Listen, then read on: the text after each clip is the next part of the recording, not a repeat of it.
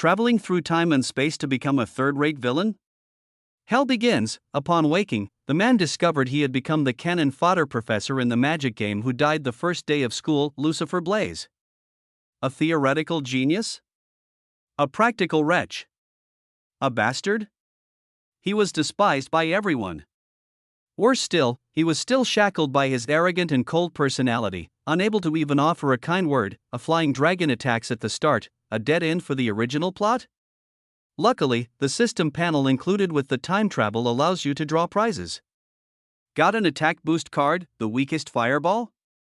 Look, I'll strengthen it 500 times. The purple flame dragon roars, slaying it with one strike. The entire school was shocked, the media was abuzz. Had the principal misjudged me? Did he think I was hiding my strength? Lucifer was stunned. I really only have 50 mana.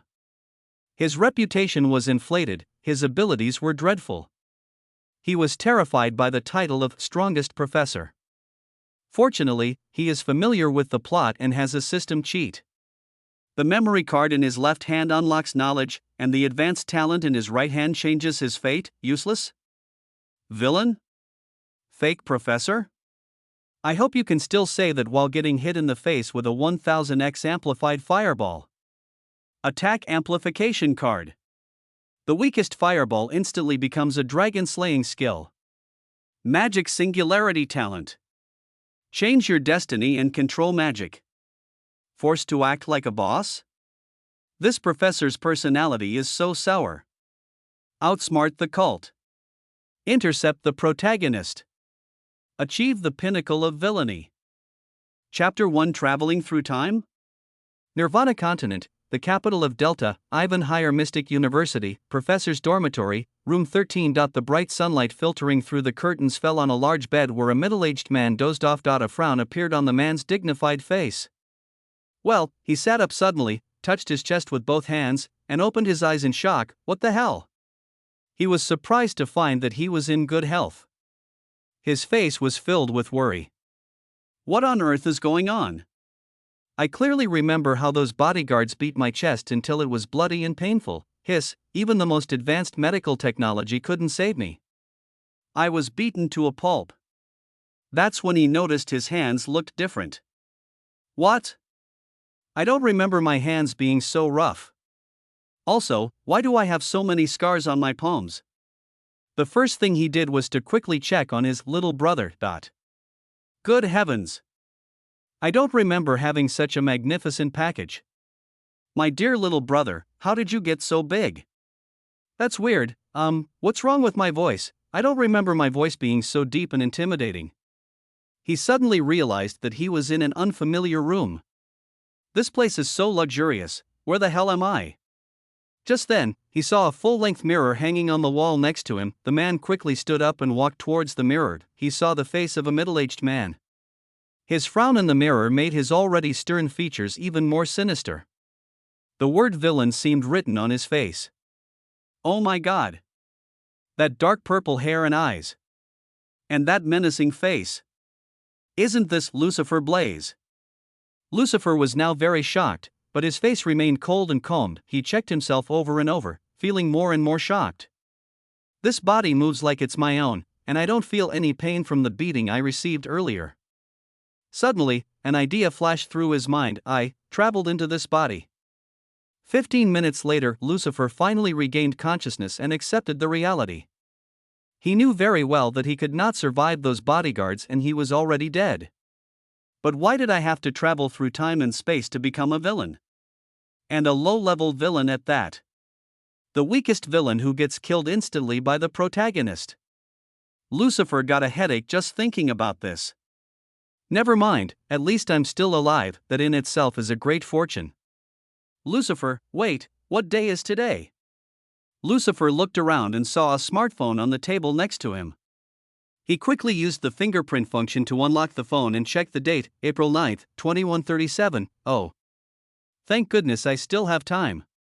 The new semester doesn't start until April 12th, which means Lucifer hasn't met the main character yet, so I don't have to worry about any death flags at first. Lucifer, suddenly, he realized, wait. On the first day of school, was the university attacked by a flying dragon? As memories flooded into his mind bit by bit, Lucifer finally recalled the whole incident. He walked over to the bed and sat down, folding his arms across his chest. A friend gave me this game when I was a kid. If I remember correctly, Lucifer is the villain at the beginning of the game. The game, called Fantasy Heroes Guide, FHC, is set in a modern magical world complete with monsters, knights, magic, and other common role-playing game elements. The player starts out as an ordinary young man who aspires to become a hero and is admitted to the Ivanhoe Mystic University to study magic and other things. Then the hero becomes stronger, saves all kinds of beauties, and builds a huge harem. At least his personality is better than that of someone. Guess who I'm talking about? The game's plot is simple and nothing special. The protagonist fights his way through the levels, defeats his enemies, and then returns home to live a happy life with the beauties. On the way to the top, the protagonist ruthlessly crushed countless villains and enemies in order to save the world, and so on, and this Lucifer was just one of the insignificant villains. I don't even want to recall his tragic death. Lucifer is a professor at Ivanhoe Mystic University, responsible for teaching first-year students magic theory and the composition of magic circles. He earned this position thanks to his extraordinary knowledge of various magic circles. Lucifer is 28 years old and has been teaching at this university for 3 years. I have absolutely no memory of his past. Lucifer did not gain any memories from this body, so he had no idea what the original owner should know and teach. I don't even know what magic is. How can I teach others? The only information I know about the original owner comes from the game settings. Lucifer in the original work is a theoretical genius, but his practical ability is extremely weak and his magic is pitifully weak. He got the job because he submitted an excellent research paper to the university and bribed his way into the position. The Academy's president has always favored new theories and research on magic, and when Lucifer came to donate an astonishing research paper, the president personally granted his wish to become a professor at the university. Lucifer graduated from the university at the age of 21 and got this job at the age of 25. The principal knew Lucifer, so he accepted him easily.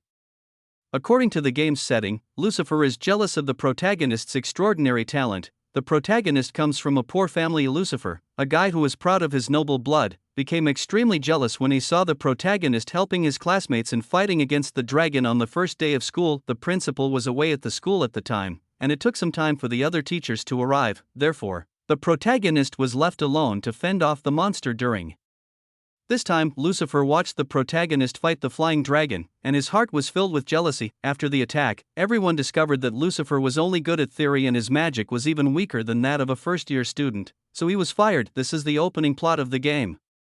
Later, Lucifer returns to the academy as a possessed being. He is possessed by a demon, who attacks the protagonist and is ultimately defeated. After being captured, Lucifer was publicly executed using a magical guillotine.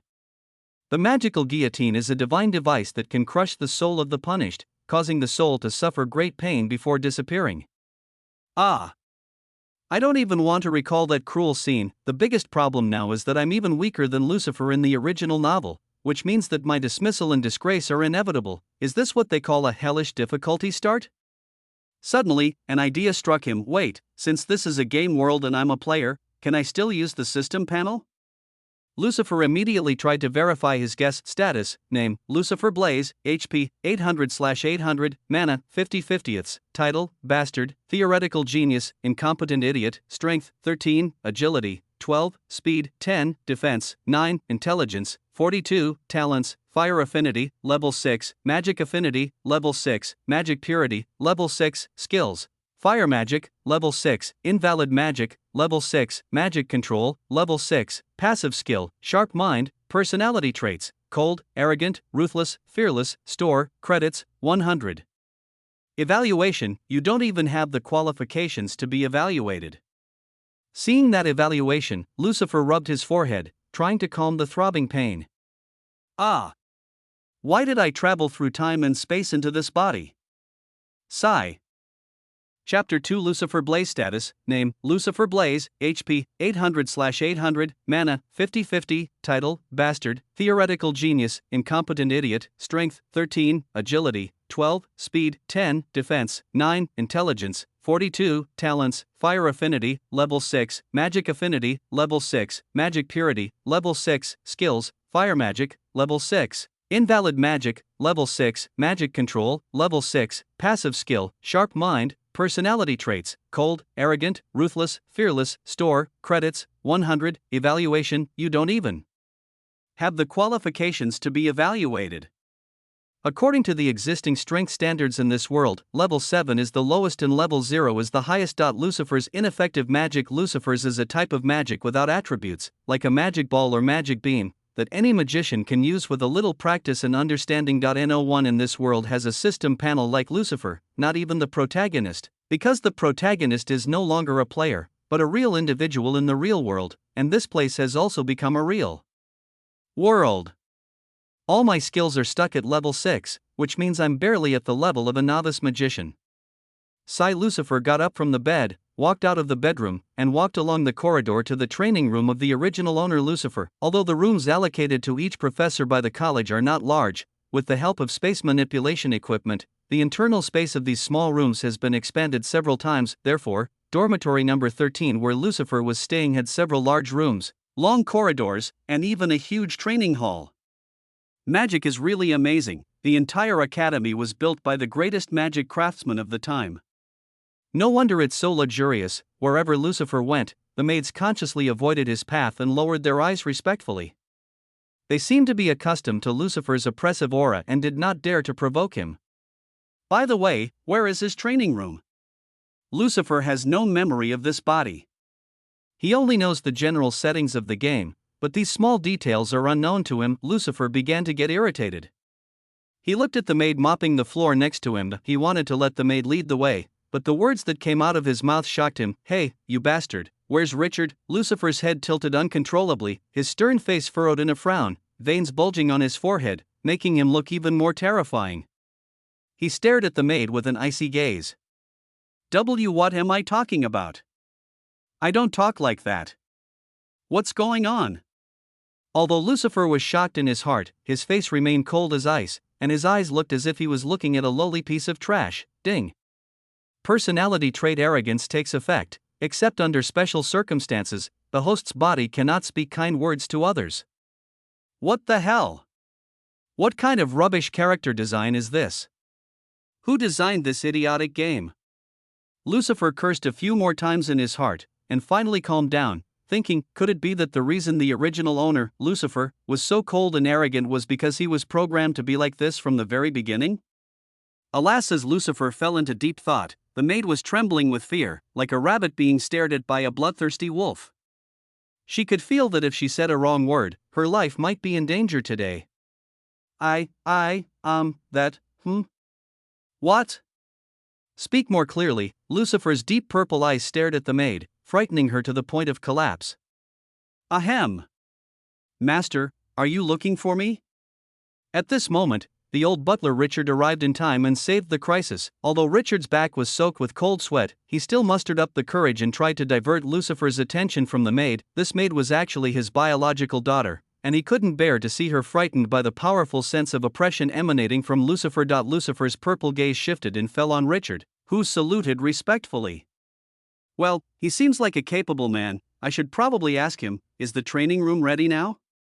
Hearing Lucifer's low and majestic voice, Richard trembled slightly, but still replied calmly, yes, master, you can use it any time.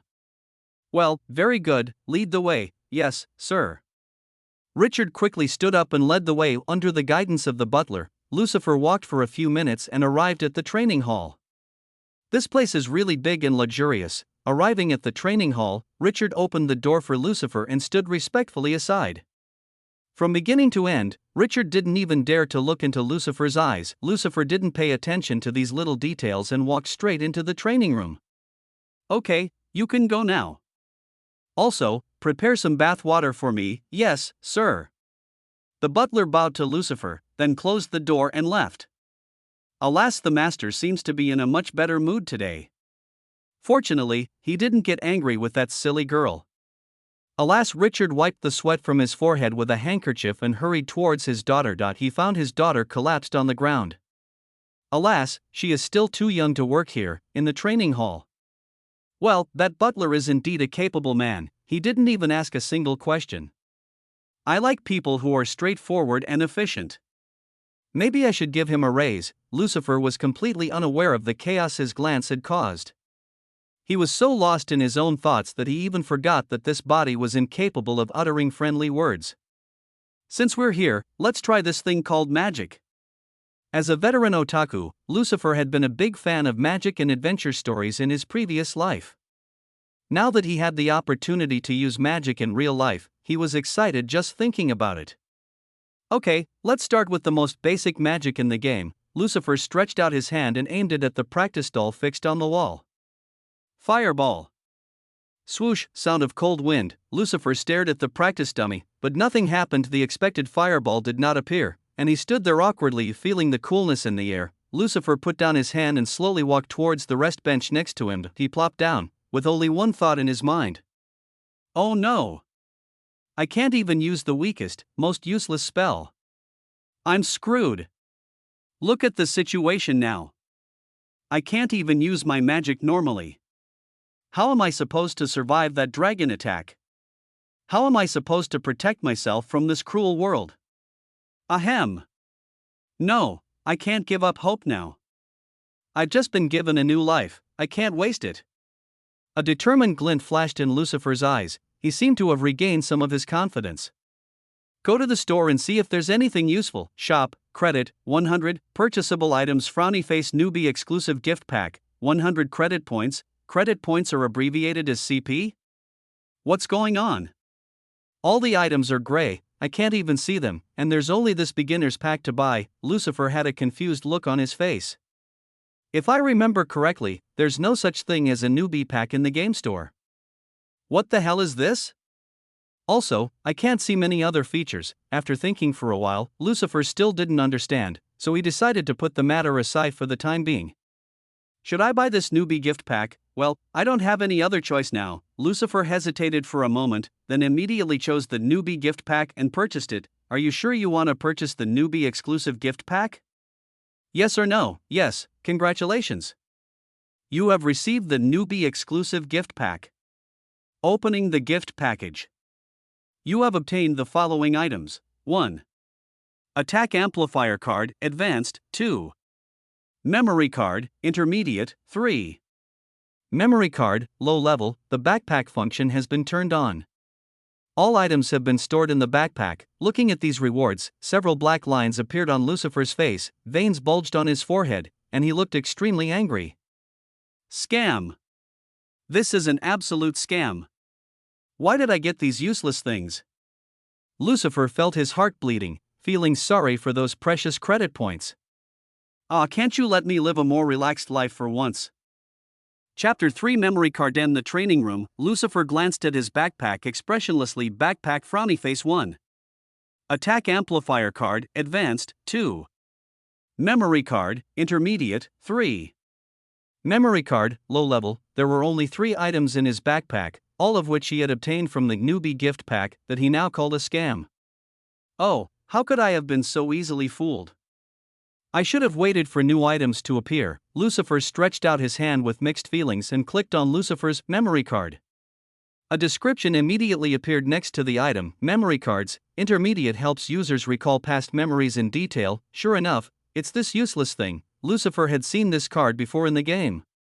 Its function was simply to help the character recall some past fragments in the form of slides and some sound effects. This is mainly used to complete some character-related tasks. Apart from that, its only function is to help recall the past. Alas, besides, this is just an intermediate card, not even advanced. Memory cards also come in different grades.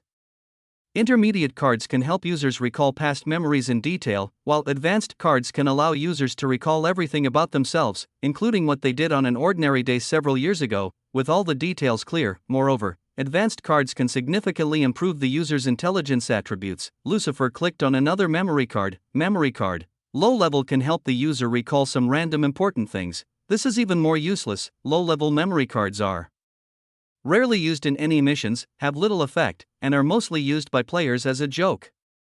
It seems that only this attack card is of some use. Attack amplifier card, advanced, increases the user's next attack by 500 times. This thing is a true trump card, only available in the later stages of the game, but the biggest problem right now is I can't even launch a single decent attack. for an attack boost card to work, you must first launch an attack. If the user can't attack, then the boost card is useless. Even if I had an amplification card and tried to punch, this body is too weak to deliver any real punch. He can neither use magic nor the magic of the original owner Lucifer. Lucifer shook his head in despair. Although his expression remained cold, his heart was in turmoil. Alas, I missed the carefree days with the lovely Sheena. I hope she is doing well now. Lucifer, sadly, Lucifer has no idea what happened to Sheena after his death. No. I can't just waste my life like this, I have to find a way. A hint of determination flashed in Lucifer's eyes, and he seemed to have regained some confidence. He clicked on the memory card and chose to use, "This is my only option right now. I'm going all out. Are you sure you want to use memory card, intermediate?" Yes or no? Yes. Following Lucifer's confirmation, a huge torrent of memories suddenly flooded into his mind. Lucifer felt as if his brain was about to collapse from the sudden flood of memories. He felt a sharp pain in his head, but his body did not even tremble or scream. Ding. The personality trait arrogance has been activated. The user cannot show weakness and must maintain an arrogant attitude. His personality didn't even allow him to scream to relieve his pain, so those outside the training room were completely unaware of his agony. The silent screams in his head could never reach the other side. After several minutes of continuous torture, Lucifer finally felt the pain disappear, and the crazy surge of memories finally stopped, and he was finally able to calm down. Holy crap! I thought I was going to die. Although he knew the process would be painful, he had no choice. He had seen the character writhe in pain when he used a memory card in the game before, so he was prepared for this. Lucifer relaxed his body and sat down on the ground with a plop. Alas, now I understand why players are so close to collapse when using high-level memory cards. This kind of pain is simply torture. It's simply unbearable for humans. Lucifer shook his head, but at least I got something good out of it. Lucifer reached out his hand and felt the presence of magic. From this vast torrent of memories, he learned how to use magic. Now, he could finally be called a true magician. Before, he knew nothing about magic, just an ordinary person, but now, he could feel it. It's like I've grown a new sense organ. I can feel the magic flowing in and around me. As a homebody in his previous life, Lucifer had always dreamed of using magic. Now, his dream had come true and he felt extremely happy. Maybe with this, I can finally survive. Lucifer stood up from the ground and reached out to the practice doll again. It should work this time. Let's start with the simplest and lowest level fire magic. Fire magic, flame arrow. A palm-sized miniature magic circle appeared in front of Lucifer's palm. Following Lucifer's command, a flaming arrow shot out from the magic circle, and this bright red flaming arrow hit the training doll. Only a small burn mark was left on the practice doll, and not even a basic damage was caused. Seeing this minor injury, Lucifer was not disappointed. On the contrary, he felt very happy at the moment. Lucifer glanced at the system panel, and his magic value was displayed as follows: frowny face 45/50. Due to his extremely low magic control ability, most of his magic was wasted in this attack, which did not even have the lethality of an ordinary fire arrow, but Lucifer was happy that he succeeded. I think, with this, I can survive for the time being. Lucifer nodded and looked at his hands. If I use the attack amplifier card and then use this attack, I can at least scare off the dragon and prove that I'm valuable enough to avoid being expelled from the university, although this can only be considered a temporary solution, but it seems that this is the only way. Now that Lucifer had finally found a way to survive, he felt his whole body relax. Lucifer was perfectly content at the moment, unaware of all the troubles that might lie ahead. With this attack, I think my life has been extended by at least a few days. Originally, Lucifer was skeptical about the effect of the memory card because he didn't expect it to allow him to awaken his memory of how to use magic, but now that he's found a way out of his current crisis, he finally admits that these memory cards aren't useless. It seems that Lady Luck is smiling on me today. Lucifer glanced at another memory card, this time with a much gentler look. My little darling, let me see what you can bring me. As soon as Lucifer realized the usefulness of the memory cards, his expression changed immediately and he no longer regarded them as useless. It seemed that he was indeed a shameless guy. Lucifer laughed like a little gangster in his heart and clicked on another memory card. Are you sure you want to use memory card, low level? Yes or no? Yes. Chapter 4. This professor is very strict. Delta Capital, Ivan Higher Mystical University. Today, the university campus was bustling with activity. It was the first day of classes for the new semester. and thousands of students from different grades were rushing to their classrooms. A girl with light blue hair and light blue eyes was glaring at a boy with the same hair and eye color with angry eyes. "Hurry up, Alan. We're going to be late."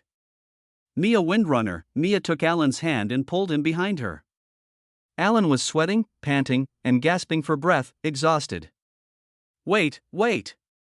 I can't run anymore."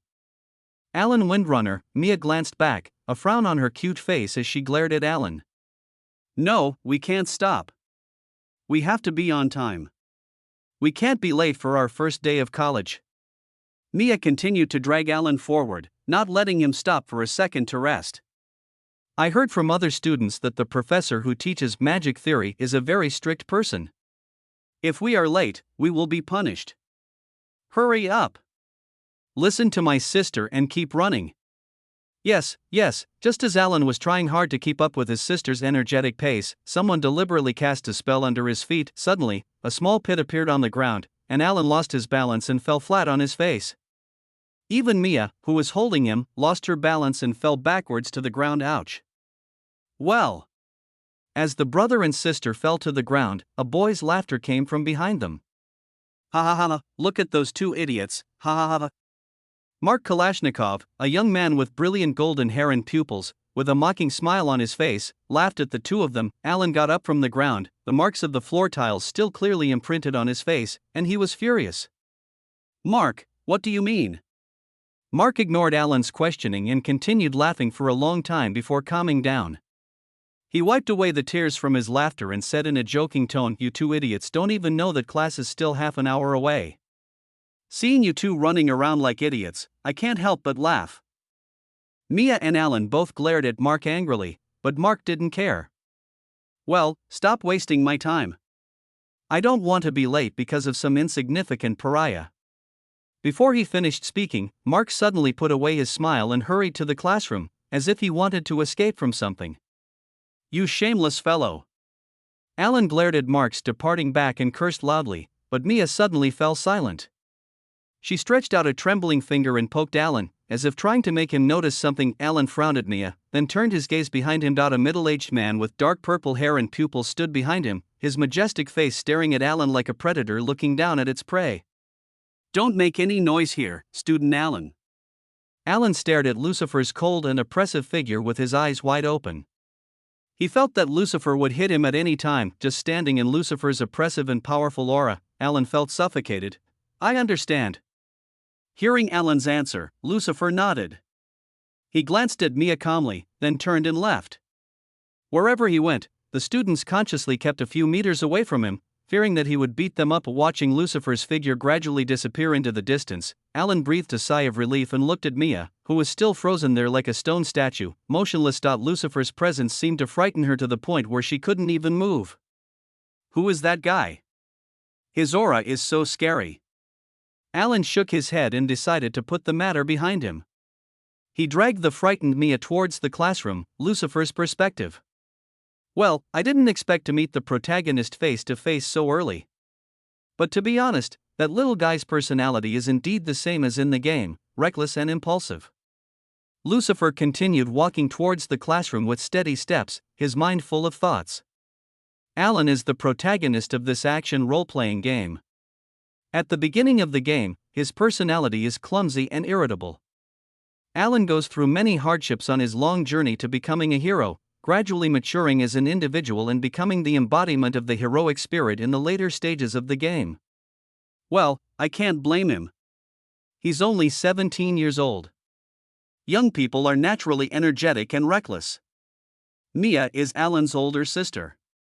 Her only role in the game is to be his emotional support in the early stages, and then she dies for the sake of character development. So she doesn't have many unique personality traits. Lucifer also found this setting strange, but that was how the game was designed, and he was powerless to do anything about it in his previous life. As for that guy named Mark, he's the real rival. He's a very talented guy, born into a royal family, and is Alan's main rival. In the later stages of the game, he's the only one who can be evenly matched with Alan.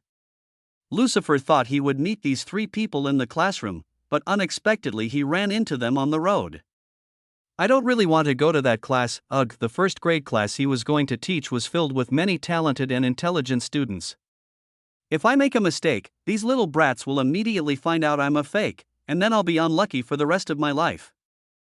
Lucifer continued walking towards the classroom with slow and hesitant steps, and finally, he stood in front of the classroom door. Grade 1, Class 1, let's fight, in the classroom. When the classroom door opened steadily and Professor Lucifer walked into the classroom with a strong sense of oppression, the originally lively classroom suddenly became silent. Alan and Mia sat by the window, and Mark sat in the last row of the classroom.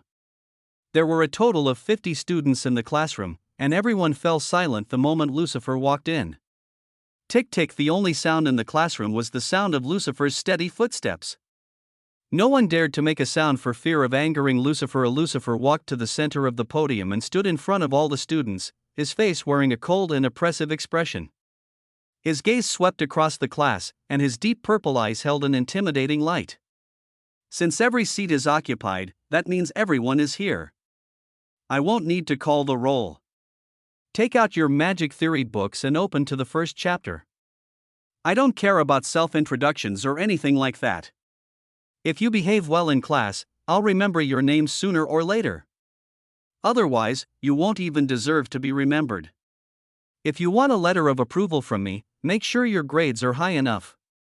After hearing Lucifer's harsh words, all the students immediately understood why there were rumors that the professor of magic theory was very strict. The rumors were indeed true. Lucifer was indeed as cold and ruthless as the rumors described. On the first day of school, he announced that only those students who performed well in class tests would receive his letter of recognition. If the student's performance does not satisfy him, he will not issue the letter of approval, which will cause the student to fail this magic theory course. To students in this world, a letter of recognition is like a transcript or a grade. Only if the professor gives you a letter of approval will you be considered to have passed the course and be promoted to the next grade. Otherwise, you must repeat the entire year's course. Lucifer's words suffocated all the students and also made them disciplined.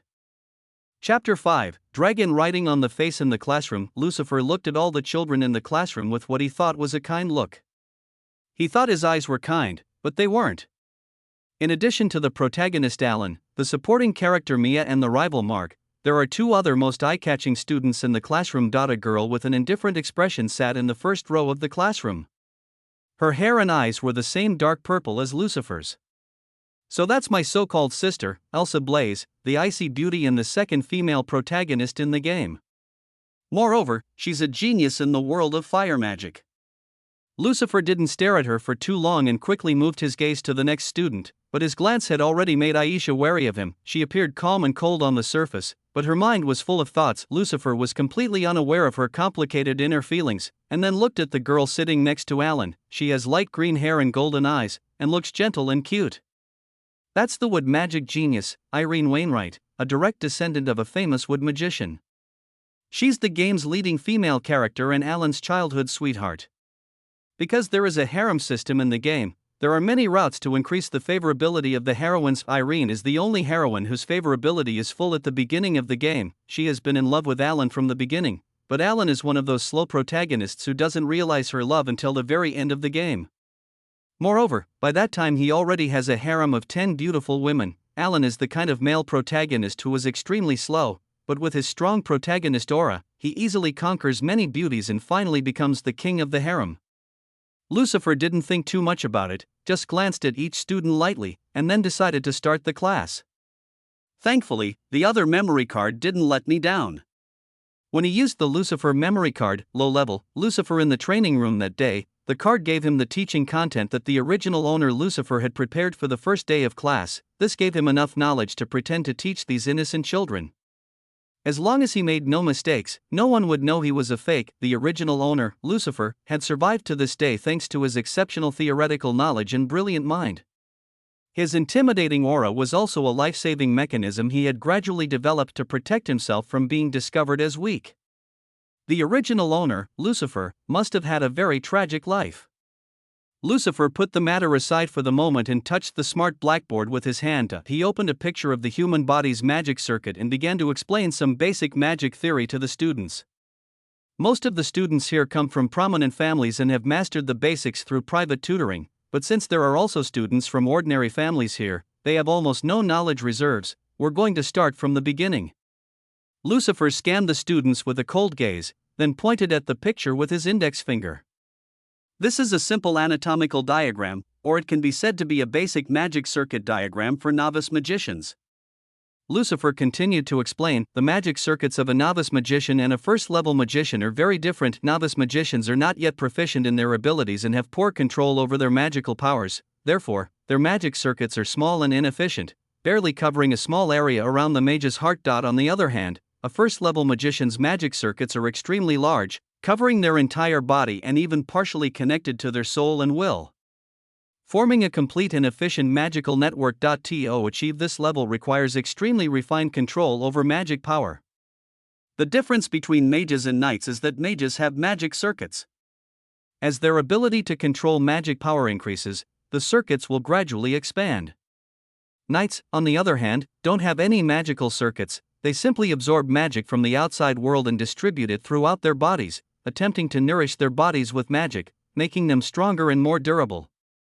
Through various meditations or breathing techniques, one absorbs magical energy into the body and strengthens it, thereby becoming a knight or warrior. With proper training and opportunity, even an ordinary person can become a knight, but this is not the case with mages. Only those who are born with magic circuits in their bodies can embark on the path of a wizard.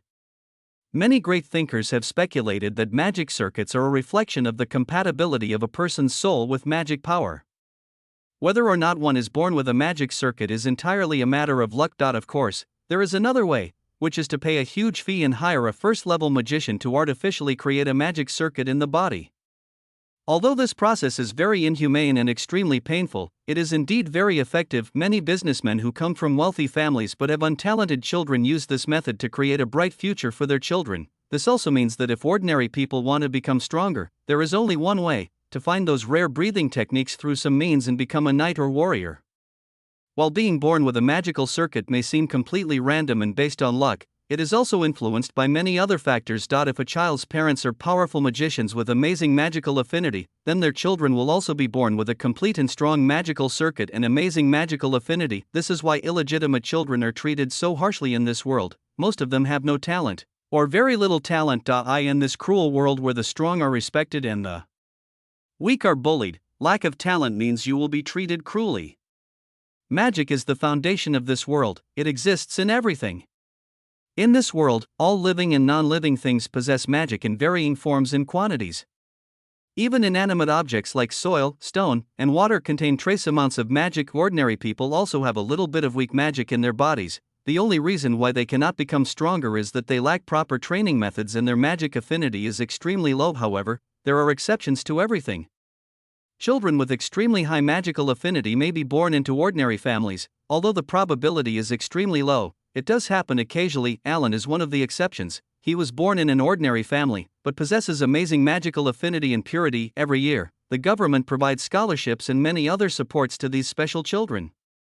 Ordinary people hope that their children will be born with magical circuits so that their future is guaranteed. The government even rewards families who give birth to particularly gifted children with contribution medals. It might sound ridiculous, but it's true. The world outside of human territory is far from peaceful. Terrifying monsters roam this world. Demons and other chaotic creatures constantly seek to invade and slaughter humans at will. Various demonic cult members also occasionally summon monsters and wild beasts to terrorize humans. Due to the chaotic nature of the world, the strong are respected and every gifted newborn is welcomed and supported by the government. There are special guilds responsible for maintaining safety and order in human cities. Most mages, knights, and warriors go to these guilds to seek work. As Lucifer continued to explain the basics, the students listened with serious expressions. Most of the wealthy children had no interest in these low-level knowledge and had long been bored, but no one dared to show their boredom on their faces. Lucifer had warned them that if they wanted to pass the class, they would have to perform better. Therefore, no one wanted to annoy him. They took his words seriously, put on a serious face, and continued to listen. At this moment, an extremely powerful wave of magical power spread throughout the entire university. All nearby mages felt the powerful surge of magical energy. The thick magical energy condensed, and the university buildings trembled violently. Roar, roar, roar. A huge roar of a flying dragon resounded throughout the capital. A huge magic circle enveloped the entire university campus, and a huge flying dragon emerged from it. The dragon's wings crashed into the school building, shattering the walls and exposing the classrooms and the children inside through the broken wall. The flying dragon stared at the people inside dangerously with its ugly face, looking at the huge eyeball staring at him. Lucifer had only one thought in his mind: it's much scarier than what I saw in the game. Chapter 6 TSK. Trash in the classroom. One day ago. Elsa Blaze's dormitory. So, now it's confirmed that incompetent bastard Lucifer will be your teacher. Hearing the voice of a middle-aged man on the phone, Aisha frowned and said in a cold tone, "But father, you said you would find a way to replace the teacher. What if he hates our family because of the conflict between us and refuses to give me the letter of approval? He may be as incompetent as you say, but he is a professor at the academy after all, right? What if he deliberately targets me?" Hearing his daughter's worried voice, the voice replied with a hint of sarcasm, "That cowardly bastard had no talent when he was kicked out of the family. He can't have made any progress in the past few years. Don't worry too much, he's too weak to even fight you. Be more confident, you are our family's genius fire magician. You will never lose to that bastard in talent." After saying this, the man's tone became serious. "I wanted to expel him to clear the way for you, but the principal is a strange man. He doesn't love money or anything else. I even offered him a dragon's fang as a bribe, but he still wouldn't agree. That guy is difficult to deal with. He seems to really appreciate those theoretical papers he published. Tisk. But don't worry. If he dares to disagree, I will put pressure on him to give you the letter of approval. He definitely won't dare to disobey my coercion. Just enjoy your college life, and watch him being laughed at by everyone for being pathetic and weak." "I understand, father." Elsa, Aisha put down the phone and fell into deep thought. With her father's guarantee, the problem of the letter of recognition was solved. Now she only needed to concentrate on studying and improving her magical abilities. Growing up, everyone had only told her one thing: her illegitimate brother, Lucifer, was a worthless person with almost no magical talent. His only strength was his expertise in magical theory. Besides that, he was considered a talentless bastard by everyone around him. She had never seen him cast a spell, but because of what everyone said, she also thought Lucifer was weak. She had a brother who was much more talented than Lucifer in every way. The Blaze family is an ancient family of magicians. Many outstanding magicians have emerged from generation to generation. The current patriarch, Aisha's father, is also a famous third-level fire mage. Elsa was considered to have the potential to reach the rank of first-class mage. A first-class mage was already extremely powerful. The academy's principal was a first-class mage, and there were only 2 first-class mages in the entire country. A first-level wizard can cast spells powerful enough to shatter continents and evaporate oceans. Destroying a mountain or creating one out of thin air is a piece of cake for them. They can change the weather with one spell and cause massive earthquakes with another. All professors at the academy are at least third-level mages. Each of them is a prestigious, powerful individual with vast wisdom. Except for Lucifer, who became a professor through bribery. Elsa is now 17 years old, but she is already a 5th-level magician.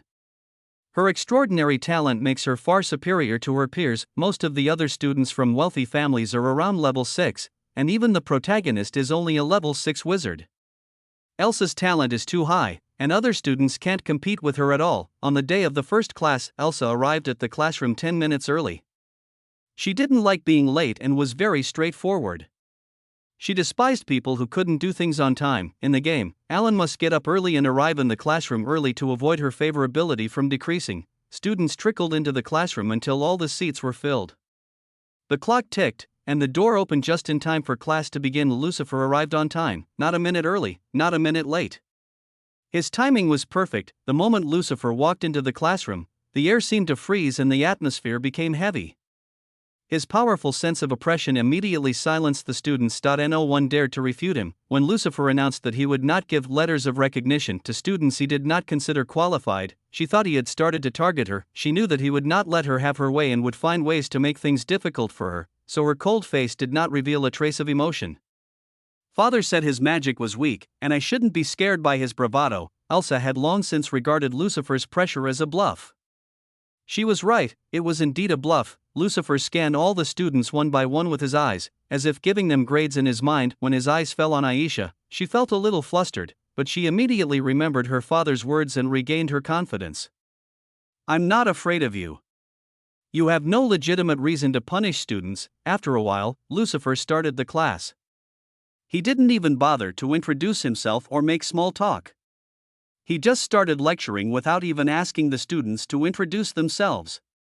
He is indeed as arrogant as everyone says. Elsa had heard many bad things about him when she was in the family, but now that she had seen it with her own eyes, she knew that those rumors were not groundless. Lucifer is indeed a bad and arrogant guy. Back to the present.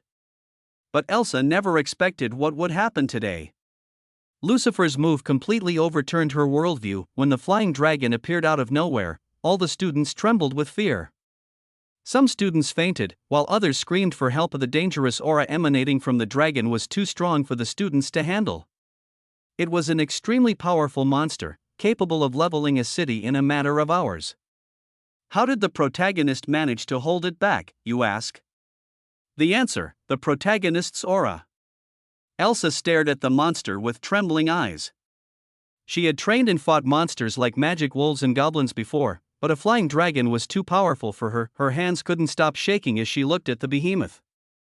Even its eyeballs were bigger than her. At this moment, she heard a cold and arrogant voice echoing through the classroom. That voice instantly silenced everyone. It's noisy. Lucifer's cold voice made all the students forget their fear and focus their attention on him. Lucifer still stood there expressionlessly, facing the flying dragon, seemingly unaffected by its aura. Under the shocked gaze of the students, the professor stretched out his hand without hesitation and cast a spell. Ding. You have used the attack amplification card, advanced. Your next attack will be 500 times more powerful. Level 6 Fire Magic, Flame Arrow. Lucifer cast an extremely weak spell, Fire Arrow, which any novice fire mage can easily learn and use. Its lethality is extremely low, but after it was amplified 500 times by the amplification card, it became a spell of a whole new level. Even Lucifer himself was unsure of its potential destructive power. A giant magic circle 5 stories high appeared in front of Lucifer's palm. Under the stunned gazes of the audience, a huge beam of flame shot out from the huge magic circle. The flame beam was as thick as a truck and the flame was purple. This was an extremely condensed flame with a very high temperature. Its destructive power was beyond anyone's imagination. A huge shockwave swept across everything, and the beam of fire instantly hit the dragon's head. The dragon didn't even have time to react before its entire head exploded into pieces. The destructive purple flames continued unabated, burning through the entire upper body of the giant dragon before finally extinguishing. After a full 5 seconds, the intense beam of flame finally died down, and the magic circle vanished into thin air. Lucifer's face no longer had the cold expression of the past. He walked towards the broken wall and looked outside. The dragon's lower body fell to the ground, its internal organs spilling out of its stomach, and burnt chunks of flesh were scattered all around. A half-burned wing lay nearby. Lucifer looked up and saw that the flaming beam had blasted a huge hole in the thick clouds in the sky. He unconsciously uttered those harsh words again. Tisk. Trash. Chapter 7 My Original Family, Magical Version. Tisk. Trash. Lucifer's face showed disdain and disappointment. All the students who saw this scene were so shocked that they stood there motionless. Lucifer didn't care how much psychological impact he had on the bystanders. He walked back to the smart blackboard and stared at the students with cold eyes. Why are you all crawling around on the floor? Go back to your seats. Get out of class isn't over yet. Hearing Lucifer's harsh rebuke, all the students quickly scrambled to their feet and returned to their seats with fear on their faces. They had just witnessed Lucifer use a spell that was supposed to be the weakest in the world to instantly kill the dragon. Lucifer's attack completely overturned their worldview. All the students who originally had no interest in magic theory also began to concentrate on it. At this moment, everyone had only one thought in their mind: this professor is too strong. Since Lucifer only used the amplification card once, his attack was powerful enough to kill the dragon, which was considered a level 2 monster, with one strike. This was already an extremely remarkable feat in the eyes of others, but only Lucifer himself knew what kind of emotional storm was going through his mind at this moment. Ding. You defeated the dragon yourself, changing the game's default opening plot. Ding. You have earned 10,000 credits. Holy shit. What the hell happened? When the dragon appeared before, he just wanted to scare it away, prove his strength, and avoid being expelled. He knew the power of the booster card from the game, but he never imagined that when the amplification card was used in the real world, it would become so destructive. This was completely beyond his expectations. He originally thought that it would be good enough to reach the destructive power of 3rd level magic, but in the end he got a terrifying destructive power comparable to the peak of second-level magic. Even the flames, which should have been blue, turned into a deep purple, as if they had unique properties. A spell of level 2 or higher has some unique properties associated with the user, but one thing is certain, this body knows nothing about fear. When the flying dragon stared at Lucifer, he did not feel any fear, but instead felt that his arrogance was challenged. Due to his character trait of arrogance, Lucifer is so arrogant that he is not afraid of anyone in the world. He would rather die than bow to others. And I actually called Phalon's corpse trash. Honestly, this Lucifer is too arrogant. He'll kill me one day. Alas, looking at the panicked children, Lucifer felt angry because they left their seats without permission during class, so he scolded them harshly. My reputation is irreparable, so let it be. As the saying goes, if you can't fight them, join them. Problem solved. Friendly reminder, don't take this advice seriously, just treat it as a joke. Cough. A few hours later. Aisha's dormitory. Elsa sat on the sofa, staring at her phone expressionlessly. Today, she felt like she had been severely slapped in the face. She made the mistake of believing rumors that had no basis in fact and mistakenly thought someone was weak. He's not weak at all. Aisha stared at her phone and began to doubt all the information she had heard from her family about Lucifer. They all told me he was weak. If that's weak, then what is strong? If even that kind of incredibly powerful magic is considered weak, doesn't that mean 99% of humans are useless? Aisha really couldn't understand what was happening in front of her today. While she was trembling with fear at the sight of the terrifying behemoth, Lucifer stood there without a trace of fear in his eyes. Instead, he seemed to regard the monster as a nuisance that prevented him from attending class. But how can Flame Arrow be so powerful? The strangest thing was that Lucifer didn't use any powerful spells at all.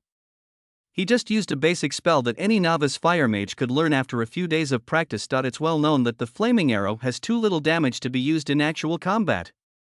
It's usually only used to light torches in ruins or build bonfires. Some magicians even use it to light cigarettes. It was almost never used on a real battlefield, but Lucifer's fire arrow is different. It is too powerful, so powerful that it can no longer be called a fire arrow. But his spells have characteristics. Could it be that he's already a second-level wizard? It was common knowledge that only mages of level 2 or higher could imbue their spells with unique properties to make them more lethal and powerful. A wizard who can infuse magic with characteristics is 10 times more powerful than one who cannot use this infusion. How much did Father underestimate him?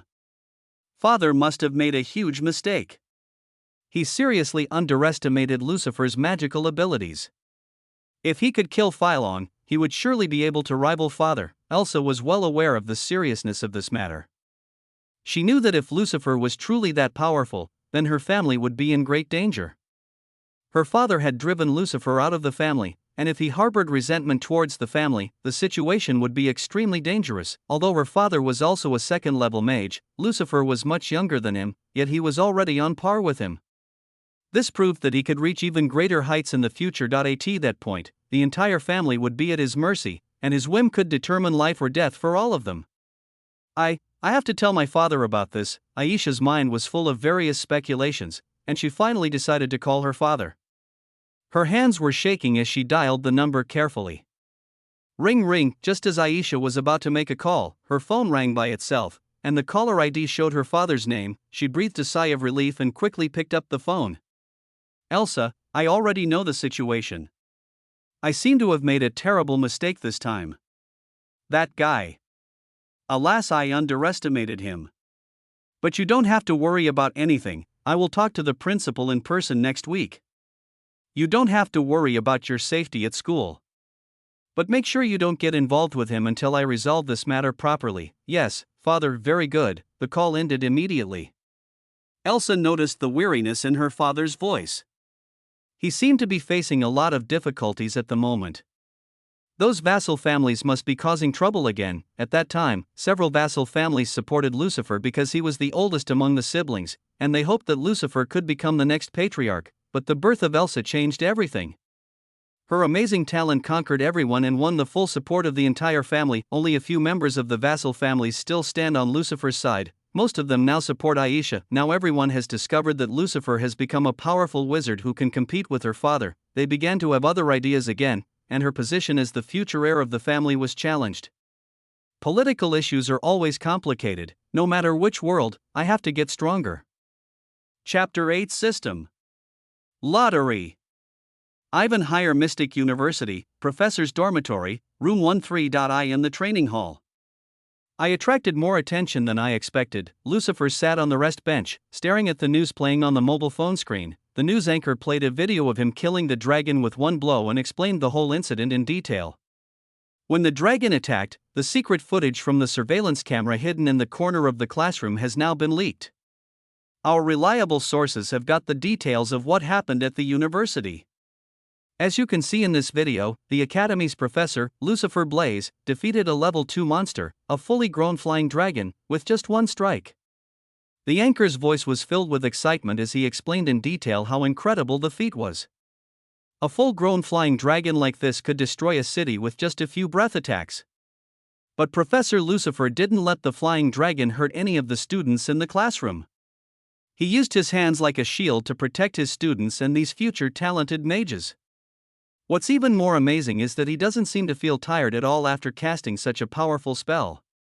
He truly is an amazingly powerful mage. Suddenly, the anchor showed a photo of Lucifer's level as assessed by the Mages Guild on the screen, level 6. As you can see, Professor Lucifer is recognized by the Mage Guild as a 6th level mage, despite possessing magical abilities comparable to a peak level 2nd level mage. This has been proven by his feat of slaying a flying dragon with a single blow. The last time the Mages Guild updated his rank was 4 years ago. This shows that the Mages Guild has clearly neglected its duties. They should stand up and publicly grant Professor Lucifer the rank he deserves. This oversight could lead to a significant erosion of public trust in the Mages Guild hierarchy. The anchor found out Lucifer's graduation record and other theoretical achievements and displayed them on the big screen. Professor Lucifer has always been a theoretical genius. Throughout his career as a mage, he has proposed many novel theories. As you can see here, he also received the highest score in his final exams during his student days. He has always been renowned for his brilliant mind and as an excellent professor of magical theory, but today he proved that he not only has a solid theoretical foundation, but also possesses extraordinary practical ability. He rarely used offensive spells before, but today he used a basic spell and effortlessly defeated an extremely powerful monster. This proves that he is fully qualified to teach at the prestigious Ivan University. Then the anchor changed the news topic. Besides the praise, the real question that deserves attention right now is where exactly did this flying dragon come from? The anchor posed the question and then showed an official statement released by the university, explaining the situation from their perspective. According to the Academy's statement, this dragon was summoned by members of a demonic cult with the intention of terrorizing the students and killing as many talented young mages as possible. It is said that those demonic cult members have successfully escaped the pursuit of security personnel and have not left any evidence. This has caused concern for many people, but the university has assured everyone that their capable professors are ready to protect students and there is no need to worry about their safety. This statement has given some relief to concerned parents who have seen firsthand the competence of the professors who teach at this university. Some parents even said that as long as they have a powerful professor like Lucifer to protect their children, they don't need to worry about their children's safety. At this moment, Lucifer stopped watching the video. He put away his phone and fell into deep thought. I didn't expect this to become such a big deal. Now the whole world knows what I did. Lucifer originally only wanted to use the amplification card to temporarily overcome the difficulties, but he did not expect that this card would be powerful enough to kill the dragon instantly. This was totally unexpected. Moreover, now the whole world has mistakenly believed that he is so strong that he cannot even show weakness in front of anyone. Once they discover that he is actually much weaker than they thought, he will bear the wrath of the world without the strength to back up his inflated reputation. His current situation is very complicated. Originally just a third-rate villain, Lucifer is now regarded as a major villain in the later period, even though he does not have the corresponding strength. Thinking of this, he could only think of one way to get out of this predicament. I must become stronger. A flicker of determination appeared in his eyes. He knew that his false bravado wouldn't last long and he had to become truly strong. The problem is, it's not easy. In the game, characters can level up by using experience points, but now he can't get any experience points at all. His system seemed to be different from the game's. Instead of gaining experience points, it had these strange credits that he earned by killing dragons and changing the original plot. Things are becoming increasingly complicated. Lucifer shook his head and decided not to think about it for the time being. He immediately opened the shop window.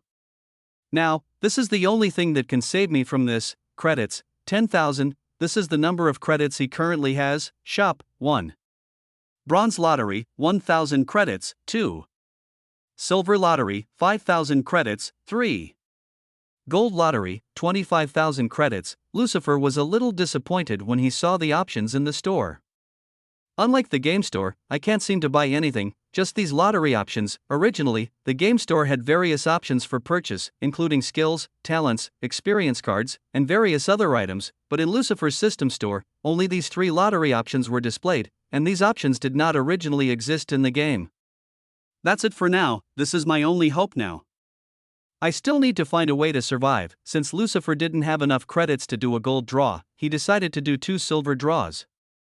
His idea was simple. The silver draw was more likely to yield something useful than the bronze draw. Are you sure you want to conduct 2 silver draws? Yes or no? Yes, ding. Congratulations! You've obtained an attack amplification card, advanced. Ding. Congratulations on obtaining the memory card, premium. Lucifer heaved a sigh of relief when he saw that he had obtained another attack amplification card. Although this isn't my own strength, it at least gives me some sense of security in this cruel world.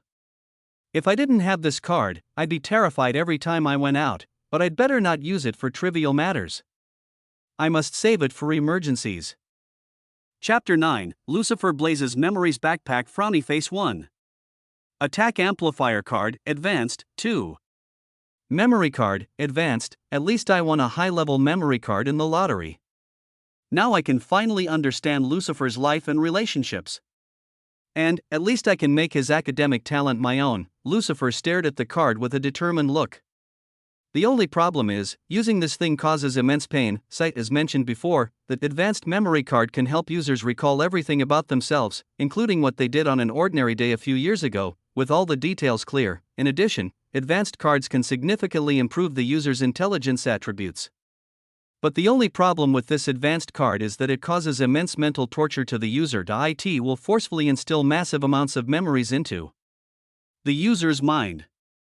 If the user cannot bear it, they will immediately become insane and fall into a coma. But just as Lucifer hesitated, his body moved uncontrollably again. The personality trait Fearless has been triggered. You are not afraid of any pain. In an instant, Lucifer's mind calmed down, and he felt that he had suddenly become fearless. He felt that even if he was asked to fight a dragon alone, he could do it in this fearless state. Lucifer immediately used the advanced memory card. Are you sure you want to use memory card, advanced? Yes or no? Serious warning. Using this card may cause extreme mental distress to the user. Lucifer ignored the warning. Feeling fearless at the moment, Lucifer Blaze has no fear of pain, and he's arrogant enough not to back down once he's made up his mind. Yes, following Lucifer's confirmation, a flood of memories began to flood into his mind. Forcing so much knowledge into his head brought him immense pain, but Lucifer was now ready to face everything. He sat cross-legged on the ground, gritting his teeth. Beads of sweat covered his forehead, but he didn't cry out. He focused on understanding the memories, ignoring the pain as much as possible. Lucifer Blaze's memories. Lucifer was born as an illegitimate child into a maid's family in the Blaze mansion. His mother was a beautiful woman. The family patriarch fell in love with her, and thus Lucifer was born. When the maid became pregnant, the patriarch kicked her out of the mansion and fired her to avoid any trouble, as he was planning to marry a rich girl at the time. Lucifer's father's legal wife discovered his existence in the hospital after Lucifer was born. Unfortunately, this hospital is one of the Blaze family's properties, so the people from the Vassal family easily discovered Lucifer's existence. To avoid being ridiculed by the Vassal families, the family has tried many times to get rid of Lucifer. He even assassinated Lucifer's mother in an attempt to silence her forever, but one of the Vassal families took pity on Lucifer and adopted him as their own child. This Vassal family had no children of their own, therefore, they poured all their love into Lucifer when he was young. Lucifer grew up to be a theoretical genius. He obtained excellent results in all his examinations, but this Vassal family and everyone knew that Lucifer did not have much talent in magic, because the purity of his magic power was too low for a child of the Blaze family. Everyone laughed at him for being weak, but the Vassal family still loved him very Much when Lucifer was 12 years old, he went to a famous school in a different city, thus, he escaped the disaster that happened at home. Lucifer's father's legal wife heard about Lucifer's great progress and finally couldn't stand it anymore. She immediately used her connections to hire an assassination organization to kill all the members of the vassal family overnight. She wanted to kill Lucifer, but Lucifer had already entered the campus of that famous school and she couldn't do anything to him there. So, she changed her plan and asked the family patriarch to sever his relationship with Lucifer and deprive him of all his inheritance rights. The patriarch agreed and erased Lucifer's existence from the family records. From then on, Lucifer had no place in the family. Despairing over the death of his adoptive family, young Lucifer strives to become stronger. He seeks revenge on the Blaze family for what they have done. Lucifer tried his best, but he soon discovered his limitations. He simply wasn't cut out for magic. Try as he might, he couldn't improve his magic control or its purity. This drove him to despair. His gentle nature grew colder and colder over time, and he began to mask his weakness with arrogance and fearlessness. He no longer took combat-related courses, but focused more on theory and problem research. His brilliant mind caught the attention of the school's faculty, and he graduated effortlessly. Without even having to prove his magical abilities, Lucifer received an invitation from Ivan University and went there to study. Yet he completed his studies. More than 10 years had passed since his adopted family was assassinated, and since he had no power to fight against the Blaze family, his desire for revenge gradually cooled. He no longer wanted revenge, as it seemed like an impossible task. More memories came flooding back, but most were useless, everyday details, like what he had eaten one day and what he had eaten another. The amount of memories was so overwhelming that Lucifer's entire body was drenched in sweat as he endured insane pain, but he still didn't shout. The various theories and magical knowledge possessed by the original owner Lucifer slowly entered his mind, and he finally understood why everyone praised Lucifer's extraordinary mind. Lucifer had written numerous theories proving that magic could even affect atoms themselves. This might not seem like much, but in the scientific world, it was a bold new idea. If this theory is confirmed, then in the future humans will be able to create nuclear bombs powered by magic with fewer side effects, such as no radiation. This will be a great progress for mankind. Lucifer donated this theory to the president of Ivan University and easily became a professor. Lucifer himself was unable to prove and research this theory anyway. After all, his own magic control ability was extremely low, so he gave the theory to the principal, who was a first-level wizard with extremely strong magic control ability. Today, the principal is further researching this theory. Using magic to control something as tiny as an atom requires extreme magical control and precision. The original Lucifer could never do it, so he decided to use this theory to find himself a well-paying job. Moreover, Lucifer can live in this safe place without having to worry about his life. As long as Lucifer is a professor at the university, the Blaze family cannot do anything to him because it would be seen as an attack on the university itself and the president would be angry. Believe it or not, the original owner, Lucifer, planned all of this so cleverly. His only mistake was that he dared to be jealous of the protagonist, which resulted in his tragic death in the original setting. Chapter 10 Hidden Mission. Lucifer's dormitory. In the training room, after a full hour of mental torture, the immense pain finally subsided. Lucifer's clenched teeth finally loosened, and he felt exhausted. It seemed that comprehending so much information in such a short time had exhausted all his mental strength. Ding! Congratulations on withstanding the side effects of the advanced memory card. Ding! Your intelligence attribute increased by 10 points. Ding! Maximum magic capacity increased to 60. At least this pain wasn't in vain. Alas, it was a good thing that his intelligence attribute could be further improved. Even a slight increase in intelligence would be a very good improvement for his weak body. Intelligence directly improves your mana control ability. In addition, intelligence also indirectly affects your mana capacity. Well, it's not much, but for this body, it's at least a huge improvement. Lucifer slowly got up from the ground with a tired look in his eyes. He looked down and found that he was soaked in sweat, so he decided to take a shower first. In the bathroom, Lucifer continued to think. Now that I know the entire backstory of the original owner, Lucifer, at least I don't have to worry about survival anymore. Instead, I need to focus on getting stronger. Maybe I should look for some hidden items that can make me stronger. Lucifer was a veteran player of this game. He had considerable knowledge of some hidden items that could help him at critical moments. Half an hour later, Lucifer finished his shower and changed his clothes. He sat down and thought it over in his mind. According to the memories of the original owner, Lucifer, the principal admired him very much, so there's no need to worry about survival for now. I should focus on becoming stronger. Lucifer stood up and opened a cabinet that contained many antique items. This should be it. He took out a seemingly ordinary ring from the cabinet and injected his magic power into the ring. This should be the space ring that stored all the materials that the original owner Lucifer used to research theories. Lucifer used his magic to sense the items stored in the ring and found that there were many things inside, such as magic scrolls, magic stones of various sizes, various magic tools, and so on. He ignored these things because he was not in the mood to study them, but took out the mana recovery potion and life recovery potion from the storage ring. Lucifer placed both potions on a nearby table. There are 5 bottles of each potion, all high grade. That should be enough. Lucifer opened the lid of the life potion and drank it all in one gulp. Although this is a very extravagant way, I rarely use it in the game, but now I have enough money, why not do it? After Lucifer drank so many high-level healing potions, he felt a warm feeling spread throughout his body. Ding. Hidden conditions met. Ding. You have acquired a new skill, Active Healing. Active Healing uses magic power to cause the body's cells to divide rapidly, regenerating wounds at will. Great, this means the hidden skill acquisition condition is still valid. This is good news for me. As a veteran player, Lucifer knows a lot of things that novice players don't even know. This skill may seem ordinary and weak, but it can play a crucial role in a protracted battle. This skill saved Lucifer's life several times during the game. He discovered it quite late, but it was still very useful. With this skill, I don't have to worry about getting hurt. In addition, this skill has many other benefits. After the first attempt was successful, Lucifer looked at the magic recovery potion again. He opened the caps of all the high-level mana recovery potions and poured them all directly into his mouth. A large amount of magic power poured into Lucifer's body. He immediately sat down cross-legged and began to meditate. He used his magic power to control his ability and let the magic power circulate in his magic circuit.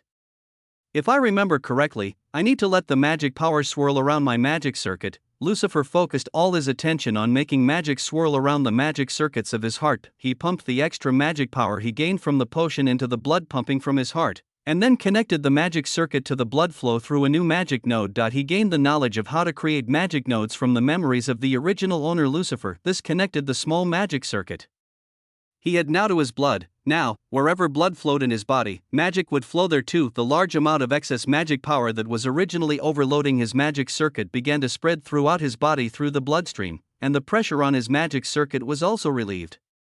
Lucifer took out more magic recovery potions from his space ring and drank them all. He continued to spread his magic power throughout his body. This process lasted for a full 5 hours, with Lucifer continuously spreading his magic power throughout his body through his bloodstream. After 5 hours of unremitting efforts, Lucifer finally completely digested this huge amount of magic power. At this moment, Lucifer achieved balance. His blood carries magic power out of his heart, spreads it throughout his body through blood vessels, and then the circulated magic power returns to the heart, starting a new cycle of circulation. At this time, the magic power in Lucifer's body circulated like blood. Circulated in the body, and ding. Hidden conditions met. Ding. You've learned the passive skill External Magic Circuit. External Magic Power Circuit. The user blends the blood throughout the body with magic power and pumps the magic power throughout the body like blood circulation. Effect: the user can store magic power outside of the magic circuit, thereby increasing the magic power capacity several times. Ding. Your magic control skill has been upgraded from level 6 to level 5. Ding. Your passive skill External Mana Circuit has greatly increased your maximum mana capacity. I succeeded. This is good news. The skill Lucifer had just acquired was something the protagonist only learned later in the game. This skill was extremely rare, with only a handful of characters in the game knowing of its existence, and if you don't know the whole process, you could die from interfering with your own heart. Lucifer possessed the trait of fearlessness. It was precisely because of this that he could carry out such a dangerous operation without fear. Anyone else would likely faint at the thought of forcing their heart to pump out magic power in such a frenzied manner. I have no choice but to use these risky methods, otherwise, I could die at any time in this cruel world. If I remain as weak as I am now, I won't live long. Lucifer shook his head and stopped thinking about it.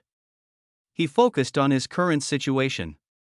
Let me see how much my magic power has increased. Status, name, Lucifer Blaze, HP, 800/800, mana, 1200/1200, title, Bastard, Theoretical Genius, Incompetent Idiot, Strength, 13, Agility, 12, Speed, 10, Defense, 9, Intelligence, 52, Talents, Fire Affinity, Level 6, Magic Affinity, Level 6, Magic Purity, Level 6, Skills, Fire Magic, Level 6, Invalid Magic, Level 6, Magic Control, Level 5, Active Healing, Level 7, Passive Skills, Sharp Mind, External Magic Circuit, Personality Traits.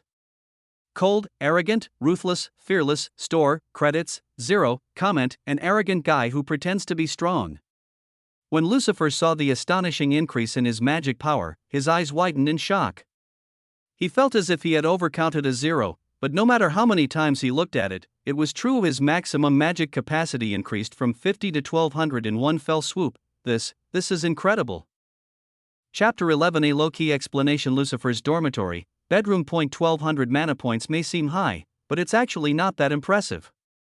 Even a 4th level wizard has more than that. The reason why Lucifer was so surprised was because of the outrageous increase in magic capacity. After learning the external magic circuit skill, his magic capacity soared from 50 points to 1200 points. This was a huge leap and it shocked him greatly. A mage's normal mana capacity, level 7 mage, 1-10 level 6 mage, 10-500 level 5 mage, 500-1500 level 4 mage, 1500-4000 level 3 mage, 4000-8000 level 2 mage, 8000-12000, there is no specific data record for.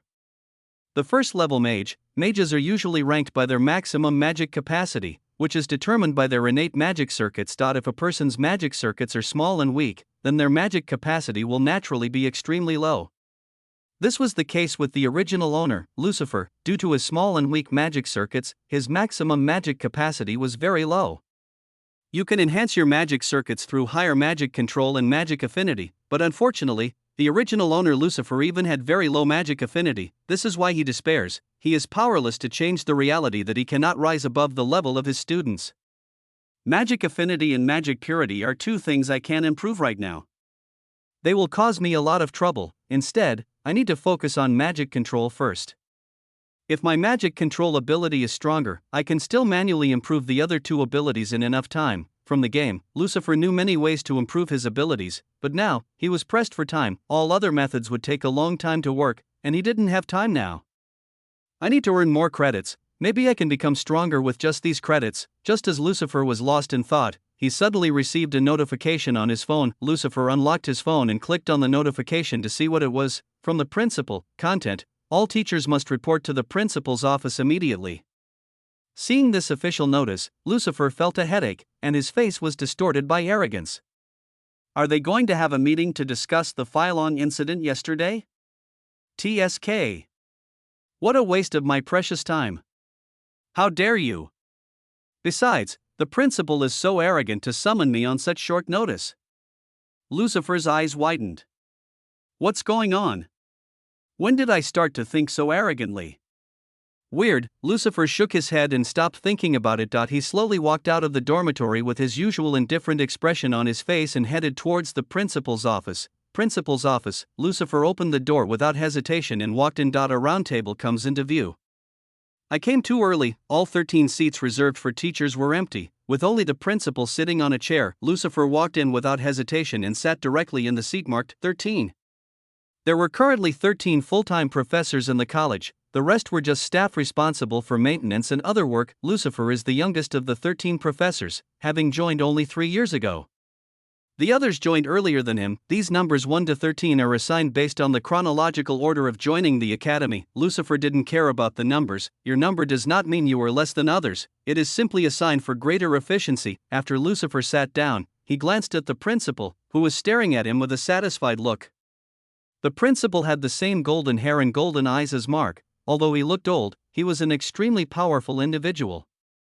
He had a gentle smile on his wrinkled face. If he concealed his identity, people might mistake him for a kind old man, but those who know him well will not be fooled by his gentle smile. He is a world-renowned first-class wizard and an old monster who has lived for more than 300 years. Lucifer nodded to the principal as a simple greeting. The headmaster responded to Lucifer's nod with a gentle smile and a soft chuckle. Ha, I didn't realize you had such a strong hidden strength. I just realized it now. I guess I'm getting old, Nathan Estrella. Lucifer shook his head and replied in his usual cold tone, "It's not that you're old, Principal. It's just that I have a magical tool that can hide my aura, and I don't like to be too conspicuous." Lucifer had long known that the principal would be suspicious of him and would ask how he could suddenly become so strong. Therefore, he had already thought of an excuse before coming here. "Ah, I see. It seems I was worrying too much." Lucifer nodded and continued to explain, "I've been wearing this artifact since I was a child. It helps the user conceal their aura and has saved me many times." Lucifer lied calmly, without blinking an eye. His acting skills were so superb that even the principal was fooled by him. "Is that so?" Nathan listened to Lucifer's explanation and nodded repeatedly. As a first-level wizard, Nathan can tell a person's aura and magical capacity at a glance. Initially, Nathan thought Lucifer was a guy with no talent and weak magic power, but with his feat of defeating the dragon, coupled with this explanation, it seems that Lucifer has been hiding his strength since he was a child.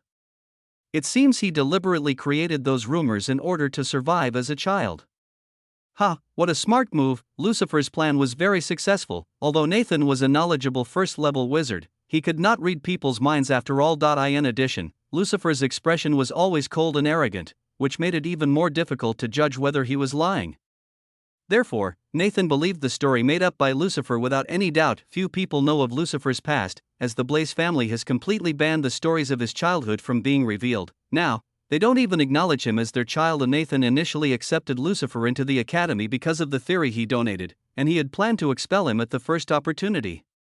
But now that Lucifer has proven himself worthy of the position, Nathan no longer needs to replace him. Maybe I should give him a raise for protecting these kids while I was gone. While Nathan was busy thinking about how to reward Lucifer, Lucifer breathed a sigh of relief in his heart. This is much easier than I thought. Lucifer had planned everything in advance, just in case the principal suddenly questioned him. Don't forget, he has the gift of sharp thinking and the knowledge of the original owner, Lucifer. He had already planned everything in the time it took him to walk from the dormitory to the principal's office. Lucifer's ability to think was no joke. He had only used a few words to convince the principal and easily consolidate his position in Nathan's eyes.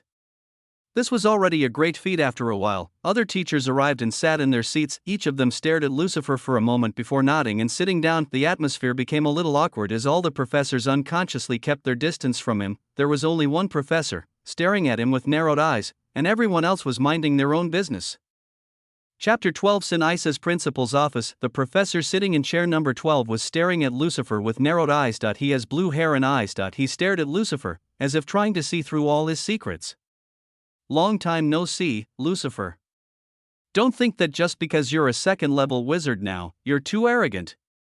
Sin Isa's, hearing Xian's provocative tone, Lucifer replied coldly, "Humph, you should have controlled your rubbish attitude before you opened your mouth." Lucifer's words made Xian stunned for a moment. "What the fuck did you say?" Veins popped out on Xian's forehead and a strange smile appeared on his face, showing his anger. "I never repeat myself. If some people have poor hearing, it's not my problem, you cough." Seeing that the conflict was about to escalate, the principal coughed lightly and everyone quieted down instantly. "I know you two don't like each other, but keep your personal matters outside of this meeting, understood?" Sin and Lucifer answered in unison. The two stopped arguing and focused on the principal. "Okay, it looks like everyone is here, let's get started. Professor Thomas, please explain your findings." "Clear." Professor Thomas, who was sitting in chair number 1, nodded, took out a report from his space ring, and began to explain his findings to everyone.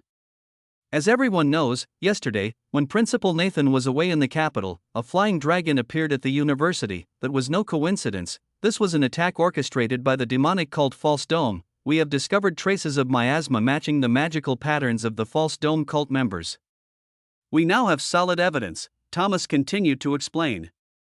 The False Dome cult is a relatively new organization. They seem to be proficient in summoning magic. They can summon various monsters and control them to attack human settlements. It is speculated that their goal is to spread fear among humanity and cause as much destruction as possible.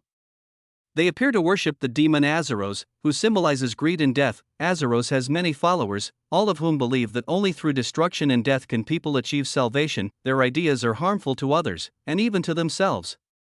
Corruption caused by the miasma is the main cause of death among these demon worshippers. After hearing this report, every professor had a solemn expression on his face. They all knew that if this cult had the ability to infiltrate the heart of humanity's capital, then they must have extremely powerful individuals behind them. Nathan frowned and said in a serious tone, "From the looks of things, it seems a high-level demon has been summoned, otherwise, they wouldn't be able to summon a flying dragon so easily. If I'm guessing correctly, this is at least a peak-level level 2 demon. This will cause a lot of trouble. Nathan himself is a first-level wizard. He can easily kill a second-level demon. The only problem is that demons are extremely difficult to locate. They are very good at hiding. Demons have an innate ability to stalk, making them difficult to track down. Furthermore, if a demon has formed a pact with someone, tracking it becomes even more difficult. The demon can hide within the body of the person who has made a pact with it, making it extremely difficult to locate. Well, if it enters the capital while I'm still here, I can still sense it, but if I leave the city, I won't be able to sense it." Nathan closed his eyes and spread his magic detection ability throughout the city. After a few seconds, he sighed and said in a disappointed tone, "It's not in the capital right now. Looks like we'll have to increase patrols in the next few days." Everyone nodded in agreement with Nathan's suggestion. They all knew that close monitoring was important, otherwise the students' lives would be endangered. Thomas sighed when he heard this and said, "Indeed, this time, fortunately, Professor Lucifer handled the situation in time. Apart from a few students fainting from fear, there were no casualties. There was some damage to the building and training ground, but maintenance staff have taken care of it. The building has been repaired and classes can continue as usual." Everyone in the conference room was at least a second-level beginner wizard, so they all knew that defeating a flying dragon with one blow was a great feat, so everyone had a basic respect for Lucifer in their hearts. They all nodded to Lucifer, praising him for handling the situation well. Only Xian stared at him with bloodshot eyes. He seemed about to shout, "I can do that too. Why are you praising him so much? By the way, it suddenly occurred to me that I went outside the city yesterday because there was a report that a new low-level dungeon was discovered on the outskirts of the city. I personally assessed it. It appears to be a low-level underground city consisting of deep caves, the entrance of which is only a few kilometers away from the city wall. It seems to me that dungeon would be perfect for the training of our young magicians. What do you think?" After hearing Nathan's question, everyone was in a dilemma. "But Principal, isn't it inappropriate to send our students on such a dangerous mission while the false dome cult is still operating freely outside?" Hearing Thomas's worried words, Nathan nodded and replied sharply, "Well, what if I personally accompany the students? If they dare to show up, I'll crush them like ants." "Hee, that's killing two birds with one stone." Thomas shook his head and said worriedly, No, if you leave the university, then the cult might not attack the students in the underground city, but will attack the university again." The other professors nodded, and another added, "If another attack happens so soon, the university's reputation will be ruined and it will affect our image." Hearing everyone's concerns, Nathan nodded regretfully. "Indeed, I should stay here for now." "Then let's do this. Let's send a capable professor to protect them along with the students." "No, let's send 2 professors. This way, we can guarantee the students' safety." After hearing Nathan's proposal, everyone's eyes turned to Xian and Lucifer at the same time. Xian was bewildered by this sudden change and replied hastily, "I'm not going with this guy. I'd rather die than travel with this expressionless Lucifer." Lucifer's body also reacted to Xian's words. "Tsk. I don't like being around trash cans either. He smells like a dirty pig." Veins bulged on Xian's face, his expression twisted with anger. His aura condensed, and he spoke in a hoarse voice, "Who the hell are you calling a pig? I'm much more handsome than a cold statue like you." Lucifer listened, smiled slightly, and replied coldly, Trashcan is starting to talk nonsense now." Xian was so angry that he was shaking all over and roared, "You. Let's duel now. I'm going to beat the crap out of you today." Lucifer did not flinch in the face of these provocative words. "I don't want to dirty my hands with pig's blood." Cough. "Shut up, both of you. I've made my decision. You two will go with the students. And while you're on the trip, settle your personal grudges." Dismissed. Everyone leave now. Hearing the principal's angry voice, everyone hurriedly retreated from the principal's office, as if they were running for their lives. Only Xian and Lucifer stood outside the principal's office, glaring at each other. "Tsk. Waste of time, I'm leaving. I'm leaving too. It's not like I like staying here. Thus, peace finally returned to the professor's office. Chapter 13. There are so many monsters in this university. On the way back to the dormitory, Lucifer pondered everything that happened in the principal's office. Sin I says, a second-level ice mage. He's one of the few supporting characters in the mid-game. He is usually gentle and kind, except when he is with Lucifer. Because of his good temper, most students like him. He is the exact opposite of Lucifer. Lucifer is cold and arrogant, while Xian is kind and gentle. Lucifer is a fire mage, while Xian is a frost mage. The two of them were classmates in college and were longtime rivals. Sin was known for his magical talent, while Lucifer was known for his academic talent. The two were once rivals. Because of Lucifer's good grades, Xian regarded him as a strong rival, but Lucifer was busy looking for ways to take revenge, so he never paid much attention to Xian's existence. Later, their hostility grew, and they cursed each other every time they met. This state of affairs had been going on for some time. Xian joined the university as a professor a year earlier than Lucifer, so his seat number is 12. None of this is explained in the game settings. I only discovered it after gaining Lucifer's memories. Well, luckily I recovered those memories, otherwise I would never know why this guy was so rude to me. Lucifer shook his head and continued to walk forward slowly. His slow and steady pace seemed to reveal his leisurely and comfortable mood. As for that new dungeon, that's also a starting event. That's where the protagonist first truly witnesses the principal's abilities. Originally, Nathan would have personally accompanied the students to the dungeon. But now, that task fell to Lucifer and Sin. The two of them were like water and fire, unable to get along. Going with that guy will definitely be a headache. Looks like I need to prepare before heading into the dungeon. Going in without any suitable items wouldn't be good for my health. Since there's still a week before I leave for the dungeon, I should make some preparations. University back garden. Alan, look, this bird is injured. We have to rush it to the healing magician. Aaron's voice was filled with sadness and worry. Okay, let's go. It looks pretty badly hurt. Beneath a large tree, Irene held a wounded bird in her hands. Her face was filled with worry. Her light green hair fluttered in the wind, and her golden eyes gleamed with concern. Alan had a helpless expression on his face. He knew that Irene had always been like this. She was gentle and kind-hearted, and she couldn't turn a blind eye to a bleeding bird. So instead of stopping her, he went with her to the healer's office. A wood mage, Irene has always been close to nature. Her magic is gentle and peaceful, just like her personality. After a while, they healed the bird, and after the bird felt recovered, it immediately flew away. The healing mage looked at the flying bird and said it must have been attacked by an eagle. There are claw marks on its neck. Well, now that you've helped it, it seems to be returning to its nest. The wizard looked at them both with a concerned expression on his face and said in a serious tone, "It's getting late, kids. You shouldn't be hanging around at this time. Go back to the dormitory, got it?" Alan and Irene answered in unison. After thanking the mage, the two walked out of the office and headed towards the dormitory. That healing mage seems like a good guy. Just as the two were on their way back, a huge lion fell from the sky and blocked their way. Roared. The lion glared at them both, and its deep growl instantly filled them both with great fear. What? Where did this giant lion come from? Irene was so frightened by the monster's murderous aura that her legs went limp and she instantly fell to the ground with a thump. This is a shadow lion, a level 3 magical beast. Monster description, species name, shadow lion, description, a rare magical beast. The shadow lion is rarely seen in the world. They are so rare that seeing one is like winning the lottery. Only 3 sightings of this creature have been recorded worldwide. Ability: an adult shadow lion is at least a level 3 magical beast and is extremely difficult to deal with. Its ability to lurk in the shadows makes it an extremely dangerous foe at night. It can use shadows to conceal itself and attack with great speed. Note, if you are below level 2, do not attempt to fight an adult shadow lion, get as far away from it as possible immediately.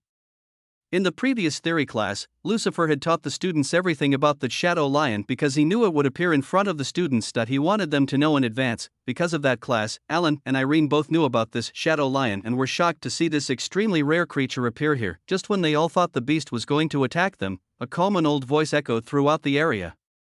"Hey! Yuma! I told you not to scare students. What are you doing?" Hearing Nathan's angry voice, the lion immediately calmed down. Nathan suddenly appeared in front of the two students. with a helpless expression on his old face. He glanced at the students and said helplessly, don't be afraid, this is my pet Yuma, he doesn't bite. He's a good kid. He just gets a little grumpy sometimes. Alan and Irene were stunned when they heard what Nathan said, but they did not believe it.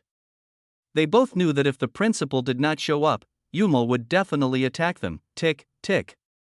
Steady footsteps sounded, and a man emerged from the darkness. It is night. The man had dark purple hair, and his dark purple pupils shone like gemstones in the darkness. Seeing Lucifer suddenly appear, Yuma also glared at Lucifer. TSK. Lowly beast, it was obvious that Lucifer was an arrogant guy and he would not let an ordinary animal stare at him like that. He pointed his finger at Yuma. Ding. Are you sure you want to use the attack amplifier card, advanced? Yes or no? No. Although Lucifer had a cold and arrogant look on his face, he didn't dare waste his trump card on this ordinary pet. He just used it to scare the animal. Woo the lion suddenly trembled with fear and immediately hid behind Nathan. It was a sensitive creature. When Lucifer was about to use the amplification card, it felt the threat of death. Hey! Hey! Stop it, Lucifer! That's my pet.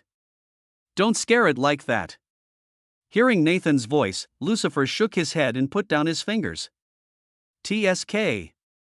Watch your animal. Lucifer shook his head, completely ignoring the principal and the students, and went somewhere else. Nathan glanced at the frightened children, smiled kindly and said, Lucifer must be on night patrol tonight.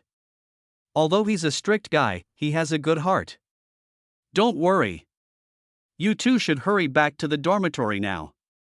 It's getting late. With that, Nathan also flew away with his pet lion. Seeing this scene, Irene and Alan were so shocked that they were speechless. At first, they felt helpless before the monster, but then two more powerful monsters appeared, making the lion look weak before them. Alan wiped the sweat from his forehead.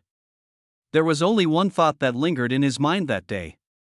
There are so many monsters in this university. Chapter 14 Random Events the next morning. University main gate. A luxury car was parked by the roadside waiting. Lucifer sat in the car and ordered the driver to drive to Ramono Market. While the car was driving, Lucifer fell into deep thought. I thought I could earn some credits by attending the meeting yesterday, but it seems it won't be that easy. I need to do something big. I won't earn credits just by scaring other people's pets. Yesterday's pet incident was one of several random events triggered by the protagonist at the beginning of the game. This incident helped the protagonist gain the principal's recognition for the first time. In the future, whenever something involves the principal, the protagonist will be able to shine in front of the principal like a bright star in the dark night, and will easily leave a deep impression on him. Lucifer thought that he might earn some extra credits by participating in this event. But since he hadn't done anything substantial yesterday, he didn't earn a penny. He only earns credits if he changes the plotline in some way. What a headache. I really should have killed that beast yesterday. What a pity. After a leisurely half-hour journey, the car finally stopped in front of the crowded market street. A large number of people gathered here and the streets were as busy as ever. This brings back so many memories. In the game, I used to rob every store in this market. But now I can't. This is real life. Lucifer shook his head and restrained his urge to plunder NPC houses. He got out of the car and said to the driver in a cold voice, "Wait here for me. I'll be back in half an hour." Clear. The limousine and driver are provided by the university. All professors are given a dedicated car and driver upon joining the university. After all, Ivan University is the most famous and richest university in the human empire. It provides the highest level of welfare for faculty and all students. The original owner, Lucifer, also liked to travel around in this car when needed, and he does the same thing now. Lucifer walked towards a nearby dark alley with a blank expression on his face.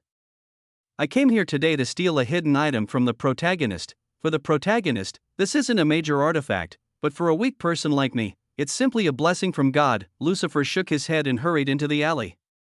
Why are all these cheats hidden in such a shady place? TSK. The developers of this game are really lacking in originality. If it were me, I would definitely put the cheat item in the middle of the market so that my character could easily get it. But I think that would reduce the value of the artifact. While playing that game, Lucifer had to carefully search every nook and cranny in order not to miss some hidden item that was supposed to make his character stronger. But since Lucifer always played on the hardcore difficulty, he rarely found any loot. All he found were some random moss or stone.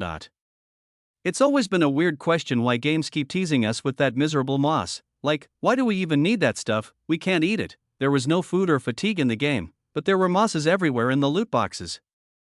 I just had one question in my mind: what the hell is this for? Those were pretty funny moments. As they made their way to their destination, Lucifer kept reminiscing about old stories of the game and how excited he was when he found better loot. Every time I get something other than that pathetic moss, I grin like a fool. After walking for a while, Lucifer stopped in front of a small shop. Lucifer looked up and took a look at the name of the shop. Sure enough, it was written on the door, Donna's Magic Bookstore. Lucifer raised his hand and knocked lightly on the small metal door. No response. Lucifer was not surprised at all to see this. It's this old-fashioned plot again, requiring some silly password to get in. Lucifer didn't waste time thinking and said calmly, dedicated to the stars and the other side, may Donna reach heaven. Click. As Lucifer finished speaking, there was a sound of a lock being unlocked. Lucifer opened the door and walked into the store easily. This was originally a mechanic in the game, but now I'm in this real world, and this door that requires a password to open is just a magical item embedded with a third-level magic circle. Even if you don't know the password, any wizard of level 3 or higher can easily break the magic circle and enter this store without any problem. He now had the memories of the original owner, Lucifer, so he knew that this door was just a product of barrier magic and nothing special.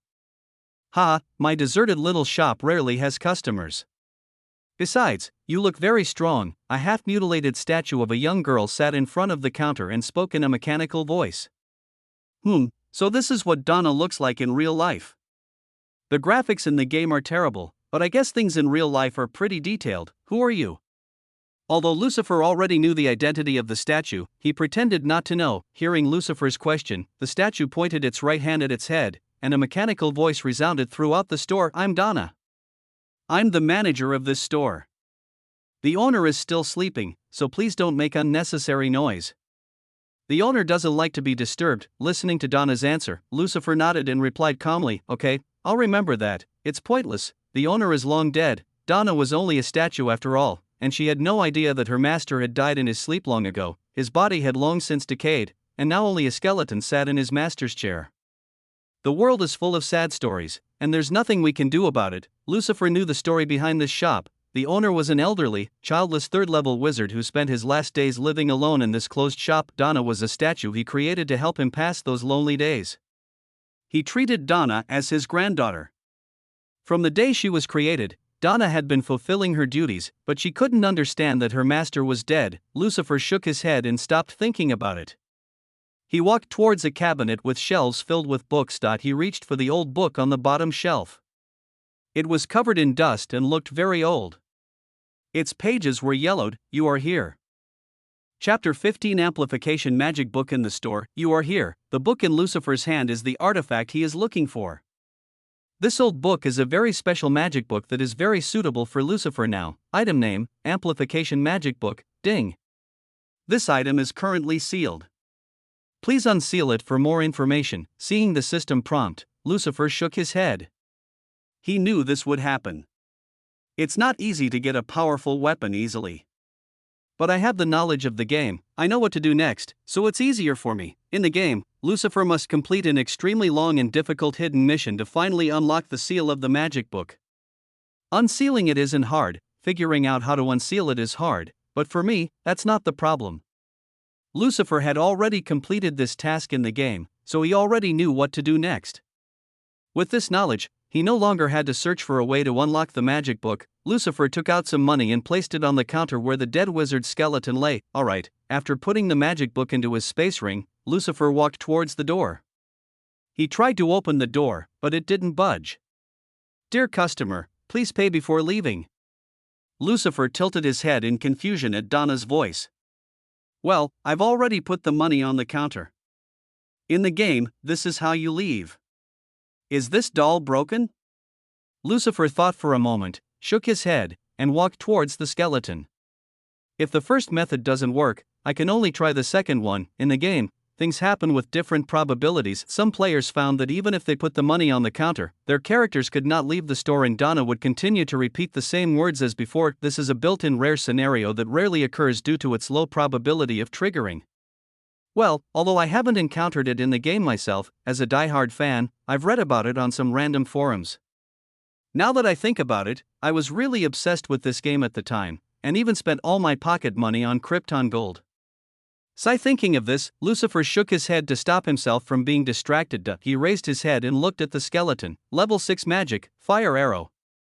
May your soul rest in peace. The counter and chairs were made of wood, so they immediately caught fire under Lucifer's fire attack. In just a few seconds, the entire counter was burned to ashes, leaving only ashes. The skeleton, the money on the counter, the chair next to it, and so on, everything turned to ashes. This is a flame caused by a magical attack. It is stronger and more violent than ordinary flames, so don't compare its burning speed with real flames. Also, Lucifer completely controlled it, so the flame did not spread to other places. The fire ignited by Lucifer didn't even produce smoke, it was efficient and fast. I guess that's it. If this rare scenario occurs, you can simply burn the skeleton along with the money, which seems to put the deceased mage's spirit to rest. This way, the door will unlock automatically. Crack. Sure enough, after Lucifer burned the skeleton and money, the door could be heard unlocking. Then let's go. When Lucifer walked out of the store, the doll also turned into nothingness. The floor of the store broke apart, and all the books and cabinets fell into the basement along with the debris. It seems that after the wizard's soul finally rested in peace, the store also completed its mission. Lucifer, oblivious to this, walked out of the alley and back to his car. Next, let's go to the Night Witch Flower Garden, National Heroes Memorial Hall. Lucifer's limousine pulled into the parking lot of the vast memorial grounds. When the car finally stopped at the designated location, Lucifer got out and ordered the driver to wait for him there. The driver was also a well-trained man. He didn't ask any questions and his facial expression remained unchanged. He just nodded to Lucifer's orders. The driver can get a high salary just for following Lucifer around, so why should he care about anything else?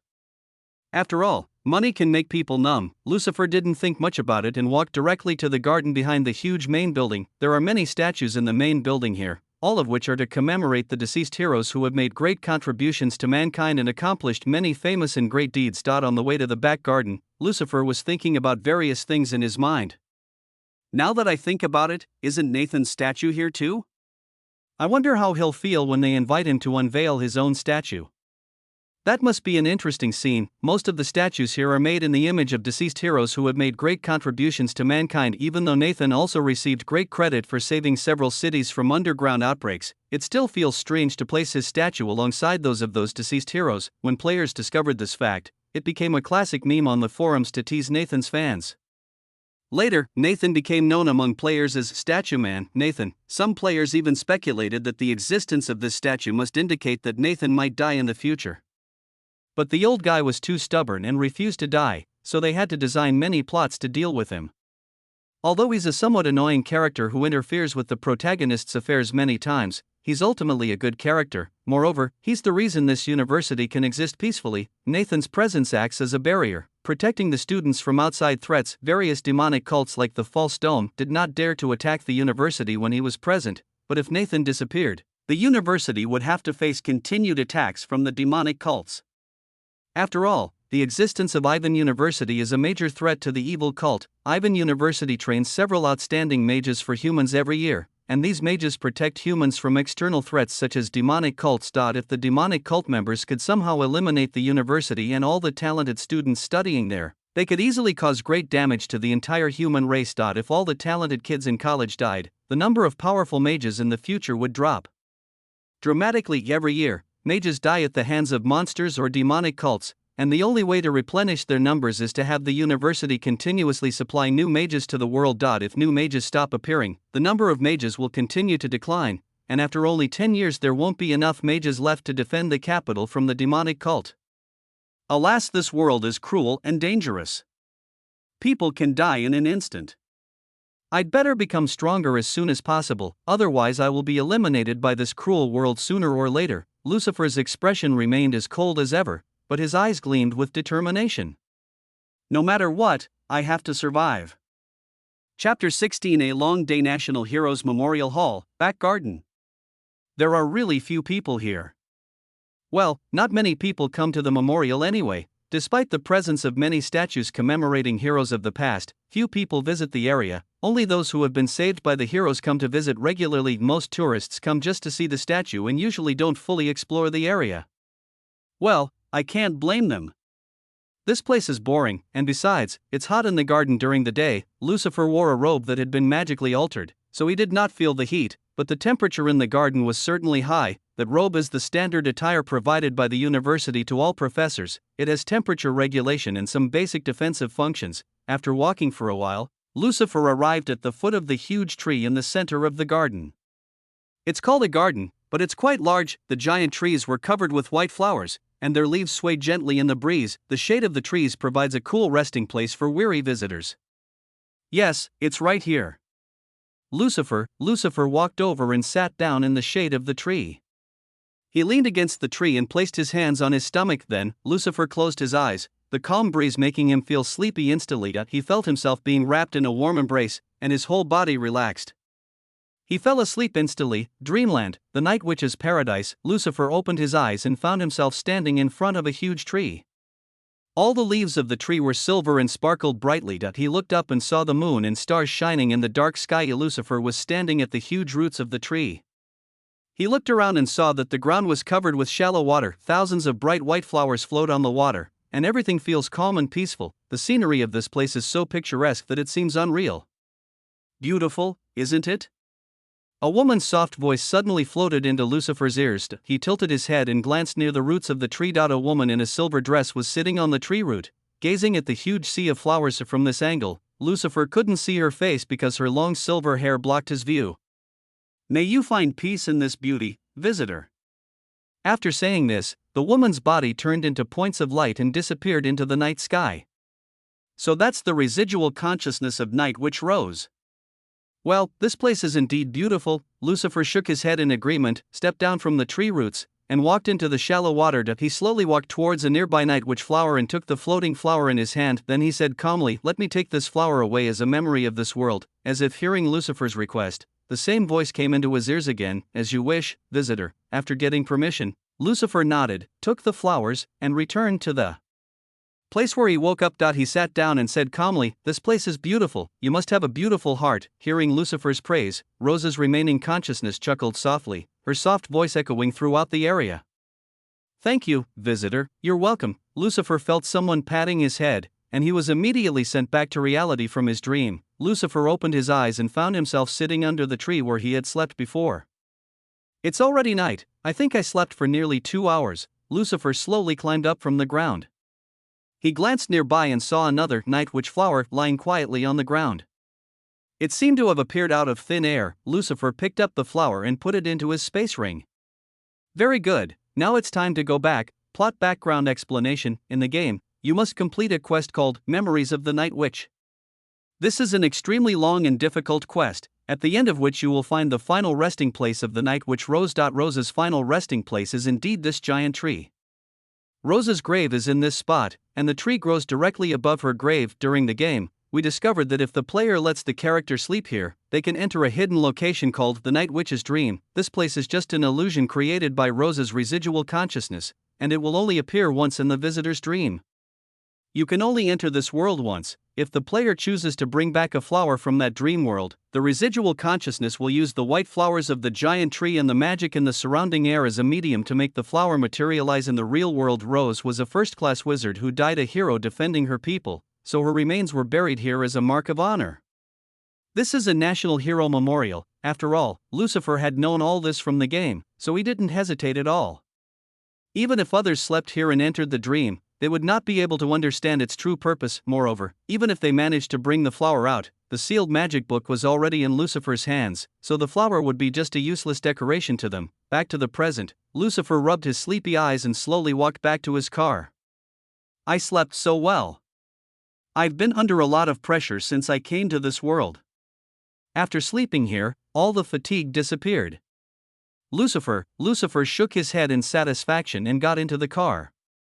Although his expression was still cold and arrogant, he felt quite happy in his heart. He glanced at the driver and ordered, "Now let's go back to college, clear." "Oh, here, they gave it to me when I left. I don't like the taste, so you can keep it." Earlier, when Lucifer was leaving in the corridor, a staff member of the memorial handed him a bottle of refreshing drink, but he didn't like the taste, so he decided to give it to the driver. After all, wasting food is not a good thing. Although the driver was confused by this sudden generosity, he did not dare to refuse Lucifer's kindness. Later that day, the driver went home and boasted to his children about receiving a gift from a level 2 mage. University, Lucifer's dormitory, bedroom. Lucifer did not waste time. He took out a bottle of magic potion from the space ring and put the night witch flower into the flask containing the potion. The flowers slowly began to dissolve into liquid and mix with the magic potion. Lucifer watched the process with satisfaction. He nodded and went back to bed. This is a long process. At the current rate, it will take all night. I should rest first and let it work its way out. It's been a long day. Chapter 17. Nothing serious will happen. Lucifer's dormitory, early morning. 6 o'clock in the morning. Lucifer put his hand on the alarm clock and turned it off before it could go off. He looked at his hands expressionlessly, thinking to himself, now that I think about it, since I came into this body, my sense of time has become very precise. In his previous life, Lucifer could never get up on time. His alarm clock would always ring several times before he could get out of bed. All my laziness seems to have disappeared since entering this body. Ding. Your gift of sharp mind unconsciously makes you perfect in various things. Hearing the system prompt, Lucifer shook his head. Alas, it seems that there will be a lot of trouble waiting for me in the future. Since all this was beyond his control, Lucifer didn't bother to think about it anymore, went to do his morning exercises, and then took a shower. He put on his professor's uniform and the purple cape that greatly enhanced his charm. His cold and angry face would only scare everyone, and it was impossible for anyone to be fascinated by him. After he was ready, Lucifer walked over to the table where the flask with the flowers lay. The flower in the flask had completely dissolved into the magic potion, and the potion had turned bright red because of the night witch flower. Perfect. Lucifer took out the magic book from the space ring and placed it on the table. He picked up the flask and opened the lid. That's all. Lucifer poured the entire red liquid onto the magic book and stepped back a little. The red liquid was instantly absorbed by the magic book, and a magic circle appeared on the book. The magic book itself floated into the air. The magic circle emitted a bright red light, then shattered, and the magic particles dissipated into nothingness. After the magic circle was broken, the magic book was successfully opened and the surrounding magic power began to gather towards it. Using the surrounding magic, the book returned to its original form. In a matter of seconds, the book that looked old now looked brand new. After all this was done, the magic book floated down and returned to where it was originally placed. It all happened so fast it was unbelievable. If anyone else had seen this amazing scene, they would have been in awe, but Lucifer had seen this cutscene countless times in the game, so he had no interest in it. His expression remained the same, that he was just waiting for this to be done. Seeing that the magic book was finally unsealed, Lucifer nodded with satisfaction. He stretched out his hand and took the magic book in his hand. My plan seems to have been completely successful. Ding. A rare artifact was stolen from the protagonist. You changed the destiny. Ding. Congratulations. You've earned 5,000 credits. TSK. Can you be any more stingy? I did so much hard work, and you only give me 5,000. Sighed. Lucifer is very disappointed with the number of credits he gets for stealing the magic book from the protagonist. But, okay, never mind, let's identify this thing first. Lucifer put the magic book into his system backpack. The system backpack had an automatic identification function built in. So, Lucifer put the magic book into the backpack, wanting to see the specific information about it. Item name, Night Witch's Spellbook, item level, 3+. The plus sign indicates this artifact can be further upgraded. Item description, a simple book, a gift from a suitor to a night witch. The night witch dug out the heart of the man who dared to harbor feelings for her, and blessed the book with his heart, transforming the ordinary book into a magical book. This magical book, strengthened by the remnant of that ill-fated love, grants its user incredible magical amplification. Remember, a once broken heart rests within this grimoire. Be sure not to be tainted by the twisted pain. Item effect 1. Magic amplification amplifies the user's attack and increases damage by 80%. Point 2. Locked due to low user level. Point 3. Locked due to low user level. Lucifer had seen this description hundreds of times in the game, but when he saw it again, he still felt weird. The Rose I saw in my dream was just a remnant of her true self, but the real Rose was not a gentle person at all. Lolth, known as the Night Witch, may have been a hero who saved hundreds of lives, but she was by no means a saint. The Wu in her title is no mere flower. She is a cold-blooded woman who delights in torturing her enemies. Some of the records I read in the game stated that she killed all her suitors and used their hearts and life force to enhance her weapons. Thinking of this, Lucifer looked at the magic book again, and complicated emotions surged in his heart. That very weapon, enhanced by the life force and heart of the men who would pursue her. She is such a cruel person. Lucifer didn't think about it anymore. Forget it, I've used this weapon several times in the game, so why hesitate now? Shaking his head, Lucifer turned off the system panel and decided to go to class first, principal's office. But principal, is it really okay to let those two go with the students? They've been sworn enemies for years. It's too difficult to ask them to suddenly cooperate. Hearing Professor Thomas's words, Nathan shook his head and replied calmly, that doesn't matter. Even if they don't like each other, it's undeniable that they are both among the strongest mages right now. Furthermore, Lucifer excels at fire magic, and Xin excels at ice magic. They are simply incompatible. This will give students a better opportunity to learn and explore. The principal stood up from his chair and walked to the window next to him.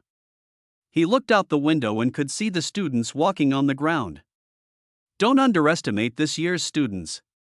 There are many talented children among them. I'm looking forward to seeing what heights these children will achieve in the future. Hearing the principal's words, Professor Thomas shook his head helplessly.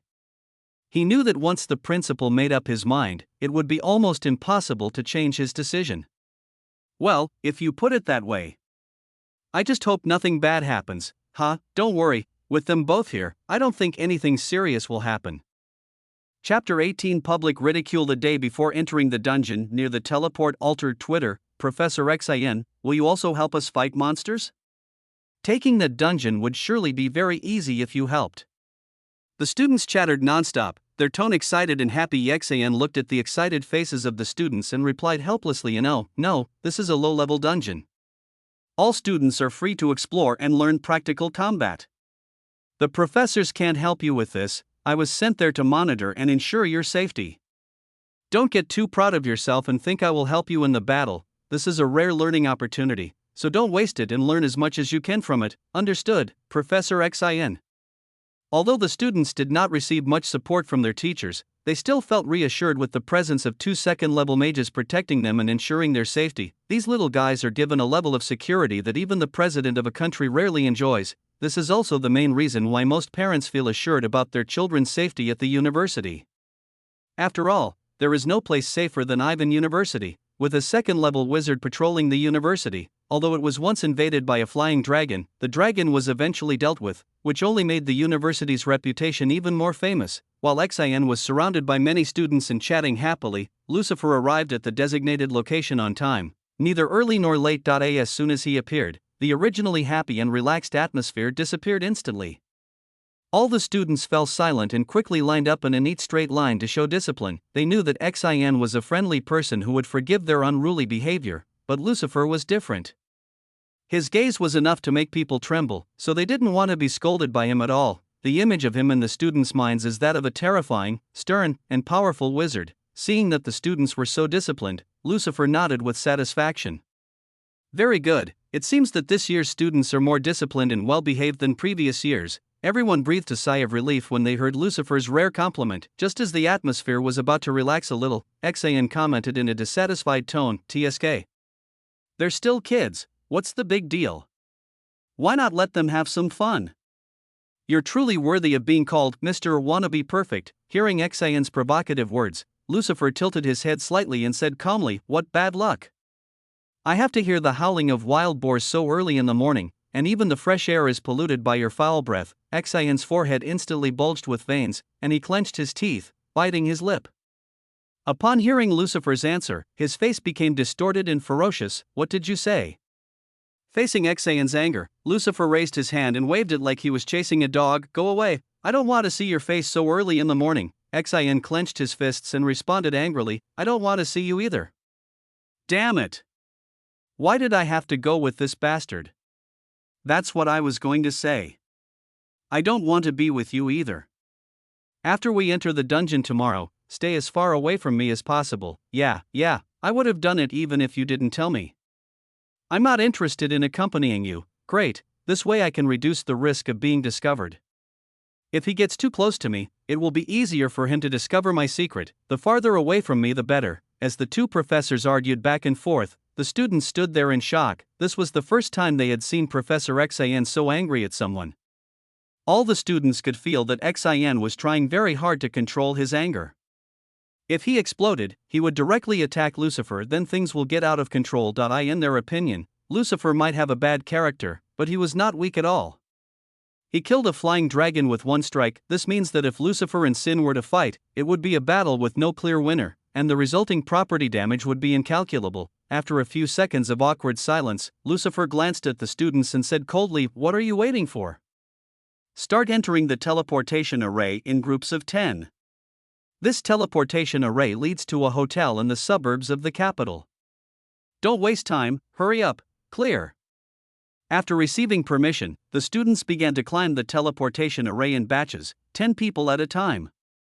This teleportation altar can only transport a maximum of 10 people at a time. Xin also went in with the first group of students because his duty was to lead the team forward, while Lucifer was responsible for the rear guard. Although Xin and Lucifer have a bad relationship, they still need to perform their respective duties properly. Xin was particularly good at creating barriers that could block powerful attacks, so he immediately assumed the role of vanguard without consulting Lucifer, and since Xin had already occupied the front row, Lucifer had no choice but to follow the group. "That's fine. I can just stay back and not have to fight as much. The only time I need to intervene is to change the plot and earn credits. There's no point in me fighting unnecessary battles in that dungeon, since it doesn't generate any credits." After waiting for a few minutes, Lucifer was teleported away with the last group of students. The teleportation altar emitted a dazzling light, and a feeling of weightlessness enveloped Lucifer's body. He felt like he was floating in a weightless state, but this feeling only lasted for a few seconds before he found himself standing on another altar. Lucifer came down from the altar and looked up at the huge road sign nearby, "Welcome to the Outer Core Hotel." "Ah, here we go again. A new event has come, and new difficulties will surely follow." Lucifer shook his head and saw that Xin was leading all the students to the main building of the hotel. The hotel staff handed the room key to each student, and they walked past one by one in an orderly line. Even the hotel staff were impressed by the students' disciplined behavior. They also thought that Ivan University was truly unique, as all the students studying there were so polite and disciplined. What they didn't know was that the students were unconsciously being so polite because they were afraid and didn't want to be taught a lesson by Lucifer. If Xin was the only one accompanying them, they would have turned this place into a vegetable market. After distributing the keys to the students, a female staff member also handed 2 keys to Xin and said, "These are the keys of the 2 professors. Why did you give me both and just give the other one to that arrogant guy?" The female staff member took one look at Lucifer, who was shrouded in a cold aura. Out of fear, she hurried away and gave both keys to Xin. Xin said impatiently to Lucifer, "Tisk." Lucifer said, and threw another key at Lucifer's face, "Take it." Lucifer took the key, took out his disinfectant and wiped the traces of Xin left on the key. Seeing Lucifer's open mockery, Xin was so angry that he wanted to punch Lucifer into the ground, but he somehow controlled his anger and hurried away before his rage got out of control. Damn it. Chapter 19 Dungeons in this world are natural phenomena, appearing in sparsely populated areas as caves, monster nests, and miasma-infested areas. The dungeons in this world are not like the ones in the game, they do not refresh after a period of time. If you kill all the monsters living in these dungeons, they will disappear. The dungeon will only refresh when other monsters migrate to that empty dungeon for various reasons. This isn't the same game Lucifer plays, but since this world is real, it obviously follows the rules of reality and doesn't operate like a game. The dungeons in this world are tiered like this: low-level dungeons. These are usually inhabited by monsters between level 7 and 5, and have a very low mana density. The dungeon that Lucifer and his students will conquer falls into this category. Intermediate dungeons, these are usually monster lairs filled with thousands of monsters of the same type. Monsters from level 7 to level 4 inhabit these dungeons. High-level dungeons, extremely rare and difficult to conquer. These are usually lairs of monsters of level 3 or higher. A valley filled with dragons could be considered this. Almost all monsters can be found in dungeons around the world, except for a few rare ones, such as dragons. In this world, dragons are not considered monsters, but intelligent creatures with immense strength and wisdom. Comparing them to mindless flying dragons is one of the biggest mistakes. Dragons can be found in dungeons all over the world. They live in secret places and build their own lairs. Many adventurers who dream of becoming dragon slayers search for dragons all over the world, but finding a dragon's lair is as difficult as finding a needle in the ocean. Outside the dungeon entrance, a huge flying carriage landed right in front of the dungeon entrance. Its huge weight and size crushed the trees below, and the carriage landed on the ground without any problem. This carriage is driven by high-level magic stone and has no horse in front. It is built in the style of a carriage, but in fact it is no different from a magic plane. Thanks to the use of space magic to expand the interior space, it can accommodate 100 passengers. It looks small from the outside, but from the inside, it is as vast as a football field. This is an expensive private transportation vehicle of the university that is rarely used. Today, XIN borrowed the key from the principal in order to reach the underground city more efficiently. The principal agreed that the carriage could transport students more safely, and XIN was happy to be able to drive a flying carriage. It was a win-win for both of them. Lucifer personally wasn't interested in driving this thing, as he had already done it many times in the game, and he wasn't interested in asking the principal for help. After landing safely, the carriage door opened automatically and the students walked out one by one, followed closely by XIN and Lucifer. XIN glanced at the map, then at the small cave entrance, a confused look on his face. This place looks so small, but the magic density is so high.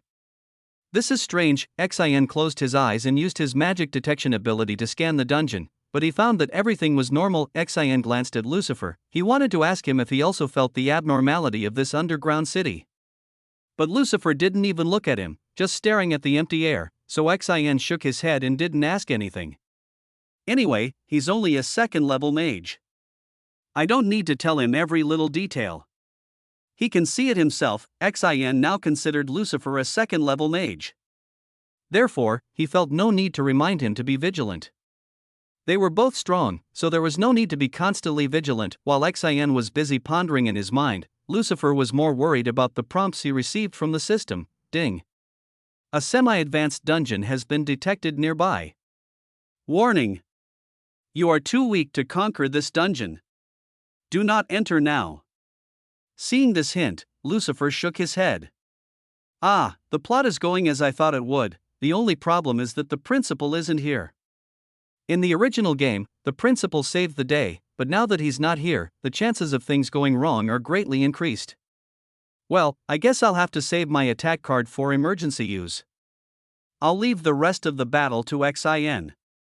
He's a genius at creating barriers anyway. With those barriers, I think he can stand alone and fight against powerful opponents. After a while, when XIN finished thinking, he took out his staff from the space ring and glanced at the students. Alright everyone, let's not waste precious time. Come forward one by one. I will cast a barrier on each of you. After receiving my barrier blessing, enter the dungeon one by one. This barrier will act as a short-range portal. If you take any fatal damage in the dungeon, the barrier will trigger, teleporting you directly to my location. Teleportation-related magic always consumes a huge amount of magic power, but because XIN uses his body as an anchor point for teleportation, he reduces the magic power consumption by hundreds of times. But even so, he could only teleport over short distances. If the students were too far away from him, the magic would not work. I wouldn't normally use this magic because it consumes too much mana, but since there are 2 second-level mages here, I can still devote more mana to the safety of the students. XIN mistakenly believed that Lucifer was also a second-level wizard, so he believed that even if he used up all his magic power to cast barriers and precautions for the students, Lucifer would still be able to deal with anyone who slipped through the net. Although XIN didn't like Lucifer at all, he still knew that they both had to fulfill their duties as professors, and Lucifer was not the kind of person who would back down at a critical moment. If XIN knew that Lucifer was just a fake pretending to be powerful, he would never dare to be so careless. All students were also happy to see that professors took their safety so seriously. In their minds, only one thought was growing wildly. We are attacking a low-level dungeon.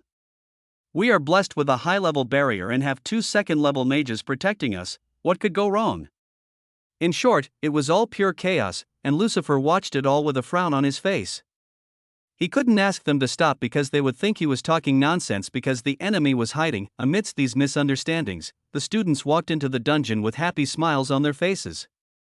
Chapter 20 The protagonist's performance. The students entered the dungeon one by one. After casting those teleportation barriers on each student, Xin also went in to better monitor the students. Lucifer was the last person to enter the dungeon. He tilted his head slightly and noticed a student standing near the dungeon entrance.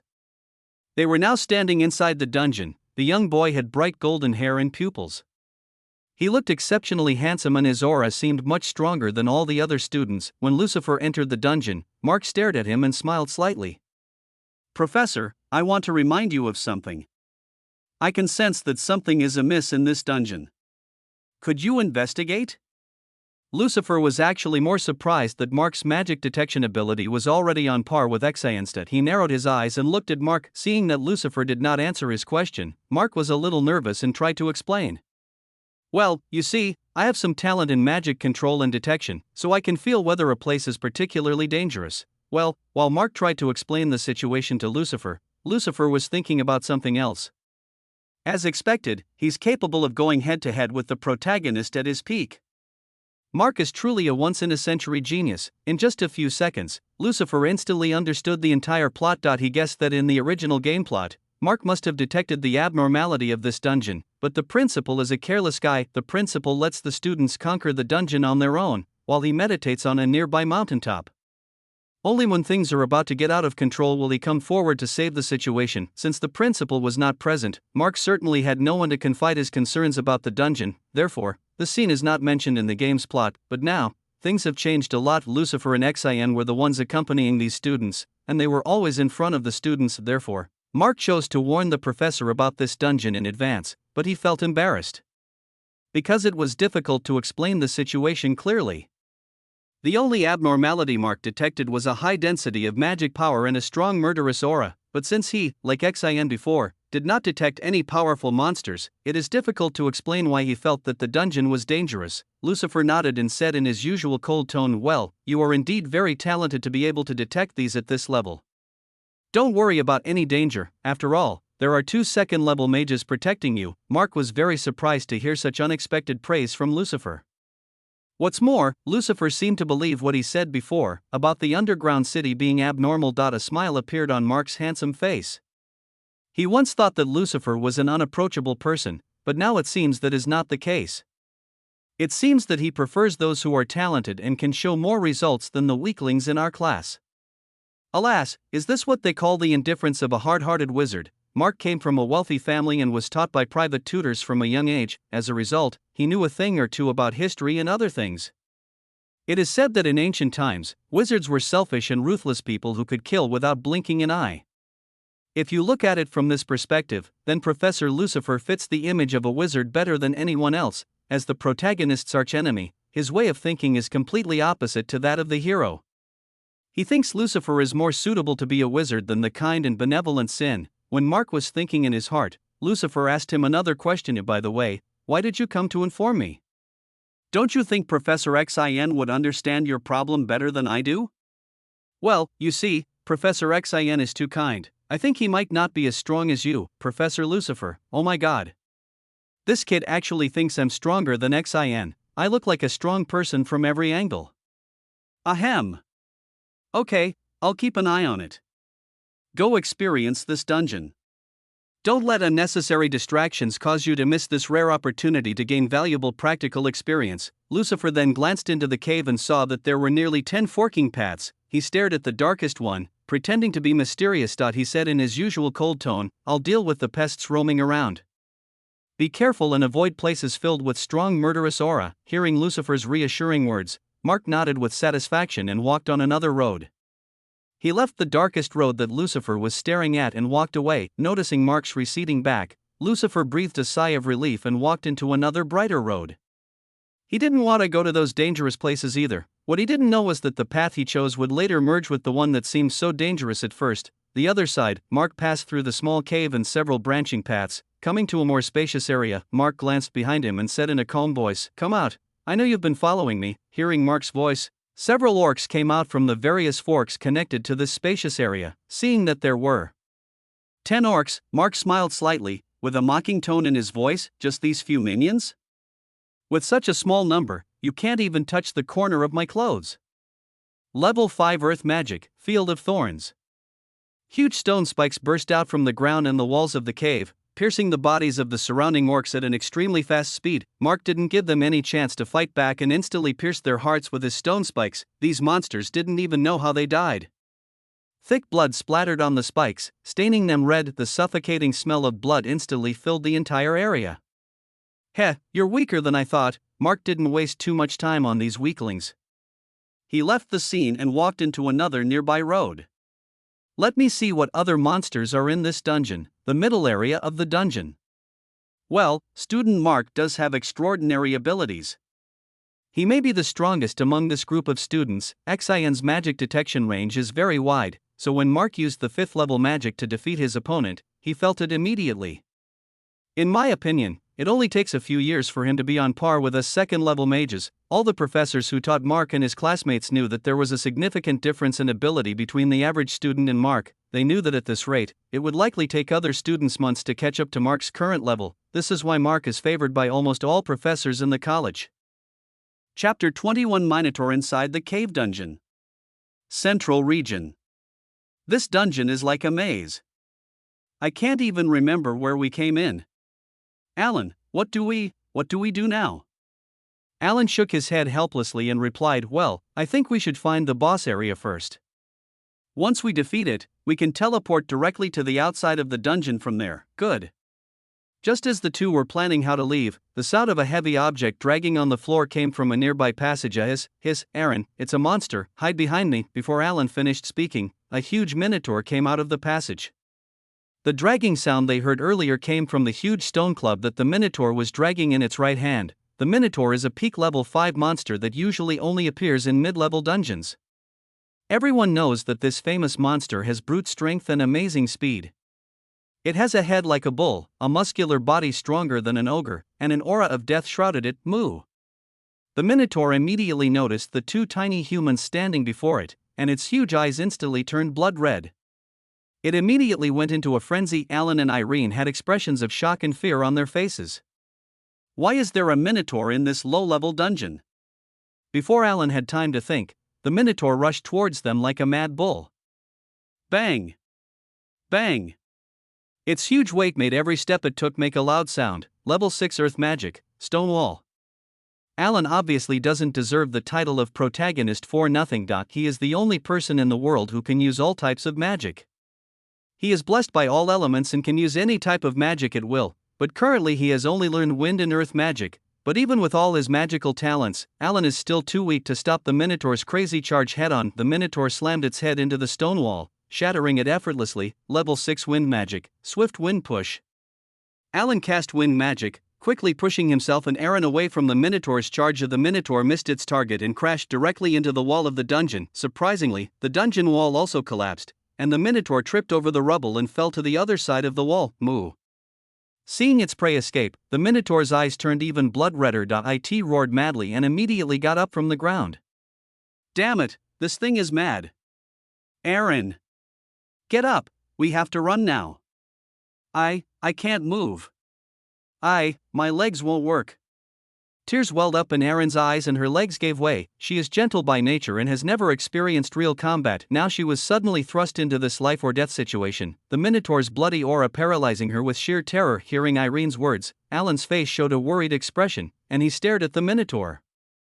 When he saw the minotaur was about to rush towards them again, his palms began to sweat. If this guy can't even beat a mere minotaur, how did he manage to beat the dragon in the original game? The answer is simple. The protagonist's halo is blinding. If any of you have ever fought a dragon or a large monster in the game, you must have noticed that the protagonist only needs to attack its nails, and the health bar will drop. This is what happened in the plot. The dragon didn't fight back much, it was just there for show. If Lucifer hadn't killed the dragon in this real world, it would have been beyond the protagonist's ability. Bang! The minotaur kicked the ground and shot towards Alan like a cannonball.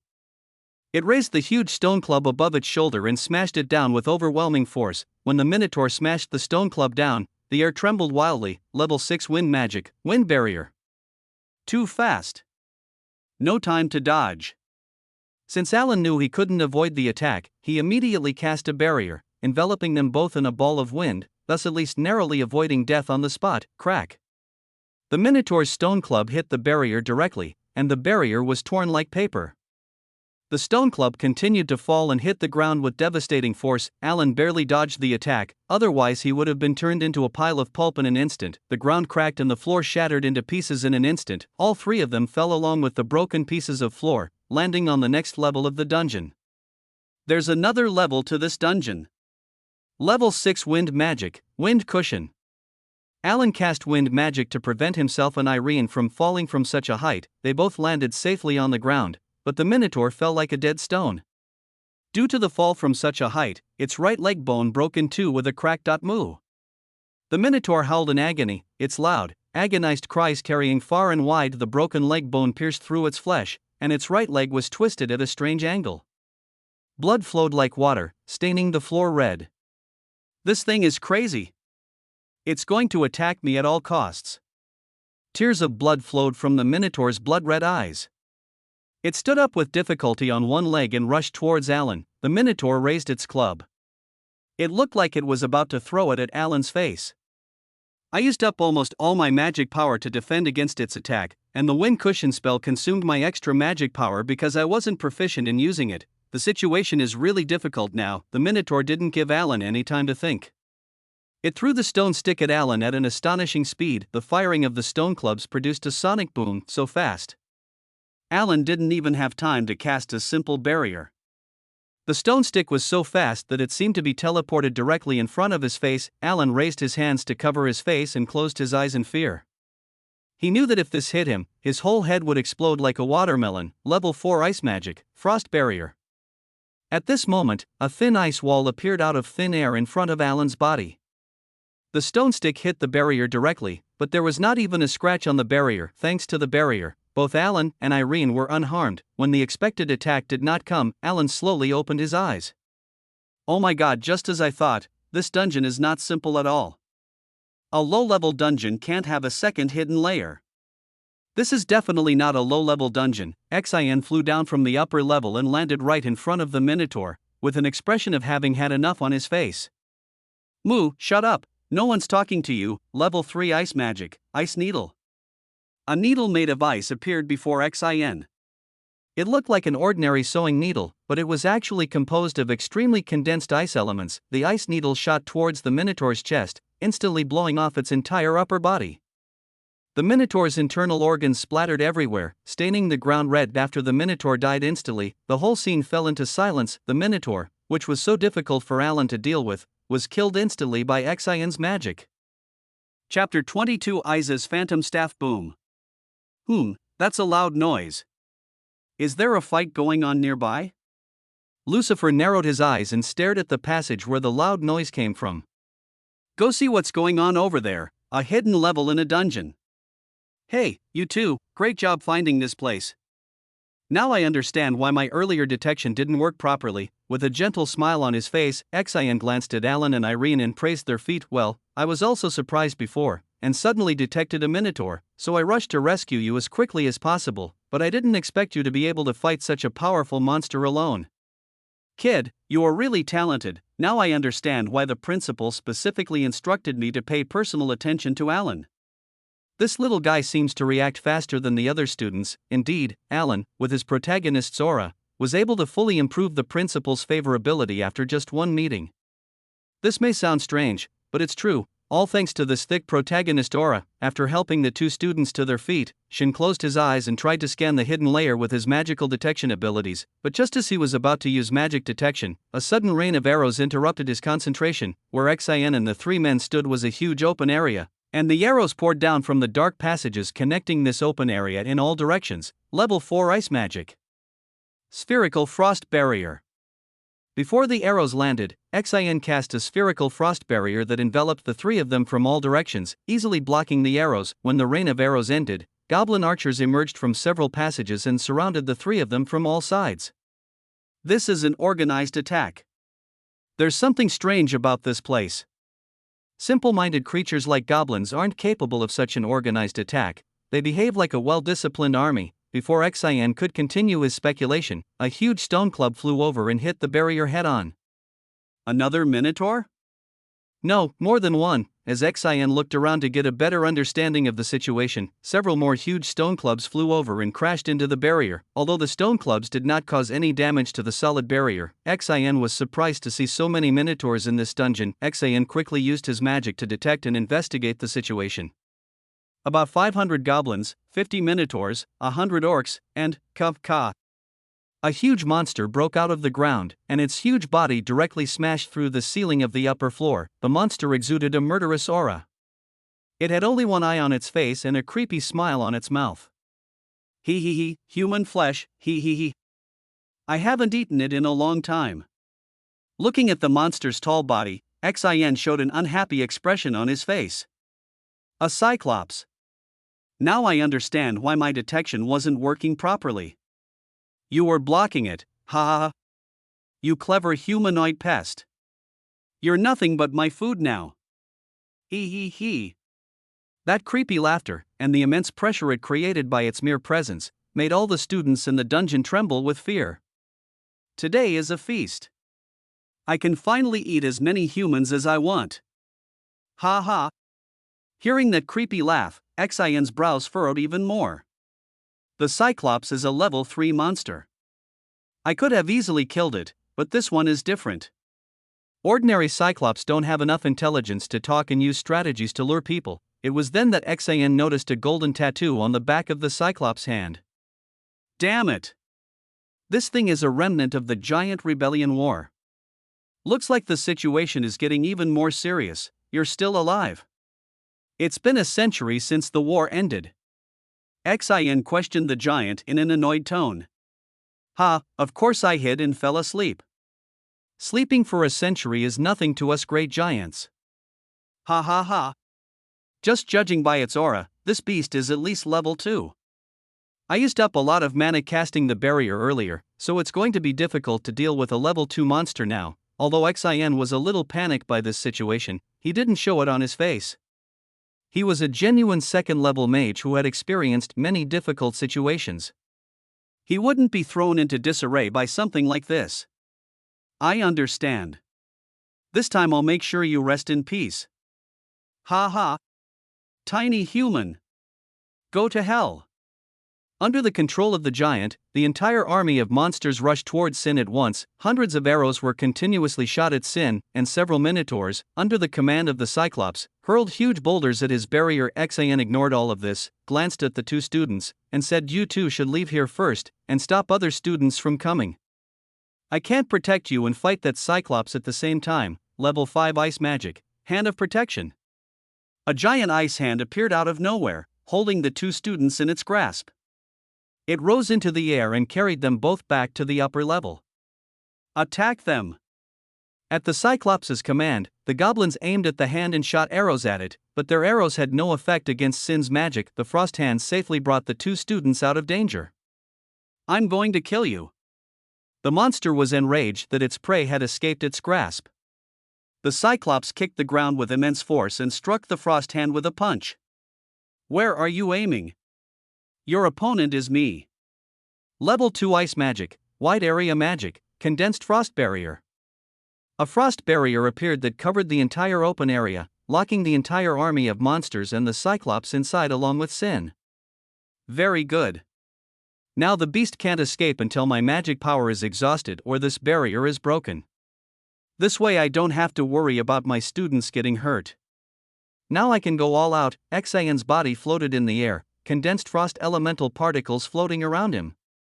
Xian stopped suppressing his aura and fully demonstrated his power as a second-level mage. If the Cyclops hadn't blocked him, his aura alone would have made all the lower-level monsters tremble in fear. You deserve to be killed. Human pest. Xian's entire body glowed with an icy light, condensed magic swirling within him, elevating his abilities to even greater heights. Xian stared at the Cyclops with glowing eyes, and there was no fear in his eyes. Xian took out his magic wand from his space ring. The cane looked like it was made of some ancient wood, with only one line of writing carved into it, Isis Phantom. It's been a long time since I've given it my all. Get ready to die.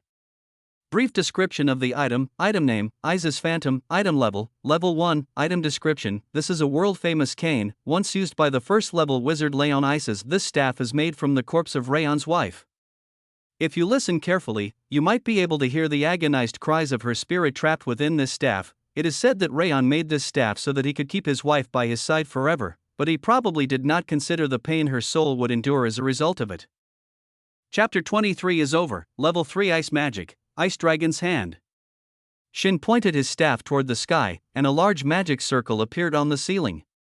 I don't have much mana left, I can only cast one more level 2 spell before I run out of mana. Although Xian appeared calm and composed, he was filled with serious doubts. He cast high-level teleportation barriers on so many students, which consumed a lot of his magic power.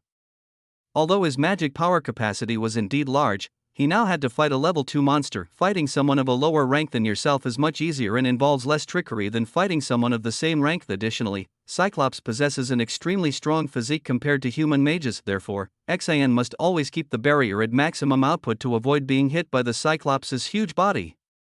Once the magic circle is fully formed, it will emit a bright light and a huge dragon claw will emerge from the magic circle. The magic in the air trembled at the presence of the frozen icicles. See if you can keep up with this. Despite Sin's mocking words, the Cyclops remained indifferent, blessing of the great giant, domination. The Cyclops has been through many battles, survived for more than a century, and is no pushover. The blood of fierce Cyclops warriors flows in his veins. Apparently, he has a few tricks of his own. The Cyclops cast Blessing, stared at Sin, and said in a booming voice, I am the son of General Cyclops. I swear by my pride as a warrior that I must defeat you today, human. Come on then. The Cyclops raised his hand and swung his fist with immense force, meeting the attack of the massive Frost Claw head-on. Boom. The Cyclops' fist directly hit the Frost Claw's sharp claws, and the huge force collision produced an extremely strong shock wave. Some monsters on the ground had their eardrums ruptured instantly and became deaf. The weaker monsters even fainted on the spot, with blood flowing from their ears. The ground cracked, the air trembled, and even the walls of the dungeon began to crack due to the air pressure generated by the attack. Crack. A huge crack appeared on Xian's magic barrier. He quickly concentrated his magic power and instantly repaired the crack to prevent it from expanding further. Bang! Bang! The Cyclops was forced back by the impact of the ice claw, and every step he took seemed to make the ground tremble. I admit it. You are a powerful human. But today I must kill you. The previous attack had caused a small wound on Cyclops' hand, but that didn't hinder him much. Ignoring the wound, the giant rushed forward, slamming the massive claw repeatedly with immense force. Ice Claw was not unscathed either. The huge magic circle in the air began to crack bit by bit as the Cyclops attacked repeatedly. The Ice Claws blocked all attacks and counterattacked from all angles. This back-and-forth attack lasted for a full 10 seconds, during which the Cyclops punched Ice Claw at least 300 times without stopping, completely ignoring any counterattacks. Since Cyclops wasn't focused on Ice Claw's counterattack, he completely ignored his own defenses and kept attacking. As a result, hundreds of claw marks appeared on his body, and purple, corrosive blood flowed from his wounds. The corrosive blood fell to the ground, dissolving stone and rubble into a cloud of smoke and creating a huge crater in the earth. Several students gathered outside the large barrier on the upper level, watching Sin and the Cyclops fight with worried looks on their faces. They were horrified to see the purple blood corroding the ground like deadly acid. The situation that had been favorable to Sin seemed to be starting to turn against him as the Cyclops continued to slowly break his magic. The situation seemed to be getting worse for Xian, but he still had a smile on his face, as if he still had a plan to turn this dangerous situation around. Crack! Bang! After about another 5 seconds, the Ice Claw finally couldn't withstand the onslaught anymore. After experiencing various cracks and damage, it finally shattered and disappeared into nothingness along with its magic circle. The Cyclops didn't look well either. He had hundreds of cuts and claw marks on his body, and purple blood was dripping from his wounds like fountains. Several monsters on the ground were dissolved by the purple corrosive blood and died on the spot. Ha! Human, your little tricks won't work on me. Now die. After the Cyclops broke the Ice Claw, a proud expression appeared on his face, and he immediately punched Xian. Xian ignored his words and sneered, "It's too late." Shin, a smug grin on his face, pointed his staff at the ground. "You spent too much time dealing with that mere distraction. Now I have prepared a magic circle for you. Second level ice magic, condensation type, frost field. A field containing a huge frost element instantly expanded, covering the entire area within the larger barrier that Xin had cast earlier. When the frost field expanded, all low-level monsters were instantly frozen to death on the spot, and only the Cyclops was unharmed. Hundreds of chains made of solidified ice emerged from the snow, instantly pinning the Cyclops to the spot. Cyclops tried to pull at the chains and break free, but his resistance was futile. This is the end, goodbye. A giant needle made of extremely condensed ice appeared in the Cyclops' chest, slowly moving forward, ready to pierce the Cyclops' heart. The Cyclops struggled desperately, trying to move and break free, but the chains would not budge, so the solidified needle slowly pierced his chest without resistance. Purple blood gushed out like a fountain, but before it hit the ground, it was instantly frozen into ice due to the frost field. Once the ice needle completely pierced Cyclops' chest, it began to freeze Cyclops from the inside out, causing Cyclops to be frozen without offering any effective resistance. Sin breathed a sigh of relief when the Cyclops finally stopped moving. Finally, it's over. I have almost no magic power now. Chapter 24 Farewell. After casting a high-level magic barrier for all the students, Xin cast so many ridiculously powerful spells, proving that he is indeed an outstanding magician. As a genuine second-level mage, he is not just a name. After all, he reached this level much faster than others. Most of his peers are still stuck at level 3 or 4. Smiles returned to the faces of all the students who had gathered at the edge of the upper level to watch Xin fight. Their eyes sparkled with excitement as they watched a live broadcast of a heavyweight powerhouse fight. Each of them learned something new from watching a real second-level mage fight. Besides, Xin was quite popular among the kids because of his kind nature, so all the students wanted to congratulate him after he won the desperate battle. The barrier Xin had cast earlier on the lower level slowly began to fade as his magic power was depleted and he could no longer maintain the huge magic consumption of such a large-scale barrier. Mark also rushed to the scene because he sensed something unusual in the dungeon's magic. Although he wasn't a big fan of Xin, even he was impressed by the scale of Xin's magic. Well, Xin was a genuine second-level wizard. Unlike some people, I think it will take me at least 2 to 3 years to get to that level. Unlike other students, Mark had completely different ideas. Everyone else was thinking about how great and amazing Sheen was, but Mark was thinking beyond that, and he knew that if he was given a few years, he could be at Sheen's level. Just as Alan was about to congratulate Xin, he noticed that Xin's expression suddenly changed. Crack. A loud cracking sound resounded throughout the entire area, a sound so eerie that all the students who had been cheering and laughing excitedly just seconds ago suddenly fell silent. Mark's eyes narrowed, and a serious expression appeared on his face. Even Mark was shocked by what he saw. Not good. Boom. The ice exploded, and the broken pieces flew randomly in all directions.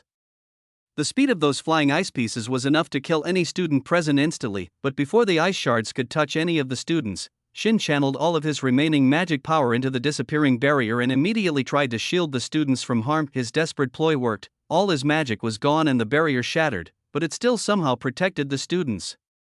All the students who escaped death collapsed to the ground with their legs going weak because of their fear of death. Mark stared at the disappearing barrier, feeling his hands tremble.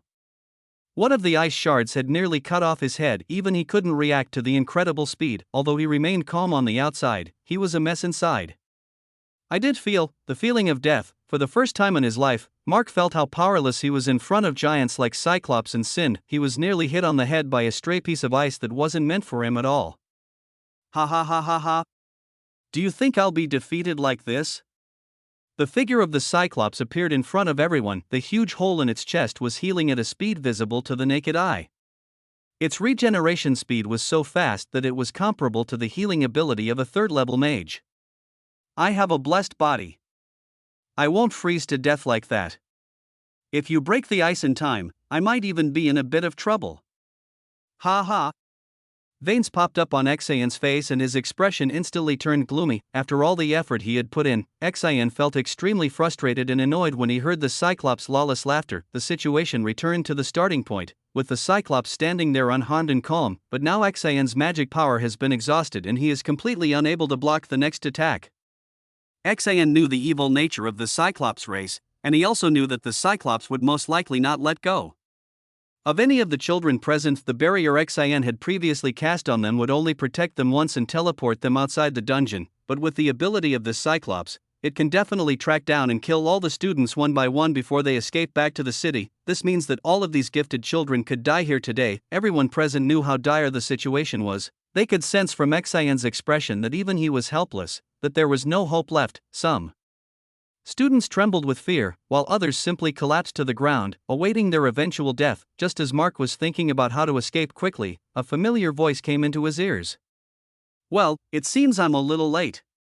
But there seems to be a big bug still hanging around here." Although Lucifer did not speak loudly, his voice was clearly heard by all the students because this underground area was so quiet that you could even hear your own breathing. Therefore, his voice is particularly eye-catching. Under Mark's surprised gaze, Lucifer jumped down. Basic magic, float. He cast a basic spell to cushion his fall and landed next to Sin. His expression was as cold as ever. "What's going on?" Lucifer, sentient, level 3 regeneration, corrosive blood, requires a massive explosion. Xin, what type of blessing? Lucifer, physical strength.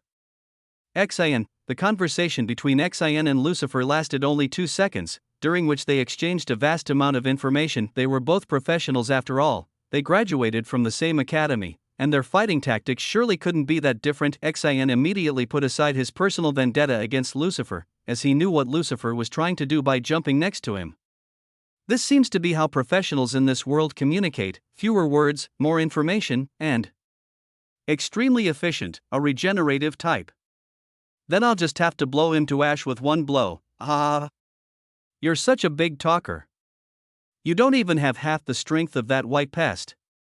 The Cyclops could also see that Lucifer didn't seem to possess the same magical power as a genuine second-level mage. Xin also knew this fact, but he also knew that Lucifer could kill a dragon, so he didn't doubt Lucifer's ability. "You talk a lot of nonsense. First of all, who asked you? Do you want to use the attack enhancement card, advanced? Yes or no?" "Yes, ding. You used the attack boost card, advanced. Your next attack will be boosted 500 times. The magic amplification skill of the Night Witch's spellbook has been activated. Next attack will be enhanced by 80%. A magic book appeared next to Lucifer, floating in the air without any support. Lucifer pointed his palm at the Cyclops, and a huge magic circle appeared in front of him. The magic circle didn't stop there. 2 smaller ones formed behind the larger one, further strengthening the larger one. The magical power contained in that huge spell alone sent chills down the spines of everyone present. Lucifer's face remained cold, and he sneered, "Farewell, overgrown pest, level 5 fire magic, roar of the Flame Dragon." Chapter 25. Killing the Cyclopes. As a youngster, Xin always enjoyed participating in various tournaments and competitions. This is why he progressed much faster than his peers. In addition, he had a vast amount of practical experience. He has fought many unique characters over the years. He has battled demon worshippers, wild beasts, and fellow magicians, and as a result, he knows the spells used by other magicians like the back of his hand. Although he himself is an ice mage, he also has a basic understanding of spells of other elements. He cannot use spells related to other elements, but he has accumulated a wealth of knowledge due to years of combat training and advancement. As a teacher, he sometimes has to answer creative questions from students. Therefore, he has read many books and theories related to magic. As a wizard with such profound knowledge, Xin knew that the spell Roar of the Fire Dragon was just an extremely weak and basic spell among fire mages. This spell has always been a joke. This strange spell has a resounding name, even containing the word dragon, yet it is so weak that it can barely be used to light a torch. Even a basic fireball spell does more damage than this weak spell. That's why the entire fire magic community makes fun of the spell's name. You may even hear people using this spell to taunt others, such as, "You're as weak as trash. Even a single flame dragon's roar can kill you." This is actually a common taunt used a lot by fire mages, as they all know how weak this spell is. After all this spell does is create a small dragon's mouth that, when launched at a target, emits a shockwave from its mouth, engulfing the target in flames and burning it. It's like carving a magical sculpture into a dirt wall. It's pretty and useless, also because the structure of the spell itself is very weak. It can barely be used to burn paper, let alone enemies. Xin knew all of this from his years of experience. So, everything he saw at this moment shocked him so much that his worldview collapsed. When Lucifer used that same weak and poor spell, a huge magic circle appeared, supported by 2 smaller magic circles that appeared behind it. Those magic circles must be related to that spell that is famous for being weak and pathetic. However, at this moment, the magic circles seemed so huge that they sent chills down the spines of the onlookers. The magical fluctuations produced by the spell were so wild that it felt like Xin was standing next to a giant tornado of pure magic.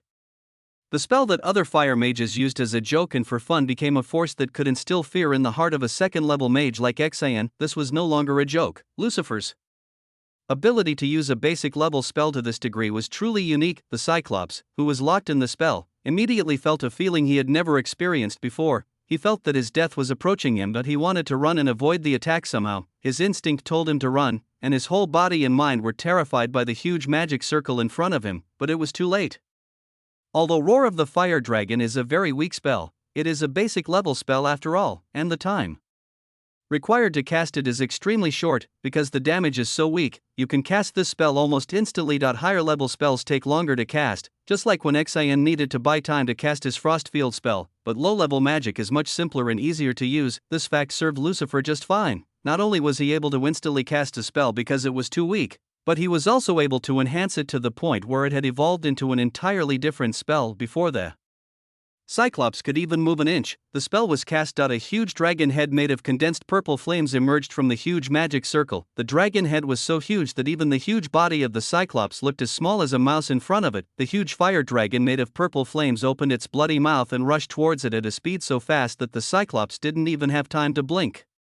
The fire dragon devoured the Cyclops and his remaining minions in an instant, but it did not stop. The dragon head continued to move forward with an unstoppable momentum. It melts everything that stands in its path: stone, sand, the walls of the dungeon. Anything that stood in its way was instantly melted and turned into molten lava. The dragon head directly penetrated the entire underground area and directly created a huge underground tunnel. After burning through the dungeon, the dragon head eventually broke out from the other side, but it still didn't stop. It rushed into the sky and evaporated the clouds in an instant. In an instant, it felt like a new sun appeared in the sky. The dark clouded sky suddenly became clear, and finally, a huge dragon roar from the mouth of the fire dragon resounded throughout the area. Roar.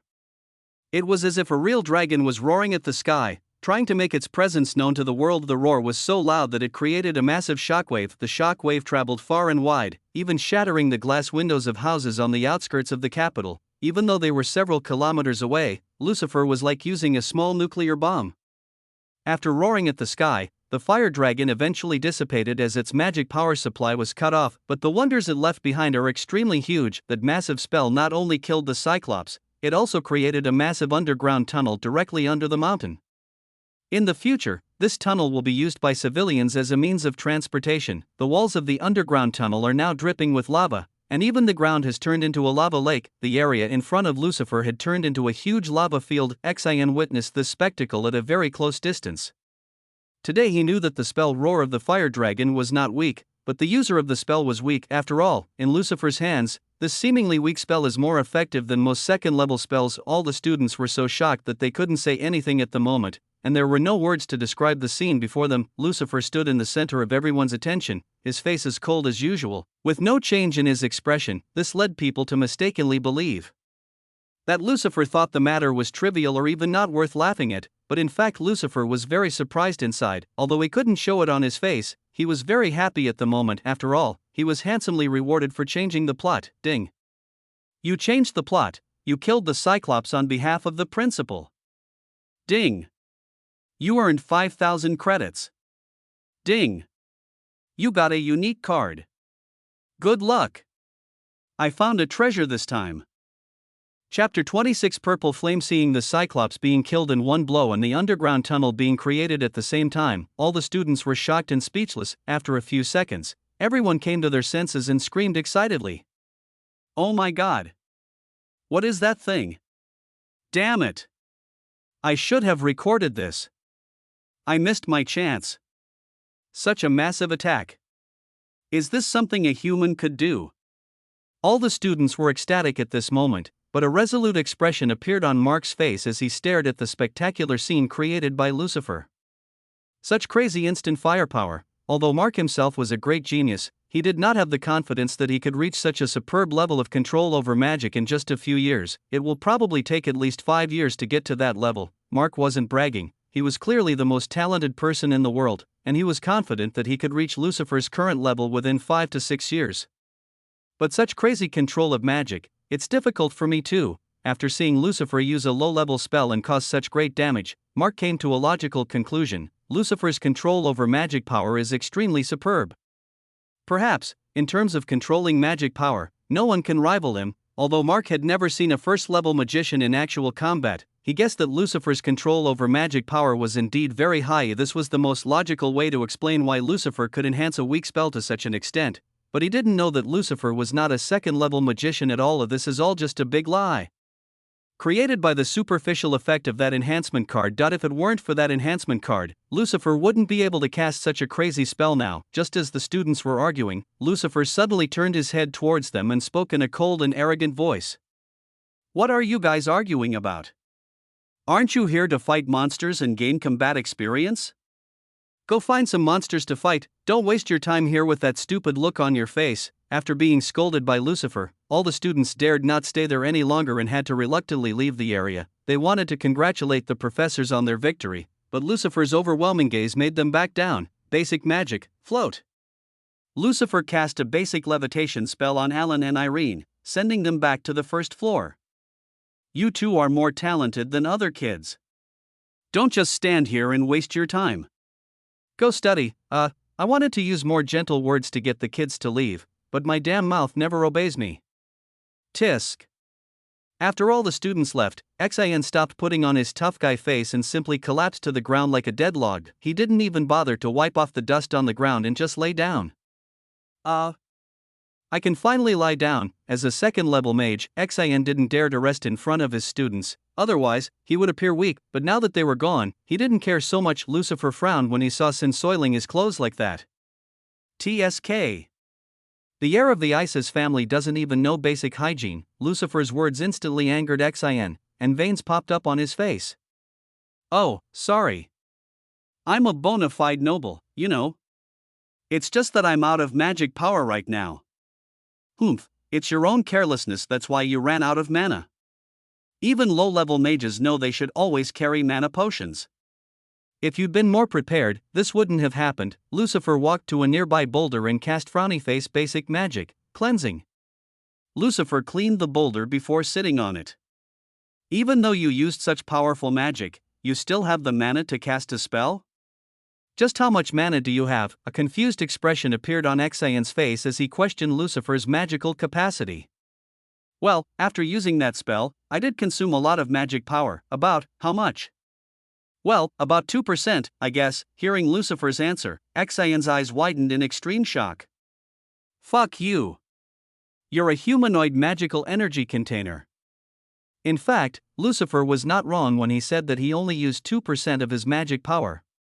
He only used the magic power required to cast that weak spell, and the rest was done by the enhancement card in magicbook.so. From Lucifer's perspective, he didn't even use up 5% of his total magic power with that spell, but Sin misinterpreted Lucifer's words in a different way. That he now believed that Lucifer's magical reserves were so absurdly large that even after casting such a large-scale spell, they were not depleted. "By the way, how did you make that weak spell so powerful? Is your control over magic that high?" Xian, well, that's about right. I've just been practicing that spell for the past few days, so it's gotten stronger over time." Lucifer hadn't lied at all. He had been practicing this spell ever since he gained the knowledge of fire magic from the original Lucifer's memories. He practiced this particular spell because it was the easiest of all the 5th-level spells to learn, but Xian completely misunderstood Lucifer's words. He said he's been practicing this spell diligently. Could it be that he's been studying it for years? He's so persistent.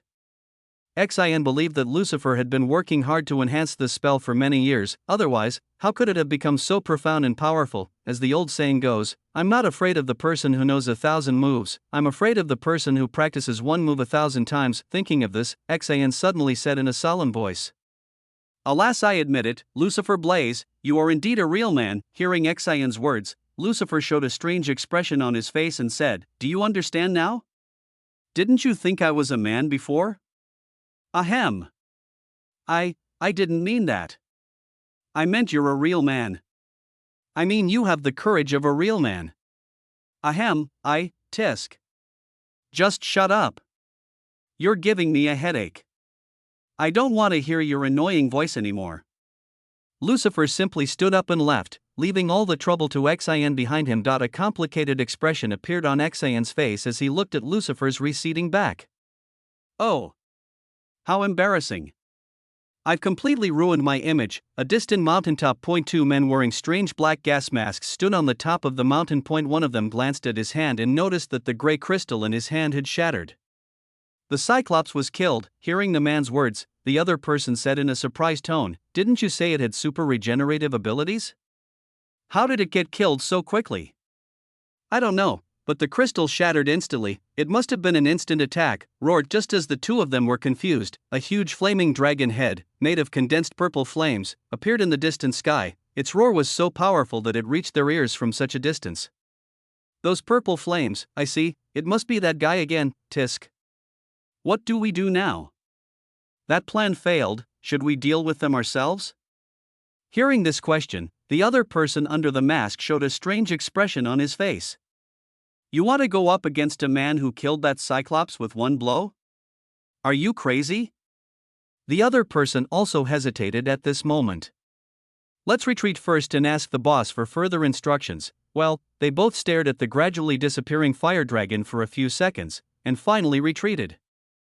Chapter 27. A loving father and a filial son. The rest of this dungeon exploration was uneventful, and before the students knew it, night had fallen. Although their first real combat was difficult and rough, being able to witness the battle between two second-level mages was already a huge fortune for them. After Lucifer defeated the Cyclops with one blow, the confidence of all fire magicians greatly increased.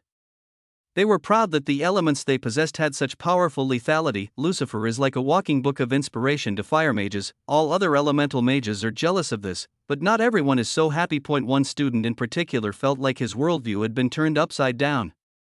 How could he make that useless spell so powerful?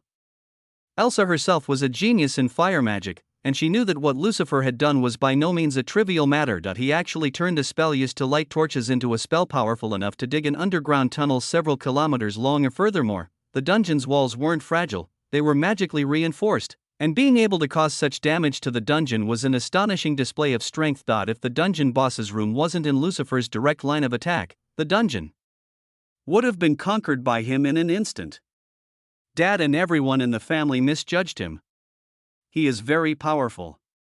Powerful enough to rival Dad. Elsa had a vague feeling in her heart that her father might not be as strong as Lucifer, but she firmly suppressed these thoughts and did not dare to think in that direction. After all, she had always regarded her father as her ultimate goal, but Lucifer's performance was too good to shake her heart. Just as she was lost in thought, she heard footsteps, and when she looked back, Lucifer walked out of a passage in the dungeon. Elsa was startled by his sudden appearance, but she didn't panic. She didn't deserve the title of genius for nothing. Most of the time she was level-headed. Will he laugh at me? As much as she didn't want to be ridiculed by him, she knew he was a powerful wizard and talking back to him could get her killed in the next second. Besides, Elsa didn't know if her father could stand up to Lucifer now, so she couldn't even threaten him with his name. But contrary to what she thought, Lucifer simply looked at her for a few seconds and then continued on his way, as if he was not even aware of her presence. Is he trying to show I'm not worthy of his attention? Elsa felt humiliated by Lucifer's disregard for her existence, but she didn't dare express any dissatisfaction to him. She had just seen what happened to the Cyclops a few hours ago. But I need to ask him at least one thing. A look of determination came into her eyes. She spoke through clenched teeth in a quiet, resigned tone. You hate Daddy and me?" She asked very quietly, but in this silent dungeon, even with her voice so soft, it was easy to hear her question. Lucifer, who was about to leave the corridor, suddenly stopped at the end of the corridor after hearing this question. He turned around and said to Aisha, his tone as usual, "Of course, that father of yours killed my mother. Do you expect me to love him?" What? My mouth is talking on its own. Stared at by Lucifer's cold eyes, Aisha trembled continuously. "I hate that man, and as for you, I have nothing to do with you. Besides, this matter is between me and that guy. You are still a child, there is no need to get involved in adult affairs." Lucifer stopped staring at her and once again turned his back to her. "Besides that, you are very talented. You are the greatest genius in fire magic, so don't waste your time on these messy family conflicts. Getting involved in them is just a pure waste of time for you. Keep improving, you might soon surpass me." After saying this, Lucifer left, leaving Urza trembling there. He didn't care what she thought of him, since he and she were not related at all. First of all, this body's hatred is between her father. There's no need to involve the children. Otherwise, I would be doing exactly the same thing as that guy did to Lucifer. Elsa is an important heroine in Aaron's harem. She has a bright future. She may look cold on the outside, but she will save thousands of lives in the future. Lucifer knows Elsa from the game's plot as a heroic figure who has saved many innocent lives. I think her father is manipulating her mind and making her hate me. But I don't care about such bullshit plans. If the opportunity arises, I will kill the guy myself. Although Lucifer was just an ordinary person in his previous life, he has now taken over the body of Lucifer Blaze. The reason I haven't been able to fully control this body yet may be because of that lingering hatred. I need to fulfill this body's ultimate wish before I can gain full control. He'd pondered his strange situation so much that he now had some theories of his own, the most obvious being to rid himself of the remaining will of the original Lucifer by fulfilling his last wish. I'm not a kind-hearted person. After all, I've worked with that sinister old man for many years, so even if I have to get rid of this body's father, it doesn't matter. He's a conspirator anyway. He's destined to die one day. If not by my hands, then by Alan's. Lucifer knew the plot of the game and the relationships between the characters. As a veteran of that game, he knew that Elsa's father was a mid-game villain whose scheme was ultimately revealed when he tried to manipulate Elsa into hating Aaron. His brainwashing skills are also very good. He almost tricked Aisha into killing Alan. But the protagonist's halo appeared in time to help Alan overcome this challenge. Eventually, Elsa develops feelings for Aaron because he helped her escape her father's deadly manipulation. This time will be different. I will kill that guy with my own hands. I just need a chance. Lucifer couldn't just go to Blaze's mansion and kill people in broad daylight. First, some suitable conditions are needed. I need an attack boost card, then I need to lure that guy out of the capital somehow, and then I have to take him out in one blow. Getting all the conditions ready will take a lot of time. As for that little girl, if she's in my way, then creating another pile of ashes with that guy is no big deal to me. Lucifer already had a rough outline of the assassination plan, how to kill him without attracting the attention of the rest of the world. As Lucifer walked through the dark underground corridor, his purple eyes gleamed in the darkness, and a devilish grin appeared on his face, making him look even more intimidating than usual. Hey, your days are numbered, Father. Chapter 28 Generous Mission Rewards. As night fell, Lucifer and Sin left a message in the group chat, asking the students to leave the dungeon. This world's technology is so advanced that we even have smartphones. All the students left the dungeon one by one. Even though no one could reach the dungeon's boss room, all the students still had bright smiles on their faces. After all, they had seen such a wonderful battle today, and they had enough inspiration to move on. Shin ignored the excited expressions of the students as they slowly boarded the carriages one by one and spoke to Lucifer in a skeptical tone. I think the Cyclops must have killed the main boss monster of this dungeon and eaten the dungeon core. From the magic detection, I feel that there is no dungeon core in this dungeon. That core was probably destroyed when you vaporized those Cyclops. I guess this dungeon will be gone in a few days. Lucifer nodded at Xion's words. It's possible, Xion sighed and continued. In addition, the intelligence gathering team made a fatal mistake this time. They failed to properly scout the dungeon. This dungeon is obviously not a place for novices to wander around. A Cyclops actually lives so close to the city. And just a few days ago, the academy was attacked by a flying dragon that appeared out of nowhere. This is all too coincidental. There's no way they're not connected. This might be the work of the same group that carried out the first attack. We need to report this to the principal when we return. Hearing these words, Lucifer showed a pensive expression on his face. Really, Lucifer knew from the beginning that this was not a low-level dungeon and that the intelligence team had made a huge mistake. But the reason he didn't say it was that he wanted to get involved in this matter. He knew he could get credit points by destroying the Cyclops himself and pretend he knew nothing about it in the first place. Anyway, the mission was a success in the end, so it's no big deal, and there were no casualties. The reason Lucifer was so confident he would win was because he had the attack boost card.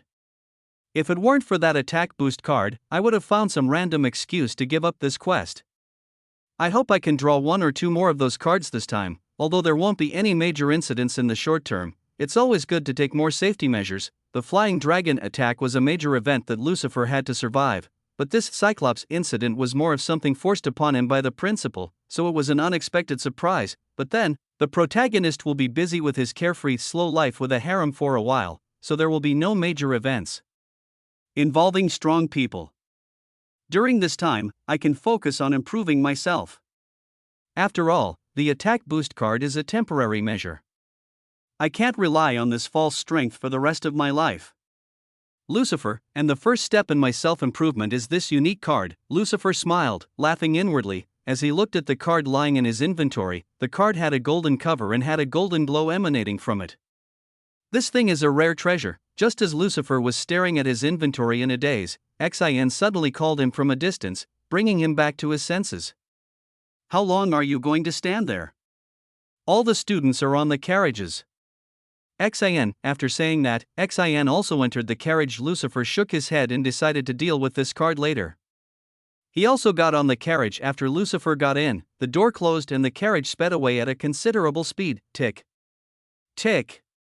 A man in a pitch-black cloak appeared where Lucifer had just stood. Although his face was covered by a black mask, there was great shock in his eyes. He noticed my presence. The man, who obviously looked like an assassin, was now extremely shocked by Lucifer. Just now he stared at me with such cold eyes, the eyes of a cold-blooded killer. The assassin misinterpreted Lucifer's gaze at his inventory. Lucifer's system panel was invisible to others, so from the assassin's perspective, Lucifer was looking directly into his eyes and staring at him with an icy gaze. I wonder when he noticed my presence. Did he know from the beginning that I was following them? Indeed, this assassin himself is a second-level strongman, and he is the principal's secret subordinate. He works for the principal and is sent by him to monitor the students. Do you really think the principal would leave the students to two guys who are constantly quarreling? If even one student gets hurt, the principal's reputation will be damaged. The assassin had no ill intentions towards the students, but he was ordered not to interfere as long as the situation did not become fatal. This is why he did not show up until the end. He had intended to show up when Sin was in trouble, but then Lucifer arrived and killed Cyclops with one blow, so he never showed up at all. Fortunately, I have always controlled my killing intent.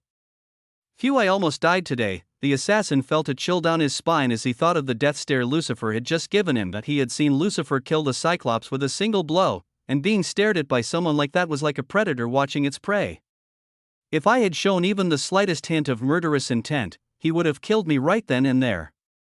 Besides, he must have been staring at me, warning me not to get close to the students. From the assassin's perspective, Lucifer most likely didn't know he was an ally because the principal didn't tell him. Fortunately, I didn't mess up the mission. I got the complete video. That's enough. Yes, the assassin recorded everything from beginning to end with a hidden camera. The principal asked him to record how Sin and Lucifer would handle this task. The principal knew about the Cyclops beforehand. Outer Core Hotel, parking lot. Lucifer was completely unaware of the assassin's existence and all the ongoing behind-the-scenes machinations. He returned to the hotel with the students, and the huge carriage landed in the designated parking lot, where all the students could stay in the hotel for another night to rest. The kids had smiles on their faces as they got to experience another night staying in this luxurious hotel. Lucifer originally planned to let the students rush back to the university, but Xin said that it was okay to delay, and all the students supported Xin, so Lucifer had to give up his idea. I can't wait to get back and enjoy the rewards of this mission. It's going to be amazing.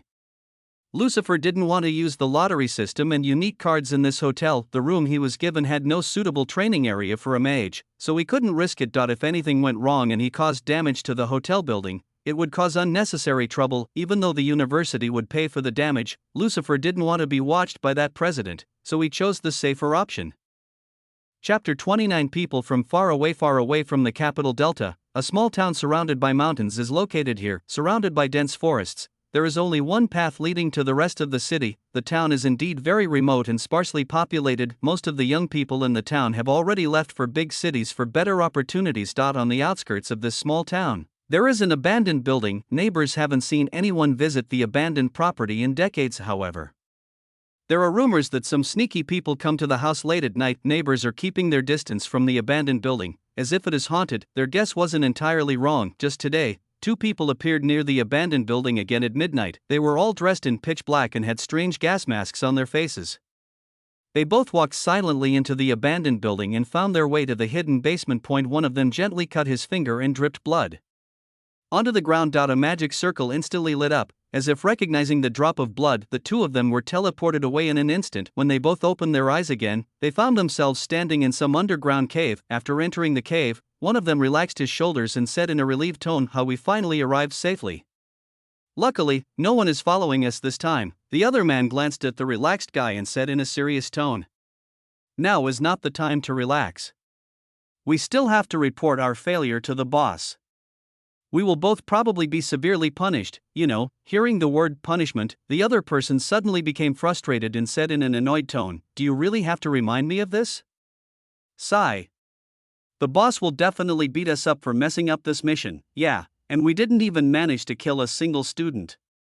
This is the second time we've failed. The dragon attacks and the Cyclops attacks were controlled by these two people under the orders of their boss. Although they both knew they had screwed up, they didn't dare run away, otherwise, the organization they served would hunt them to the ends of the earth. Let's go, we shouldn't keep the boss waiting too long, he might have noticed our presence. The two of them walked slowly through the dark cave and went deeper into the cave. The cave was so dark and eerily silent that the sound of their footsteps now seemed unusually loud, but neither of them cared much because they were used to it. After walking for a minute, the two of them arrived at a huge hall. A huge devil statue stands in the center of the hall, and hundreds of benches fill the entire hall. When the two of them saw the statue of the devil, they both prayed in a pious voice, "May the great demon god Azaros bless us sinful lambs," the two said in unison. As the two of them prayed like this, a black mist appeared on a bench in the front row. The two of them looked at the black mist and saluted. "Hello, boss." The black mist condensed a little, forming a humanoid figure. It seems someone was using this black mist to manifest themselves here, without having to physically arrive. An old and majestic voice came from the black fog. "You failed?" At this sound, the two masked men fell to their knees and begged for mercy. "Boss, we didn't know that Professor was so powerful. His fire magic is extremely powerful. He easily dealt with the two monsters you arranged." "Yes, boss. If it weren't for that guy, we would definitely win." After hearing the two people making excuses, the other party didn't speak for a few seconds. The silence in the hall made it difficult for the two masked men to breathe. They could feel the sweat beading on their foreheads with fear. Just as they were getting more and more nervous, the other party replied, "I had anticipated your failure. I thought that old man would handle those two monsters, but it turns out there are stronger individuals in that university than they appear." He refers to the principal as "that old fellow," but I don't think you two have completely failed. After all, you successfully explored the depth of that university's strength. Discovering more powerful individuals capable of fighting level 2 monsters on their own is already a significant discovery.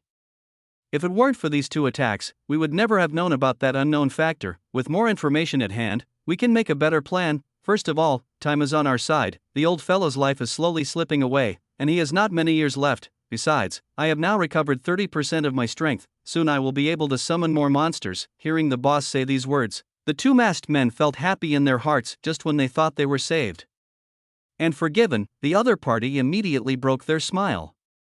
"Putting all that aside, you two did fail twice, so you two must be punished accordingly." Before they could both beg for mercy, a black mist enveloped them both. They waved their arms and legs, but could do nothing. Even the flow of their magic power was forcibly stopped. "Ah! Ah!" Screams of pain echoed throughout the hall as the black mist slowly seeped into their skin and began to destroy their bodies from the inside out. The whole process was extremely painful, like being tortured. Screams of pain and terror echoed through the halls, but the humanoid mist didn't stop. Instead, it smiled at the sight. The demon statue's eyes gleamed and its face moved of its own accord. A huge, sadistic grin appeared on the demon statue's face as it stared at the two screaming and suffering people nearby. Not long after, the bodies of the two masked men exploded into a bloody mist, and their internal organs splattered on the ground. The sight might be terrifying to the faint of heart, but to the boss, it was just commonplace. The demon statue's eyes suddenly flashed red, and all the blood splattered on the ground began to float and fly towards the statue. The blood stuck to the demon statue and was absorbed instantly. The demon statue smiled, as if it was pleased with the sacrifice. In this way, the souls of the two third-level summoning mages were absorbed by the demon statue of Azaros. Seeing that the idol returned to normal after absorbing the two souls, the black mist also dissipated, and the hall returned to its original state, as if nothing had happened. Ivan Higher Arcane University. In the principal's office, the principal looked at a young girl who suddenly appeared with a letter. So you're saying that your father ordered you to enroll, but now you're a month late? I hold the Duke's seal of recommendation. The principal shook his head and said, "Well, if you have the seal, then I can approve your admission." "Well, I guess you'll be considered a transfer student, understood?"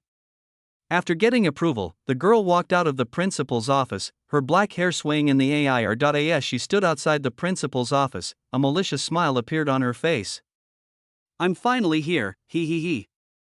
Chapter 30 Unique Cards Among Gamers. Unique cards are one of the most sought-after items. Even speedrunners and hardcore gamers acknowledge the importance of this item. If you look at it from the perspective of a gacha game, if the attack enhancement card, Advanced, can be considered a 4-star item, then this unique card can be considered a 5-star gold item. With a probability of appearing as low as 0.001%, such a rare item is obviously extraordinary. This item has many limitations. You cannot use it in combat. You cannot use it unless you are in a state of complete calm. You cannot use this on a character who is mentally affected, nor can you use this on a character who is cursed or has a negative status. Your character must be in perfect condition to use this card. While these are considered minor restrictions, the main restriction is that you cannot use this card more than once on the same character. This means the card is a one-time use item, and if you mess it up, it's goodbye until you get your hands on it again.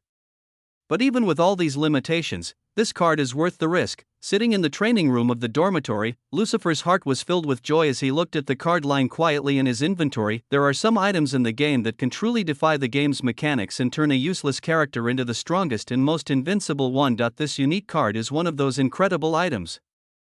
The actual function of this card is actually very simple. Unique card, item description. Condensed from time and space, and blessed by the world itself, this item can freely manifest miracles and change the user's predetermined destiny.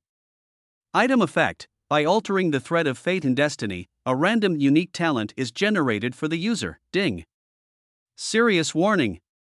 Using this item may affect the thread of fate. It may cause unexpected changes to the established fate of the world. Tampering with the thread of fate will affect many unrelated destinies. Please use this item with extreme caution. That's right. This is it. This card, available very late in the game, changes a character's talents. You can literally change a character's fate with this item and grant them incredible talents. There is really no other item in this world that can change the predetermined destiny and give personal talent. All creatures born into this world are either born with some talents or without any talents, but there is no way to change a person's talent. You can't just tell someone to get stronger and they'll become stronger. That's not how the world works. Everyone's talent is determined at birth and it is impossible to change it. The only way for those without talent to become strong is through sheer hard work and struggle. But this card can change all that. This unique card is completely random. It can give you a very useless talent or a very powerful talent. It all depends on luck. Furthermore, you only get one chance at this thing, and you can't use it again on the same character, so it would be a waste of such a great opportunity if the character gets a useless talent. In Lucifer's past life, several casual players had their carefully cultivated characters ruined by this unique card, which gave them a counterproductive talent. Although the results of using this card are uncertain, it can definitely be considered a superb item in the game. A little-known streamer gained the gift of manipulating time and space at will, and became famous overnight. This unique card is a one-way ticket to heaven or hell, with completely random results. Thinking of all this, Lucifer slowly calmed his pounding heart and thought to himself, I never thought I could get such a rare item right at the beginning of the game. Lucifer had expected to receive a large sum of credits, but he never expected such a rare item to drop after defeating those Cyclops. Well, that Cyclops was a level 2 monster after all, and I killed it with one strike when I was still level 5. The reward might have been increased because I achieved a cross-level kill. Although Lucifer used an attack boost card to strengthen his attack, he still defeated a monster that was 3 realms higher than him. This is definitely a huge achievement. Maybe that's why Lucifer received this additional reward in addition to the credits. Lucifer swallowed and prayed to God for good luck. Oh, God of thieves and gamblers, please bless me with the luck of the lucky gambler. In return, I will sacrifice more monsters to you from now on. After praying sincerely, Lucifer finally decided to use this card. Ding. Serious warning. This card will significantly alter your fate. Ding. Are you sure you want to use the unique card? Yes or no? Yes. For a moment, it was as if the world stopped in Lucifer's perception, and everything felt like a dream, unreal. Oh, by the way, I still need to watch this cutscene. Lucifer suddenly found himself standing in a white room. The room was so empty that Lucifer could not see where it ended, and everything around him looked white and ethereal. Lucifer began to see several red threads attached to his body. Are these the threads of fate? Lucifer tried to move to touch them, but he couldn't move any part of his body except his eyeballs. He suddenly noticed that the many threads of fate attached to him began to tremble and suddenly changed their positions. Some of the threads were tangled together, while others simply broke off from him. Lucifer didn't know the meaning and importance of all this, so he didn't pay much attention to it. Then, suddenly, an extremely thick red thread appeared out of nowhere and attached itself to his chest. This thread seemed 100 times thicker and tougher than the others, and from Lucifer's perspective, it exuded an aura of majesty. At this moment, Lucifer knew that he had succeeded. The appearance of such a powerful thread of destiny was a huge success. Lucifer finally woke up from his dreamlike state and regained control of his body. The cutscene seemed to be over, and all the visions he had received disappeared without a trace, as if they had never existed in the first place. Alas, while this cutscene didn't seem to hold much importance when I was playing the game, now that I've personally entered this world, I wonder what it will change. There was no official information about this strange phenomenon in the game, and even the game staff didn't explicitly talk about this strange cutscene, so Lucifer didn't know what significance it had. Nevertheless, I seem to have achieved a satisfactory result, it seems. Ding! You've successfully changed the thread of fate and destiny. Ding! Due to this disturbance, the web of fate has undergone a huge ripple. Ding! Congratulations, you have obtained a new talent, Magic Singularity. Ding! Due to the Magic Singularity, your skill Magic Control has been removed. For a split second, Lucifer could feel a subtle change in his body. He could sense magic at an extremely minute level. His control over his magic seemed to improve instantly. Unique talent, Magic Singularity. Talent description: you become one with magic. No one can control magic better than you. Your control over magic will become so efficient and natural that it seems as if it is obeying your every command. You are loved by magic, and even if you stand in a place filled with chaos magic, it will not affect you. Talent effect: enhances control of magic power to the extreme. Great! I finally have something of my own. Until now, Lucifer had survived on makeshift powers, but now he could see a path to his own improvement. With this talent, he will definitely reach higher levels. Lucifer could feel that his body seemed to be becoming extremely comfortable with magic. At this point, calling it mana mastery is an insult. It's basically mana command. It's truly one of the most popular talents in the game. Magic Singularity is a talent that can be considered as the sword intent of the mages. All wizards in the world want to achieve this singularity with magic. Everyone wants to achieve this near impossible state, but except for a few people recorded in history, no one has ever been able to achieve this insane feat. Lucifer's eyes showed confidence. He now had the power and the way to become stronger. With this talent, a determined look appeared in Lucifer's eyes. I can become strong. Now Lucifer finally sees hope for survival in this cruel world. Chapter 31. Don't bother me, I'm just passing by. Student dormitory, Mark's room. Just as Mark came out of the shower, he saw some interesting news on TV. He had turned on the TV before taking a shower. Breaking news. We've obtained new footage from our sources of that flaming dragon suddenly appearing outside the capital. Hundreds of people witnessed the sudden appearance of the giant flaming dragon, with some even recording it on their smartphones. The windows of houses near the city's outskirts were even shattered by the shockwaves generated by the dragon's roar. Therefore, many people knew about it. Eventually, people uploaded the video online and it was picked up by the media, and the news spread like wildfire, eventually reaching the media as well. Our sources have been investigating this strange incident all night, and finally, we, the president of Ivan's Higher Arcane University, are stepping forward to take responsibility. Mark sat on the sofa and began to blow dry his hair. The scene on TV switched from a news anchor to a press conference. Principal Nathan seemed to hold a press conference out of the blue to answer questions from the public. Everyone, the government will be fully responsible for the damage to people's property caused by the shockwave of that attack.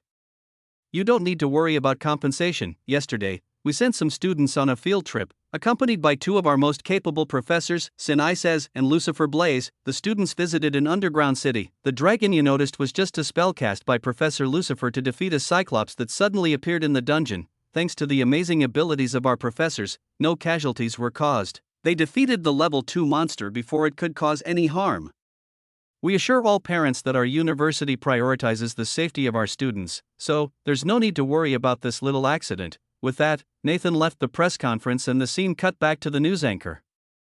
The principal has come forward to personally explain the incident and told parents to rest assured. The university actually sent 2 level 2 wizards to accompany students on a field trip. This demonstrates their sincerity and willingness to provide the highest level of safety for their students. We also found a video of Professor Lucifer dealing with the Cyclops. The scene changes and a large and intimidating Cyclops appears on the television. Just by looking at it, people could feel how powerful the monster was.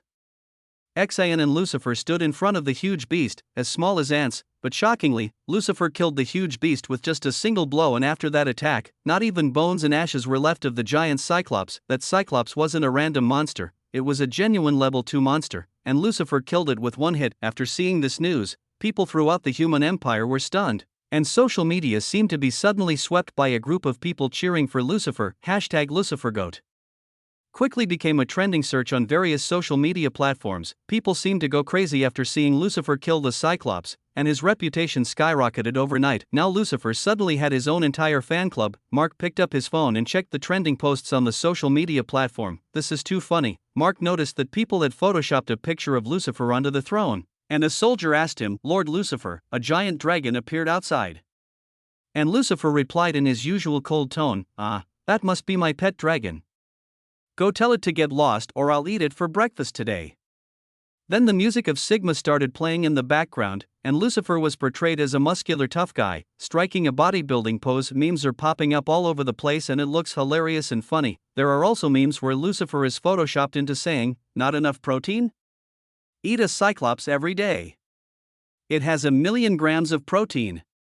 Seeing all these funny and interesting posts, Mark couldn't help laughing so hard that his stomach hurt. He immediately joined a fan club called The Professor's Pet Dragon to see more bizarre Lucifer memes. Some of the memes are good, and some are just weird, like the infamous "from the bathroom to the kitchen, day and night" paragraph meme. All in all, Lucifer's popularity skyrocketed within a few hours and he became famous overnight. Mark turned off his phone and wiped away the tears that were leaking from his eyes from laughing so much. Mark stood up, put on his school uniform, and glanced at his wand. Will I ever reach his level? I think setting him as my goal now might not be a bad idea. A determined look appeared in Mark's eyes as he thought about the display of pure power Lucifer had shown him yesterday. Mark has already regarded Lucifer as his goal, and he now regards Lucifer as a symbol of motivation. He was born into a royal family, so didn't have much interaction with his parents, which is why he doesn't have much affection for them. Unlike other children who see their parents as symbols of motivation, Mark does not have such thoughts. He is confident in his own talent and knows that he can surpass all the wizards in the world in the future, so he does not admit that anyone is better than him. But now that he has seen Lucifer's insane abilities firsthand, he seems to have come to see Lucifer as a symbol of his inspiration and motivation. He began to think that a cold heart like Lucifer's was essential for a mage, and that Lucifer seemed to him more like a true mage than anyone else. I will follow in his footsteps and surpass him in the future. Then I can thank him for saving my life. Mark also has his pride in being a genius, so he can't thank anyone casually. Yesterday, Lucifer saved the lives of all the students, including Mark, so Mark thought he should at least say thank you when he had the chance. Don't think too much about it, he's basically a tsundere who doesn't know how to express himself. Once he was ready, Mark walked out of the room and began walking towards the classroom at a slow and steady pace. Should I also make some funny posts in the fan club? That would be fun. Mark saw it all happen firsthand, so he has more inside information than anyone else in the fan club. Just as Mark was walking along a path leading to the main building of the university, a familiar person appeared in his sight. He noticed a girl with black hair and black eyes standing in the shade of a big tree. Her hair fluttered in the breeze, and a calm and composed expression graced her beautiful face. She looked like an ordinary college student, but Mark knew very well who this girl was. What the hell? The girl immediately noticed Mark's presence because of his sudden confused voice. She glanced at him, her expression instantly turning wild. A creepy smile hung on her face, and her eyes lost all their light and became empty. The aura around her instantly became cold and crazy. A sword made of condensed shadows appeared in her small and beautiful hand, and she rushed towards Mark with a crazy expression. I found you. You can't run away anymore. Damn. How did this crazy woman appear here? Before Mark could cast a spell, the girl immediately pounced on him and pushed him back with great force. Mark stumbled and fell to the ground. The girl didn't stop and just sat on his stomach to restrain him. She placed the sword next to his neck and smiled a creepy smile. I've finally caught you again, my dear. Ugh, what are you doing, you lunatic? This is all your fault. Why didn't you tell me you'd be living at the university for the entire year? You know how much I worked to get here. but today I finally caught you again, let's get married here, despair. Just as the two young people were conducting peaceful marriage negotiations, heavy footsteps were heard. They both stopped and looked at the other person who suddenly appeared on the scene. It was Lucifer himself. His expression was as cold as ever. Mark felt relieved immediately when he saw Lucifer here. Professor! Save me, this crazy woman! Hearing Mark's cry for help, Lucifer glanced at the girl's face and seemed to be lost in thought for a moment. He glanced at the two young men who were so close to each other, and then shook his head. Ahem! Don't mind me, I'm just passing by, you guys continue. With that, Lucifer began to leave. Mark also heard him say in a quiet voice, young people nowadays are actually doing such daring things in broad daylight. Mark felt that Lucifer had seriously misunderstood him for some reason, and his expression became helpless. My image in the eyes of my idol has been ruined, alas. Chapter 32. Hello everyone, my name is Lisa Shadowfall. On the way to the classroom, Lucifer's face was as cold as ever and none of the students passing by noticed anything different about him. In fact, his aura seemed to have vanished, and only those who saw him were aware of his presence. The others didn't even notice him walking past them, all thanks to his newfound talent, magic singularity. A person's aura is the interference of the magic power in his body on the surrounding environment. Often powerful wizards suppress their aura by preventing the magic within them from affecting their surroundings. The control of aura varies from person to person, depending on the individual's magical control ability, but with this talent, Lucifer's control over magic has reached an extreme state. He can simply command his magic to stop affecting the magic in the atmosphere, allowing him to conceal his aura as easily as breathing. If it weren't for his face being world famous now, with even small children recognizing him, others might mistake him for an ordinary person.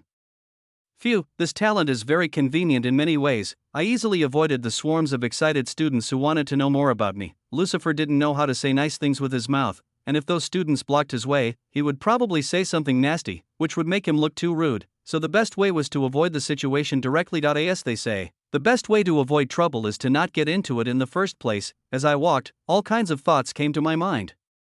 But that crazy woman transferred so early. Shouldn't she have come after the midterm exams? Is it my butterfly effect that caused this? Lucifer knew that as he survived, the game's storyline would begin to subtly change, and the butterfly effect would surely occur eventually. Lucifer glanced at his smartphone and it looked like the principal had sent him a message. Lucifer opened the message. Frowny face from Old Antique. Yes, he changed the principal's contact name to Old Antique. A new student will be joining your class today. I have sent the details in the document below. Click to open. Point 69. Here it comes. Lucifer nodded and replied okay, then he turned off the phone and put it back in his coat pocket. I already know everything I need to know about that character, so I don't need that document to clarify things. Although there have been some slight changes to the storyline due to his activities, he is not too worried about it now. Now that I have a way to become stronger, I don't need to worry about these little changes. I just need to steal a few more chances from the protagonist, and the situation will turn in my favor. Lucifer felt no guilt as he plotted to steal the protagonist's opportunity, yet he knew that as a child of destiny blessed with incredible luck, he would definitely get some other opportunities. The world revolves around the protagonist and can create any number of opportunities for him, so there is no need to remain weak and watch others try to kill you. Lucifer knew how weak he was at the moment. Any random occurrence could easily expose him, and the result would be his death. So instead of thinking about the consequences of stealing the protagonist's opportunity, it's better to think about how to survive. After all, who doesn't want to live longer? No one wants to sacrifice their life like a hero for someone else. Only a selfless person could do such a thing, and Lucifer was clearly not a selfless person. If I can survive by stealing from the protagonist, why wouldn't I do that? Obviously, I'll ensure my own survival first, then worry about others. In this world, Lucifer has no emotional ties to anyone. The only person he has ever loved in his life has left in his previous life, and now there is nothing that can bind Lucifer. He can be as selfish as he wants. He doesn't need to worry about involving his loved ones in his affairs because he doesn't have any in the first place. In the classroom, when Lucifer walked into the classroom, all the students remained silent. This has become commonplace now and no one thinks there is anything wrong with it, but unlike usual, Lucifer did not start class immediately today. He glanced at the students and announced in his usual cold tone. A transfer student will be enrolled today. Lucifer then glanced at the door and said, "You can come in now." The door opened and a beautiful girl with black hair and black eyes walked in. She had a lovely smile on her face and she looked elegant and calm, but no one would have guessed that she had a problem in her head and was trying to attack Mark just a few minutes ago. Hello everyone, my name is Lisa Shadowfall. All the students of commoner origin did not notice anything wrong, but those of noble origin immediately recognized the surname Ingluo. Many students suddenly began to whisper and the atmosphere became tense. The Shadowfall family is notorious throughout the empire, renowned for training deadly assassins exceptionally skilled in carrying out shady tasks. Lucifer glanced at the girl and said in his usual cold tone, "You can sit right there, next to Mark." What? Mark is confused by Lucifer's decision to let Lisa sit next to him, even though he had seen her try to attack him before. Lucifer tilted his head in confusion and said, "Any questions, student Mark?" Stared at by Lucifer's cold eyes, Mark had no choice but to obey. One of his followers who was sitting next to him stood up and moved to another seat, and Lisa walked towards him with a happy expression. In addition, student Mark will be responsible for showing student Lisa around the entire campus.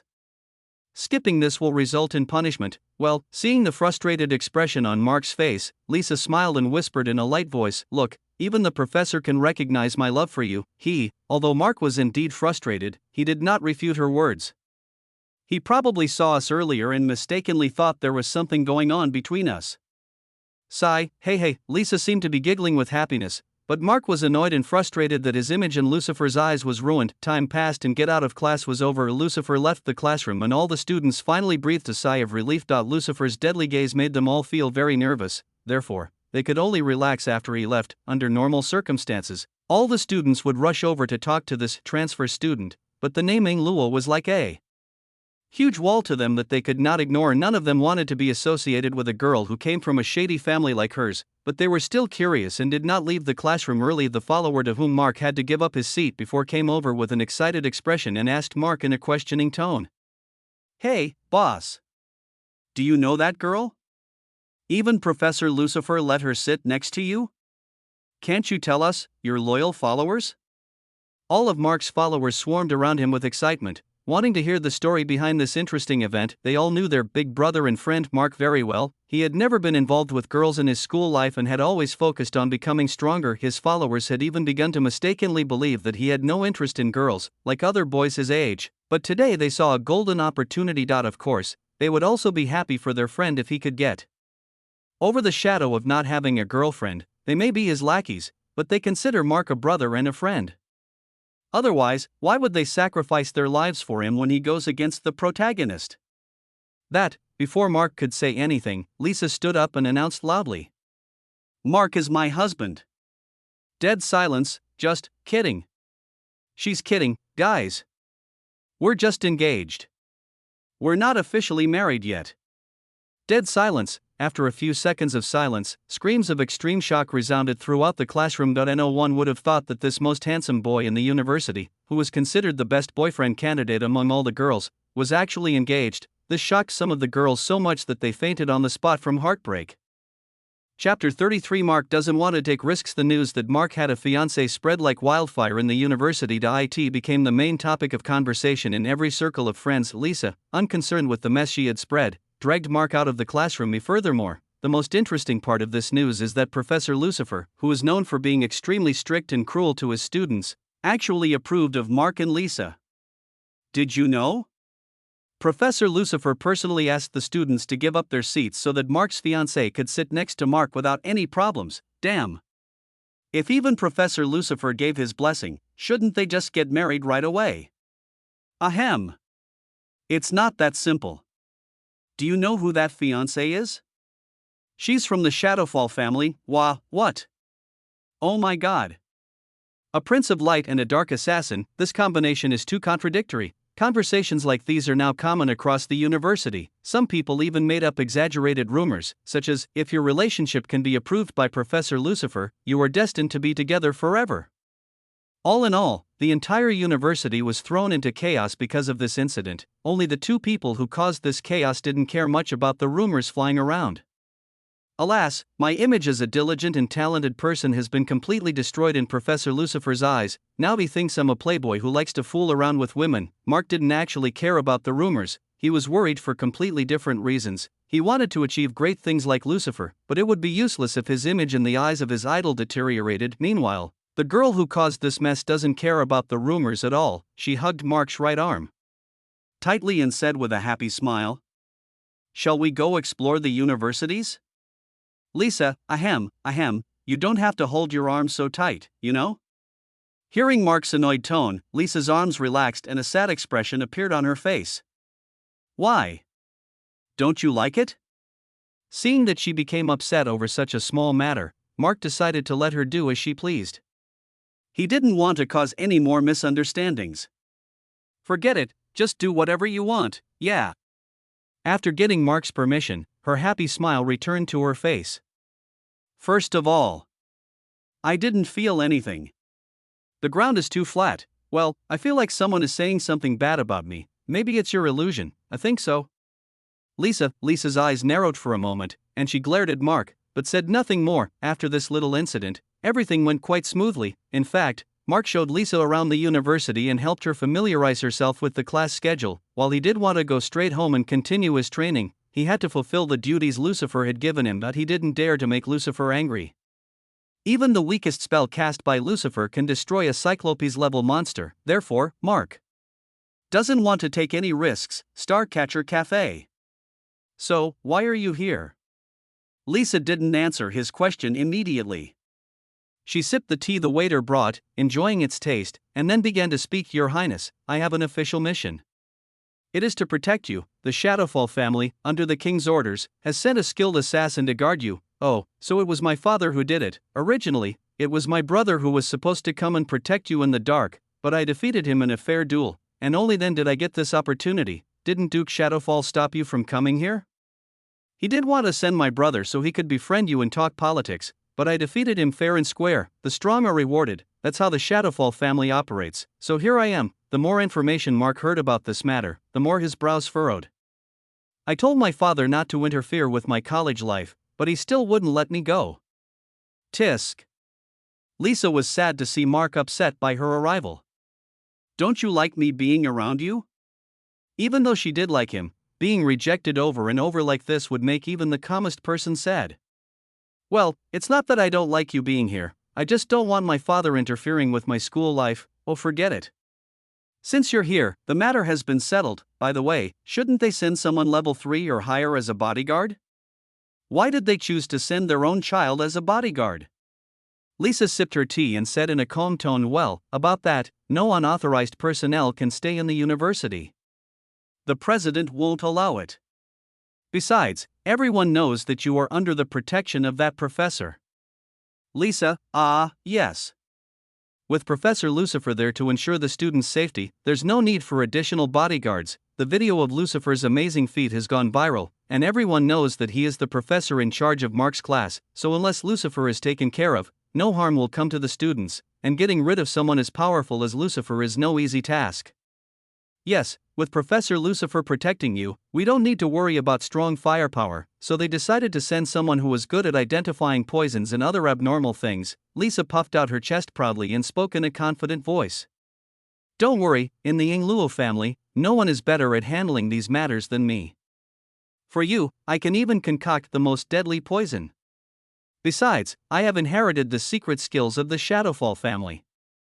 If things go badly, I will help you escape at the cost of my own life." Mark was quite shocked by her words. Asa Prince, he himself had a basic understanding of all the major families in the empire, therefore, he knew that a genius who could inherit all the secret skills of the Shadowfall family was very rare. Lisa's ability to learn them proved that she was not weak. "By the way, the tea here is delicious.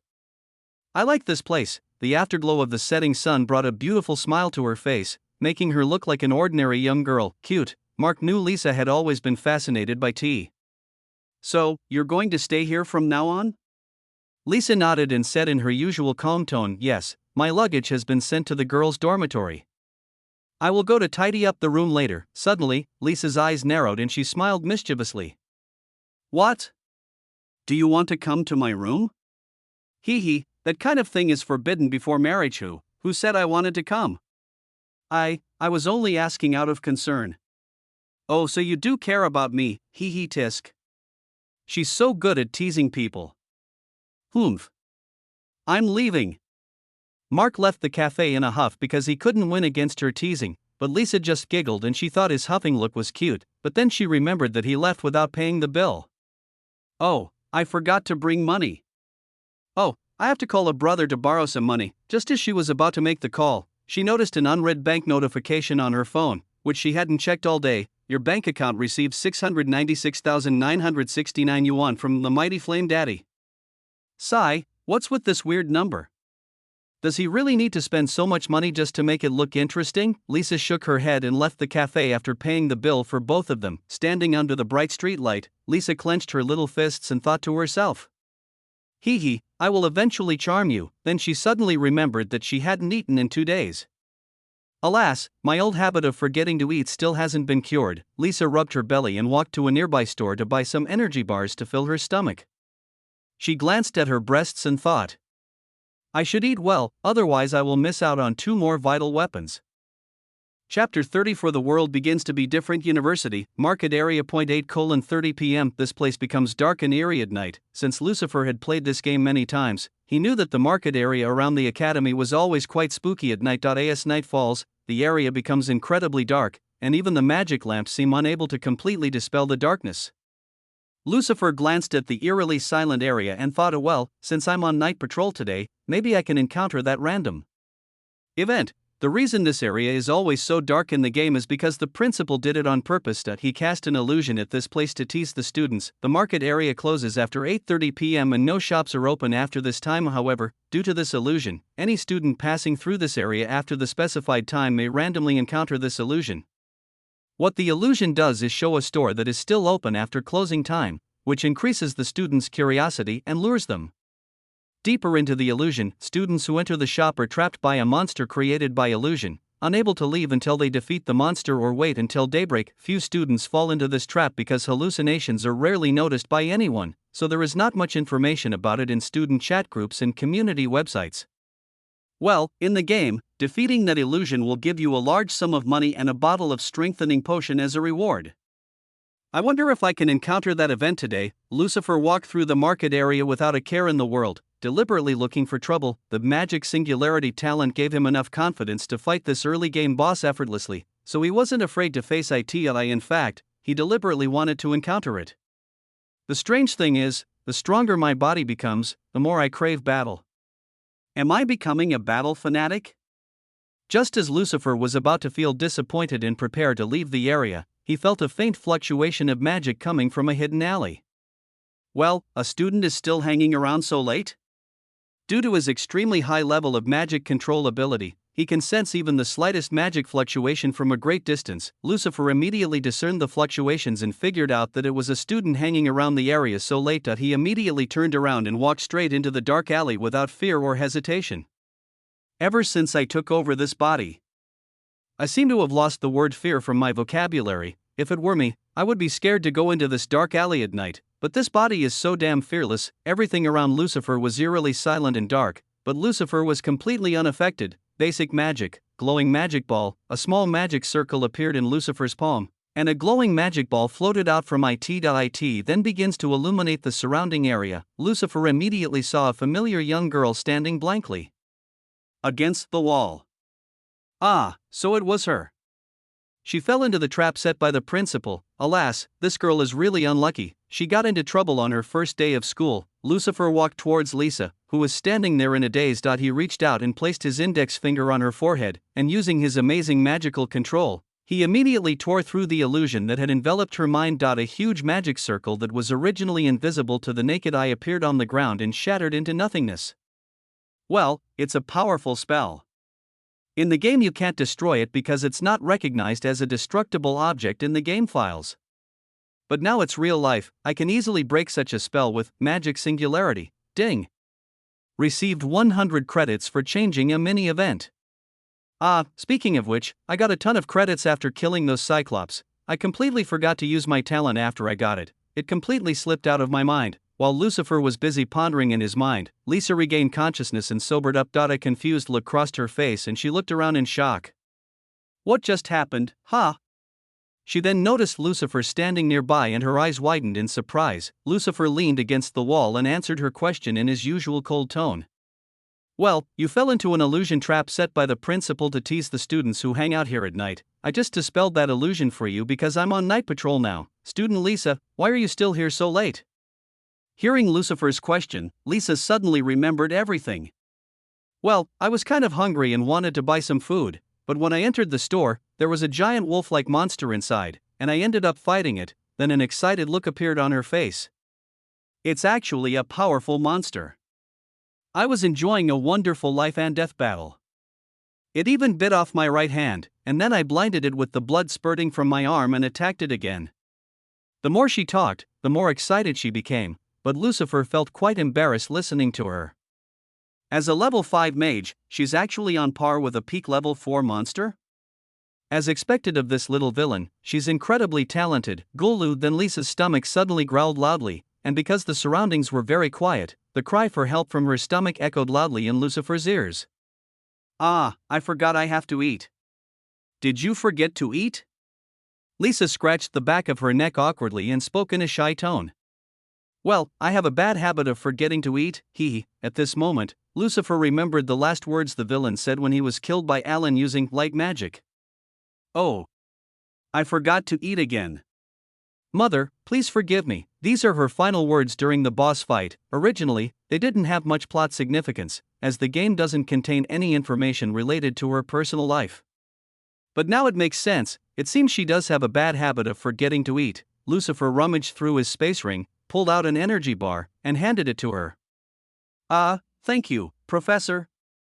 Seeing the happy expression on her face, a sudden idea came to my mind. If I had married Sheena, my pure love girlfriend of several years, would I have a daughter like her? Lucifer, a sudden feeling of nostalgia hit Lucifer, and he nodded to the girl before leaving. Don't wander around recklessly at night. The principal likes to tease students.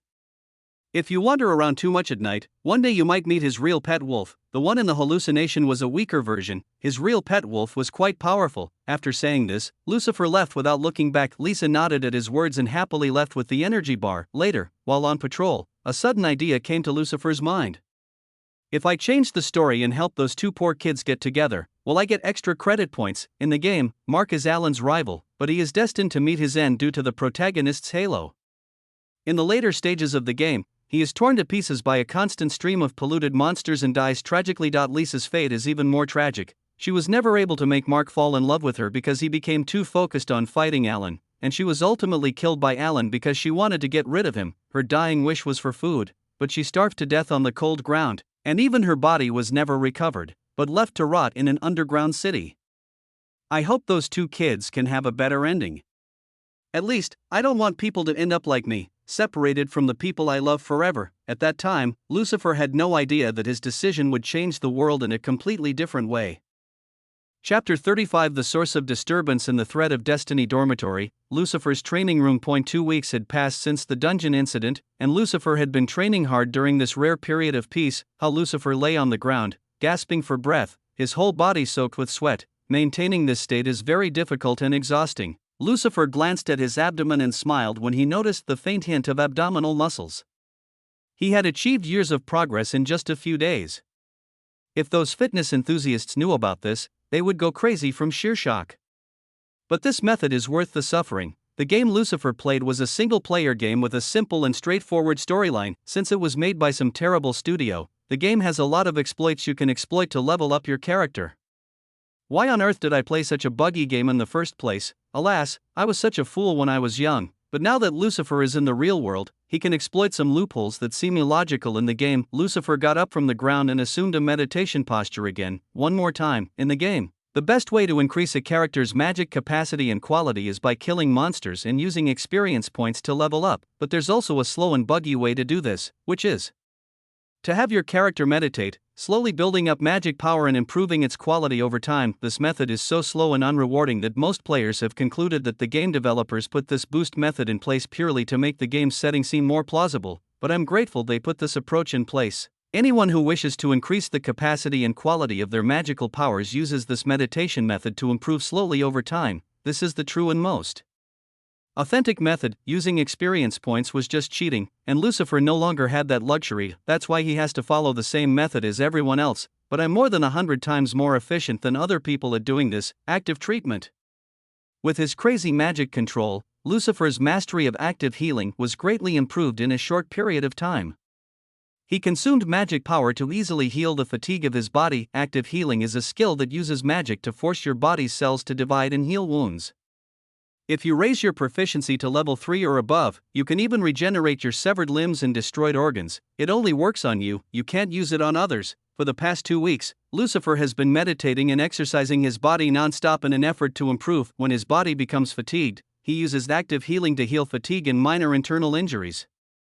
Then this cycle of continuous training and healing continues. Lucifer had been repeating this cycle for 2 whole weeks now. Furthermore, active healing has a major flaw. It doesn't create body cells out of thin air. It essentially forces your own body cells to divide and heal naturally. However, scientific research has proven that human cells can only divide a limited number of times, which means that using this skill is essentially burning up your own vitality. This means that if an ordinary person used this skill, they would burn their own lifespan to heal their wounds. But for Lucifer, it was different. The reason why he dared to use this dangerous skill so recklessly was because of the magic singularity. This talent was tailor-made for him. Magic is a magical energy. If you control it with extreme precision, you can use it to do anything, even genetic modification. Lucifer was doing exactly that. With the help of his gift of magical singularity, he had gained control over magic to a level where he could use it to do things with such precision that even objects as small as atoms could be affected. He used magic to directly modify his DNA, and used basic biological knowledge to upgrade the upper limit of the number of times his cells could divide. Don't ask me why he has such precise knowledge of biology, just know that he once worked for a shady character and has seen a lot of stuff. Ding. Through your unremitting efforts, active healing has reached level 5. You can now heal larger wounds, except for the time when he went to the classroom to teach students. Lucifer used this skill for 2 consecutive weeks. I've been doing all this because I want to confirm a possibility. If I can confirm that this possibility is indeed true, then I will be able to take another step. After alleviating his physical fatigue, Lucifer immediately began to meditate, using his ultimate magic control to allow his magic to flow through his massive external magic circuits. Every time a full cycle was completed, the magic power circulated once in his magic circuit, and Lucifer could feel that his magic power became more condensed and purer. Lucifer's guess was indeed correct. After 2 weeks of hard work, this possibility finally became a reality. Ding. Your magic power purity has increased from level 6 to level 5. Ding. You have become a genuine 5th level mage. Yes, without the 5th level of magic purity, he is not even a true 5th level mage. When Lucifer heard this notice, a malicious smile appeared on his face. I knew it. Even without experience points, this is possible. Lucifer has been working towards this. He wants to see if he can improve the purity of his magic power, and through these notifications issued by the system, he finally confirmed the authenticity of this method. When he played the game, raising mana purity was much easier because you only had to kill monsters and invest experience points into leveling up your character, but now Lucifer doesn't have that method anymore. He has to follow the method that everyone in this world is using. He must meditate slowly to increase the purity of his magic. The reason most people in this world cannot upgrade their magic purity is that their magic affinity and control are low, and improving them requires talent. Talent is not something that everyone possesses. Only people like Mark can be considered genius level gifted. Talent is something you were born with, it cannot be changed. Those without talent can only continue to work hard, and eventually, their lives end in old age, but they never reach the level that a talented person can reach in a much shorter time. If Lucifer did not have the magic singularity, it would take him 10 years of hard work to reach the 5th level of magic purity with Lucifer's original body, but now, with the support of Lucifer's active healing and magic singularity, he has reached this level in just 2 weeks. The difference is simply worlds apart. Being able to improve the quality of my magic power confirms the possibility that through continuous treatment, I can increase the purity of my magic power faster and easier. The magical singularity has instantly transformed this untalented body into a very talented body. With this talent, reaching the realm of invincibility may no longer be a dream. Status, name, Lucifer Blaze, HP, 1050/1050, mana, 1200/1200, title, Bastard, Theoretical Genius, Dragon Slayer, Lucifer Goat, Strength, 20. Agility, 15, Speed, 13, Defense, 12, Intelligence, 57, Talents, Fire Affinity, Level 6, Magic Affinity, Level X, Magic Singularity, Level X, Magic Purity, Level 5, Skills, Fire Magic, Level 5, Void Magic / Basic Magic, Level, Active Healing, Level 5, Basic Magic has no levels, as it depends entirely on the user's intelligence and magic control. Passive skills, Sharp Mind, External Magic Circuit, Personality traits, Cold, Arrogant, Ruthless, Fearless, Store, Credits, 5,100. Evaluation, the source of the disturbance and the threat of fate. You have defied your predetermined destiny. The first thing Lucifer noticed was that the titled Talentless Fool had disappeared from his title, replaced by a new one. Seeing the new titled Lucifer Goat appear so brightly in front of him, Lucifer's face showed black lines. He was quite confused by this strange title. Lucifer shook his head, then glanced at his attributes. The attributes seemed to have improved a bit. Well, I've been putting my body under a lot of stress for 2 weeks. I guess this is bound to happen. Lucifer then noticed that his magical affinity had also increased. Is it affected by the control of magic power? After all, I can now command magic power at will, so my magic affinity is basically on the same level as the magic singularity. Lucifer nodded in understanding. Finally, Lucifer's gaze fell on the skills, and when he saw that his active healing skill had been improved, he smiled. This is a good skill. Besides, its true benefits will only become apparent once it reaches level 3 or above, so I should upgrade it further. Looking at his improved panel, Lucifer couldn't help but smile proudly at his hard work. Alas! I have improved so much in such a short time. Chapter 36, Devil's Blessing. Lucifer's training room. Lucifer glanced at his credits, and just as he was about to draw a silver lottery ticket, he suddenly noticed a new item in the store: Attack Enhancement Card, advanced 4,000 credits, inventory, 1, oh. I can buy cards from here now. But it only shows one inventory? I have this really weird system panel. How do I get it to restock? Can I only have one at a time? Once I use the last one, it restocks?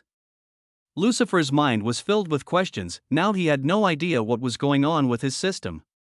Everything looked so different that it was hard to believe they were the same system in the game. You could buy an unlimited number of these cards simply using the in-game currency, but now he's limited to only being able to hold one at a time. Could it be that this system panel has been damaged since I arrived here? This is really strange. Lucifer shook his head and stopped thinking further. There was no point in thinking too much without enough information. He would have to figure all that out in the future, but he didn't have the time or ability to do it now. Ding. Are you sure you want to purchase the Attack Enhancement Card, Advanced? Yes or no? Yes, congratulations. You have purchased an Attack Enhancement Card, Premium. Well, as for the remaining credits, I'll use them to buy a bronze lottery ticket. Maybe I can get something interesting. Ding. You have purchased a bronze lottery ticket.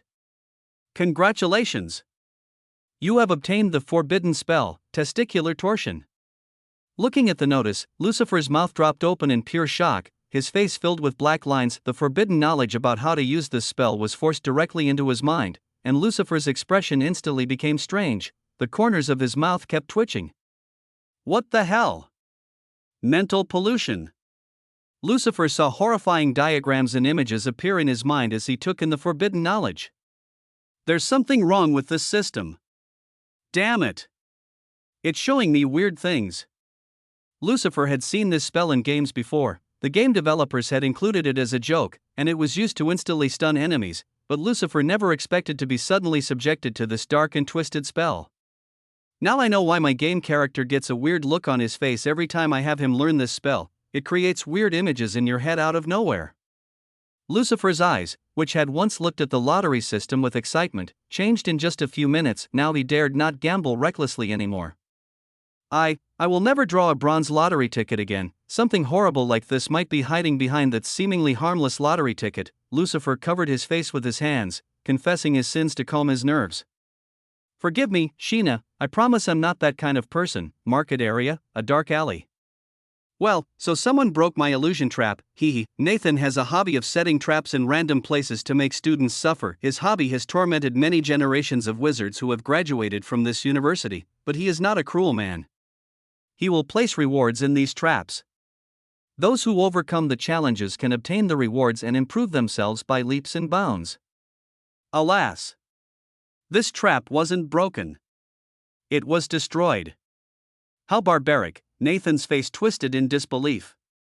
A student couldn't possibly do such a thing, and this condensed aura, as a genuine first-level wizard, Nathan immediately figured everything out.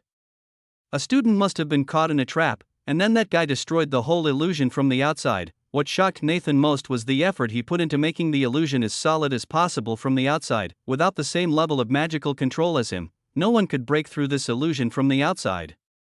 Ah, so that's how it is. Now it all makes sense. Nathan squinted his eyes, feeling the fluctuations of magic power, and thought to himself. It must be because his magic control has been very high since he was a child, so he can always hide his true strength from everyone. Maybe he did this to hide his gift from his family, but that doesn't matter to me. What's more surprising is that he was able to hide it from me. Nathan immediately makes things up in his mind and misinterprets Lucifer as a gifted individual. He originally asked Lucifer how he was able to hide his strength, and Lucifer said it was because of some rare artifacts. That's not a divine weapon. From the very beginning, his magic control has been at a higher level. Interesting.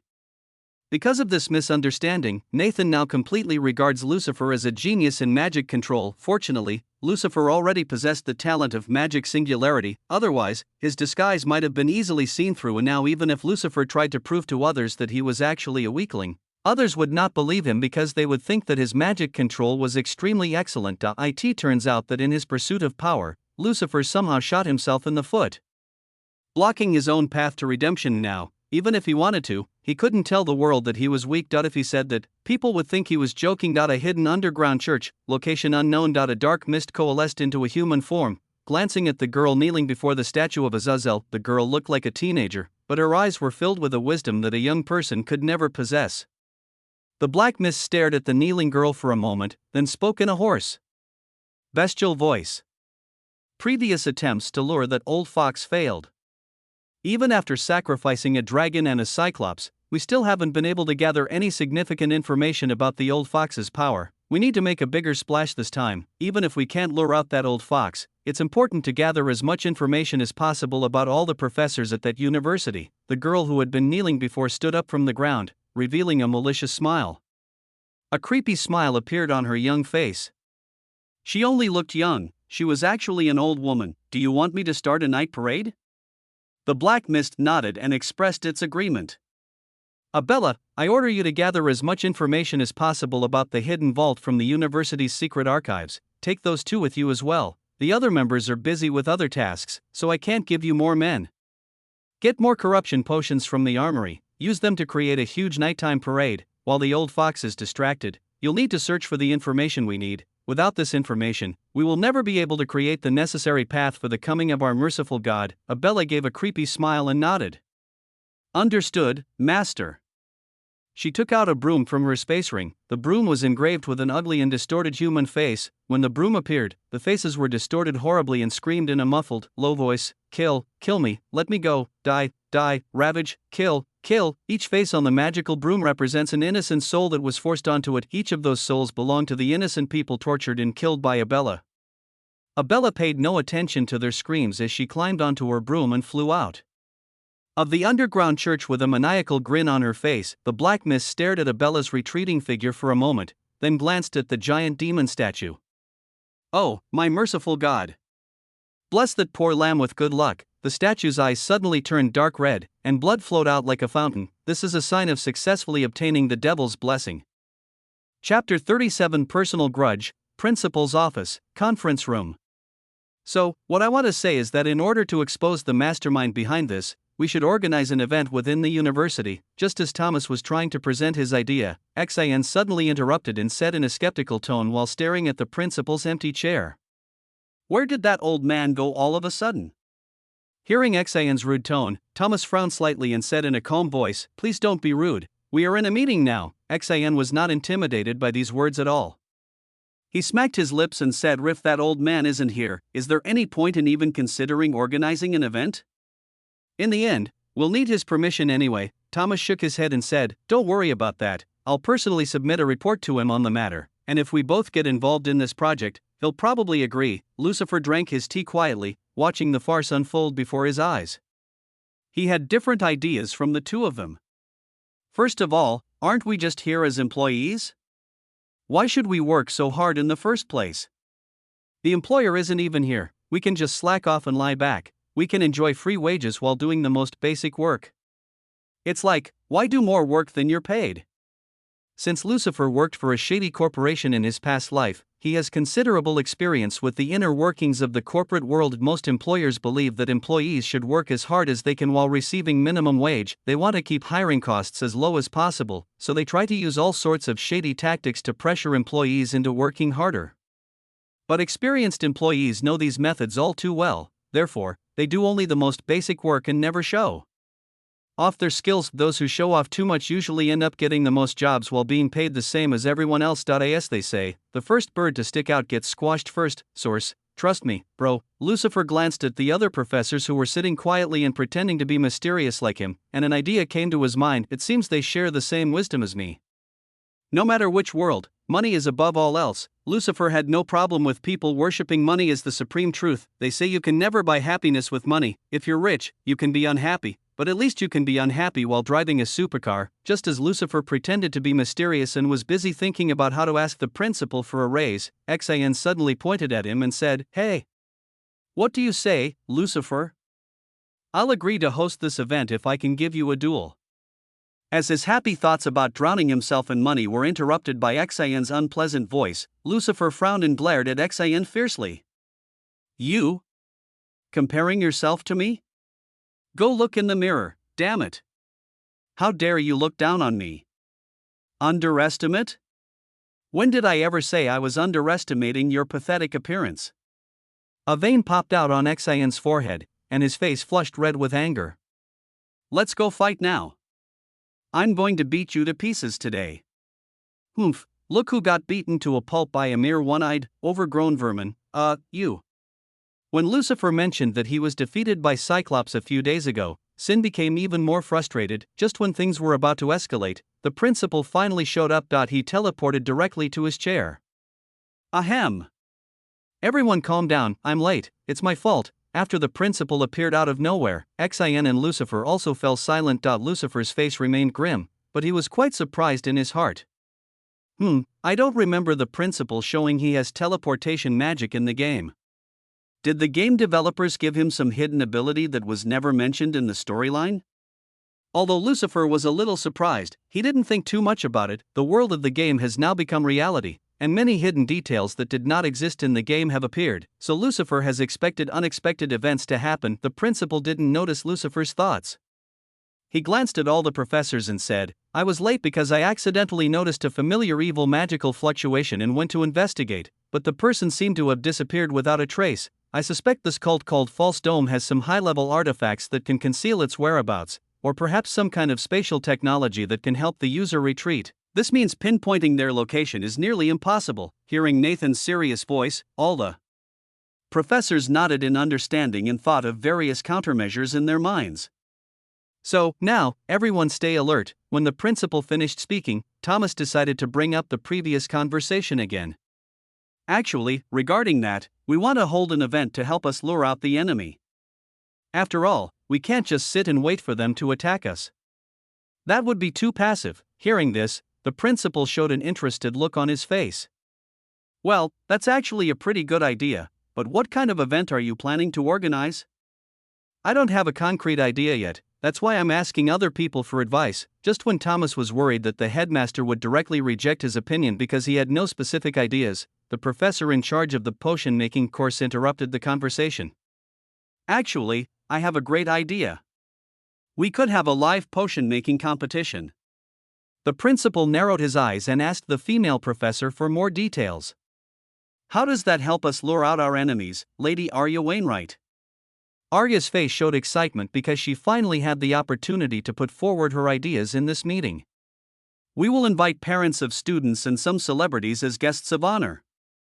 This way, a large number of media outlets will focus on this live event. The enemy will think that all the attention of professors and the public is diverted to this live event because there is so much pressure to hold it properly. This will be a perfect opportunity for them." At this moment, Xin interrupted and said in a skeptical tone, "Nonsense. Do you really think those cunning demonic cultists will be distracted so easily by this? Do you take them for fools? After Sin criticized her ideas, Arya's self-confidence disappeared like a deflated balloon and she became silent in an instant, but before Arya could get too frustrated, the headmaster interrupted. Actually, it's not such a bad idea, we're out of options right now, so it's better to go for it than just sit here and waste our time. When the headmaster took her side, a light returned to Arya's eyes. Thomas further supported the idea, the president needs to be present at the competition venue in person so that the enemy can confirm that the president has left the university. Yes, we can use the excuse of guarding the guests to deploy almost all the professors at the event venue. As for who will be appointed to guard the university, all the professors immediately stared at Xian and Lucifer, as if they had planned this from the beginning. I'm still recovering from my last fight. I'm not participating, the principal nodded at these words. Well, if Professor Sheen can't do it, then Ms. Arya, you will do it. Arya pointed her index finger at her face and said in a confused tone, I? Yes, and you. Before Arya could react to the whole thing, Nathan teleported away and disappeared, leaving only a few words. I'll leave the preparations to Professor Thomas. The meeting is over. All the professors, including Xian, left gloating, and they were all happy about Arya's misfortune. Hey, it was you who came up with this plan, you deserve it. What? Arya was so confused by the situation that she didn't come to her senses until almost everyone had left. Just as Lucifer was about to leave, she looked at him with pitiful eyes and said, I'm a wood mage and I don't have any primary offensive spells. How am I supposed to defend the university? Oh, by the way, this character, she's useless. Lucifer interacts with this character in the game. Aside from the potion recipes she sells in the game, she serves little purpose. Well, I guess she can make good potions, but when it comes to combat, she scares easily. Lucifer took one look at her face, which was covered in snot and tears. A frown crept upon his face. You just stand guard until the enemy shows up. Once they show up, others will come to reinforce. Your job is done. I don't know why the principal would decide to give this dangerous job to someone like her who can't even kill a chicken. Does he have a personal grudge against her? Lucifer shook his head, ignored the panicked woman, and left. Chapter 38, Emotional Damage plus 99, word spread like wildfire that a massive live competition would be held at the university, where talented students would showcase their skills to the world. The entire internet seemed to be shocked by the sudden news, and parents of the students immediately began preparing to attend the event. Additionally, those who cannot afford tickets can watch the live broadcast from the comfort of their homes on their TV or smartphones, unable to pay attention to the chaos going on outside the university. The students were busy thinking about which potion to practice. Mark, his 3 followers, and Lisa were grouped together. Of course, this was Lucifer's work. Earlier, when Professor Lucifer told us about the competition, he didn't specify which potion we should make. Potion making was usually a job that only healing mages enjoyed doing, but since this university was the most advanced in the entire empire, it had the resources to teach all students the basics of potion making free of charge. Arya is the teacher responsible for teaching students how to make potions. In the past month, she has taught them some basic low-level potions. With her careful teaching, even the least talented students can make simple potions like mana recovery potion or basic recovery potion. Remember that restoration potions and healing potions are different things.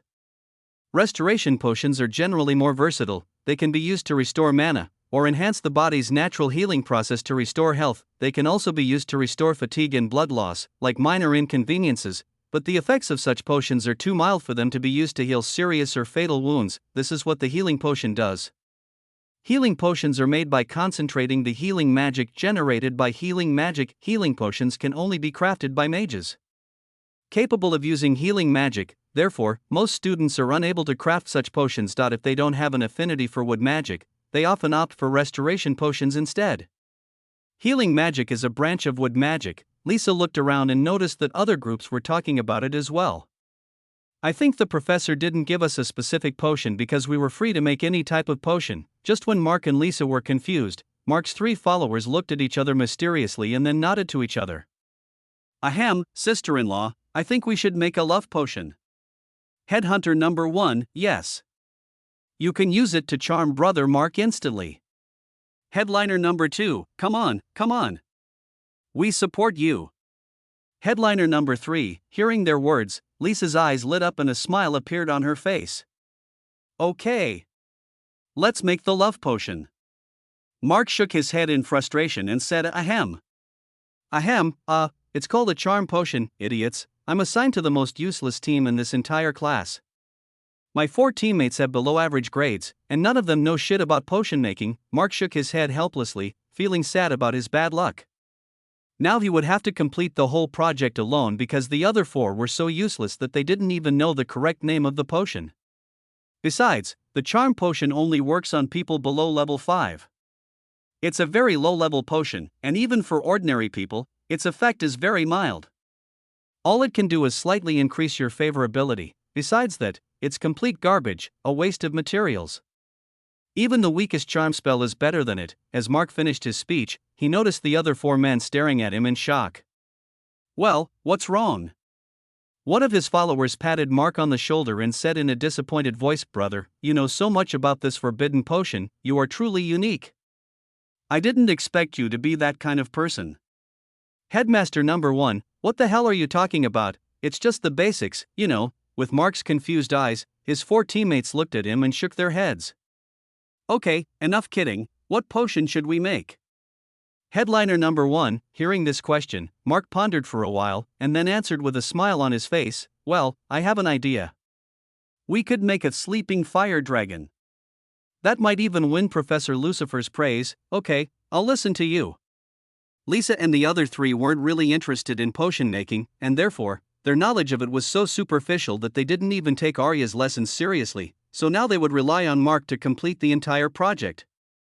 Oh, and by the way, don't call her sister-in-law in front of the whole class. That's embarrassing. Oh, okay. Headliner number 1, hearing Mark's scolding, the followers had to step back. Lisa just rolled her eyes, feeling that Mark was so embarrassed by this simple name. She even thought his embarrassment was a little cute. Potions Research Laboratory, do you think the students can produce satisfactory work? Lucifer sat on the chair opposite Arya, picked up the teacup on the table, and sipped the tea that Arya had made with his usual cold expression. I think at least half of the students should be able to produce satisfactory results. Lucifer tilted his head in confusion and asked, well, you stutter a lot. Have you been feeling unwell lately? No, I'm just a little tired from preparing for the students, that's all. Arya wiped the sweat from her forehead with her handkerchief, desperately trying to avoid eye contact with Lucifer. Who the hell is going to feel good when someone as ridiculously powerful as you sits next to them? One wrong move and he'll blow me off the face of the earth. Arya was indeed a second-level wood mage, but she had no confidence in herself. She had never experienced real combat and had never faced a life-or-death situation. Therefore, to her, a person who can blow away monsters such as Cyclops and flying dragons with a single blow is a very intimidating existence. Sitting in front of Lucifer, she felt like she was being stared at by a demon that had crawled out of the abyss. Lucifer thought he was looking at others with friendly eyes, but in reality, his gaze made it feel like he was looking straight into your soul. I see, you should get more rest. We might be involved in a battle soon. By the way, speaking of battle, you should prepare a lot of healing potions in advance. Who knows how the enemy will attack? In case of collateral damage, we can use healing potions to treat the students. Lucifer did care about the students, but his words didn't sound like that to Arya at all. Collateral damage. Is he trying to say that he might accidentally blow me up too?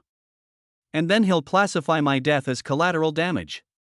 Arya was already creating misunderstandings in her mind by now. She thought Lucifer was warning her to stay out of his way or he might blow her away just like he had blown up the Cyclops. Arya nodded desperately with trembling eyes. Okay, I'll remember that. Someone, help me. Get me out of this lab. Where have all the students gone? Why did they leave me here alone with this guy? Lucifer was completely unaware of her inner thoughts as he continued in his usual cold tone. By the way, I think the level of students needs to be improved. If only 50% of students can perform well in the competition, it might damage the reputation of the university. Why not give them a little more impetus? Some last-minute improvements? Meanwhile, from Arya's perspective, Lucifer's words are you can't even teach properly. You're useless. Yes. I will definitely teach them well next time. Satisfied with the answer, Lucifer put down his empty teacup and stood up to leave. Well, I have other things to do, so I'll leave first. Keep working on it. It wasn't until Lucifer left that Arya finally calmed down. Her heart, which was about to jump out of her mouth, finally began to calm down. Phew, I survived. Thank you, Mom and Dad. Oh, dear ancestors, I survived with your blessings. As Arya prayed to her ancestors, Lucifer's voice appeared again. Oh, I forgot to tell you that you should ask the principal for any special materials the students might need. He said all the resources for this event are free. Well, I should go now. Lucifer came back and left so suddenly that Arya couldn't process anything from beginning to end and was as stiff as a stone. Lucifer, ah. Lucifer saw me praying to my ancestors. Emotional damage plus 99.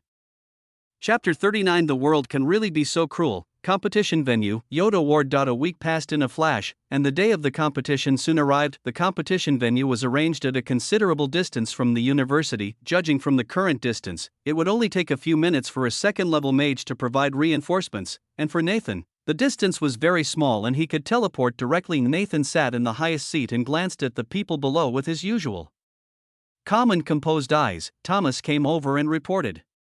It looks like everything is ready. The entire stadium is already filled with guests and parents. We can start the game any moment now. The principal nodded at Thomas's words. Basic magic, soul sound. Nathan cast a basic spell to amplify his voice so that everyone could hear him without any problems. Good morning, everyone. Our university welcomes you to this special occasion. We are delighted that you have all come to see the performances of our talented students. Then began the customary half-hour speech that every headmaster in the world loves to give, a speech so long that it put nearly everyone to sleep. Ahem, it's time to start the game. Thomas, tired of Nathan's nonsense, whispered in his ear in a soft voice. Only after Thomas reminded him of the time did Nathan come to his senses and finally finish the speech that had almost put everyone to sleep. Ahem, without further ado, let's start the game. After Nathan finished his speech, he sat back in his designated chair and fell silent. 3 professors from the college served as judges and sat in their respective seats. The 3 judges are Sin, Thomas, and a professor named Gazad who teaches monster anatomy and psychology.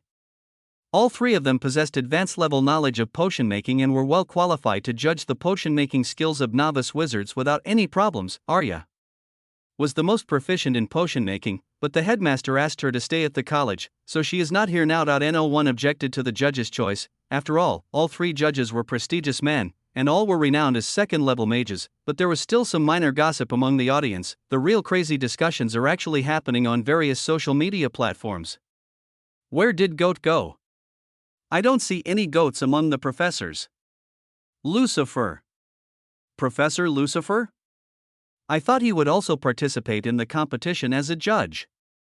Luckily I didn't buy a ticket. That would have been a waste because the goat wasn't even there. People were going crazy because Lucifer wasn't there. Internet users are always like this. They love to follow trends. Lately, Lucifer has been quite popular for his feats, but if he stopped appearing in the media, the trend of calling him a goat would have died down long ago.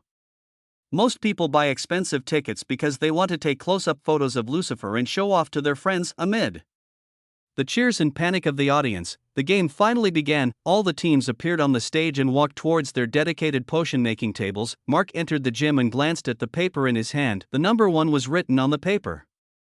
It looks like we've been assigned table number 1. There it is. Let's go. The other 4 followed him obediently, like chicks following a hen. Mark just rolled his eyes and thought, how could we be selected with such a lineup? Only teams that perform well are selected to go to the venue, while the rest are eliminated before reaching the actual stage. The reason why Mark's team was not eliminated was that even though 4 of its members were useless, they were promoted solely because of Mark's personal ability. As he walked towards his designated seat, Mark noticed a young blonde girl surrounded by bodyguards, sitting in a VIP seat. The girl noticed his gaze, smiled and waved to Mark. Looks like your sister is here too, Mark. Lisa pouted when she saw Mark's sister sticking her tongue out at her, trying to tease her with a mocking smile. Well, she did it on purpose. She knew Lisa would be annoyed by it. Mark shook his head and stopped thinking that. He took out the materials handed to him by the staff and placed them on the table in an orderly manner.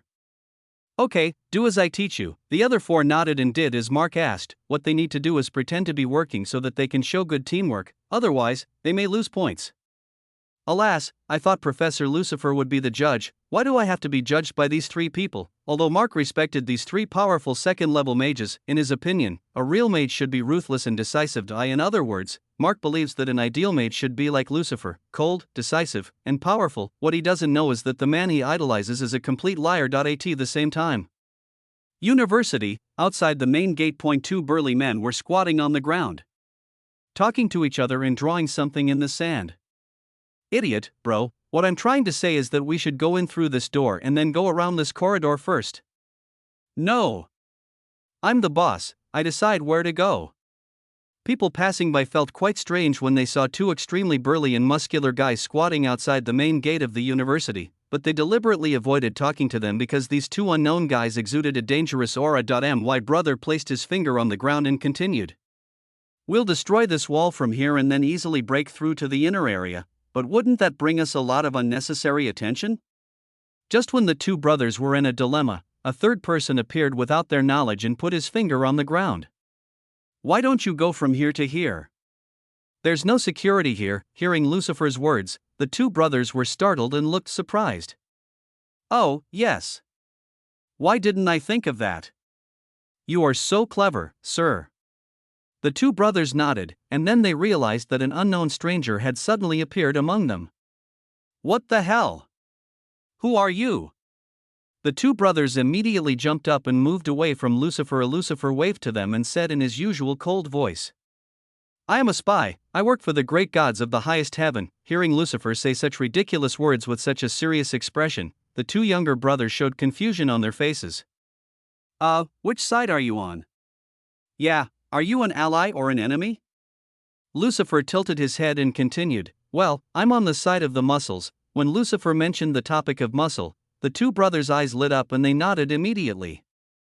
Yes, muscles are the real truth, indeed. So which side are you two on, little one, and where are your families?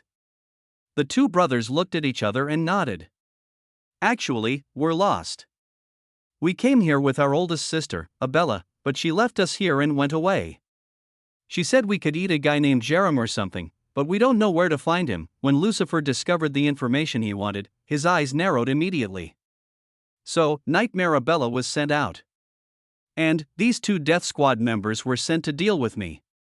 This is going to be quite troublesome. From the beginning, Lucifer, through his magical singularity, already knew the identities of the two guys when he noticed them squatting outside the university, but he didn't attack them immediately because he needed to get more information from them. As a veteran player, he knew very well how to communicate with these brainless NPCs. All members of the Death Squad have low intelligence, they behave like 7-year-olds. Seeing them in person was so different from what they looked like in the game. Thinking about how these burly monsters were the result of excessive experiments on innocent children. This world really can be so cruel.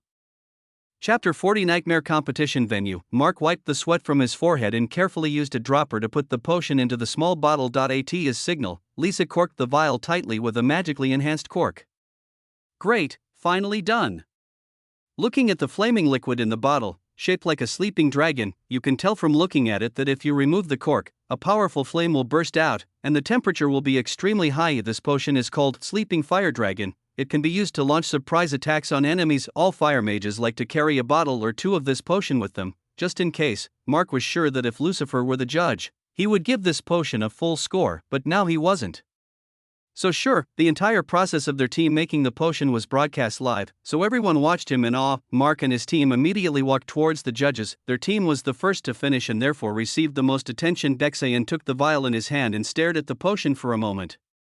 Well, you guys managed to create such a difficult potion in such a short time. You really deserve praise. Xayan nodded approvingly and gave it a score of 9. 1 point was deducted because the magic impurities were a bit high. You can improve it by improving your magic control over time, but then again, being able to control the magic to refine this potion is already a great feat in itself. Thomas then took the potion in his hand and examined it carefully. Well, with the concentration of fire element in this small bottle, you can create an explosion with the power of a 4th level fire magic. Very good, this is a good potion. You followed all the procedures meticulously. Thomas, a person who likes to follow rules and procedures, also gave it a score of 9, 1 point deducted for lack of teamwork. As a 2nd level mage, Thomas could easily see that Mark's team lacked coordination, but he did not blame them too much.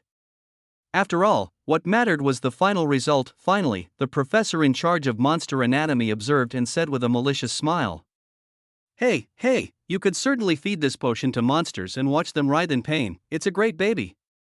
The professor smiled strangely and gave Mark's team a full score of 10. Mark knew the professor's eccentric personality, so he didn't think too much about why he was laughing so strangely. Mark's team's name shone brightly on the leaderboard, with the total score of 28 out of 30 appearing next to the team's name. Even the principal was surprised by the high score. "Well, that kid named Mark, he seems to have some talent in potion making." The principal stroked his long white beard and smiled with an amused expression on his face. After Mark's team returned to their table to wait for the final results, other teams began to bring their potions one by one. It was only when others brought their potions that Mark saw the professor's strictness. "The magic is so impure it can't even be called a potion. Please work harder on controlling your magic." 3 points. "You didn't even follow any of the procedures correctly." 2 points. With almost no team scoring more than 10 points, and no team even breaking the 20-point mark, Mark's team had no problem staying in first place. Seeing the professor's harsh criticism, netizens were instantly furious. "Damn! It's so hard to impress a college professor. If I were a student at that university, I would have failed long ago. These standards are too high for us ordinary people." Mark was a well-known and famous talent, therefore, no one doubted why Mark was highly praised. But seeing other teams being judged so harshly made them realize why the university was so famous. That's because their standards are too high. By the end of the event, only 2 other teams had scored more than 20 points, but Mark was still untouchable and now only Alan's team is left.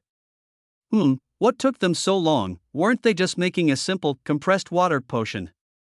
Compressed water is a very easy basic potion to make. You just need to collect enough water elements through the element conversion magic device provided by the university, and then use your magic control to compress the water elements into a small bottle. This potion is used to store large amounts of water so that you can use it to replenish your water supply during longer dungeon raids.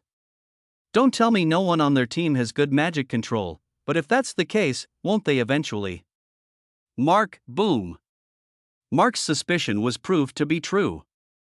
The small bottle broke due to a defect in the magic control, and a large amount of water gushed out instantly. It's obvious how the protagonist could remain silent and not try to get as much attention as possible. Level 5 Barrier Magic, Air Barrier.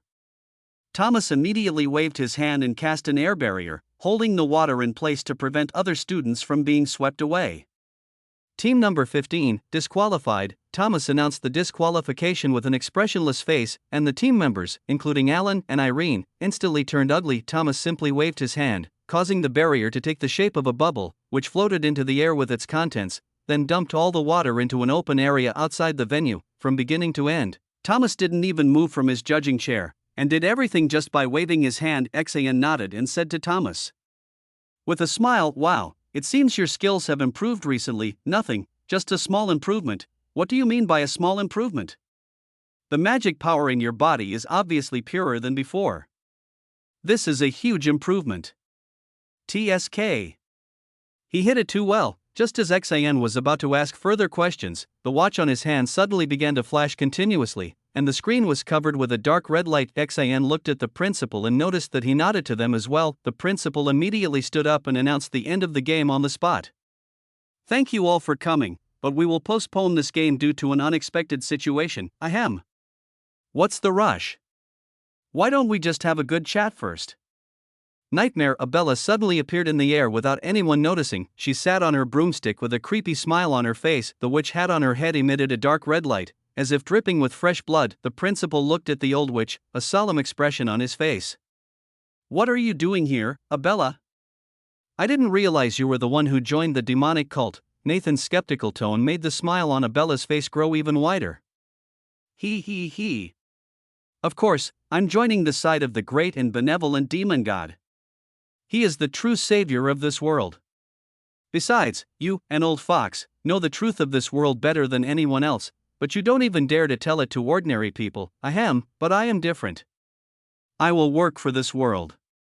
I will bring salvation to this corrupt world. Ahem. Only in the warm embrace of my demon god can this world be saved. Nathan's eyes widened when he heard Abella's words. Don't tell me you're going to look for information about the false dome. Clever. As expected of you, old fox. You are very clever. But my motive for coming here is different. I came here to kill you first.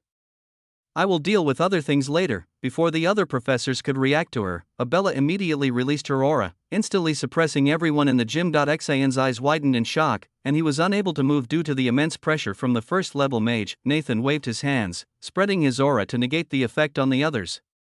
You've been promoted to level 1, Abella smiled eerily, amused when she saw the shocked expression on the principal's face. He, of course. This is the power my merciful God has given me. She simply waved her hand, and a huge magic circle opened in the air. Huge monsters such as demon spiders, bloodhounds, and poisonous lizards were summoned by those magic circles. Let me make you all remember why they call me Nightmare. Chapter 41 Demonic Spider. A huge demon spider fell from the sky and landed right in front of Mark and the others. Its aura was so powerful that it instantly frightened all the students. Level 4 Monster. Level 5 Shadow Magic, Hollow Barrier. Lisa took out the wand from her space ring and immediately cast a small shadow barrier, covering Mark in it. Level 5 Shadow Magic, Shadow Swap. Before Mark could react, Lisa swapped his position with the shadow of a flower pot against the gym wall. The spider's sharp legs pierced the spot where Mark had been standing a second ago, causing the ground to crack instantly. The huge shockwave generated by the attack swept away all the students nearby, including Lisa and Mark's 3 followers. Hey. Abella's evil laughter echoed throughout the area as she watched the people below her wear expressions of fear. Yeah. Are you afraid of me? Ah. This feels so good.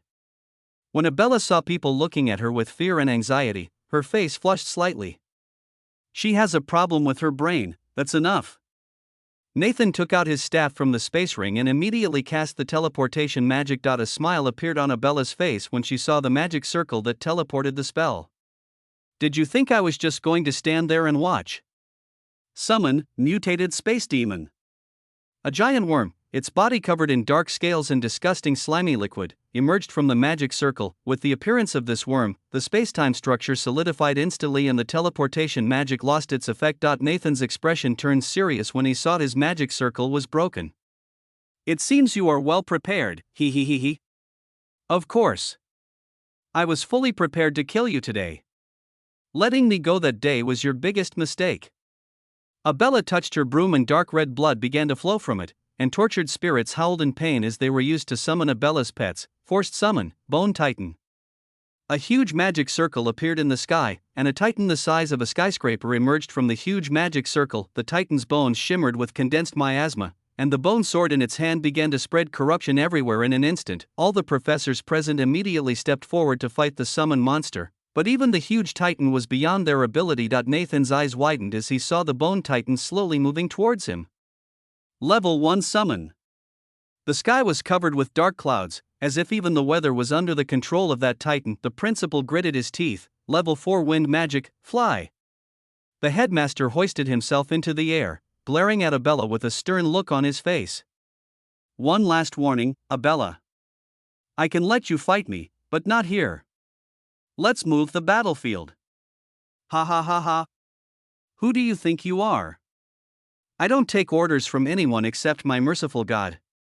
The giant titan immediately swung its huge sword at Nathan, and the wind pressure generated by the sword alone blew away several clouds in the sky. Second-level space magic, Space Gate. Nathan used a lot of magic power to open a huge space door. The titan's sword entered the door and emerged from the space behind the titan's head. Nathan linked the space gate to the space behind the titan's head, so when the sword moved, it hit the titan's own head directly. This caused Titan to lose his balance for a moment and fall to the ground. Oh. So you can still use your space magic in the presence of this space demon? Abella waved her hand, and 3 more worm-shaped space demons appeared. With their appearance, the structure of space and time further solidified. Ahem. Now you can't use any space-related magic below level 1.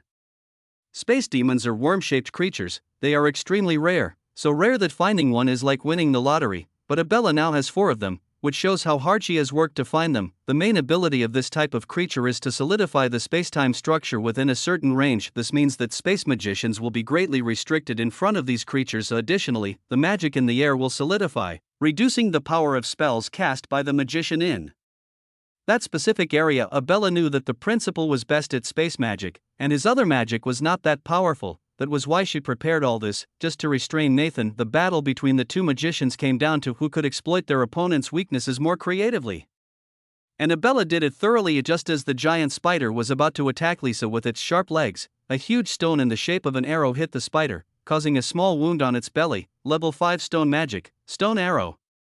Don't underestimate this simple attack. This giant stone arrow is almost as fast as a sniper rifle bullet, but the damage it causes is negligible. The spider was immediately enraged by the sneak attack and immediately fired a huge stream of silk-like substance from its back at Mark. Level 5 stone magic, stone wall. The filamentous substance instantly collided with the wall, shattering it with ease, as if the stone wall were made of cardboard. Basic magic, float. Despite this, the wall gave Mark enough time to cast a basic level spell, and he immediately floated into the air, successfully avoiding the attack and remaining unharmed. Mark! Don't stay here! Run! I'll distract the spider. Mark simply ignored her words because he didn't want to leave her behind. He knew that Lisa had swapped his places before because she wanted him to escape from this place, but he didn't want to agree with her. I'm not going to run away. If I run away today, I won't be able to call myself a genius anymore. In the original game timeline, Mark was a competitive and mischievous guy who always opposed the protagonist on every choice, but now Mark has begun to regard Lucifer as an idol, and Mark's worldview has changed a lot. If I can't face monsters like him, will I ever be able to surpass him one day? Mark had seen Lucifer remain calm in the face of overwhelming monsters. He also wanted to follow in Lucifer's footsteps. Level 5 Earth Magic, Swamp Entanglement. The ground beneath the giant spider instantly turned into mud, and tentacles made of mud immediately wrapped around the spider to restrict its movement. Even though it was confined by the mud, the spider angrily and forcefully began to move towards Mark. Sure enough, this alone can't control you. Level 5 Stone Magic, Stone Rain. 10 small magic circles appeared next to Mark and began to fire stone bullets at the spider at a speed much faster than a Gatling gun could fire bullets. The spider tried to shield its eyes with its front legs to resist the falling stones, but before it could lift its legs, Lisa immediately seized this golden opportunity. Level 5 Shadow Magic, Shadow Binding. A thick rope of shadow bound the spider's front legs, preventing it from covering its mouth and eyes. Mark didn't miss either. His stone bullet hit the spider directly in the eye, blinding it instantly. The other students weren't idiots either. They came over to help. 2 Irene placed her wand on the ground. Level 6 Wood Magic, Suffocating Vine Binding. The protagonist Alan finally arrived in time and cast his wind magic to force the spider to open its mouth. Then Isa and Alan fired a strong fire magic into the spider's mouth. Fire magic, combination spell, Fire Beam. With the joint efforts of all the students, they finally succeeded in defeating the demon spider before their magic power was exhausted. Through their combined efforts, they burned the spider from the inside out, killing it in the most gruesome way possible. Mark breathed a sigh of relief and wiped the sweat from his forehead. Just as he was about to wave to Lisa to thank her for her help, the spider's body suddenly began to twitch. Huge tentacles made of miasma rushed out of its body and began to twist violently. Under the shocked gazes of the students, the dead spider slowly stood up and miasma began to cover its entire body. It turned into a zombie. Just as Mark and the other students were about to collapse under its huge aura, a condensed icicle flew over and froze the entire spider on the spot. Before the students could react, the frozen block of ice shattered, instantly killing the spider inside. Children, evacuate now. Our professor has already evacuated most of the civilians. Now you should leave too. Blood dripped from Xian's forehead, and even his whole body was covered with the monster's blood, but his face remained as calm as usual. Chapter 42 I was also tainted by the darkness above the competition venue. Boom! The Titan's bone sword struck a massive wind gun, creating a massive shockwave in the sky. The sound from the collision killed all the birds flying in the nearby sky. Summon, Serpent Guard. A huge snake half a kilometer long appeared in the sky and began to fall. Nathan immediately aimed at the snake and tried to chant magic, but before he could do so, the Bone Titan immediately attacked him with its bone sword, destroying one of the magic barriers around the headmaster. Cut.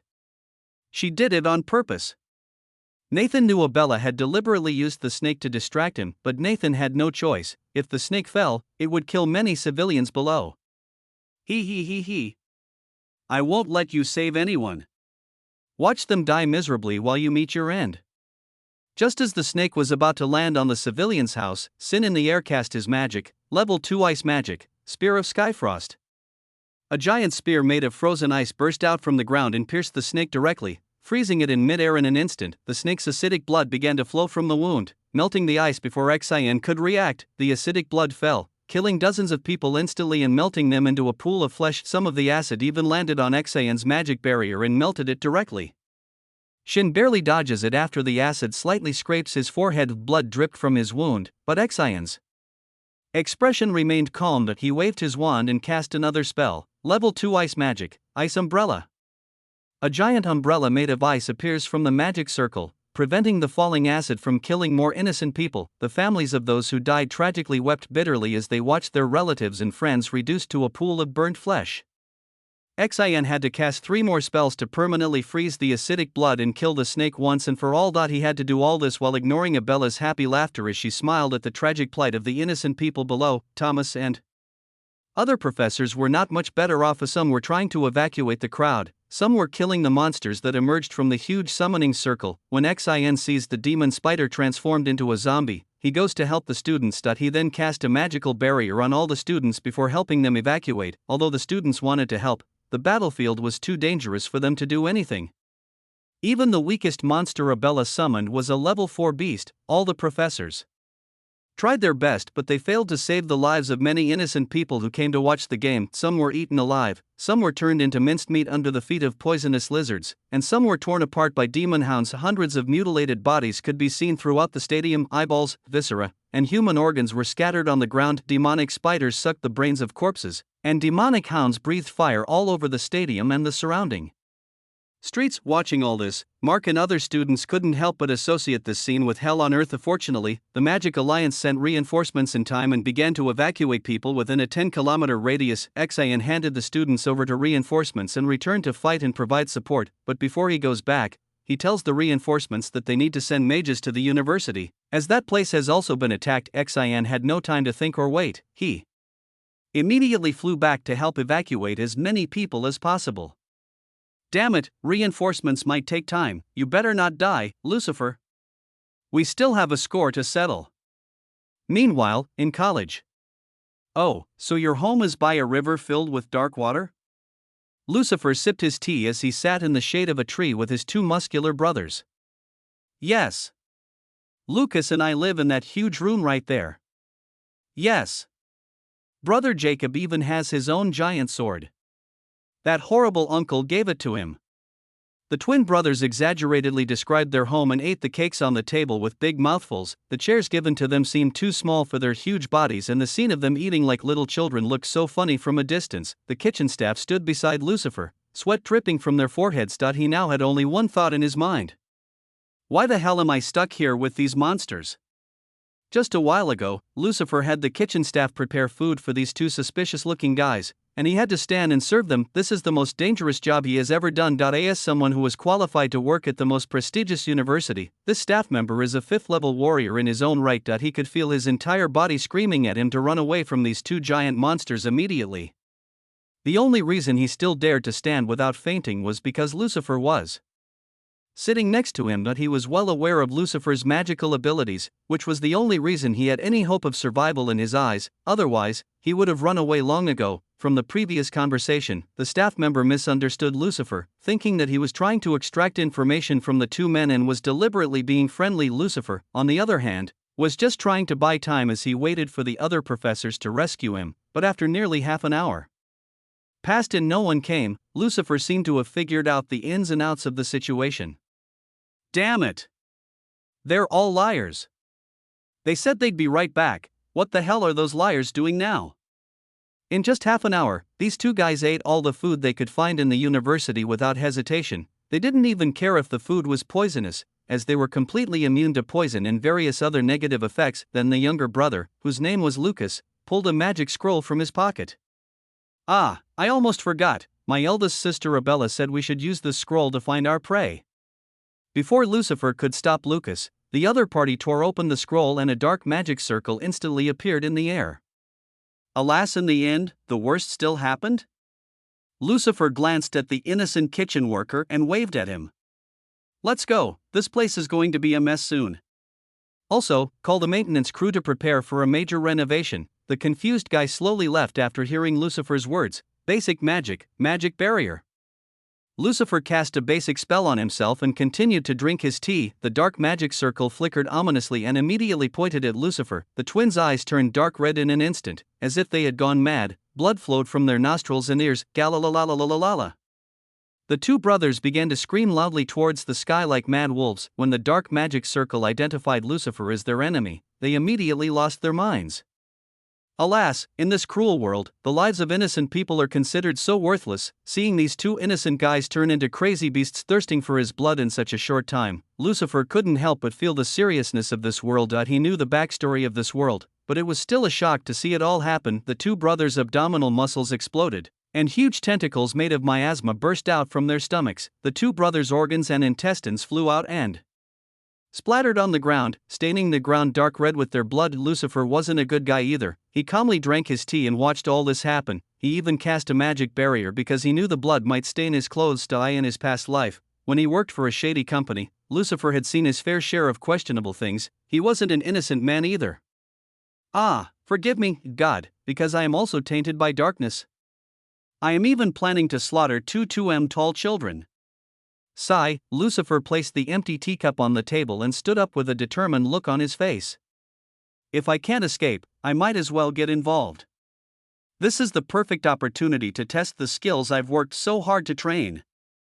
Chapter 43 Basic Magic. The strength of basic magic depends entirely on three key factors. First, the intelligence or mental ability of the caster. Second, the caster's proficiency in basic magic. The last and most important point is the caster's magic control. A spellcaster who excels in all three of these key factors is obviously able to cast basic magic so powerful that even those of higher levels will have difficulty dealing with him. Lucifer has the passive skill Sharp Mind, which improves his mental ability when casting spells.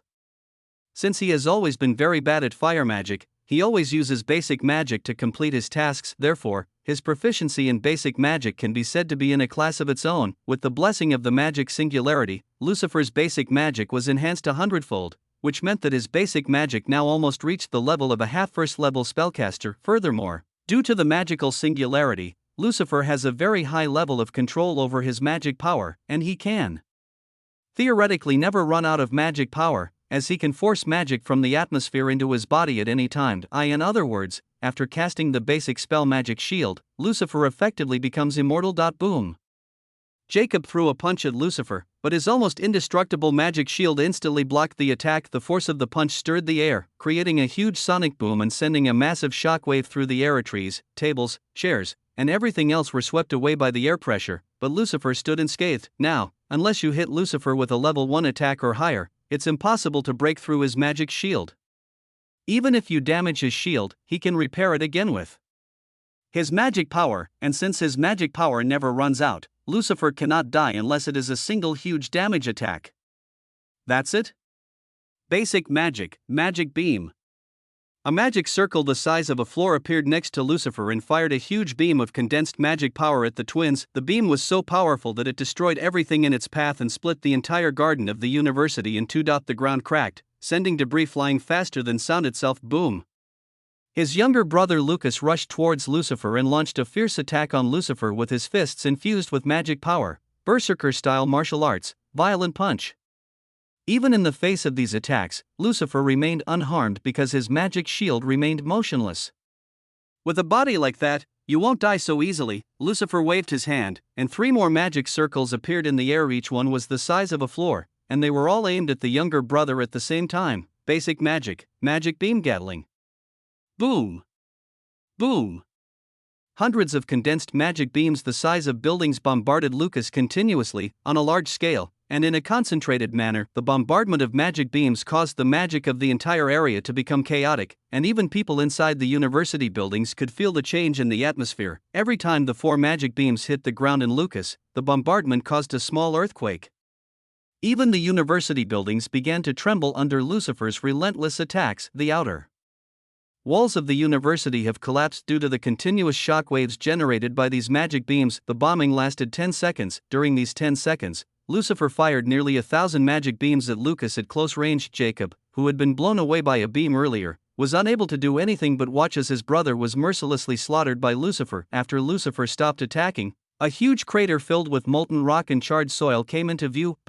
Lucifer, with his usual cold expression on his face, slowly walked to the edge of the crater and looked down. What came into view was the ashes of Lucas' body. He had been bombarded so severely by the magic beam that not even his bones were left, only some scattered ashes. Witnessing his brother's horrific death, Jacob went mad instantly, and miasma tentacles began to wrap around his body, causing his already huge body to expand even more. After seeing me kill his brother, he willingly accepted corruption? Lucifer had a malicious smile on his face as he watched the dark and sticky miasma slowly cover Jacob's body. Did you think you could kill me that way? It's useless. Lucifer raised his hands to the sky and cast a spell. Frowny face. Basic magic, glowing magic ball. A massive magic circle the size of a skyscraper appeared in the sky directly above Lucifer. Breaking news. Spell name, glowing magic ball. Spell type, basic magic. Glowing magic ball is a spell used like a torch. It is used as a light source when walking in dark underground areas or any dark place without a light source. Effect, acts as a torch and light source. Additionally, it slightly repels darkness. Lucifer knew that this spell could slightly repel darkness, but he also knew a key point, that is, when he cast a basic magic type spell, his spell could be enhanced by the effect of magic singularity. In other words, the spell cast by Lucifer produced a glowing magic ball so powerful that its ability to repel darkness was instantly enhanced 100-fold. A giant magic ball floating in the sky shone so brightly that it seemed as if a second sun had appeared out of thin air. Its light, condensed by magic, immediately fell on Jacob, covering his body with darkness and beginning to burn it completely. As his body began to burn, Jacob screamed in immense pain and torment, and Lucifer could only shake his head.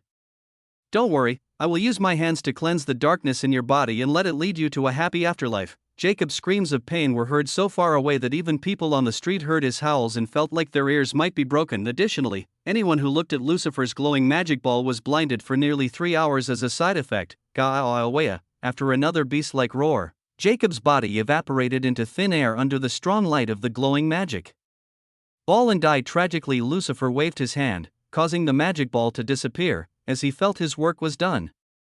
It took a lot of effort to complete this, but I think I have a solid foothold in this world now. Information broadcast. When Lucifer began training, he noticed one major difference from the game. Ever since he obtained the magic singularity, his basic magic has become exaggeratedly powerful. In the game, basic magic is just for show, it can't become powerful anyway. The game's mechanics and limitations are suppressing base magic and not allowing it to reach its true potential. Even if you gain magic singularity in the game, your basic magic can never be improved, only attribute magic can be enhanced. But the vulnerability was fixed in the real world, and now that Lucifer was in the real world, not a game, reality would follow its own rules. Magic singularity now also applies to basic magic, and the combination of magic singularity and basic magic is simply super invincible and ridiculously powerful. You don't need to increase your level to upgrade your basic magic, all you need is a stronger mind and higher proficiency. While this sounds easy to achieve, Lucifer was only able to do it because things aligned perfectly for him. If he possessed the body of someone other than Lucifer, he wouldn't have the passive skill sharp mind and the original Lucifer's high proficiency in basic magic. In that case, even if he obtained the magical singularity, it would be useless without the other two things. But instead of facing this worst-case scenario, Lucifer was fortunately possessed by the body of Lucifer Blaze, who already had the qualifications to become extremely powerful in basic magic. All he needed was a push, and that push came when the magical singularity appeared. Thus, even as a weak third-rate villain, Lucifer Blaze becomes as powerful as any other second-level wizard, without even needing to use attack cards anymore. Back to chapter. Standing beside Jacob's ashes, Lucifer's expression remained as grim as ever. He glanced at the setting sun and thought, do I still need attack cards? Lucifer is now satisfied with his progress. Even though Lucifer technically cheated, no one could believe that Lucifer had achieved all this in just over a month.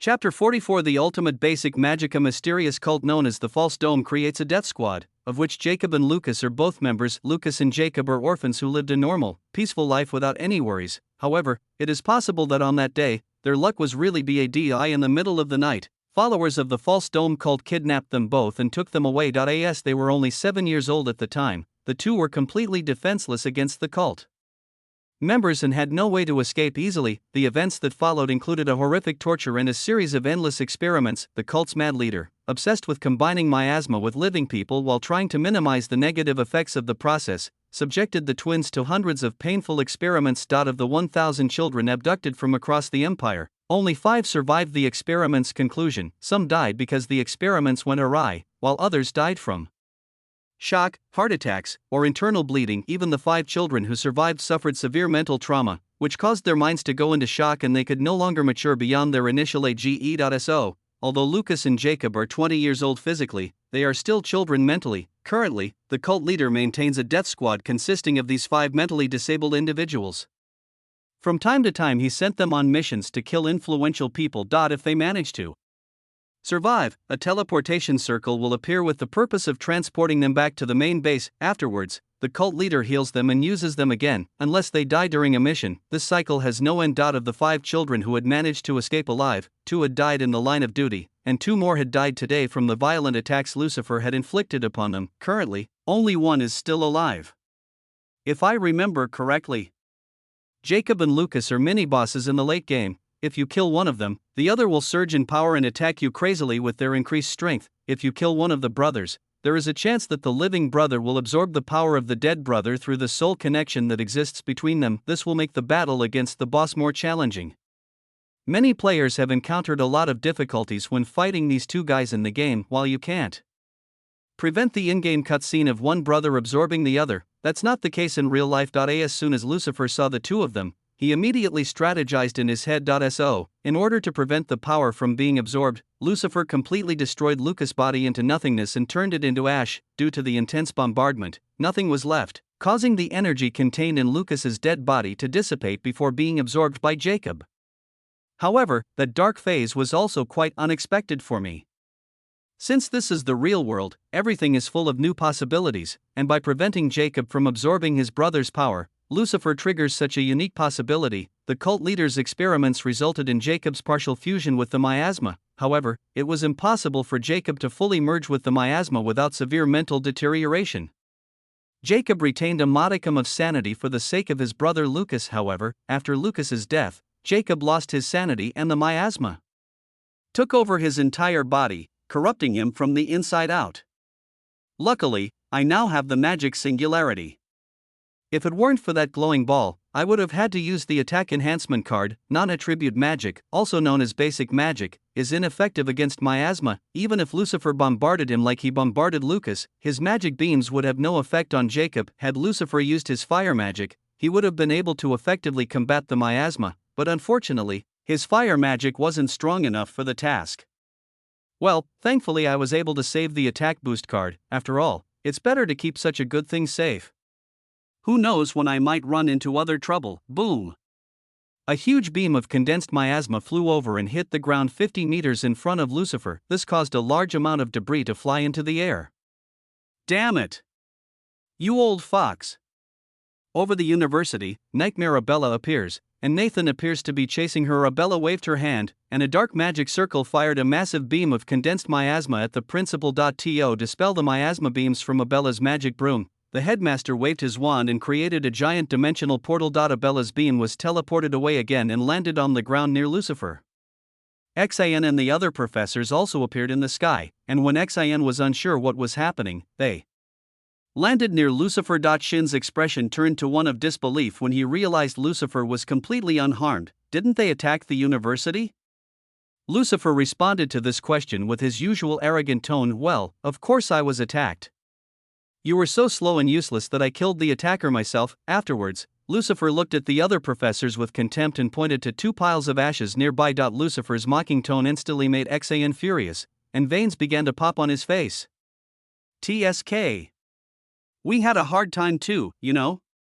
We had to deal with countless 2nd and 3rd level monsters, because the dam which bounced so many summons at us out of thin air. Even Thomas nodded in approval of Xin's words.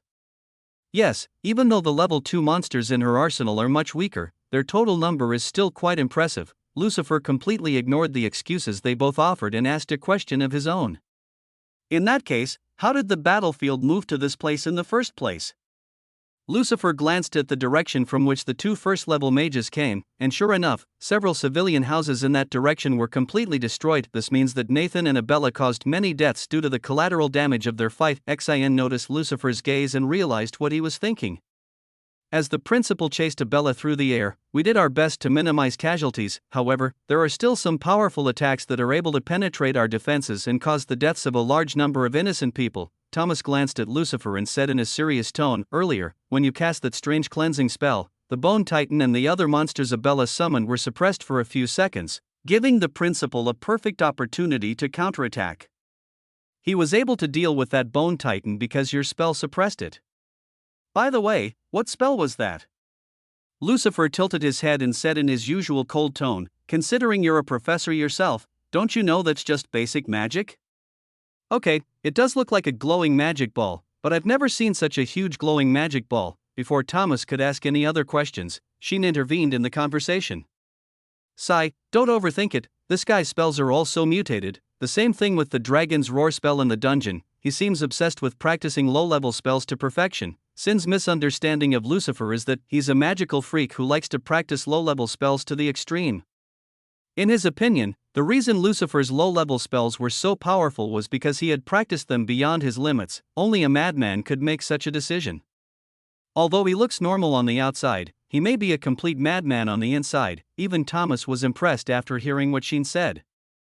It's true that low-level spells are easier to cast, taking less time and mana, and if you practice them to perfection like Lucifer did, they might actually become as deadly as any other second-level spell. Lucifer, who was unaware of the professor's inner conflicts and who was technically a cheater, was also experiencing a lot of inner conflicts at this moment. "Alas! I used too much mana on those huge magic beams, it will take a few more minutes to fully recover to full capacity." Boom. Snap. Snap. Just when Lucifer thought things were slowly coming to an end, huge vines burst out from the main building of the university. A figure in a dark black robe flew out of the building like a cannonball and crashed into the wall of the building on the other side. The ground beneath Lucifer's feet suddenly began to rumble, and thick tree roots emerged from the ground at a speed visible to the naked eye. Basic magic, float. In order to avoid being hit by the tree roots, Lucifer immediately flew into the air, followed by the other professors. This is Professor Arya's magic. Oh, wait. That black shadow, why does it look similar to Abella? Is that a clone? As Lucifer watched the scene descend into chaos once again, he couldn't help but feel annoyed. Oh, damn it. It's happening again.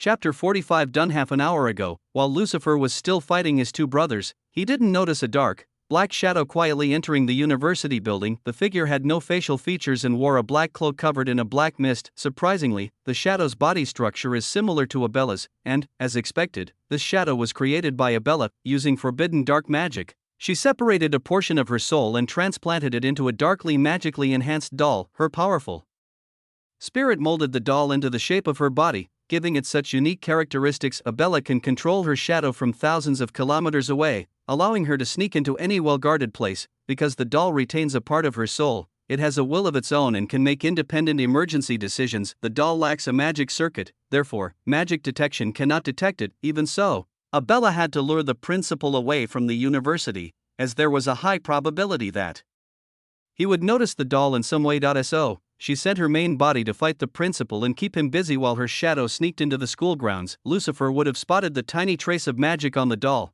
but he was too focused on the twins to notice the shadow. Shadow entered the main university building and began to quietly walk towards the president's office. She needs to steal the keys to the secret library because without them, it would take even a first-level mage a long time to open the magical seal on the secret library's door. When Shadow Doll was about to sneak into the principal's office, Arya, who had been feeling down for the past few days, came over to retrieve her smartphone which she had left in the office. The shadow quickly created a knife from the remaining mist around its body and attacked Arya. Arya is a coward when it comes to fighting and killing, but she is a true second-level mage who can maintain a magical barrier around herself at all times, just like other high-level mages. Buzz.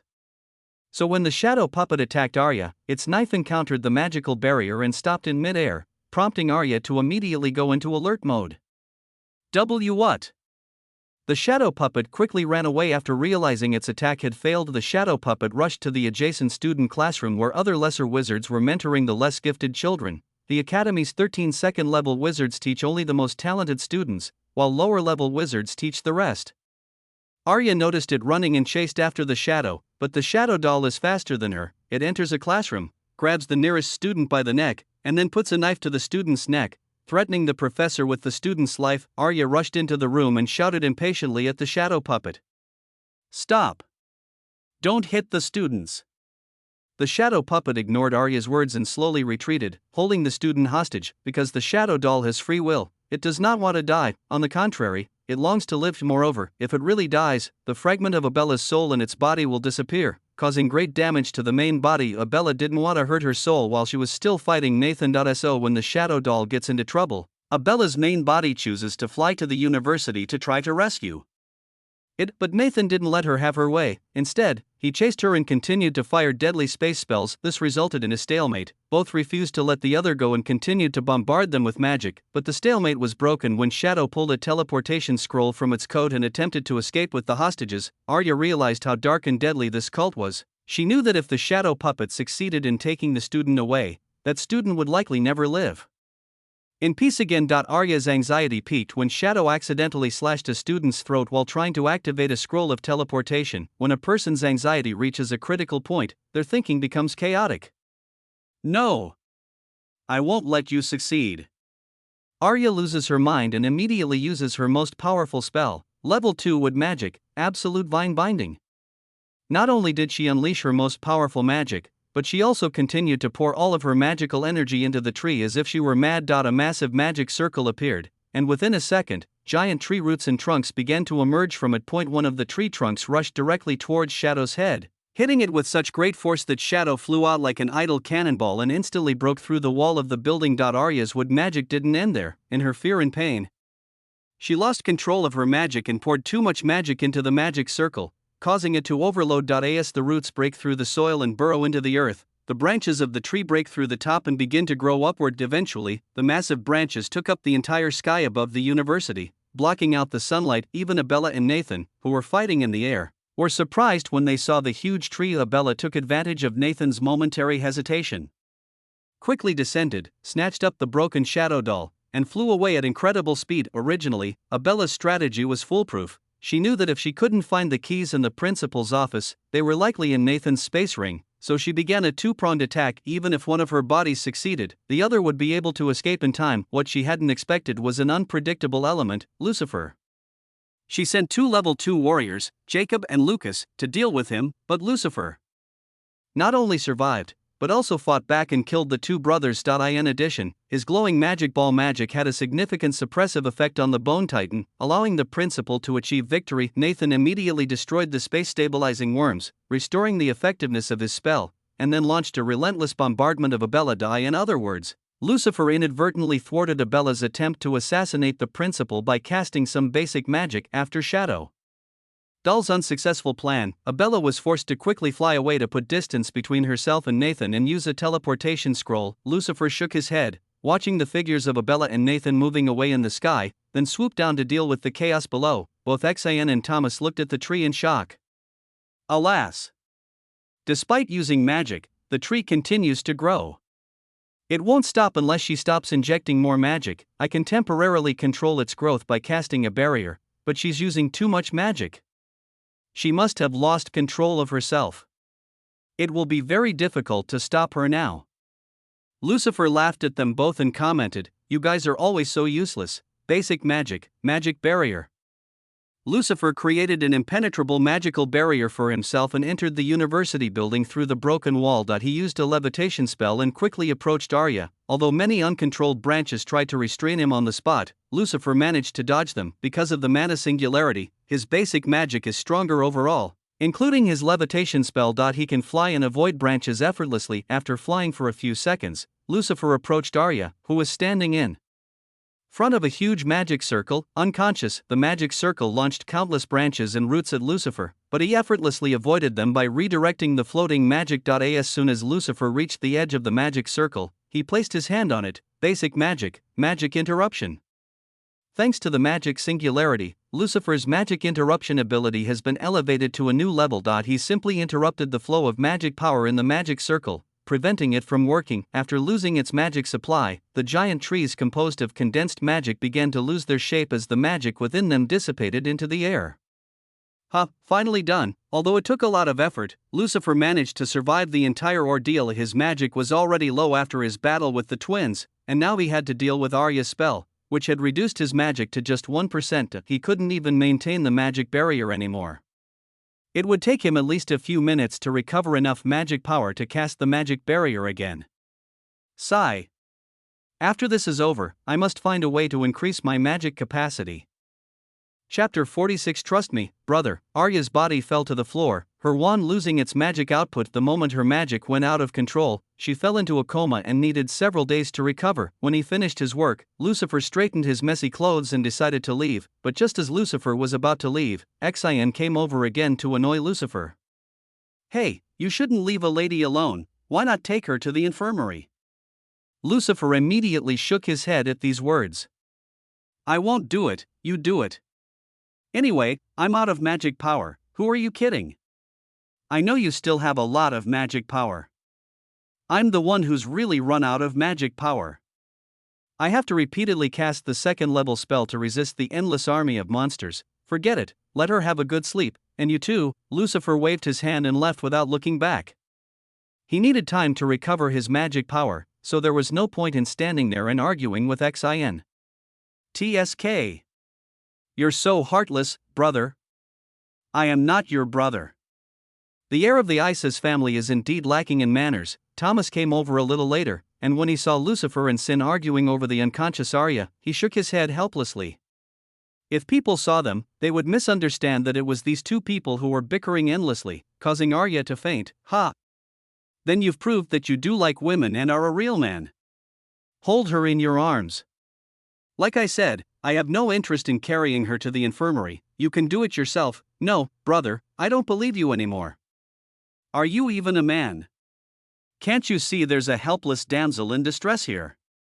At least she's not as mentally helpless as you are. What the hell are you talking about?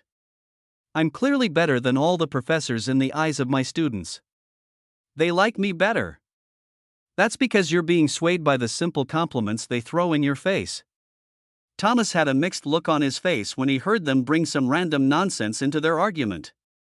Alas, if anyone heard them talking like this, they would tarnish the image of all second-level mages. Actually, Lucifer didn't want to take on extra work.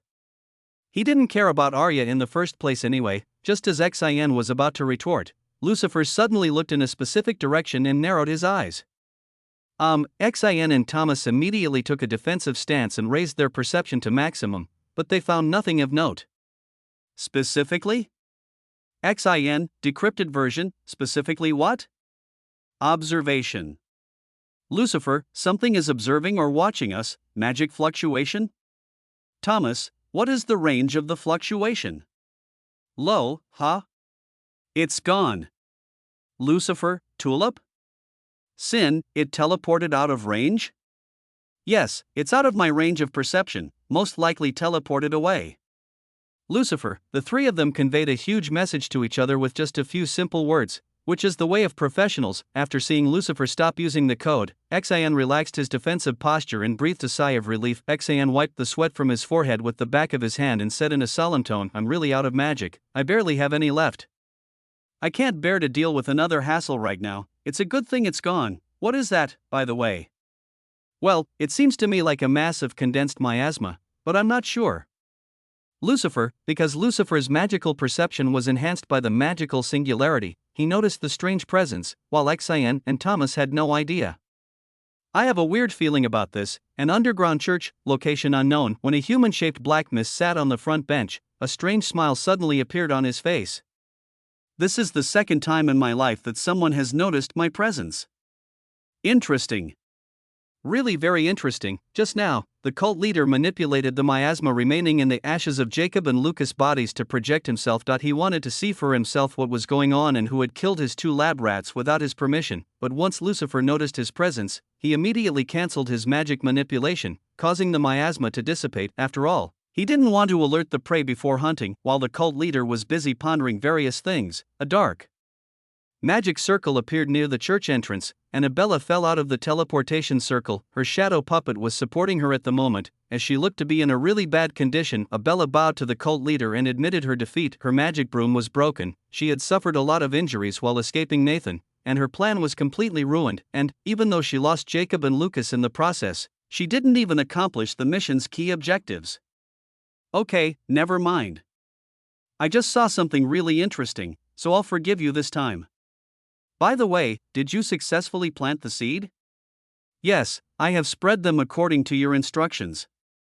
All that is left is to wait for them to mature. Good, that will keep them busy for a while. In the meantime, we can conduct the soul-collecting ritual peacefully.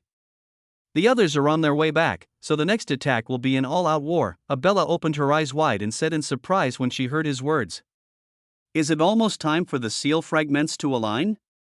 Ah, yes. We'll soon be able to break the seal on the false dome. All we need to do is find an entrance through the path of the hidden dome. Once we are free of all 8 seals, our benevolent God can finally descend upon this world. When Abella heard his words, the smile on her face returned, she nodded, and the determination in her eyes returned. Seeing her excited expression, the cult leader waved his hand, indicating that she could leave. Come on, you can leave now, understood? After receiving permission, Abella immediately left the church. The strange smile on the cult leader's face remained the same as always. I think it's time, Ivan University, the principal returned empty-handed. He chased Abella for at least 100 kilometers before she had a chance to teleport away. Even after his various attacks, the only thing he could do was destroy her magic broom and free the tormented souls contained within. When the president came back, he saw the state of the university and his face twitched with a complicated expression.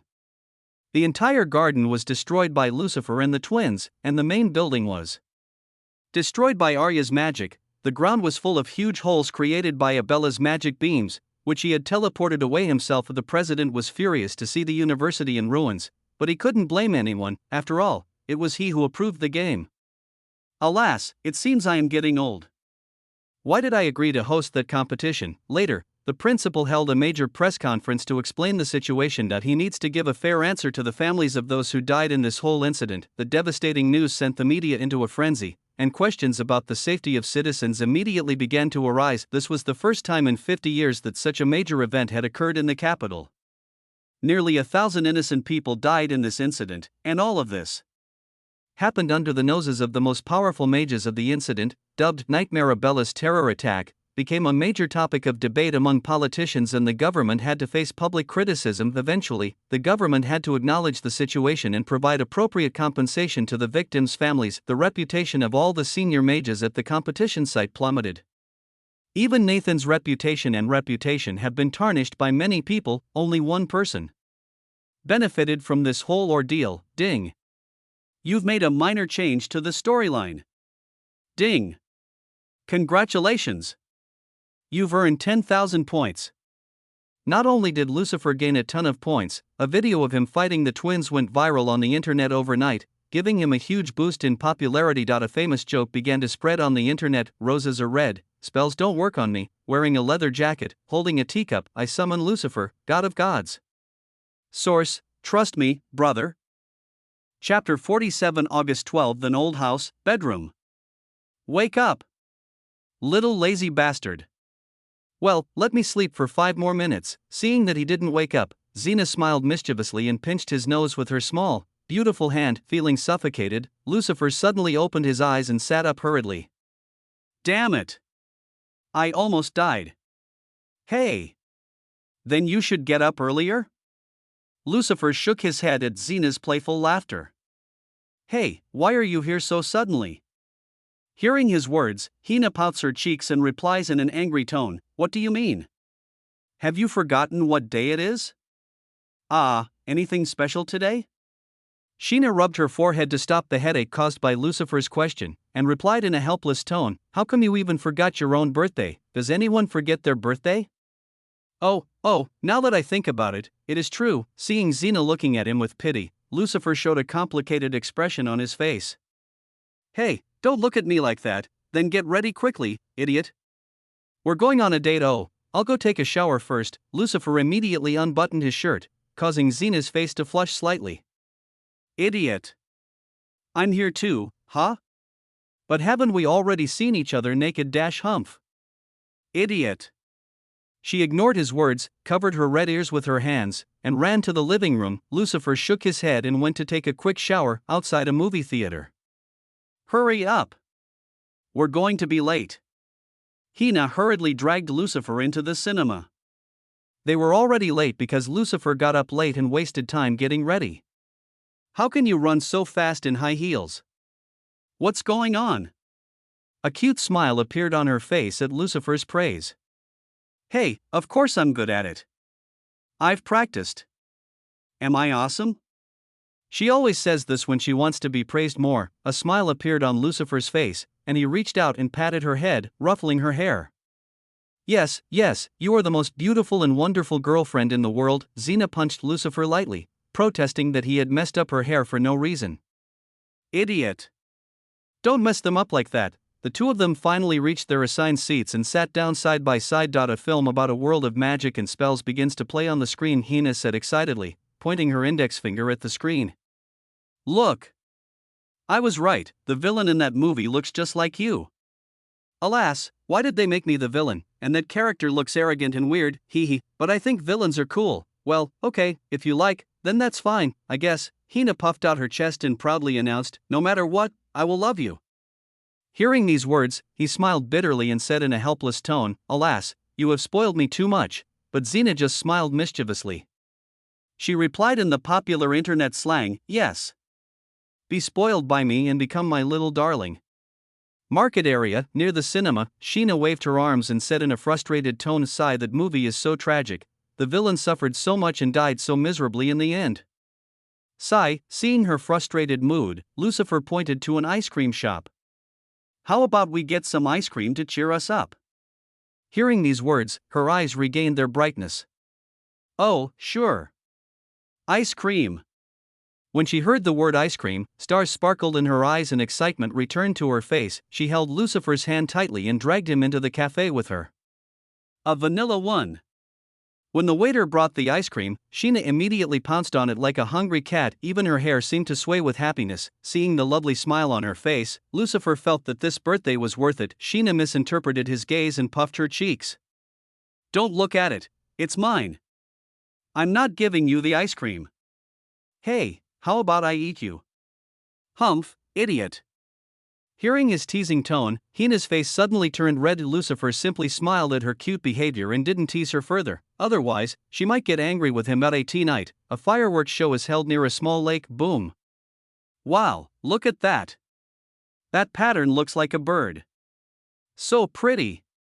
Amidst the cheers of the nearby crowd, Xena and Lucifer watched the nighttime performance with happy smiles on their faces. Xena looked up at the sky excitedly, but Lucifer didn't even look at the sky. Instead, he kept staring at her happy face. When she noticed he was staring at her, he pretended to look at the sky, sitting on the cozy grass, with the warm breeze caressing your face, holding the love of your life in your hands, and watching the fireworks in the sky. If this isn't heaven, then what is? Despite the loud shouts of the excited crowd, Lucifer and Xena had no trouble hearing each other. While watching the beautiful fireworks, Hina smiled and said in a happy tone, I love these fireworks displays. We should come back someday to see them. I think they'll organize a bigger fireworks show for New Year's, even bigger than this. Sheena held Lucifer's hand and said, Then you promise me that you will go to the show with me. Lucifer also nodded and answered in a solemn tone, Yes, I promise.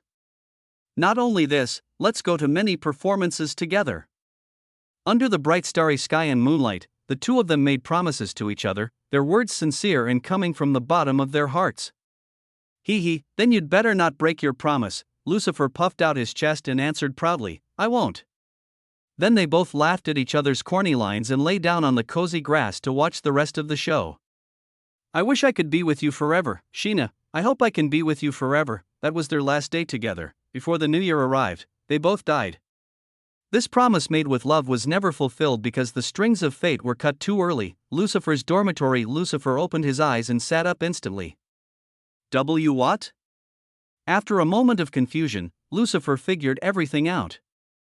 Alas, it was a dream. Although his facial expression remained the same as always, Lucifer felt quite sad inside that he stood up from the bed and walked to the mirror. Ah, yes. I have become Lucifer now. I can no longer be with her. His heart seemed to be carrying a great sorrow, but he had no way to get rid of these emotions. Lucifer rubbed his forehead, and the light in his eyes dimmed a little.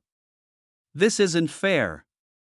If you keep showing up in my dreams like this, I'll never be happy again. Lucifer knew he had to put these feelings behind him, otherwise, he would not be able to live this new life well. But I still don't want to forget her. Maybe that's why I had such a dream today. As Lucifer was thinking about his dream, he suddenly noticed a strange detail. Wait, why was I Lucifer in that dream, and not my original body? At this thought, an ominous thought occurred to his mind, causing his eyes to widen in pure shock. Wait, what's my name? I know I work for a shady company, but what was my name in my past life? Wait, what? No matter how hard he tried to recall, Lucifer could not remember his name or appearance in his previous life. Does that mean that I appear in my dreams as Lucifer because I've forgotten what I looked like in my past life? Strange, this is all very strange. He had never been so confused in his entire life, and everything seemed increasingly bizarre. Lucifer shook his head and calmed down. He stopped thinking about it further and drank a glass of water. As he drank the water, he walked to the window and glanced at the sun rising on the horizon. Alas, the questions in my mind keep piling up, and there's no way to answer them. As Lucifer was thinking about all this, he noticed the date on the clock on the table next to him. Ah! Today is August 12th. It's my birthday. Forgive me, Hina, I never kept our promise. For the next hour or so, Lucifer drank a lot of water to forget his sorrow.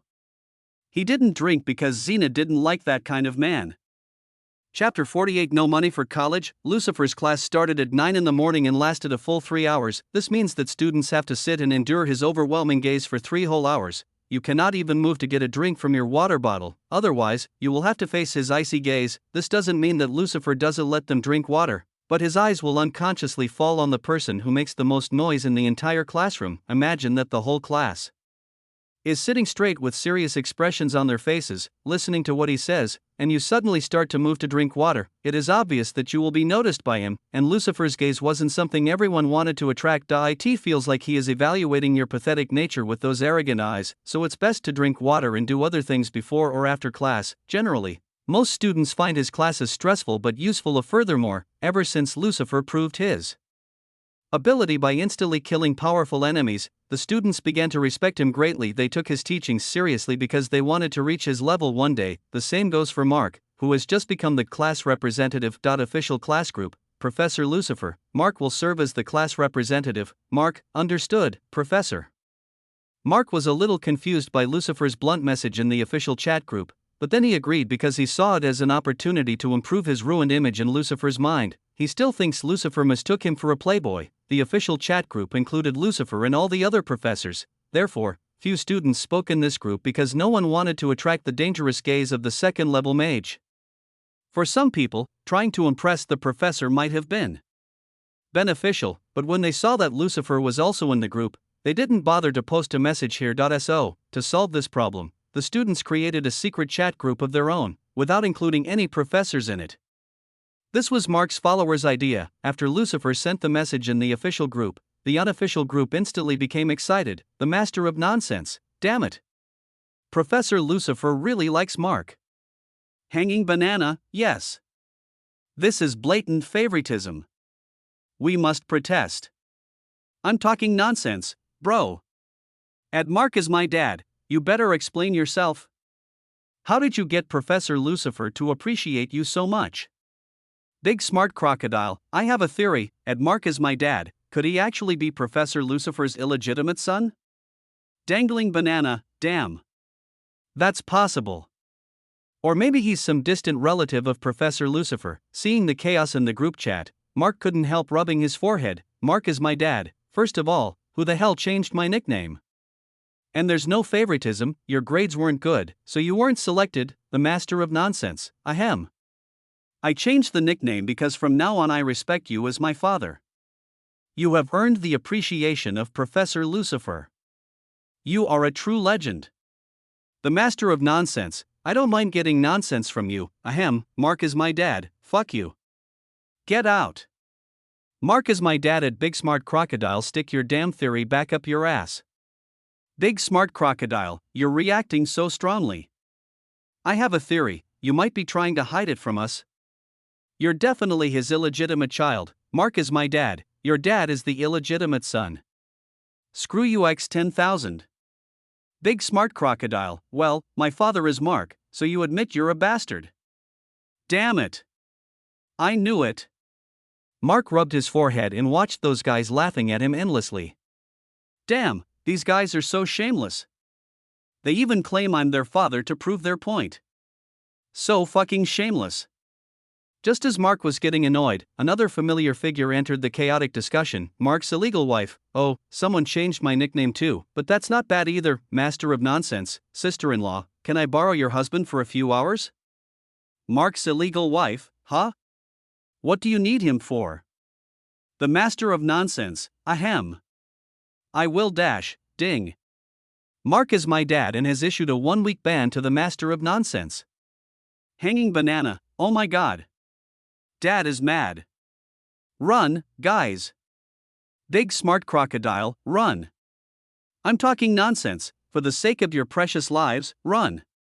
Mark is my dad, just wait, once the university is renovated and classes start again, I will beat the crap out of all of you. Eventually, the chaos in the group chat ended as Mark took drastic measures. Half an hour later, just when Mark thought he could relax, the door of his room suddenly opened and a young girl half his height walked in.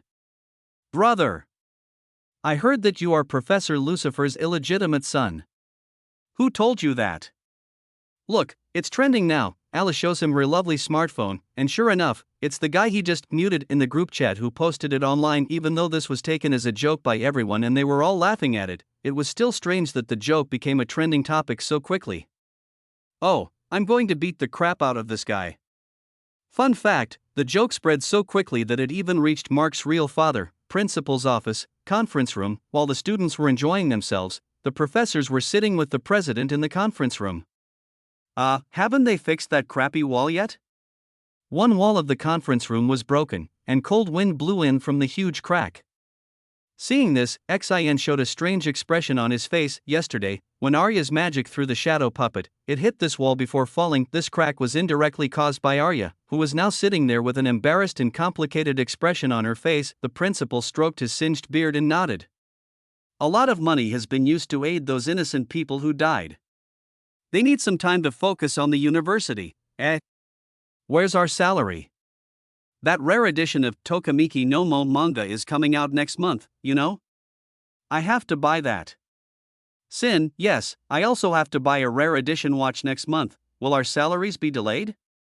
Thomas, seeing how miserable they were, Arya, who had remained silent, said, I have an idea. Upon hearing these words, Xin and Thomas immediately refuted. No, thank you. Your last idea almost killed the principal. Yes, Professor Arya, you may bring bad luck again, but the principal completely ignored them. Ahem, at least you should tell us what you are thinking. Seeing the principal's positive response, Arya smiled and nodded. Well, how about we ask the students' families for a donation fund? Students like Mark are wealthy, you know. Silence. After hearing her thoughts, everyone was silent for a few seconds. How do you always come up with these weird ideas? No, wait. That's actually not a bad idea. I can just go talk to Mark's father about some donations. In the modern world, the royal family may not have much power. But they sure have a lot of money. Nathan's words confused all the professors. You know his father has a bad temper, right? He's also a first-level mage. We don't want incidents like this to happen again. Yes, you should think twice. If you two fight, more people will die as collateral damage. At this time, a doubtful expression appeared on the principal's face. I need some time to decide. Just as they were worrying about this, Lucifer simply gave a casual suggestion. You know, you just sell the family one of the many secret spells you possess, and they'll give you the money. No fighting required, alas. I don't want to sell my precious spell. Lucifer just shook his head and said to the principal, what's more important, your spell or the university's reputation, which you've painstakingly built over decades? Well, if you say so. A resolute expression appeared on the headmaster's old face. It seemed that selling his spell might require more determination on his part than fighting a Bella. Alas, his personality is just like he is in the game. He's obsessed with magic and cherishes the spells he's learned and studied. Mages sell their theories for money and resources. This is what the original Lucifer did when he became a professor. He sold his theories in exchange for a permanent job. It is likely that Nathan collected several such theories during his long life, and he could have brought out any one of them with a wealth of resources. This is how the strong deal with each other. Even in the game, he was badly injured and retired because they set a trap, lured him with a spell, and killed him with an ambush. The question now is, how do I change this plot? Chapter 49 Old Fox Royal Palace, Throne Room. The rhythmic tapping of fingers on a hard surface echoed through the throne room. The sound of finger tapping made all members attending that meeting nervous. The only person who could make all the second-level mages here nervous was none other than Mark's father and first-level mage, Leonard Kalashnikov. In his other hand he held a luxurious goblet filled with the most expensive wine in the empire of Man. As he sipped his wine, Reynard's golden eyes fixed on the man who bowed to him with tears streaming down his face. So, what you're trying to say is that your family failed to protect the town entrusted to you, and after the entire town was massacred, you came back to me? This, your majesty, I have no choice. Level 1 earth magic, gentle hands of the earth god. Before the other party could make any excuses, Leonard waved his hand, and a huge magic circle appeared above his head. A hand made of condensed earth element shot out from the magic circle and hit the opponent with such speed that his body exploded into a pool of flesh and blood. A large amount of blood splattered everywhere, even staining the clothes of the nearby second-level mages red, making them retreat in fear. After squeezing a second-level mage like a fly, Reynard waved his hand and ordered the maids to clean up the area. Utter rubbish, couldn't even properly accept their defeat. If you hadn't tried to justify the deaths of so many innocent people just to cover up your own incompetence, I would have given you a much lighter punishment. The man Leonard killed was the head of a dependent family under the royal command. His family was given the responsibility to protect a small town, but due to their irresponsibility, the monsters overran the city walls because the magic barrier was not repaired in time. In that massacre, only the patriarch of the family survived and escaped. Leonard had all the information in advance, so he knew all the ins and outs of the matter. It would be a mistake only a fool would make to underestimate Leonard's intelligence gathering channels. As he watched the maids clean up the throne room, Reynard waved his hand, dismissing all the other second-level mages. As they had now completed their reporting sessions, the second-level mages finally breathed a sigh of relief after they left the throne room. None of them wanted to turn into a pool of flesh and blood, so they hurried home, not daring to stay in this place for too long. They came here only to file their annual reports when summoned by Reynard. Otherwise, they would not come here even if someone paid them. Looking at their retreating backs, Reynard shook his head and said to himself, corruption has become rampant over the years. If this continues, thousands of lives will be lost. The current government has major flaws. Leonard was a man of vision. He knew a great deal about politics and so on. Initially, when the royal family was in power, it was their responsibility to take care of the people, but 200 years ago, the common people began large-scale protests, demanding freedom. Seeing the massive protests, the royal family was forced to comply and they agreed to step aside and help conduct the first elections. Laws and a constitution were formed, and for the first time a formal government was organized. While this suppressed the royal family's power to rule, other aspects of the royal family were completely unaffected. The royal family produces first-level wizards in every generation, so no one can completely eradicate their power. The previous royal head was a kind man who agreed to the demands of the common people and helped them gain their individual rights. But 200 years later, political corruption today is deeply entrenched. The royal family had faced these problems in the past, but they were usually handled by a first-level wizard, the king of that generation. But the current government has no one to check and balance them, so things have become dangerous for civilians. The heads of the affiliated families related to ours have also begun to receive large amounts of bribes from the government. They are becoming corrupt. The future is not good. How will you handle this, Mark? Knowing that his son would be his next king, Reynard was interested in how Mark would handle the coming chaotic times. While Leonard was enjoying the wine, he was thinking about the future in his mind. His mischievous daughter Alice ran into the throne room. Dad! Brother Mark is a bastard. Cough cough. Cough cough. What the hell? Cough cough. Reynard choked on his wine and coughed violently like an asthmatic, even dropping his glass and frightening the maids. Cough, cough. Cough, cough. Cough, cough. Basic magic, cleansing. Reynard used his magic to control his breathing, after casting a simple spell to clean the wine stains from his clothes. Only then did he calmly answer Alice, "Who told you this nonsense?" Boom. Just as Reynard was about to question Alice, the ceiling of the throne room cracked and a woman in a full suit of plate armor appeared. Her pink hair with a hint of white fluttered in the air, making her look extremely beautiful, but a dark line appeared on Leonard's face instead of fascination. Let me explain." Before Reynard could explain himself, the lady swung her sword, and a massive arc of light made of condensed magic flew towards Reynard, nearly splitting his throne in two. It can't hurt Reynard because his magic shield is too strong, but the lady still didn't calm down. She walked towards Reynard and placed her sword near his neck, but didn't stab him. Even if she stabbed, it would have no effect on the magic shield. Leonard looked at Alice and said in a helpless tone, "Explain it to your mother." Nadia had a strange smile on her face and glared at Leonard angrily. "Alice, explain to your mother, she's misunderstood something. Mom, look at this news. It's trending." Nadia stepped back momentarily and took the smartphone from Alice's hand. "The hot news is frowny face conspiracy theory. Prince Mark may be an illegitimate child. Lucifer Blaze is extremely partial to Prince Mark. Is he his father?" When Nadia and Leonard saw the news, they were both furious. Leonard waved his hand, summoned his secretary, and ordered him to dispel this false rumor. "This is pure nonsense. Immediately block all accounts spreading this story and hold a press conference to demonstrate Mark's legal right to the throne." The secretary nodded and left in a hurry. Seeing that it was just a false alarm, Nadia put her sword back into its sheath with a look of disappointment on her face. Leonard breathed a sigh of relief when he saw that she had calmed down a bit. Then he smiled and asked, "By the way, what are you doing at home in armor?"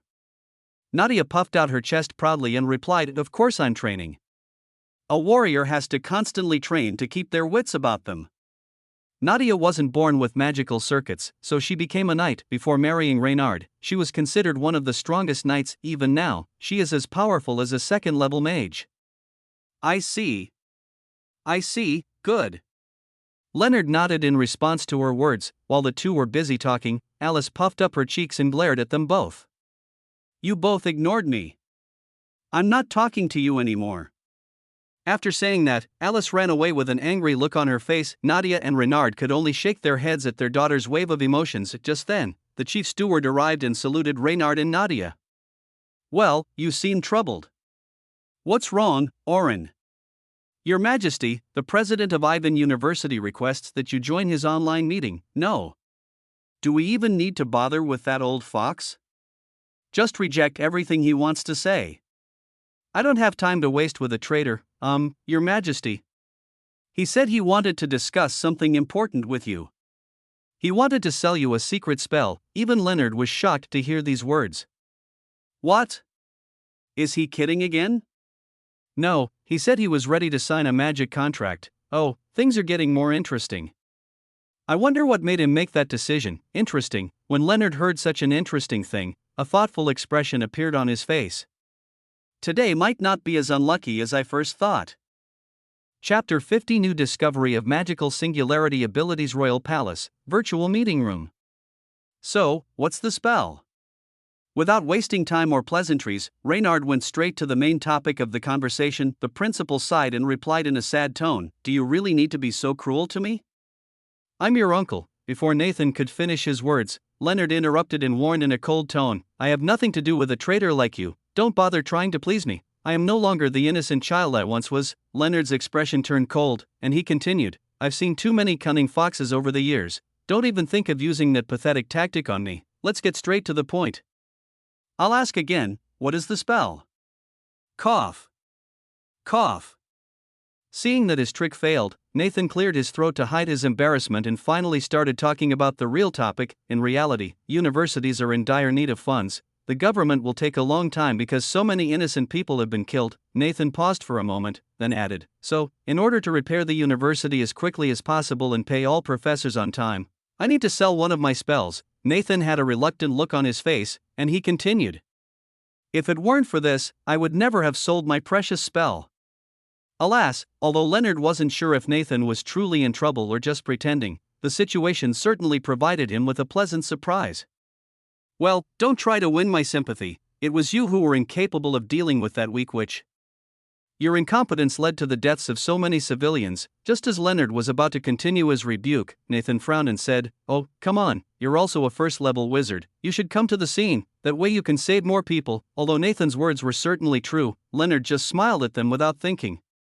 Of course I could save those people, but why should I? What good would it do me? What do I owe you that I should help you? Or did I say I was a hero of justice? Leonard smiled with an amused expression on his face and said, "You forget that I am a citizen of this country just like everyone else and I deserve my rights to do what I want. Don't mistake me for a self-sacrificing hero." Reynolds' words were grim, but they contained a grain of truth. The crown was no longer the one who ruled the country, so he was not responsible for its security. It was his choice to do what he wanted. He had no obligation to protect others at the expense of himself. Hearing Leonard's words, Nathan frowned and said in an annoyed tone, "If this country is destroyed, your family will suffer too, you know." Leonard just shook his head and smiled at Nathan's words. If this country can't even protect itself and needs to rely on me for everything, then do the people of this country really have the right to remain free? If the people of this country agree to respect the royal family again, then I might consider protecting them and safeguarding this country. Otherwise, forget it." After saying this, Leonard sipped the luxurious wine with an amused smile on his face. Hearing these inhumane words, Nathan gritted his teeth and asked, "What about your son? What about Mark? He could have died at the game that day." Hearing these pitiful words, a sneer appeared on Leonard's face. "You've really lost your edge, old fox. Didn't you even notice that I've cast a first-level teleportation spell on him? It seems you've become demented due to old age. You should retire early and make way for the younger generation instead of clinging to the position of principal." Leonard added with a mocking smile on his face, "Once you retire, my son will be the next headmaster and king. He will bring great benefits to the royal family." Reynolds always considered only the prosperity of his own family. He cared little for others and would do anything to ensure the stability and security of the royal family for the next generation. The king's duty is to ensure that the next generation can inherit the throne without difficulty or resistance. If a king cannot even guarantee this, then they are not worthy of ruling the people.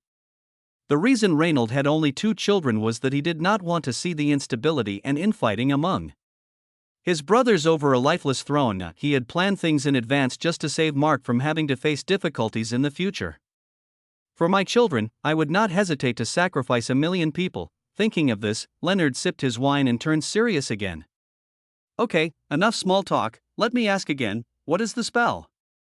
This is the last time I'm going to ask, and if I say any more, I'm leaving this conversation. My patience is limited. Don't waste my time, I have more important things to do." After hearing Leonard's warning, Nathan realized that no matter what method he used to persuade him, the other party would not be easily shaken. Nathan actually wanted to get resources and money for free by gaining sympathy, but all his attempts failed miserably. Ultimately, all he could do was succumb to Reynard's pressure and agree to sell his spell.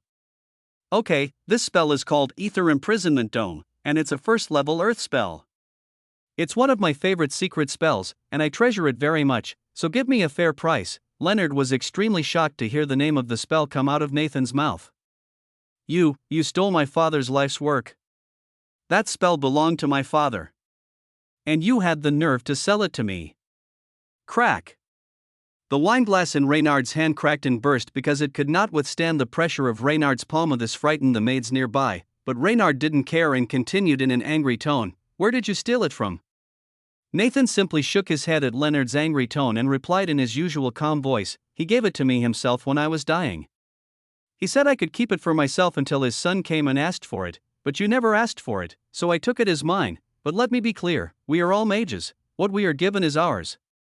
So, this spell is mine, and I'm selling it to you. Don't assume I should give it to you honestly." Nathan's words made Leonard very frustrated, but he didn't want to let this opportunity slip away, so he controlled his emotions.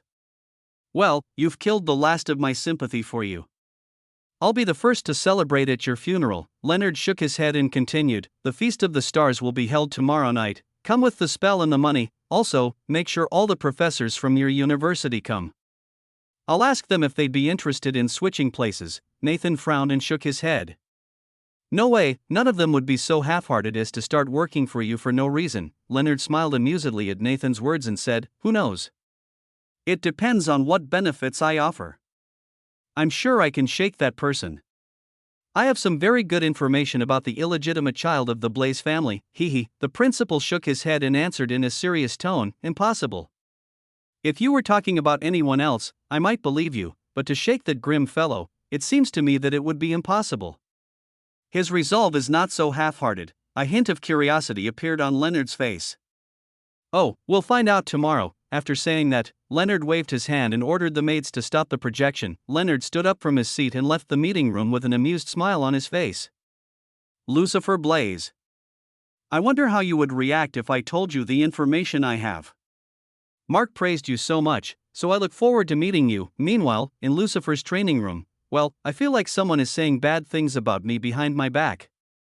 It's such a weird feeling. As he pondered that strange feeling, Lucifer looked around. The magical singularity allowed him to command magic and communicate with it, therefore, the magic itself seemed to have conveyed this idea to Lucifer. Damn, the magical singularity is too powerful. Can it give me subtle hints about the impending danger? I better prepare for what's coming. With newfound motivation, Lucifer once again began his hellish training. Chapter 51 Mental Damage plus 99x2. While Lucifer was still training, a notification sounded from his smartphone, waking him up from his endless training. Who could it be? I don't have any friends who would send me messages out of the blue, because the original Lucifer was a weak person. He was afraid that someone would discover his true self, therefore, he always kept his distance from others. This became the reason why he didn't have any friends. Although it saved him from revealing his secret, it also led to his exclusion from social life. Well, all that bravado saved his life all these years, so I can't blame him, Lucifer thought as he shook his head and walked over to check the message on his smartphone. He was shirtless and covered in sweat as he was busy with training, but Lucifer didn't care. His body had seen rapid growth due to the continuous training over the past month. Now he looks like a toned-up bodybuilder, with lean and powerful muscles. All this is the result of active treatment, constantly destroying his own body cells and then rebuilding them again and again. Basic magic, cleansing. After casting some basic magic to clean himself, Lucifer grabbed his phone and saw the message. Sender, Old Antique, negotiations with the royal leader have been successful. All professors are invited to attend the Starry Night banquet tonight. Please ensure that each of you arrives on time. Lucifer was disappointed to see that it was a message from the principal. He had expected to receive a message from the bank saying that the money had been received in his bank account. He had not received his salary yet, but seeing the message from the principal only made Lucifer's mood worse. He put his phone in his pocket and muttered to himself. I thought the principal would handle the deal himself, and I could just sit back and reap the benefits.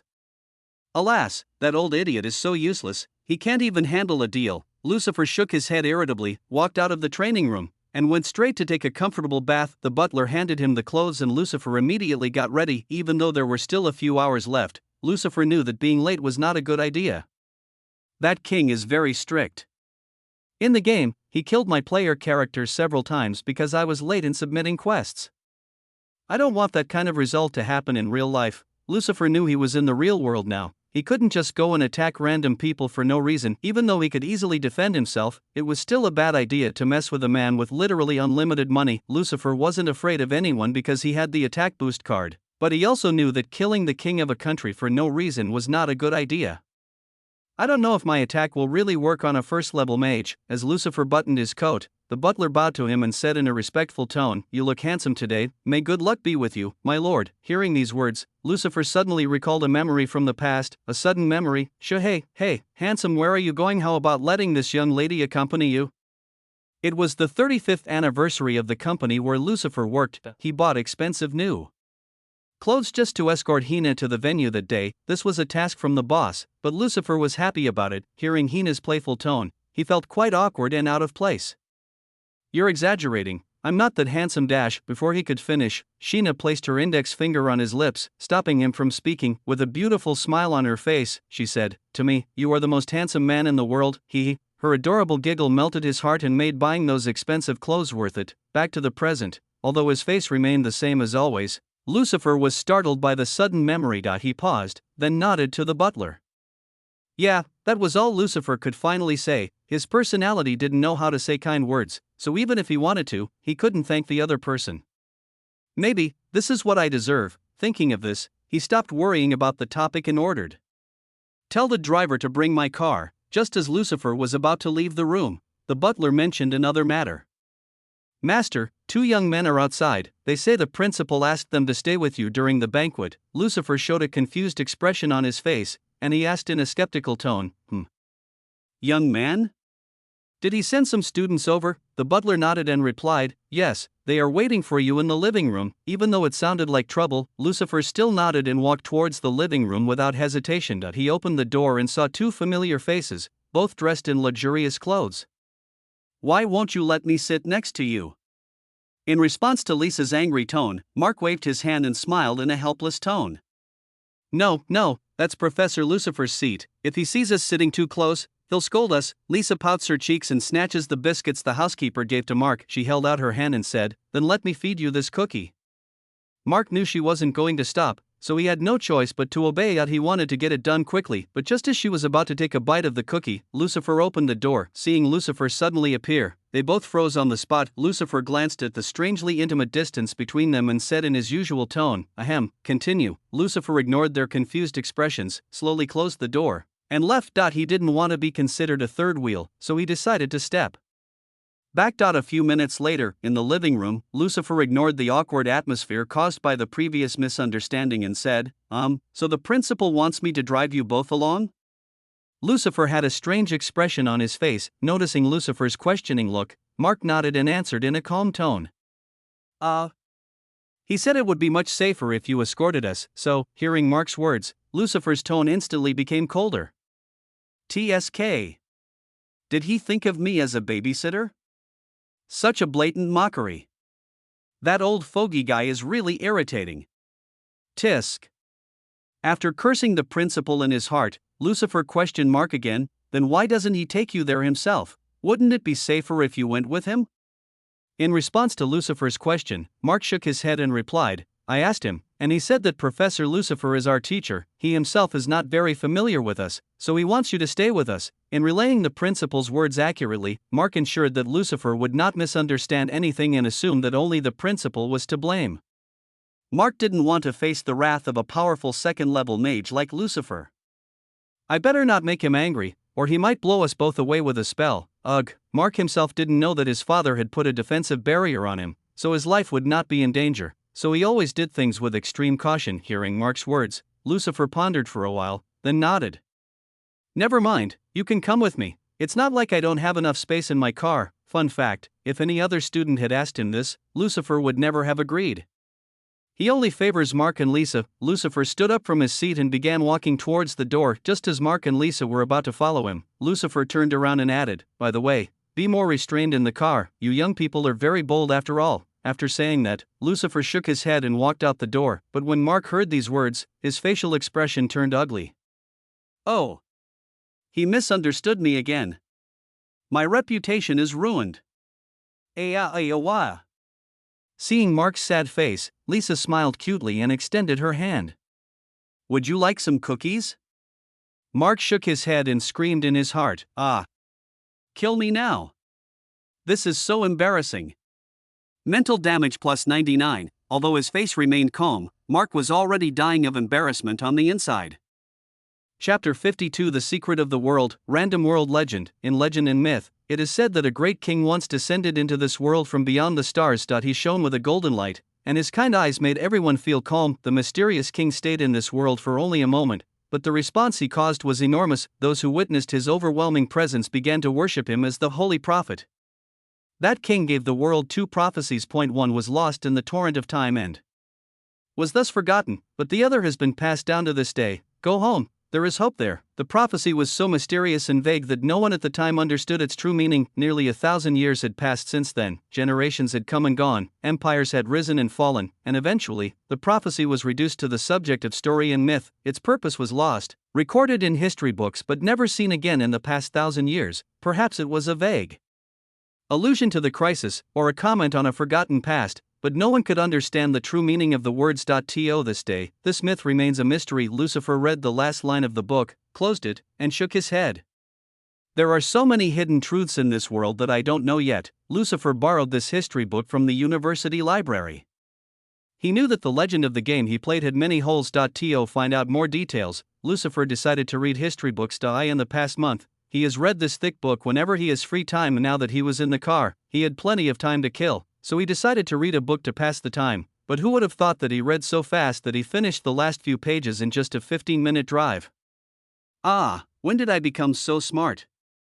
I didn't have such a good brain before. Is this also the result of my talent? As Lucifer pondered the mysteries of this world in his mind, Mark and Lisa sat quietly in the back seat of the car. They were both ordered by Lucifer to wear seatbelts, which made them both feel like they were being treated like children. The other students might be afraid of Lucifer, but bold and courageous Lisa is not afraid of anything. She noticed Lucifer finished reading and immediately started a conversation. Professor Lucifer, I would like to ask a question. Although Lucifer's face was as cold as ever, he was indeed startled by the sudden voice. Lucifer nodded without looking back. Well, ask. After getting Lucifer's consent, she smiled and immediately asked, who is your favorite student?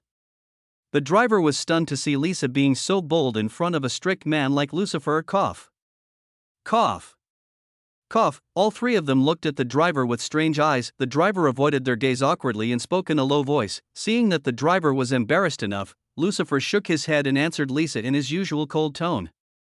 In my opinion, only gifted people deserve praise.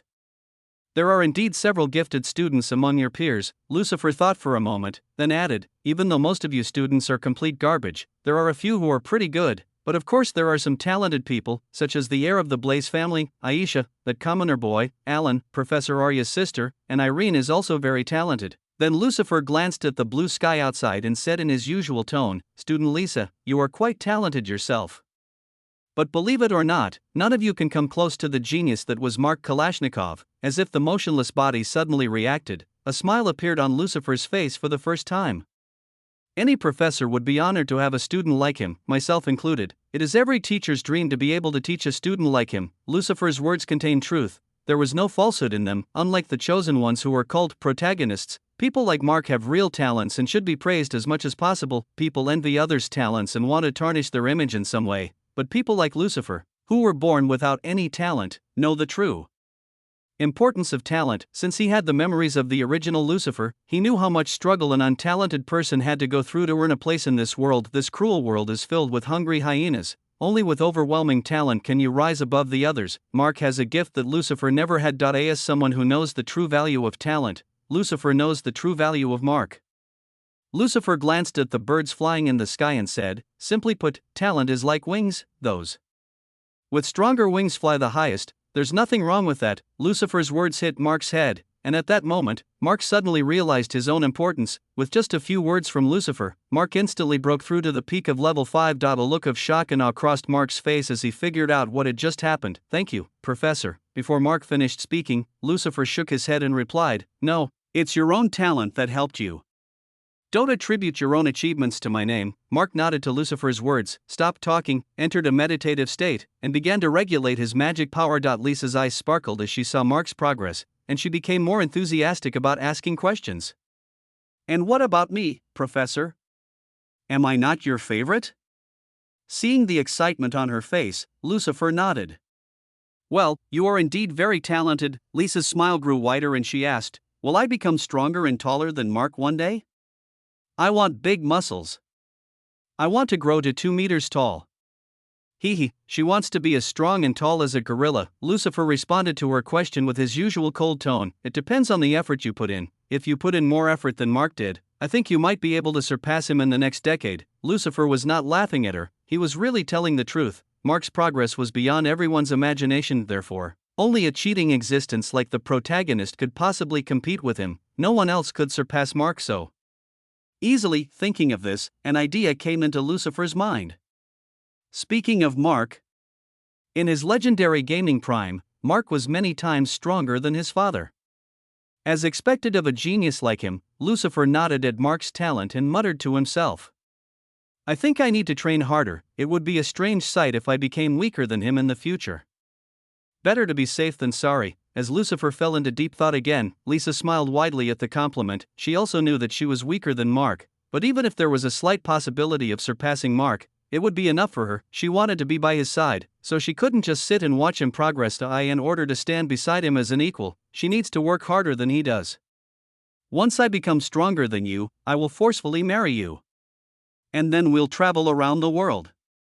Lisa is still clueless when it comes to adult matters, because she is a social outcast among her peers. She is denied access to knowledge on topics such as love. In her opinion, she needs to become stronger than Mark and then make him submit to her.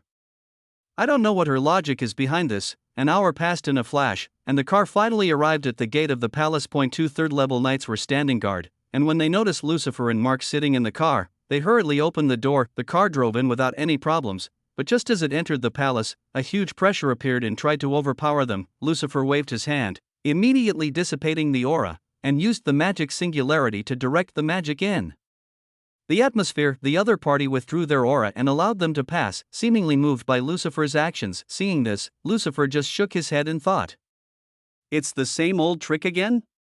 Doesn't he have anything else in his arsenal?" Lucifer knew this was Leonard's work because he had encountered the same situation in the game. He'd seen it so many times that he was numb to it. In the game, the player character must kneel in the direction of the throne room to pass this test, but now that I have the magical singularity, I don't need to follow the rules at all. The magical singularity is Lucifer's pillar and source of confidence. As long as he has it, he will be fearless. Chapter 53. So the misunderstanding continues. The palace, in front of the gate. When Lucifer got out of the car with Mark and Lisa, a butler came over and escorted the three of them inside. The two standing knights slowly opened the door, and a huge banquet hall appeared before the three of them. Wow! So bright and beautiful. Lisa's eyes sparkled with excitement and she looked around, but Lucifer did not focus on luxurious items. His eyes fell directly on a man who was sitting in a chair at a large table, a wineglass in his hand. He was wearing a red coat and had various luxurious rings on his hands. When he saw Lucifer's face, the smile on his face froze instantly. His dark purple hair fluttered in the wind and his purple eyes sparkled with wisdom. Before the other party could speak, Lucifer raised his hand and cast a spell. The Night Witch's spellbook flew in the air, enhancing Lucifer's magic. Ding! Are you sure you want to use the attack enhancement card, Advanced?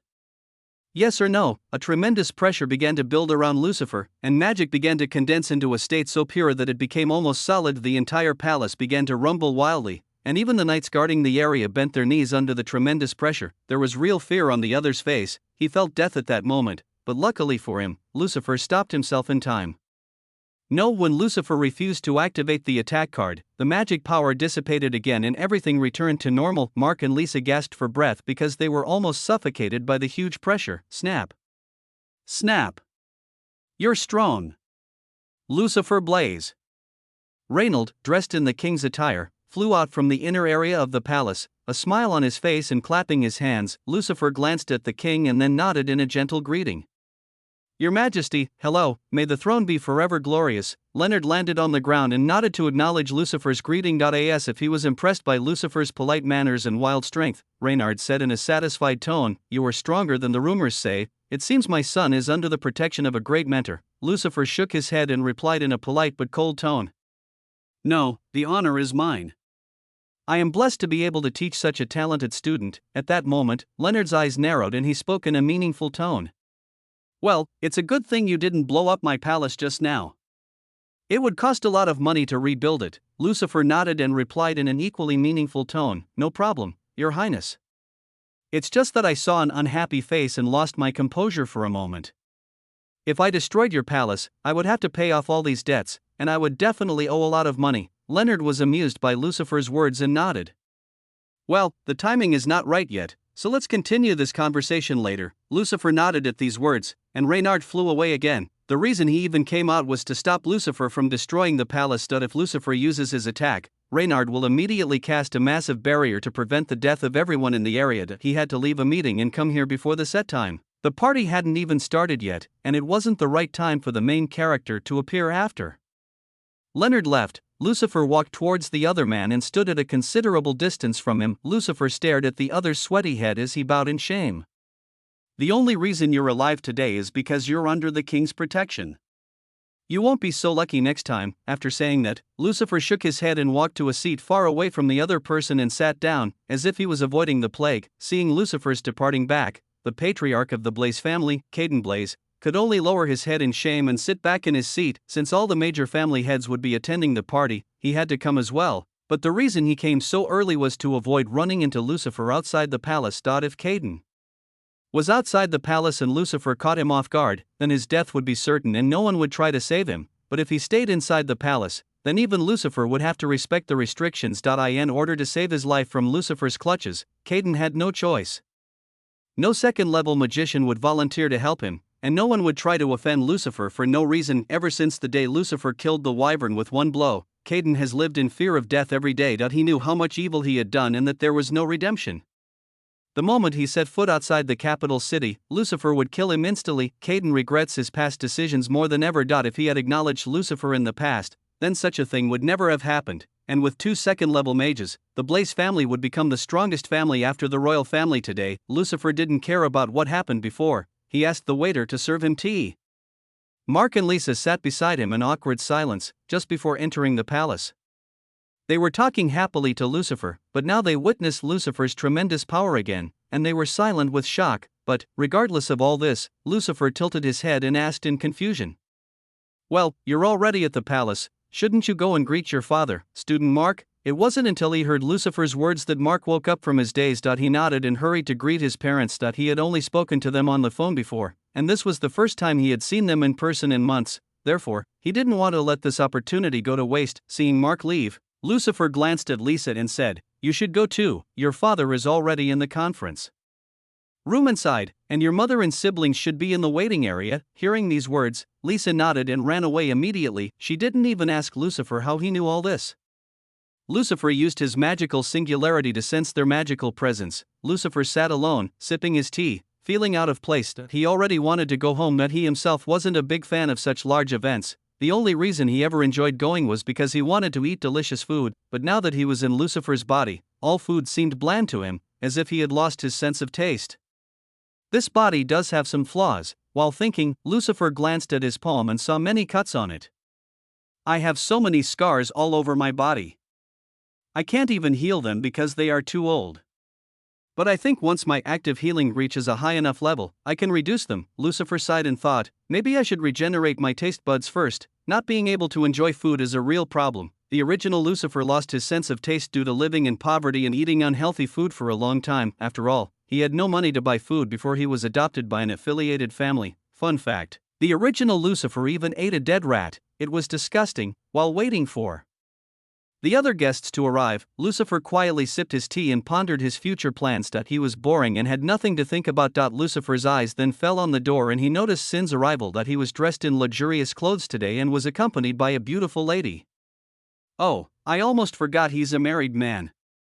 But I don't know if he has any children." Lucifer shook his head and muttered to himself, "Damn it. Even Shin got a girl. This world is so unfair. Let chaos consume this world." Meanwhile, in front of the meeting room in the inner area, Leonard wiped the sweat from his forehead and clenched his teeth. "What the hell is that aura? How can a second-level mage have such tremendous power?" He just clearly displayed the aura of a first-level mage. Earlier, when Lucifer was about to attack, Reynard was ready to use his strongest attack to counter that force. He knew that Lucifer's attack was on the same level as his own. "Alas, that old fox is really cunning. He said Lucifer was only a level 2, but that power is obviously on the same level as mine." Although Reynard was certain he was still the stronger of the two, he wouldn't be able to come away unscathed if he fought Lucifer now, and so the misunderstanding continues. Chapter 54, Feast of Stars. The Gala of Stars is a very famous event among the high society of this country. This feast usually invites all the major family heads. Every year during the royal reign, all the ministers and families would gather at this feast to pay homage to the king. The feast served as a pretext for an important meeting. It was a long-standing tradition that the nobility liked to arrange banquets and parties whenever they needed to hold meetings. However, the country's ruling body is now a government, and the royal family only arranges such meetings every 5 years or so. Many prominent politicians were also invited as guests of honor on this occasion. In the game, this encounter marks the first time the protagonist meets the king. The principal himself was responsible for bringing the protagonist to this meeting. Lucifer clinked his juice glass against Xian's wine glass. Xian grinned and spoke in a mocking tone. "You can't drink?" Lucifer was surprisingly calm at Xian's mocking tone. With a pensive expression on his face, he glanced at the juice glass and answered in a strangely calm voice. "I promised someone I wouldn't drink, can't break that promise." Xian's smile froze instantly. and he asked a serious question. Is it a magic contract? Hearing Xian's words, Lucifer shook his head and replied, No. Hearing these words, Xian's facial expression became complicated. You're surprisingly loyal, considering your appearance. Lucifer glanced at Xian and replied, You're surprisingly annoying, considering your appearance. Shin shook his head and continued to sip his wine. TSK. Talking to you gives me a headache. Lucifer ignored Xian's words, glanced at a woman who was talking to other ladies, and asked in a skeptical tone. By the way, when did you get married? Did you kidnap her or something? Veins on Xian's face instantly bulged with anger, and he answered Lucifer in an angry tone. Do you think I'm a gangster or something? Besides, I'm not like those young master types. Ours is an arranged marriage, you know. Lucifer nodded and added, Indeed, now that I think about it, you don't have a face that can charm a woman anyway, so the only way must be an arranged marriage. Xian rubbed his forehead to stop the headache. Fun fact, after Mark, Xian is indeed the most handsome guy in the entire university, excluding Lucifer, whose cold temperament makes people afraid to approach him. Xian sneered and said, You underestimate me. I'm the most handsome guy in the entire capital city. Do you know, how bad am I in your eyes? Lucifer nearly choked when Sin described himself as the most handsome guy. Well, in my opinion, your face looks like a pig rolling in the mud. Ahem, no, comparing you to a pig would be an insult to the name of pig. Shin nearly crushed the wine glass out of pure rage, but decided not to, knowing it would draw too much attention at this large party. What about you? I haven't seen you flirting with any girls. Have you ever been in a relationship? Lucifer sipped his juice and answered in a calm tone. I am a sage, I do not care about the desires of mortals. Those who aspire to be sages do not bother themselves with worldly matters. Lucifer's words left Xian speechless. Before Sin could come up with a suitable retort, the protagonist of the event, King Reynard, arrived with his family. The huge inner doors opened and the royal family entered the banquet hall. Everyone bowed slightly to the king and the royal family, even though in today's modern world, where everyone is equal and there's no need to bow, Reynard is still a first-level mage, so showing some respect to his power wouldn't be a bad thing. A maid handed Leonard a wine glass and then quietly withdrew. The king smiled at all the people gathered at the banquet, raised his glass, and cheered loudly to everyone. May the empire live forever. Following the king's lead, all the others raised their glasses and cheered with him. So the banquet officially began. The king and queen sat in their special seats and greeted the guests one by one. Mark had to deal with all the young noblemen, while Princess Alice assisted the young noble ladies. Xian observed all this, sighed, and whispered. Thank goodness we don't live in an aristocratic society, otherwise, everyone at this party would be carrying out their own selfish, hidden agenda, singing his wine. He added, Honestly, I don't really like things like politics. I'd rather stay in my room all day, studying magic spells, than waste my brain energy on these things. Hearing Xian's words, Lucifer nodded and responded in a sympathetic tone. Indeed, being forced to understand the underlying politics when your brain power is clearly insufficient is such a cruel task. Although Lucifer's words sounded sympathetic to Xian, he still felt something was wrong, but before he could think further, Lucifer asked another question. Why didn't I receive an invitation to your wedding? Has the Isis family become so poor that they can't even afford to treat me to a meal? When Lucifer asked this question, Xian's face looked strange. I sent you an invitation, you didn't come. Now you're blaming me? After hearing what Xian said, Lucifer thought for a moment before responding.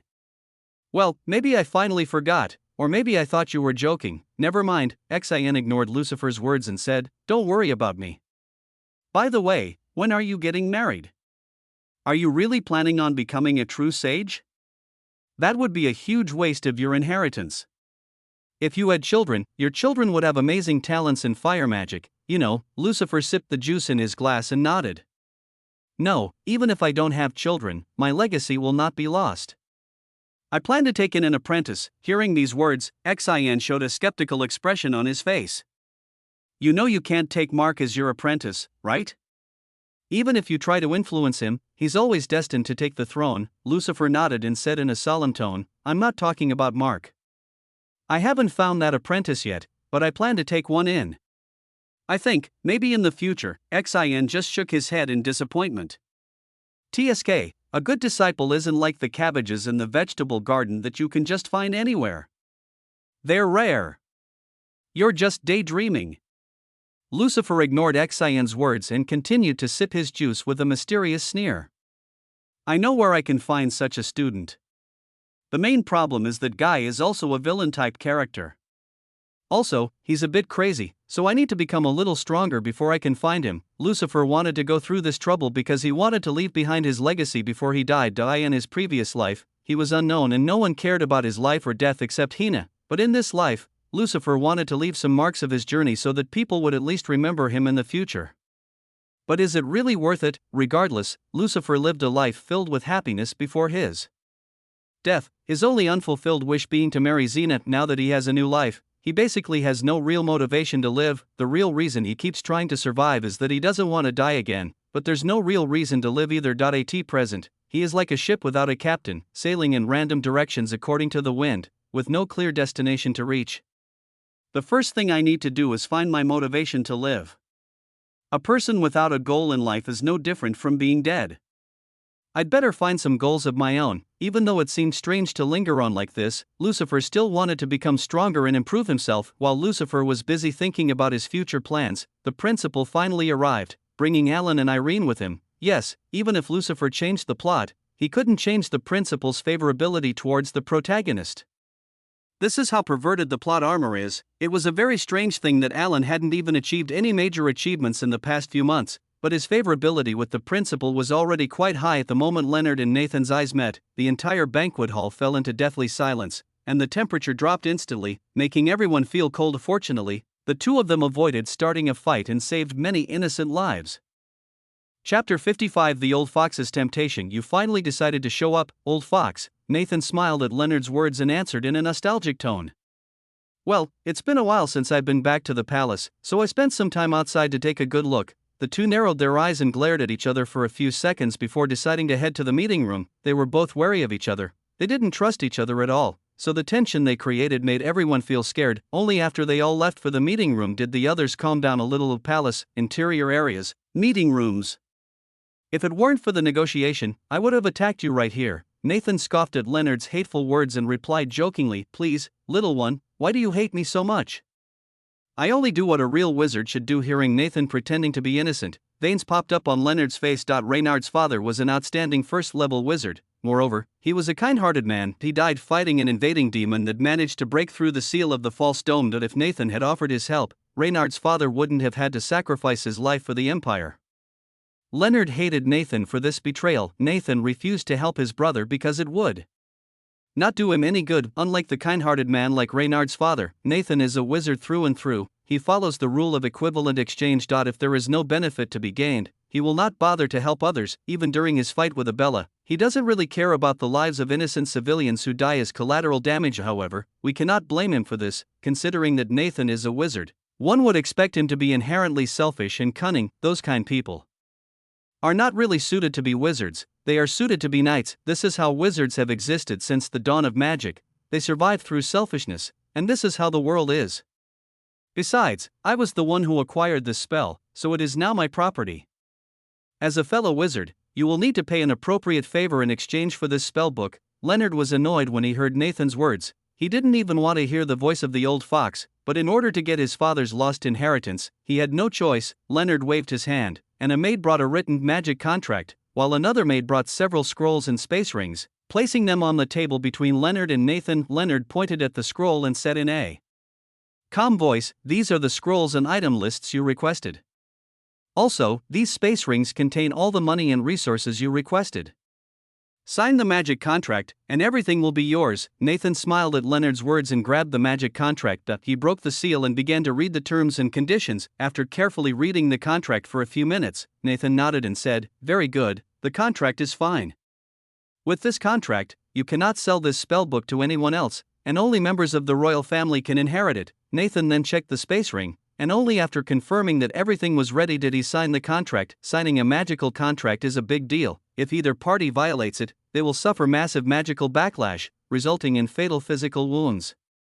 Recovery from such a wound would take decades or even longer, therefore, no one dared to violate the magical contract. Magic contracts operate based on magic power itself. If two people involved in a magical contract are equal in realm, then they will both face the same amount of damage if they break the contract. but if one side is weaker and the other is stronger, then the situation will be different. If the stronger party breaks the contract, they will suffer a stronger backlash of magic because they have more magic in their bodies. On the other hand, if the weaker party breaks the contract, they will only suffer a smaller magical backlash because they have less magic power. This is why magical contracts tend to favor the weaker party most of the time. After Nathan signed the contract, Leonard also signed it. The magic contract burned instantly and eventually disappeared into the air. It didn't even leave any ash. Nathan ignored this, handed the spellbook to Leonard, and stood up from his seat. That's all. Now that we've finished our official duties, I should leave. I still have to take care of the restoration of the university and so on. Leonard waved to Nathan, as if he was signaling him to leave as soon as possible. Nathan ignored Reynard's actions and walked away at a steady pace. He didn't want to stay here too long, otherwise, Reynard might get more annoyed with him than necessary. If a fight breaks out between the two of them here, many innocent people will die, but they don't care about the lives of innocent people. They just think it would be troublesome to explain so many deaths to the media. Looking at Nathan's departing back, Leonard shook his head and opened the spellbook to check the contents for the last time. Good, it's true, if he really dares to give me something false, I won't let him leave here alive today. Leonard respected his father very much, and taking good care of his legacy was like a very important job to Leonard. I need to spend the next few months in seclusion, studying this spell. Once I'm done, I'll give it to Mark. It should be very beneficial to his growth. Helping Mark grow into a capable king is also one of his most important responsibilities, and he must accomplish it at all costs. Leonard put the spellbook into his space ring, left the meeting room, and returned to the banquet with a smile on his face. Reclaiming his father's lost legacy undoubtedly put him in a good mood. His eyes fell on a purple-haired man standing by the window, holding a juice glass. Since Leonard was in a good mood now, he walked straight towards Lucifer without hesitation. Wherever he went, people would make way for him and keep a proper distance from him out of respect. Seeing Leonard walking towards him, Lucifer stopped talking with Exaen, nodded, and greeted him gently. Your Majesty, what brings you here? Although Lucifer's face remained as cold as ever when he said these words, doubts arose in his mind. Why is this serious-looking guy smiling today? Did the principal give him such a good deal that this expressionless guy is smiling? Lucifer's impression of Leonard was that he was a stern and strict man. However, that's only true in the game world. In the real world, even the king shows more emotions than his game character. In the game, Reynard is always seen sitting on his throne with a stern and expressionless face, never showing any emotion. That was why seeing Leonard smile like that now caught Lucifer off guard. Leonard was unaware of Lucifer's inner monologue. He smiled and said in a curious tone, Well, I just wanted to meet you in person, Professor Lucifer. My son sang such praises about you in his message. Leonard paused, then continued. I initially tested you with my aura when you entered the palace, but you proved far superior to me. Professor Lucifer, you are truly an extraordinary individual. Hearing Leonard's praise, Lucifer shook his head and replied, Your Majesty, you are too kind. Compared to your enormous presence, I am still much weaker. Reynald raised his glass, and Lucifer raised his. They clinked theirs in a token of confidence. When Leonard saw that there was juice instead of wine in Lucifer's glass, a confused look appeared on his face. Juice? Lucifer nodded and gave a vague and simple answer. Yes, I promised someone that I would not drink. Your Majesty, please forgive my rudeness. Leonard just shook his head and replied, It's okay. Promises shouldn't be broken so easily. Professor Lucifer, you're a man of your word. Although Leonard said these words, he was thinking something completely different. I did hear his mother was poor. Could it be that he made some promise to her? Leonard misunderstood Lucifer's words and mistakenly believed that Lucifer made this promise to his deceased mother. After a few more polite remarks, Leonard finally got to his main topic. By the way, what do you think of the position of patriarch of the Blaze family? Leonard's question seemed vague and simple, but it had a deep, hidden meaning that made Lucifer narrow his eyes slightly. Is he trying to provoke me? No matter how Lucifer looked at it, this was clearly a signal intended to ask Lucifer a hidden question, which was, do you want to be the head of the Blaze family? Chapter 56 Abella in action. What do you think? Well, in my opinion, the Blaze family isn't worth mentioning. Besides, I'm not a member of the Blaze family, so I don't think the role of patriarch is important. Lucifer's words were clear and confident. With these words, Lucifer made it clear that he had no interest in taking on the position of head of the Blaze family. Moreover, he did not want to have anything to do with the Blaze family. Before Reynard could think of anything else to say, Lucifer continued, "However, the Blaze family's patriarch is indeed a reckless man. He should have implemented more security measures, otherwise, the day he regrets it won't be long." Hearing Lucifer's words, the smile on Leonard's face returned. It's true, there are a lot of monsters wandering around the capital these days. Who knows if one of them will become too aggressive? Reynard's words made it clear that he didn't care whether Lucifer killed the family patriarch. He was free to do whatever he wanted and Reynard would not interfere. Even though they were beating around the bush, they both could easily understand the other's hidden meaning. As the maid poured more wine into his glass, Reynard raised his glass and said in an amused tone, "Great minds think alike. That lamb is getting fatter and fatter from eating so much meat. It's time someone dealt with its notorious behavior." Lucifer nodded at Leonard's words. After the maid left, Reynard took a sip of his wine and continued, "I recently received some very interesting information. Would you like to hear it?" Lucifer nodded and answered in his usual cold tone, "Please advise me, Your Majesty. The Blaze family's hometown, Atavaya, has been secretly attacked by Nightmare. What do you think will happen soon?" Hearing these words, Lucifer's eyes widened in surprise. He knew very well what Reynard meant by nightmare. "I see, so that's how it is.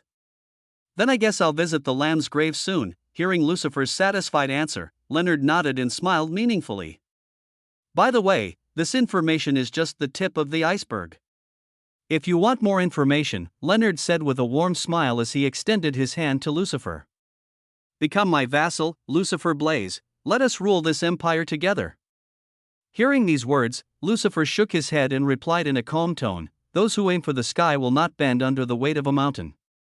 Please forgive my rudeness, but Your Majesty Reynard, I have my own path to follow." Leonard withdrew his hand and smiled sincerely. "Ha, that old fox is right, you're a tough nut to crack. It seems my persuasion isn't working for you, but that's okay." Lucifer nodded and replied, "Well, if you're worried about your son, then you don't have to. As long as he's a student at the university, he won't die on my watch." Leonard nodded to Lucifer's words and said, "I see, so you decided to take him as your apprentice. That's lucky. If you were his mentor, then I wouldn't really worry about his safety." Lucifer gave a fitting rebuttal to Leonard's words. "Well, I don't think either of us will have to protect him for much longer. He'll eventually outgrow both of us, a genius who works harder than an entire construction crew. He puts the entire younger generation to shame." Hearing Lucifer's words, Leonard smiled amusedly and replied, "Haha, I heard that Professor Lucifer rarely praises people, but you praised Mark so much. People will really mistakenly think that this is blatant favoritism, you know." Lucifer just shook his head. "This game has 3 endings, each one is a bad ending. In order to create a suitable future, I would rather choose to believe in a better possibility called Mark. The protagonist does win in the end, but the core problems of this world will remain the same. We need a better choice to create a better route." Even though Lucifer planned things according to a bigger picture, others did not share the same mindset, so they greatly misunderstood him. "I believe that Mark is the possibility of elevating humanity to the next level. Your Majesty, don't you believe this too?" Leonard thought about something in his mind, and after a moment his eyes narrowed, and then he spoke. "I see. So you noticed it too? Professor Lucifer's amazing insight is indeed worthy of his name. Indeed, Mark is born with the potential to explore the next realm. He is the possibility of the next realm." Reynard's words were solemn. He knew how precious the possibility was, and he dared not gamble with it. "I would rather Professor Lucifer keep this secret. If this possibility is lost, humanity may not have another chance to reach the pinnacle of witchcraft." Having said all that, Reynard decided to leave. He waved his hand, canceling the silence spell he had cast before he started talking to Lucifer. "Do you really think they are talking in public?" "Of course not.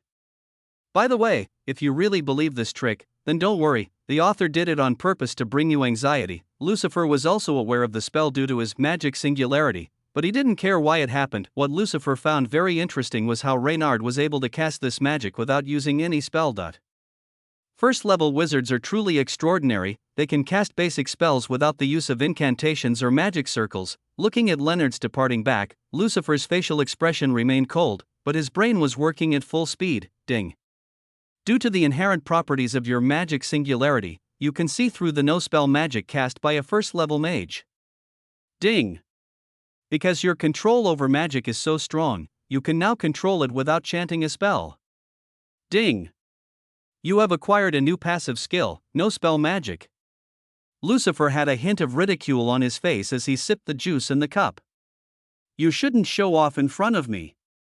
Look, I stole your skills without doing anything. Magic singularity is equivalent to the legendary skills in the wizard world, such as sword intent and Tao rhythm. It gives the user the ability to see through all magic and technology at a glance. In this world, sword intent is the pinnacle skill of all swordsmen, and rhythm of Tao is the pinnacle technique of all martial artists. Similarly, magic singularity is the goal pursued by all mages. Fun fact, all of these skills involve the power of the laws of the world itself. Learning them is a very difficult and arduous task. Thanks to the magic singularity, Lucifer instantly saw through Reynard's spellless basic magic and figured out how to use it himself. He literally just copy-pasted that skill onto himself. That's the scary thing about legendary tier abilities. Underestimating these types of skill users in combat is one of the biggest mistakes you can make, even though this spellless magic only works on basic magic and not on attribute magic. It's still an amazing ability. With this skill, your basic magic will be much faster and more effective. After King Reynard left, Sin returned with a curious expression. You and the king have been talking secretly for so long. What did you discuss? Did he want to recruit you?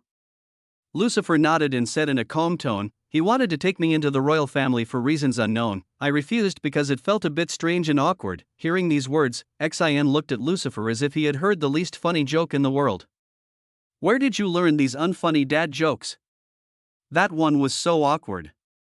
And forget about cooking. TSK. You don't have a proper understanding of jokes, so your weak brain can't understand them, and believe it or not, I can actually make delicious food. Fun fact, Lucifer learned to cook to impress Xena, but then he realized her cooking was 100 times better than his half-burned food, so he never cooked again. Shin rolled his eyes and pointed at his wife. Who cares how well you cook? I have a wife who loves me and cooks for me. Do you have the same privilege as me? Lucifer glanced at Xin and asked, so how many times have you washed dishes? Black lines appeared on Xion's face because he knew that he was a lazy guy who never helped around the house and always slept like a dead pig. Ahem. Let's not talk about that, ahem. At the same time, in the border town of Atavaya, help! A giant worm kills a man by sucking his life force away, instantly turning him into a mummified corpse. Even after death, fear and terror are still visible on the corpse. A woman dressed in witch-style clothing appeared and patted the giant worm with her hand. Good. So, continue extracting souls. My broom is broken, I need 1,000 more souls to rebuild it. The worm wiggled with excitement at Abella's praise and rushed towards a group of innocent children nearby. What happened after that was absolute carnage. Report of the day, 669 civilians died in a horrific manner, their bodies mummified and their souls extracted from their bodies. The murderer Abella nightmare. Chapter 57. Everyone has their own destiny, except the devil. While Lucifer and the others were busy attending the banquet, Abella had already massacred over 600 innocent people in the border town of Atavia. To repair her damaged magic broom, she ruthlessly slaughtered the people living in the area and forcibly extracted their souls. A satisfied smile spread across Abella's face as she watched her servants tirelessly gather souls for her. A few hundred more, and I can begin the ritual. Watching the souls of innocent people howl in pure pain and terror is truly the best way to while away the time. I'll never get tired of this. To Abella, people are just playthings. Even the monsters she summons are more precious to her than any other human life. Although the owner of this organization did ask her to keep a low profile for the time being, she did not intend to do exactly as he asked. After all, mutual benefit is the foundation of the false dome cult. Abella provides her services to the cult in exchange for more summonable monsters and rare materials. She was not absolutely loyal to the cult. All she wanted was the destruction and pure carnage the demons would unleash once the seal on the false dome was broken. She would take great pleasure in seeing people being horribly tortured. Her interests aligned with the cult, so she joined it, but she wasn't bound by any constraints. She also wasn't afraid of the cult's leader, as he was also a first-level mage like her, and she could definitely fight him as an equal opponent. The leader did not punish her because he realized that Abella would not obey the harsh punishment. The warning he gave was immediately ignored by her. Abella shook her head and flew off to a hidden cave in the nearby forest. Outside the cave, there was a huge hill of mummified corpses, and the spider monsters were slowly rearranging the corpses inside. Abella did not stop to look at the horrible sight. She entered the cave and reached its deepest part. They were building a huge altar with the skulls and bones of those mummified bodies. Many spiders were hard at work, building an altar out of their own solidified webs. Abella nodded and smiled when she noticed that the altar was already 1/3 done. I think in a few days, I will recover my full fighting power. Trample. Trample. Just when Abella was satisfied, heavy footsteps were heard and a knight in dark black armor walked into the cave. Noticing the other person's arrival, the smile on Abella's face instantly disappeared. What are you doing here, Norton Bane? I thought I told you not to interfere in my affairs. Don't you take my words seriously? The Death Knight ignored Abella's words and walked towards the altar. He stared at the altar for a few seconds before speaking.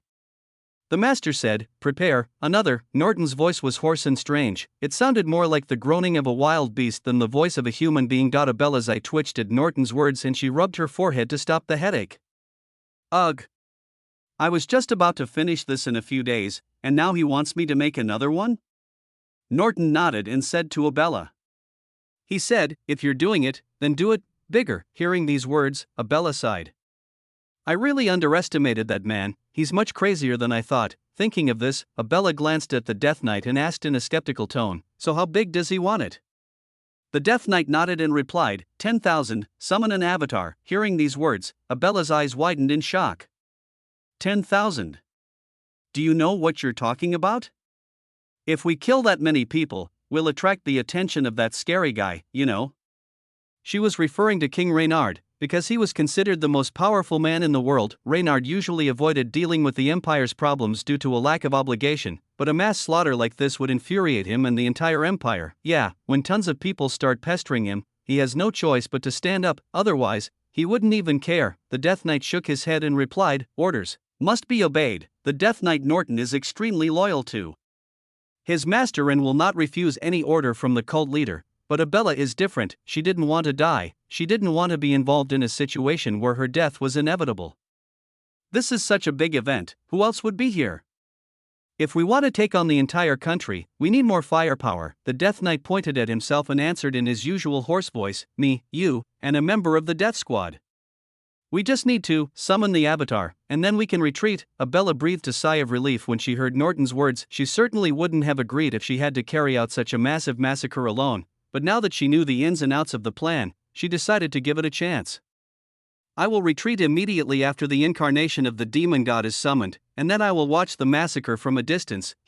Abella knew how powerful the incarnations of the demon god usually were, and she also knew that this was a perfect opportunity. Although this plan had many risks, if it succeeded, she would not only be able to watch thousands of people howl in fear and pain, she would also be able to collect a large number of souls to use. Recently, she discovered a new way to empower her servants by infusing their bodies with the souls of 5 or more people. This way, the servant will become stronger after consuming the 5 weaker souls. Fun fact, if for some reason your soul is destroyed or devoured, you will not have the chance to return to the natural cycle of reincarnation.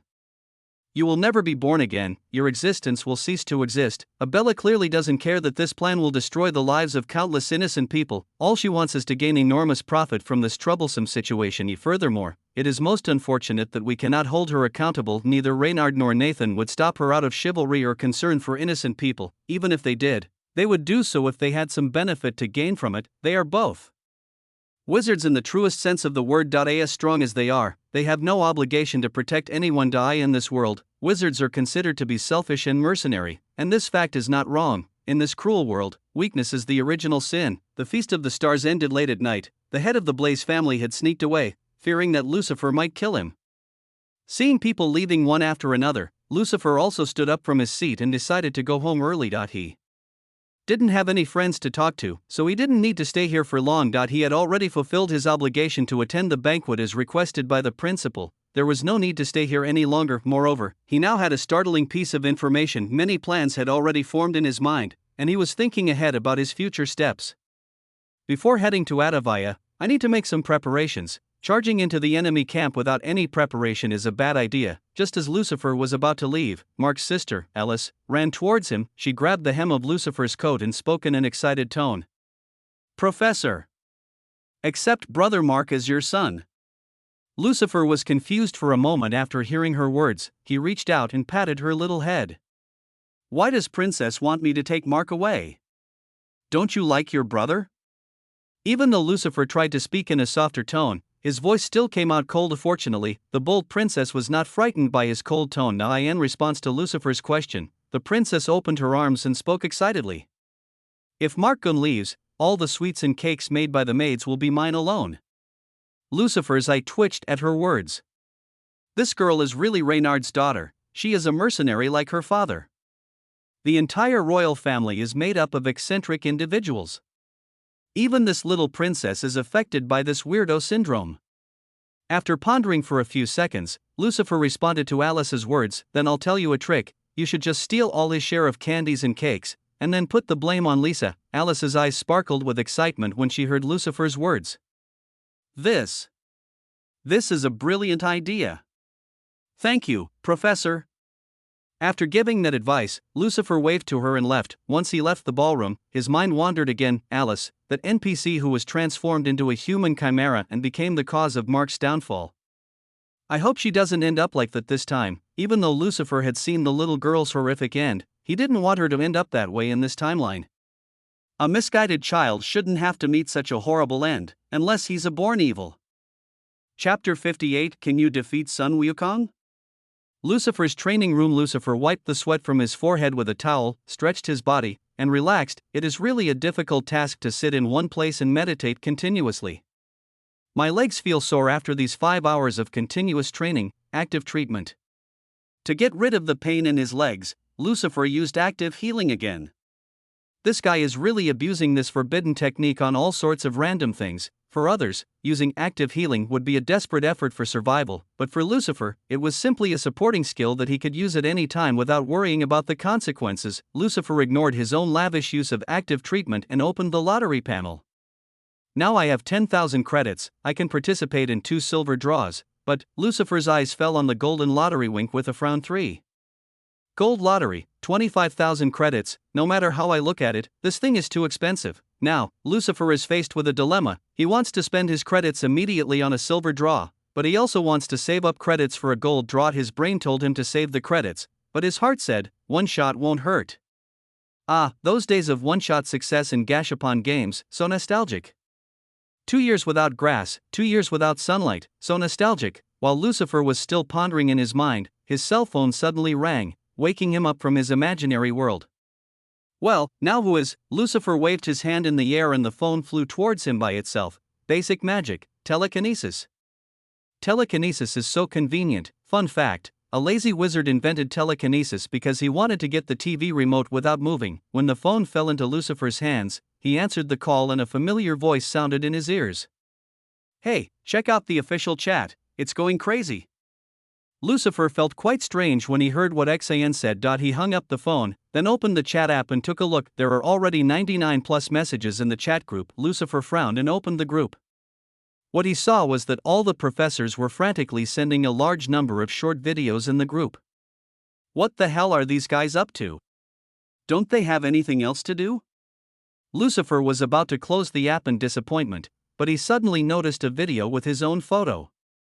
What's this? Out of curiosity, he clicked on the video, which started with a giant cyclops with a serious expression on his face. A column of text appeared next to the cyclops, as if the cyclops was saying those words. The text reads, "No, I will win." Then the scene changes. Lucifer is unharmed, while the cyclops is split in two, with half of his body splattered on the ground. The scene switches again, and as deep funk music plays, Lucifer is depicted speaking in the posture of a Buddha. "Stand proud, you are strong, but no, because in this whole spell in theory, I am the only speedrunner." After seeing that strange video, a black line appeared on Lucifer's face. Then he noticed that almost all of the memes sent by professors look similar. Another one starts with a wyvern glaring at Lucifer, who simply puts one of his fingers to his face as the music starts. Goodbye. It then shows Lucifer doing mewing, a type of oral exercise, to the wyvern. Lucifer rubbed his forehead, trying to stop the headache as he watched this brain-dead thing. He immediately turned off his phone and returned to training to forget all about it. Never mind, I'll collect more credits first, then do a gold draw. That mental turmoil had gotten to him, so he wasn't in the mood to do anything else right now except stare at his own status panel. Status, name, Lucifer Blaze, HP, 2580/2580, MP, 1469/1469, title, Theoretical Genius, Wyvern Slayer, Lucifer Goat, Speedrunner, Strength, 30, Agility, 21, Speed, 23, Defense, 35, Intelligence, 65, Talents, Fire Affinity, Level, 6, Magic Affinity, Level, X, Magic Singularity, Level, X, Magic. Purity, Level, 5, Skills, Fire Magic, Level, 5, Void Magic/Basic Magic, Level, Active Healing, Level, 4, Basic Magic has no levels, as it depends entirely on the user's intelligence and magic control, passive skills, Sharp Mind, External Magic Circuit, Personality Traits, Indifferent, Arrogant, Ruthless, Fearless, Store, Credit Points, 10,100, Assessment. The source of interference in your fate line indicates that you have gone against your destined destiny, seeing the title of Speedrunner. Lucifer kept shaking his head and sighing. People really make this mess for no reason. Lucifer's gaze then fell on his defense attribute, and the frown on his face deepened.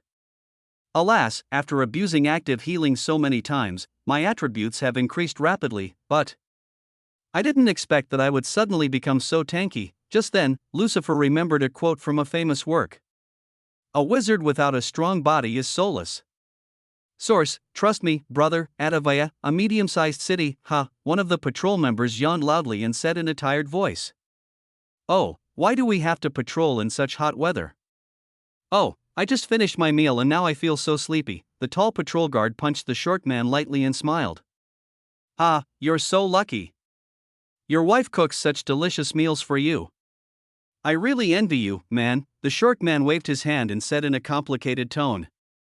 You're not married, so you don't understand, man, marriage is a struggle. My wife scolds me every time I drink even a little. Ugh. She kicked me out the other day for drinking too much, and I had to sleep on the sidewalk. Ugh. My back still hurts from sleeping on that cold floor. Hearing his friend's words, the tall guard shook his head and said, Well, that's your fault. If you keep doing this, I wouldn't be surprised if she spanks you one day. The shorter guard was about to continue his complaint when a stone spike suddenly flew into the air, instantly blowing the man's head off. Before the other guard could react, another stone spike flew over, blasting a huge hole in his chest and killing him instantly. Just seconds ago, the two of them were happily chatting about their lives, and now they were lying there, turned into corpses. As they say, life is strange and unpredictable. Enjoy it while you still have time. A swarm of demonized bees flew from the forest area and rushed into the city, slaughtering people without wasting a second. The city guards stared at the sky in horror and shouted, What happened to the magic barrier? Why are there monsters here? Chaos ensues as more and more people die at once. Bella, the nightmare, appears in the sky and begins to laugh at the suffering of the people below. Great. That's it. Kill them all. Harvest all the souls here. Abella summoned a horde of demonic worms that mummified the dead and sucked out their souls. No one was spared, not even children and newborns. The demonic spiders turned city officials into liquefied acid before they could even send a distress signal. Abella laughed wholeheartedly, shouting in a tone of delight at the senseless slaughter. Awesome. Die, you pathetic ants. I'm stronger, so I can rule those beneath me. I'm stronger, I'm smarter, I'm better. I'm better than all of you. The whole crowd was horrified by Abella's words, but one bold young man still dared to look Abella in the eyes. The young man summoned up his courage and shouted at the top of his lungs. Can you beat Sun Wukong? Don't ask me why there is Sun Wukong in the other world. Abella was stunned for a moment when she heard the young man's words. She wasn't an old witch. She was very aware of modern shows and things, so she was frightened by the young man's audacity. Dead silence. The terrified people and monsters stopped and looked at the young man for a second. Abella cleared her throat and said, Ahem, let's not talk about that. As if he understood her words, the young man nodded. I understand. I totally agree. The young man started running away with the others. He was actually buying time. This may seem strange, but it was a brilliant move. Abella waved and yelled to her minions. Kill them all. The carnival of death continued instantly. Those affected groaned in excruciating pain as the parasitic worms forced their way into their bodies through their mouths or ears, eating them from the inside. Giant bees blew holes in people's bodies. Viscera, intestines, and blood were scattered everywhere. Blood flowed through the streets like water, and a thick miasma enveloped the entire city. Fun fact: the only survivor of this incident was the guy who questioned Abella. He was buried under the rubble and later escaped alive. Eventually, word of the incident reached the Blaze family, who ruled the territory, and chaos ensued. Chapter 59: The Joy of Ignorance. Abella massacred an entire city overnight, and the entire country was invigorated. All senior government officials received urgent information. Every individual registered at level 3 or higher received an emergency message from the government. Abella's wanton murder of thousands of civilians slapped the nation's guardians in the face. The shocking news was immediately reported in the media, and large protest groups were organized to wake up the government and demand an explanation from them. The Blaze family was the first to bear the brunt of this event, as Atavaya was their territory and so many casualties occurred on their watch. The government immediately organized a meeting with Nathan and promised him many benefits in exchange for hiring him to deal with the problem. The government certainly has weapons like the magic nuke, but they prefer to use them as a last resort. These weapons not only created chaos in the region, but also contaminated it with radiation, rendering the area uninhabitable for hundreds of years. Therefore, it is much better to hire a first-level wizard than to use such a destructive weapon on fertile land. Nathan was happy to accept the request, even though he had received enough resources from Reynard, who would refuse more free resources. He had already planned on defeating Abella, as she was the main reason he had to sell his secret spell, and this was the perfect opportunity. Government representatives also sent their ministers to seek Reynard's help, but Reynard simply rejected the offers. The royal family itself controls half of the country's GDP, so there's no way Reynard would be impressed by money. Unless Abella directly attacks the royal vassal, Reynald will take no action against her, as it will not benefit him in any way. In fact, if a full-scale war broke out, his weapons manufacturers would profit from it, so he had no intention of intervening. Official chat group. Principal: I have accepted the government's commission to fight against Nightmare Abella.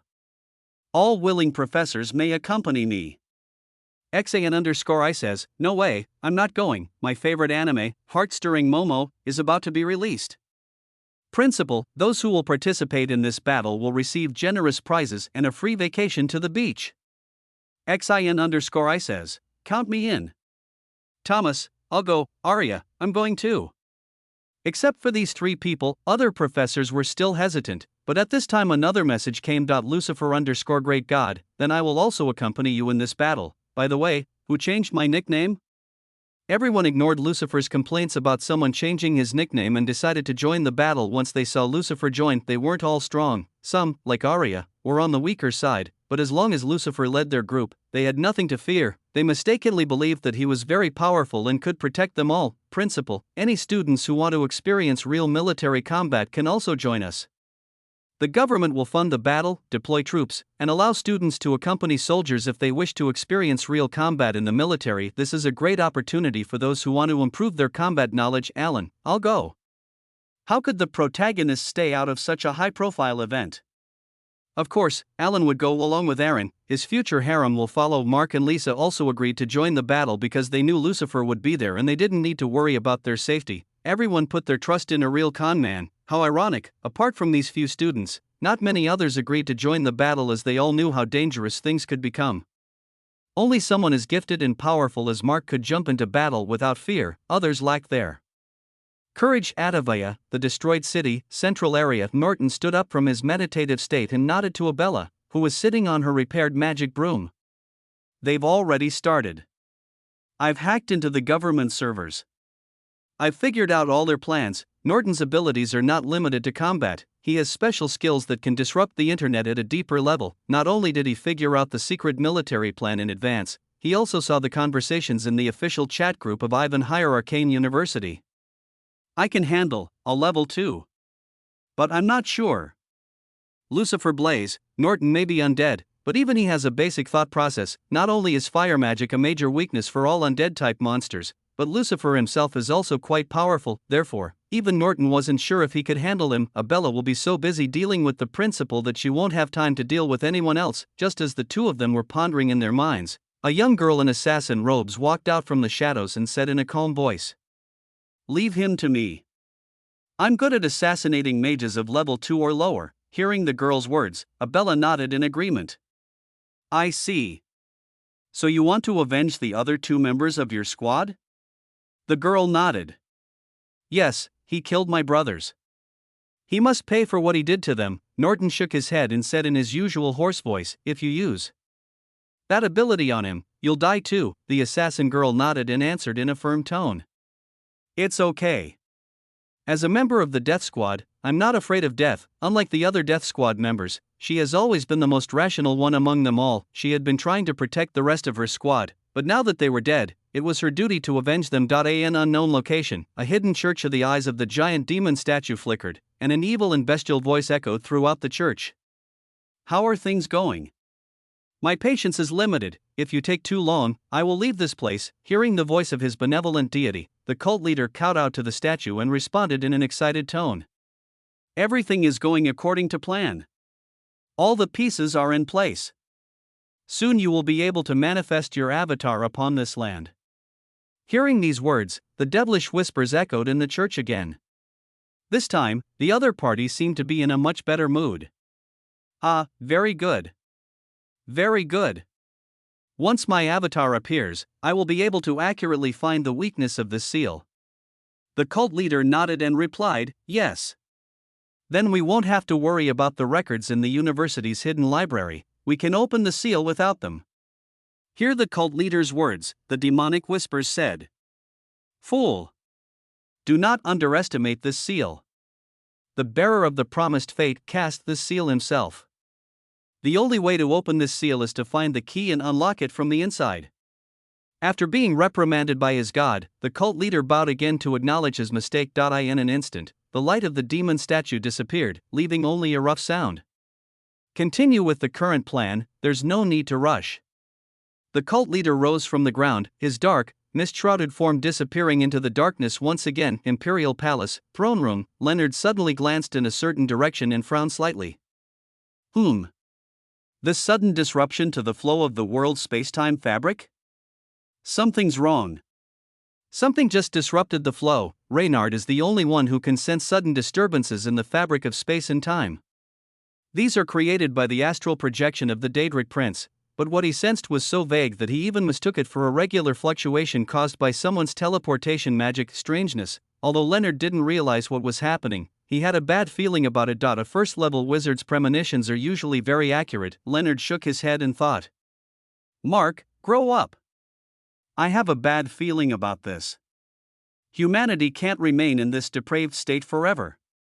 We need someone who can blaze a trail. Reynard knew the seals of the falsehood in the hidden vault. He also knew the true nature of this world. All level 1 entities in this world know how capricious human existence is. Our only salvation is the new realm. Without that, humanity has no future. Reynald shook his head and stood up from his throne, deciding to go for a walk to lighten his heavy heart. Before the authority of the gods, mortals are ultimately just weak ants. Reynald walked towards the back garden of the palace with a relaxed expression on his face, admiring the flowers in bloom in the garden. Seeing the gardeners working calmly with smiles on their faces, Leonard could feel the simplicity and complexity of life at the same time. Gazing at the setting sun, an idea came to Leonard's mind. Sometimes, ignorance of certain truths is the best way to live a happy life. Some truths should never be known to the mortal world, as they can cause more harm than good. Chapter 60, Magic Singularity is a Bugatavia, Central City, Blaze Mansion. Why are we hiding from that incompetent idiot? I can't believe it, Dad. How could you let that rat get away?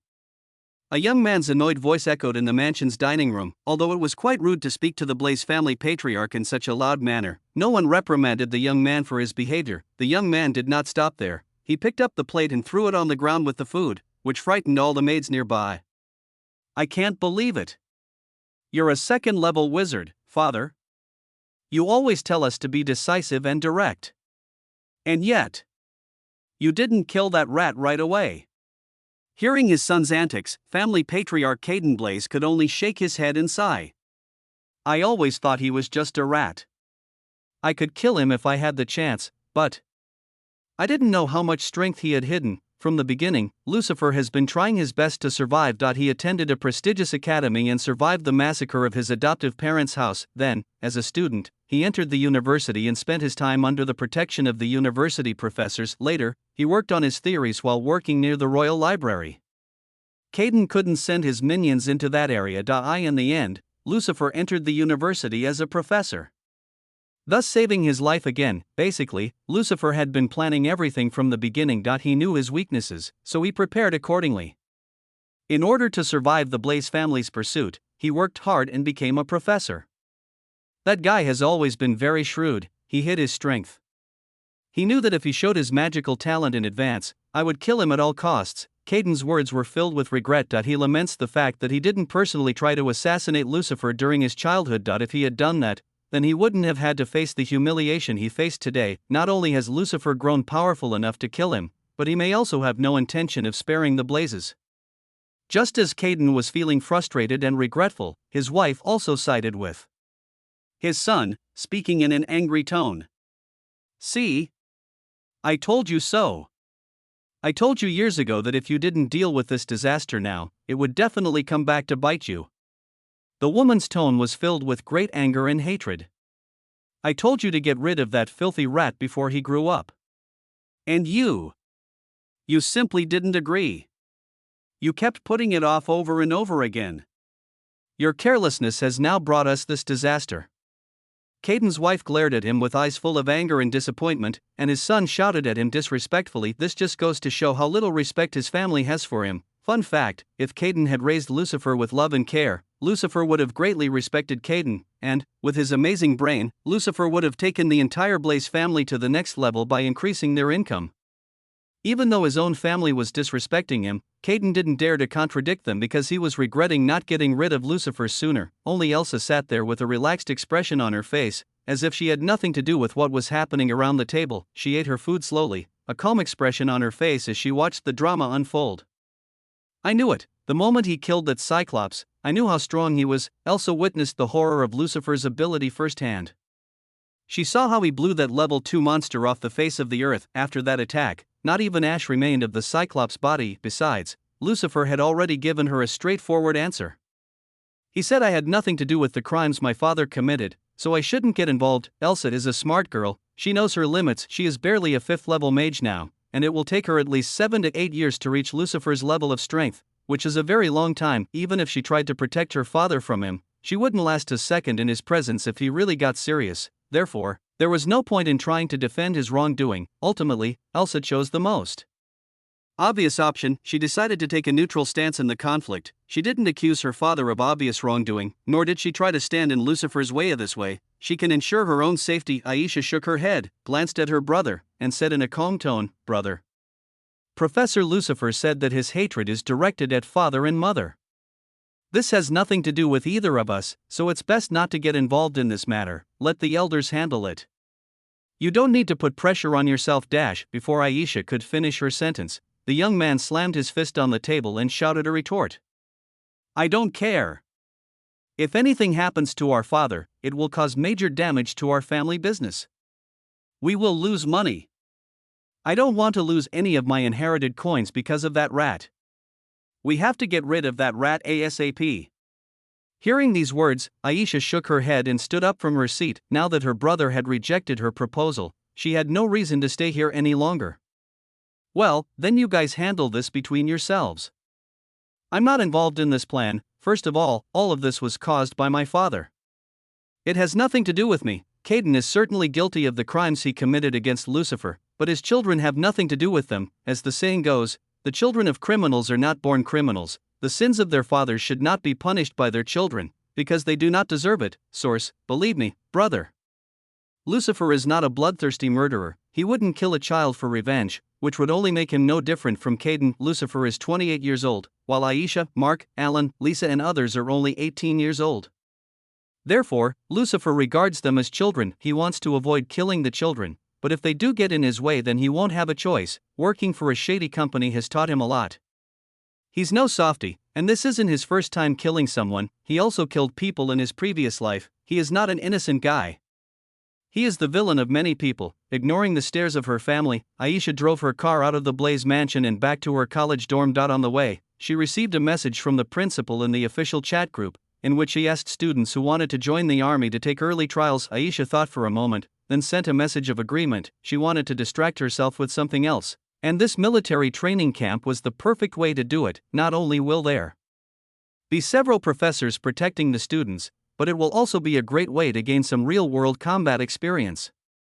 Alan is going too. I should go too. As a future member of Alan's harem, how could she not have some good thoughts about him? Just the other day, Alan was the one who took their team to a pharmaceutical event. She completely overlooked that Alan was also the one who ended up messing up their potion. Alan is good at sweet talk and eloquence. He knows how to impress people and improve their favorability. Even Aisha has begun to notice him now. Irene has fallen in love with Alan, and his journey to becoming the king of the harem has begun. On the other hand, Mark has yet to make any significant progress in his love life. He is still obsessed with becoming powerful and gaining Lucifer's approval. Lucifer's efforts to help Mark and Lisa get together seem to have been in vain. Lucifer's training room. Phew, I got it in time. Ding. Congratulations.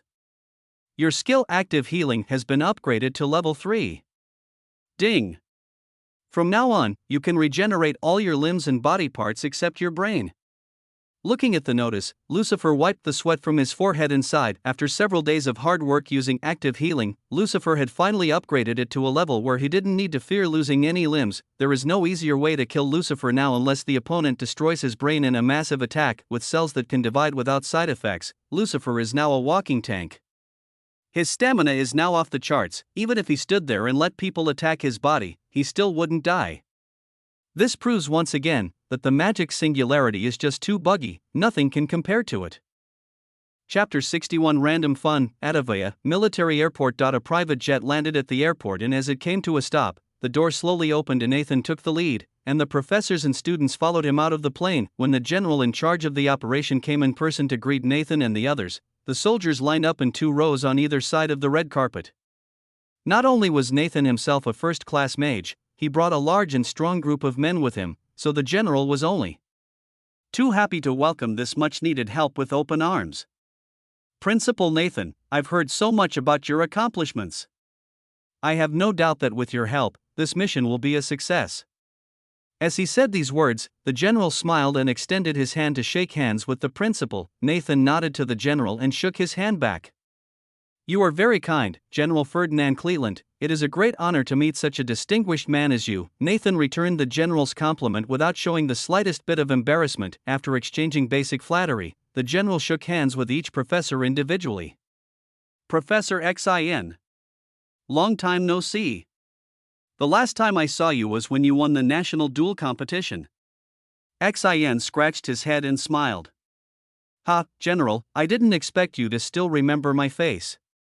You came as the chief guest, and I thought you might not remember me. The general shook his head at these words and replied in a confident tone. Impossible. I will never forget the names of those distinguished individuals whom I have personally awarded medals to. When I first noticed your talent, I knew you had a bright future. Look. You've reached the same level as me in such a short time.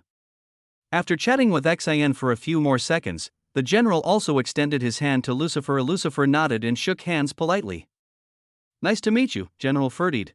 Nice to meet you too. Although Lucifer spoke politely, his overwhelming gaze was enough to easily scare an old man like Ferdinand. Ferdinand didn't talk to Lucifer for too long before moving on to the next professor because he wasn't ready to endure Lucifer's intense gaze. Ferdinand was already in his 80s, although a second-level wizard had a longer lifespan than an average human. There was a limit. If they do not suffer any serious injuries during their lifetime, secondary individuals can live for 150 to 180 years, but usually, most people die before they reach 120 years old. After all, a mage fights many battles and suffers many fatal injuries during their lifetime. They may recover over time, but their lifespan will ultimately be shortened. Few second-level mages live past 125 years.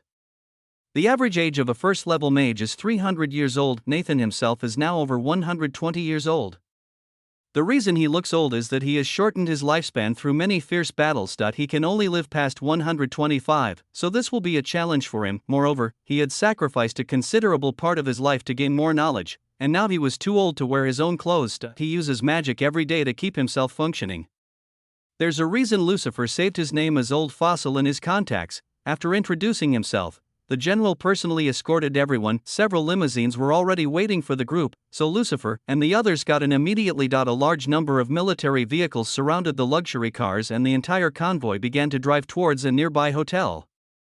The president and the general sat in the front car, the professors in the middle car, and the students in the third car, looking at this arrangement. Nathan nodded to the general and said with a smile, "You seem to have arranged everything perfectly. I didn't expect such a warm welcome in a territory attacked by a monster like Abella." The general smiled awkwardly and replied, "Well, if you had come a day later, we wouldn't be here to greet you." The general thought for a moment, then continued, "We have everything ready. We will set out for battle tomorrow morning." Hearing these words, Nathan nodded in inquiry. "By the way, what's the situation on the front lines now?" In response to Nathan's question, the general shook his head and sighed. "That horrible witch has destroyed a small town and a medium-sized city. Nearly 10,000 people are estimated dead. Luckily, she has stopped moving and is now staying in one place." The general sighed again, then continued, "Our soldiers are monitoring her movements. If the monster army advances, we will be notified immediately." Nathan nodded in response. "Good, I don't want any more delays. Too many lives have been lost already." Nathan glanced out the window, looking in a certain direction.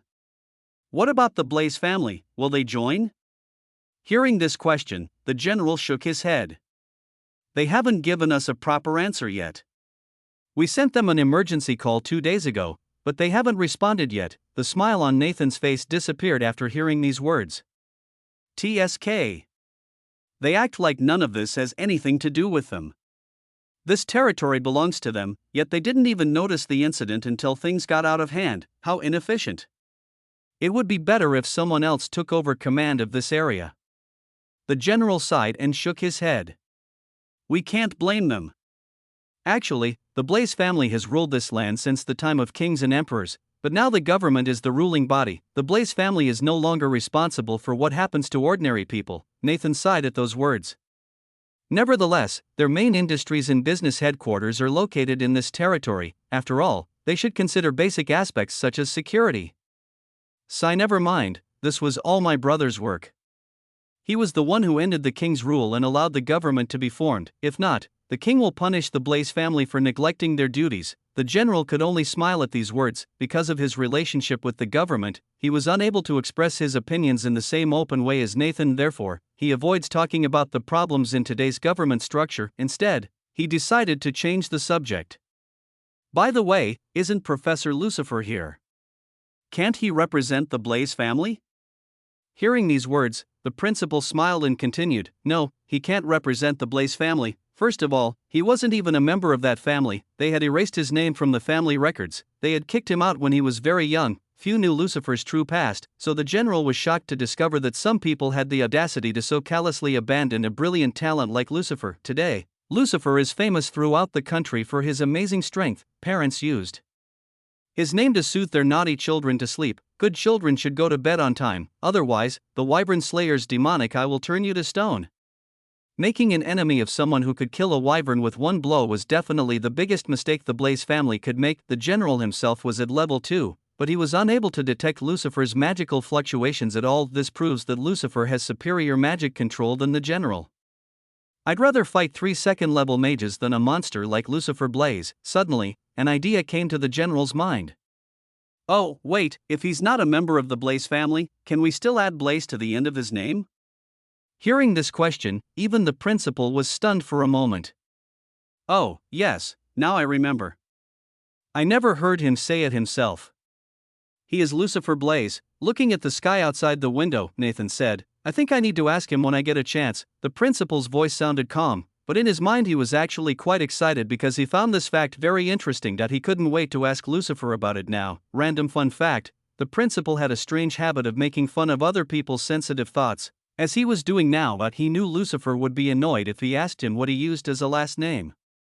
But he still dared to ask because he was interested in such things. Lucifer has learned active healing, so his body can no longer age, but this skill is not yet so effective for the brain, so his brain will continue to age. This is indeed a rather strange phenomenon. Perhaps Lucifer will overcome this limitation in the future. Xin agreed to participate in the fight because he wanted to enjoy a free vacation with his beloved wife. If it weren't for this, he wouldn't bother coming here. Chapter 62, Tragedy on the Front Line. On the front line, a small hill. So, they were all killed and we didn't receive any information at all? Nathan questioned the general as he looked at the piles of skulls and bones scattered around the area outside the city walls.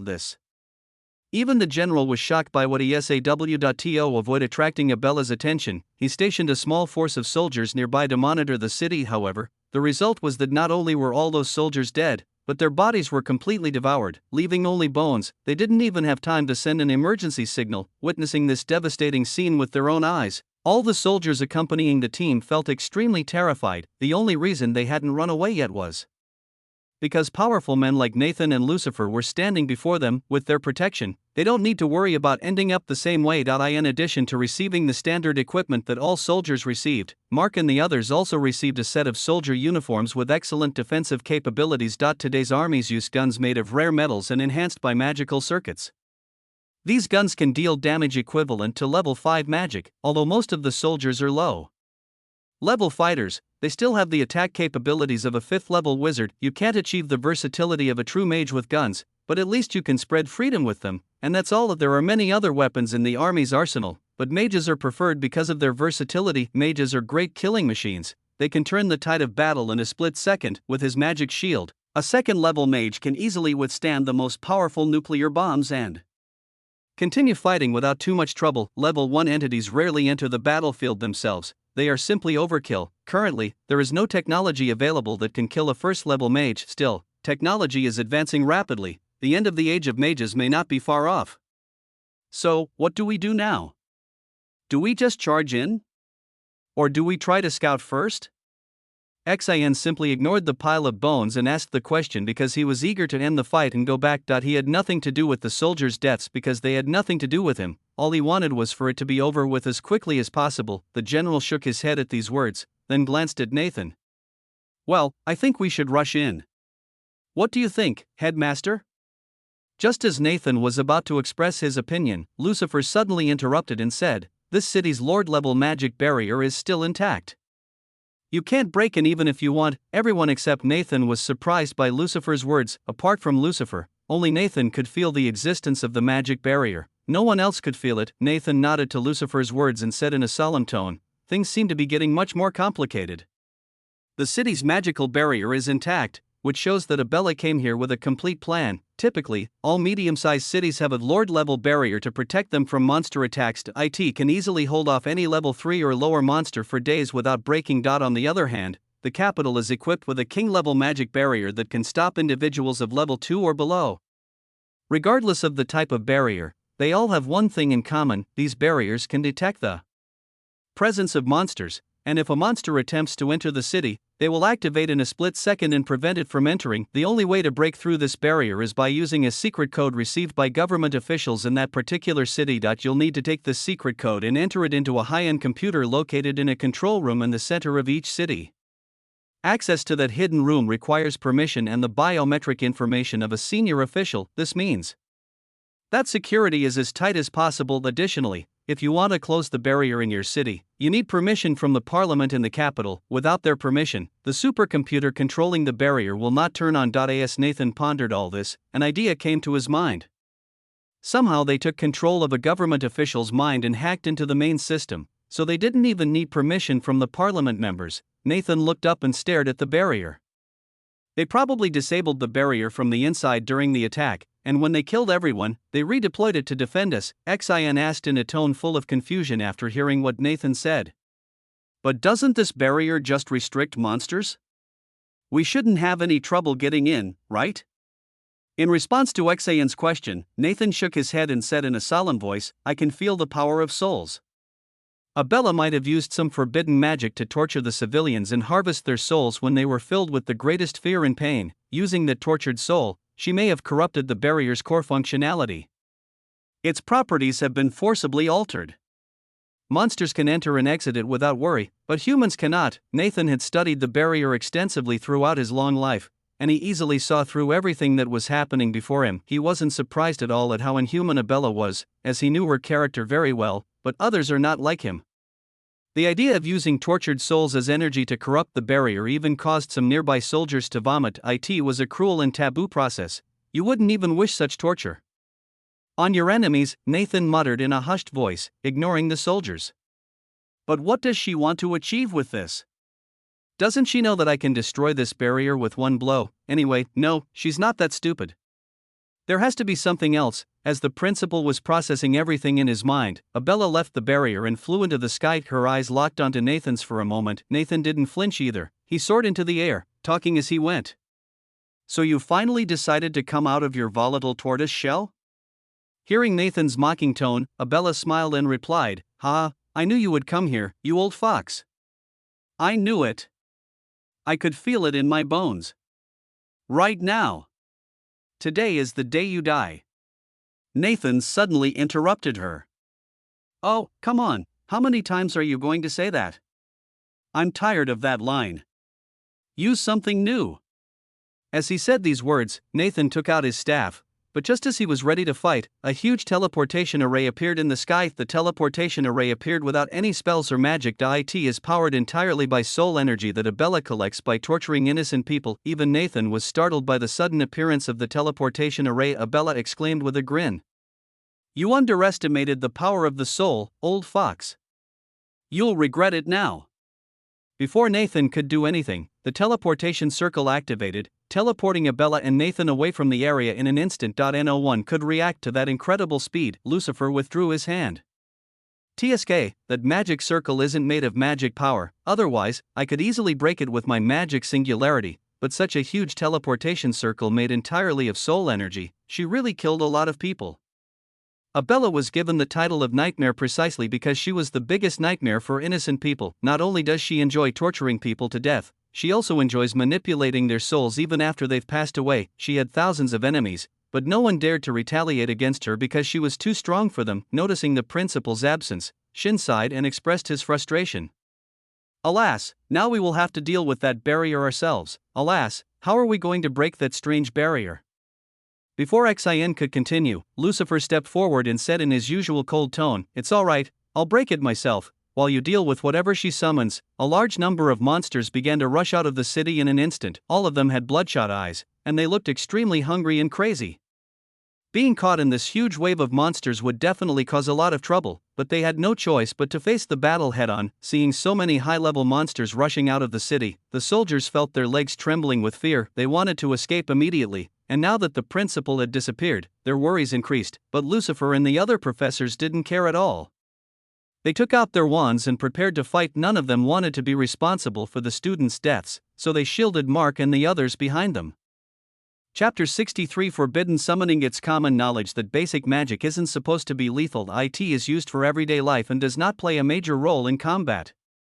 Most mages don't even bother to learn too many basic magic spells. However, every mage begins their journey by learning the basics of magic. This is because basic magic is easy to learn and control, making it a great way for novice mages to improve their magical control. A few mages learn more than 10 basic magic spells, after which they move on to focusing on their own attribute magic. So did Thomas. He grew up in an ordinary family and worked hard to reach the pinnacle of the second-level mage. In terms of barrier magic, he is second only to a first-level individual, and his wind magic is also mainly focused on defense. But as a child, he was drawn to basic magical spells. His favorite basic level spell is Spinning Magic Beam, which is an advanced version of another basic spell, Magic Beam. This spell creates multiple small magic circles that can emit beams of magic power. These magic circles rotate at a high speed like a motor. As a result, beams of magic power appear to be emitted in all directions in a circular motion. This spell was created by a board wizard as a joke. In the early stages of your journey as a magician, you can use this type of spell to train magical control, but it will quickly become obsolete as you learn more powerful spells. Thomas liked this spell so much that he didn't want to learn anything else after it, but because he had high ambitions, he eventually had to move on. He wanted to master the spell to its full potential, but he didn't have the luxury to do so. But today is different. When Lucifer says he will break the magic barrier in the town, a large number of monsters begin to rush towards them. In response to their actions, Lucifer cast his magic barrier before jumping down. He took a step forward, and 10 huge magic circles as big as 2-story buildings appeared in all directions around him. There is no doubt that the spell is basic magic, rotating magic beam. Once the spell was cast, utter carnage ensued. Lucifer walked through the chaos unscathed, but the 10 massive magic circles spun around him at 5 times faster than sound. All of these magic circles spewed out massive beams of magic power in all directions, blasting any monster that dared to approach Lucifer into pieces.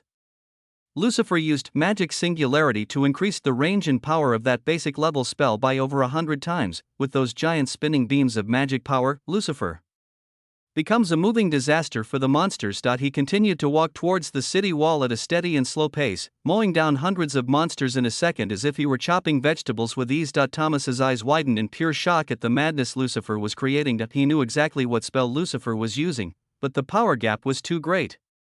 What the hell is this? Is that really the spinning magic beamed spell I know? Why does it have the power of a second-level magic spell?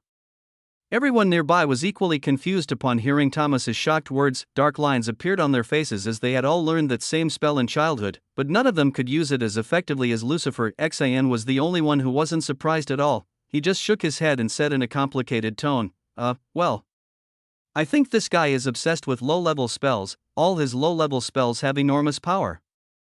I haven't seen him use high-level spells yet. Xin had seen Lucifer kill a Cyclops with 5th-level fire magic, so he wasn't surprised that Lucifer was also good at basic magic. Those magic beams look huge, but from what I can see, Lucifer barely used any magic. After all, his magic control is a bit exaggerated. Thomas and the others nodded in agreement with Xion's words. They also knew how amazing Lucifer's control over magic was. He just walked there, menacingly. Hearing Thomas's words, Xion nodded, his tone became serious, and he stared at Lucifer's back. What's even crazier is, fire magic is his primary magic, and he's not even using it right now, which means he's still retaining his strength. When they witnessed Lucifer's immense magical abilities with their own eyes, all the professor's expressions turned serious. Xion was the first to break the deadlock. He immediately waved his wand and spoke with an excited expression on his face. Let's go! We can't let him steal the show. We can't let him outshine us. After saying that, they all nodded and entered the battlefield one after another, unaware of the thoughts of the professors behind him. Lucifer simply walked towards the magical barrier as if he were taking a stroll in the park. The professors mistakenly assumed that Lucifer must be particularly skilled in fire magic because his basic magic was so powerful, but in fact, Lucifer's fire magic was not so good.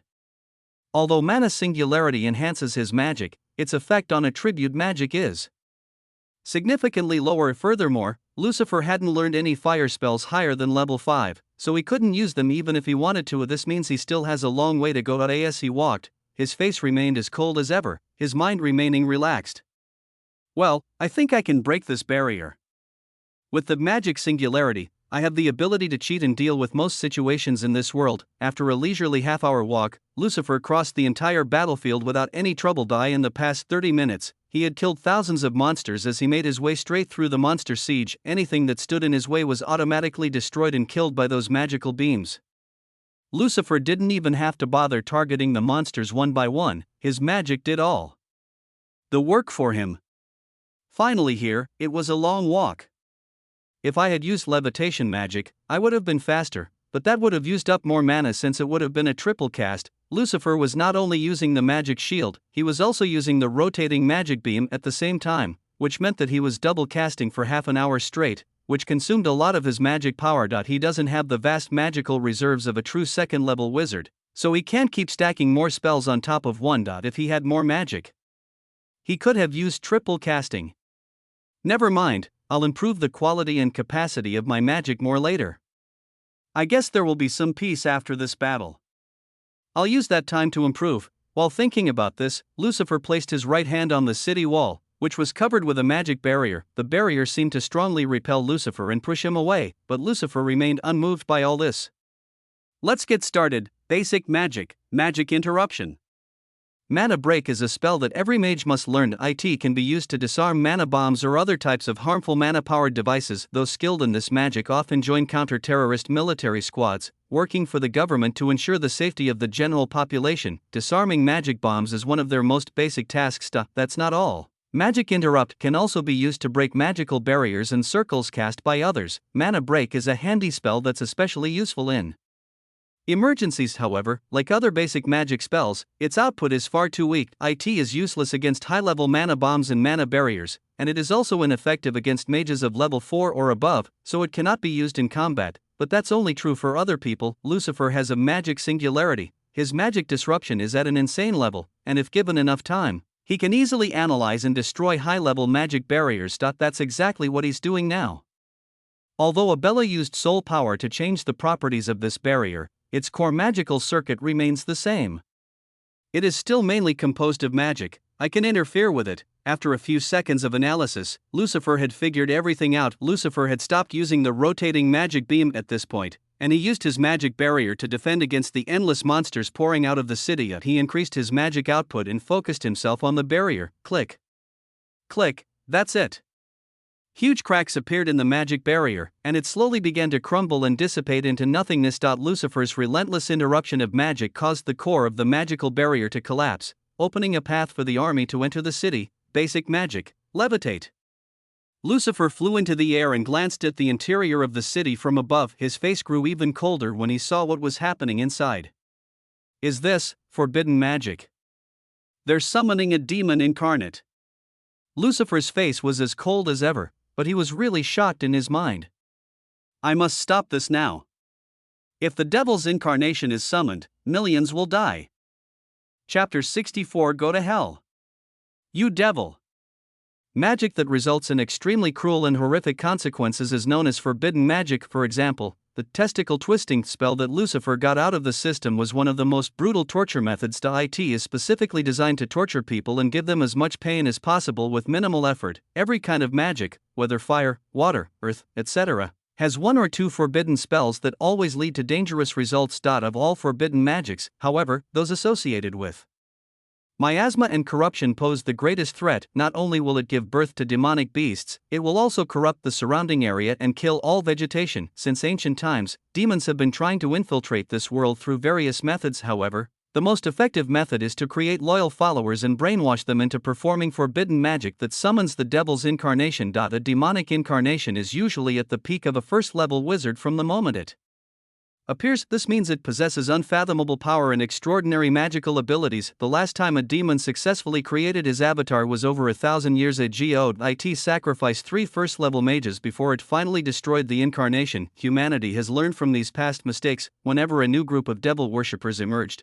they were hunted down throughout the empire. Because of this, a new incarnation of the devil has never appeared again in the past 1,000 years, but that is not the case now. False Vault is a cult filled with powerful individuals, so there's a good chance they could summon a demonic avatar without too much trouble. To summon a demon, you must build an altar out of human bones. Then you must use the power of 10,000 souls to cast a forbidden spell on the altar. The altar then absorbed the life force of all those 10,000 soulless corpses, and eventually condensed that life force and soul power into the form of a demon. This is the process of creating a demonic avatar. The cruel nature of this whole magic is why it is called forbidden magic. Killing thousands of people and harvesting their souls and life force is no small feat. If you do this, you are bound to attract the attention of the most powerful people. Just as Lucifer was thinking about what to do next, the other professors flew over and stood beside him.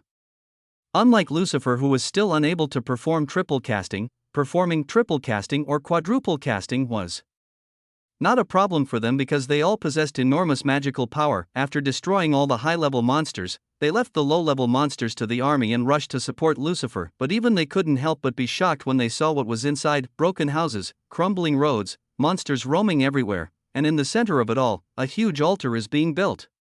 Demonic spiders were building the altar out of human bones, and giant worms were writhing in a huge hill made of mummified corpses near the altar. That scene looked like it came straight out of hell. If a novice mage saw this scene, they would immediately vomit. The professors were all second-level mages who had experienced many battles before, but even they were shocked when they saw this madness. I kind of understand why the sky over this place is covered in dark clouds. Even nature can sense the pure resentment condensed in this place. Xian's voice was solemn, with a hint of worry in it. They are trying to summon an incarnation of the devil here. This is a big deal. We should send this information back to the capital. Thomas and the others nodded in agreement with Xian. Xian quickly grabbed his smartphone and began taking pictures of the scene. However, just as he was about to send them back to the capital, Lucifer suddenly interrupted, saying, "Wait, send it to Mark and tell him to pass this message on to his father."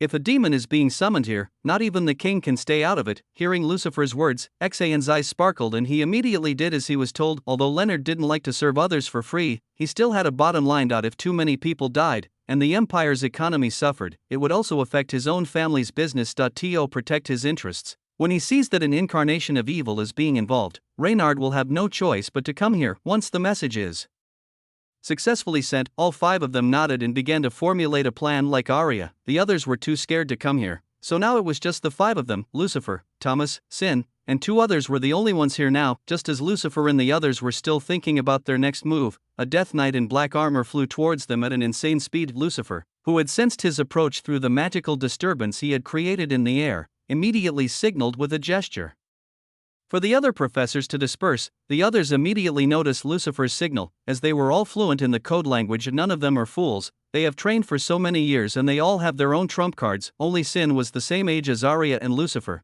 the others were several years older, and each of them had a great deal of combat experience. Miasma sword art, miasma light. Lucifer immediately recognized the lethality of the attack with his magical singularity and said, "Get out of the way, corruption type. This is a corruption type attack. Magic barriers can't stop it, so get out of the way now." The information transmission between professionals was fast and efficient.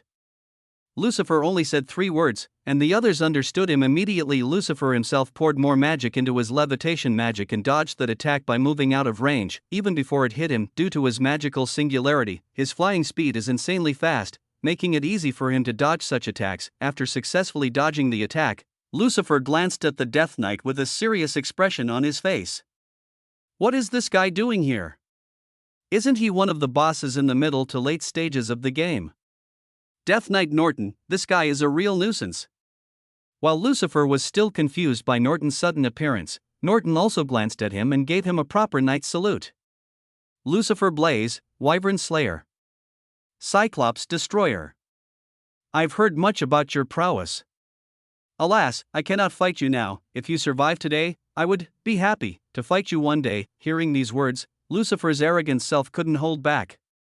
Oh, you speak as if you were certain I was going to die. Do you really believe you could escape after appearing before me? Norton shook his head, and his dark armor made a clicking sound. No. I am not your opponent today.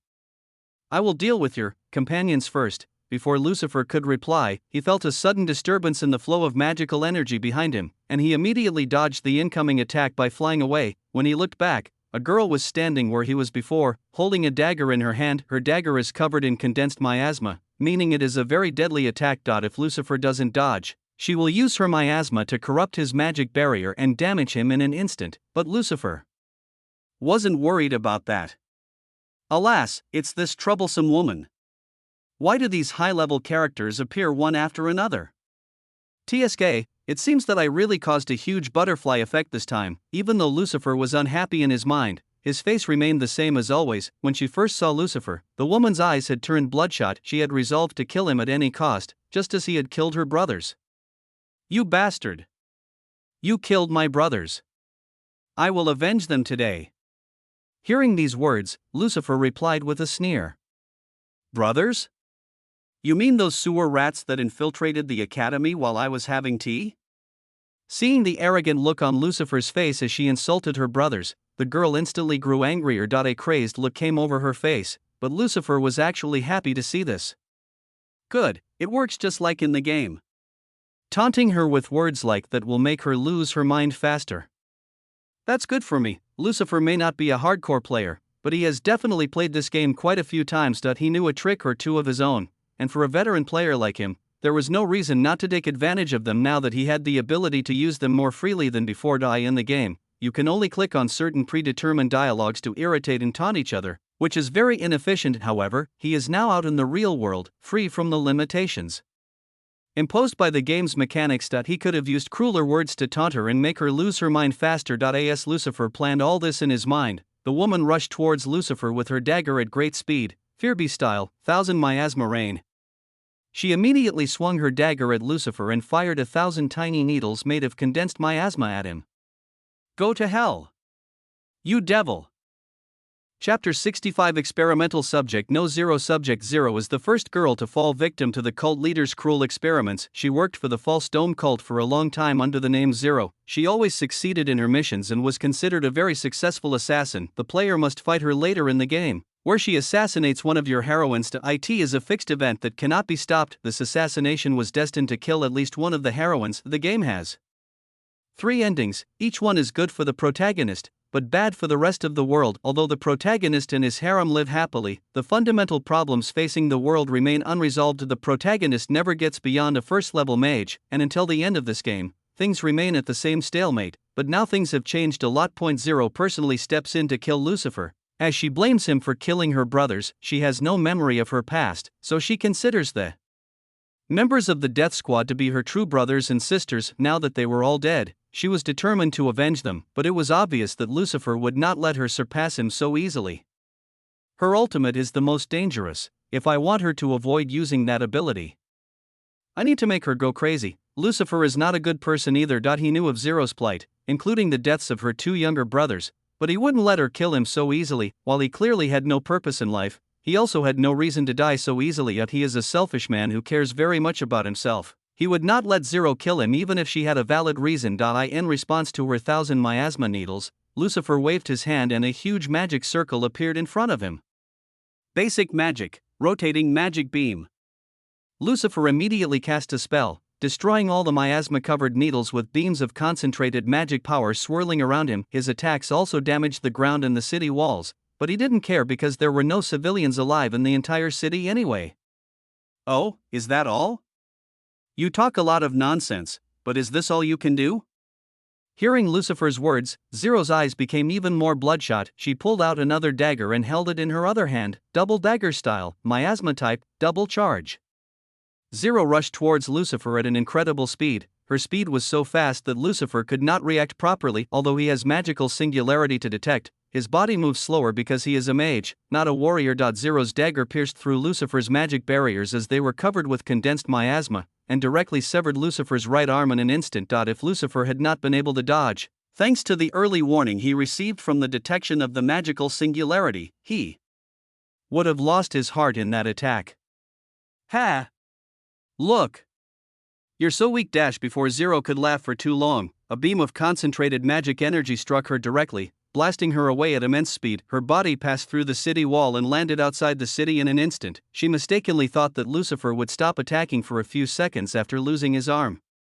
She didn't realize that Lucifer possessed active healing and didn't care about losing an arm or two. When she cuts off his arm, Lucifer immediately ignores his own injuries and fires a fatal shot at her, catching her off guard. Immediately, Lucifer flew out to finish her off. Lucifer's arm regenerated at a speed visible to the naked eye, and Zero's bloodshot eyes nearly popped out of their sockets in shock.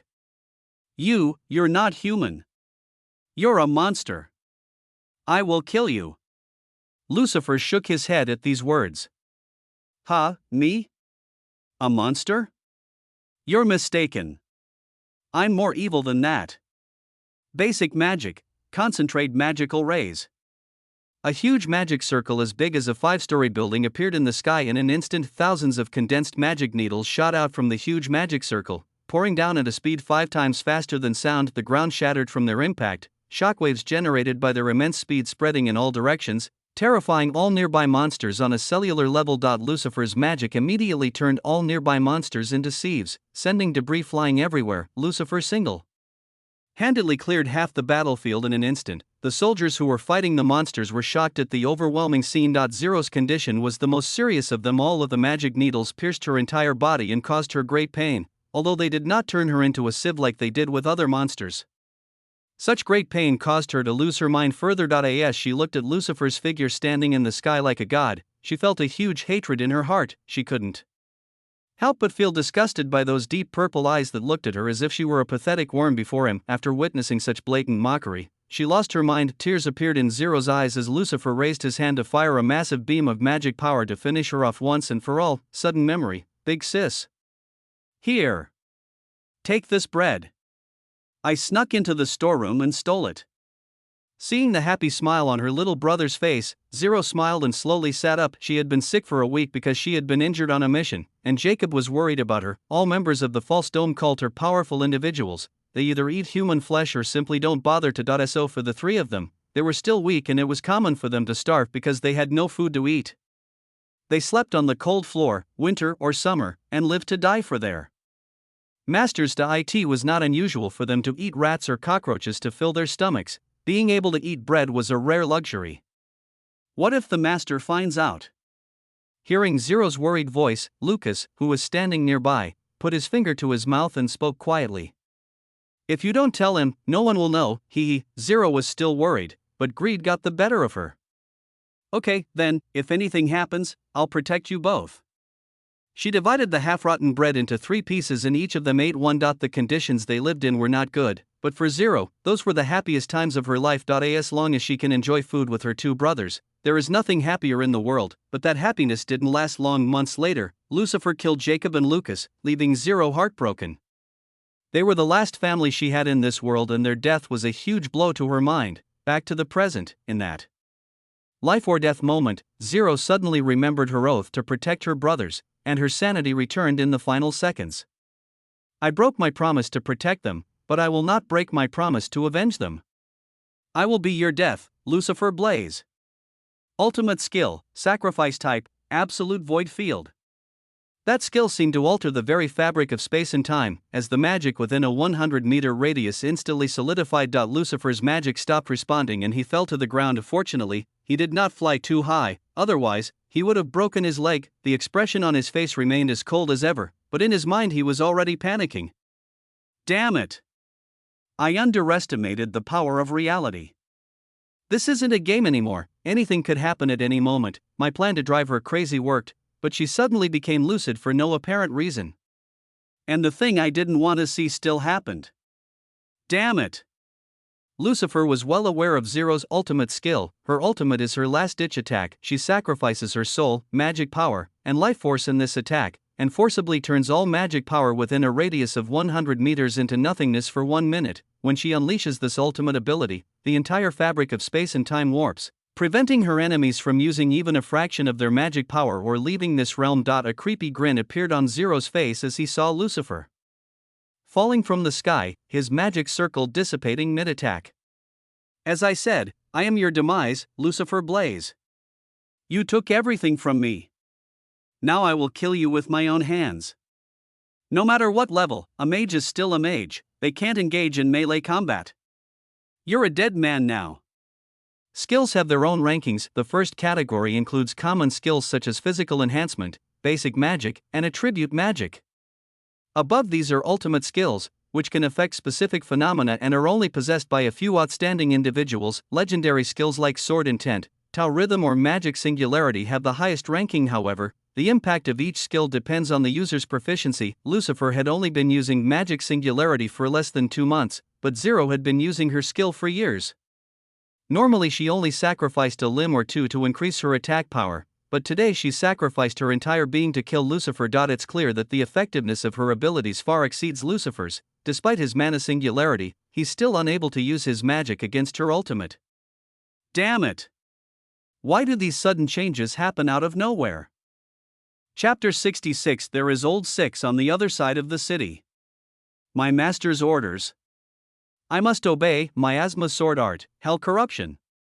Norton did not use any spells, but stood in the air and swung his sword at the 4 professors without hesitation. The sword spewed out a large amount of miasma, and the professors had no choice but to dodge it. The magical barrier could not protect them from the corruption of the miasma. Luckily, they are skilled in using flying magic, so dodging the attacks is possible. Mages usually use levitation or flight magic to stand in the air or move in the air, but warriors are different. Warriors of level 2 or above can use their body enhancement skill to create a temporary magical platform under their feet and walk in the air. Despite this, mages still have an advantage in this area. Even the least talented wizard on Earth can learn basic magic, which means that learning the levitation ability is not a big deal for a wizard. With the ability to fly, a mage will always be at an advantage over a fighter of the same level. Warriors need to reach level 2 to eliminate this disadvantage. However, reaching level 2 is a difficult task in itself, let alone trying to compete with mages who have been using Flight magic. Since their novice stage, the miasma created by Norton's attack fell to the ground after missing its target. The miasma was so powerful and condensed that it instantly dissolved and killed all the monsters that roamed the city below. Even Xian felt a chill run down his spine at the sight of the lethality of that concentrated magic power. If I get touched by it, it will be dangerous. Although Xian could use his magic to forcibly remove the miasma from his body, it would require a large amount of magic, and if his magic was exhausted, it would be impossible to fight the Death Knight. The other professors were no fools. They had thought what Xian had thought, and the four of them spread out, leaving plenty of room for them to hide. Shin raised his wand and pointed it toward the sky. Level 3 Frost Magic. Merciful Frost Confinement.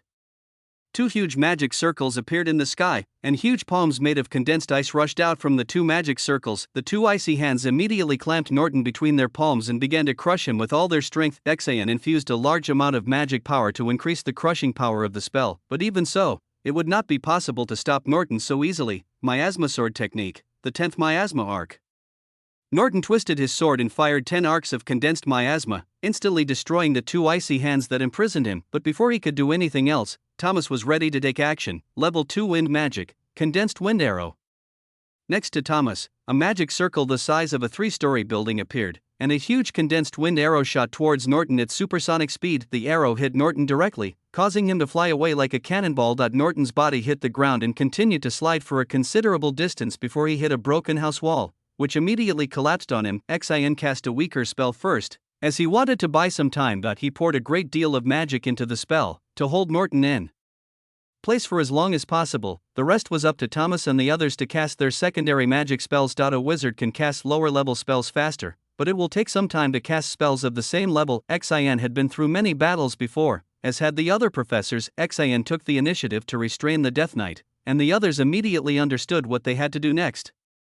There wasn't even any need for communication or planning. Seasoned battle mages like them had a good understanding of how and when to use their spells most effectively. The four of them had never worked together in a real battle before, but each of them was a veteran and none of them was a fool. With the instinct of a veteran, they both assumed their roles in a split second, not wasting a second to doubt one another. After Thomas completed his attack, the other two professors launched their own attacks simultaneously.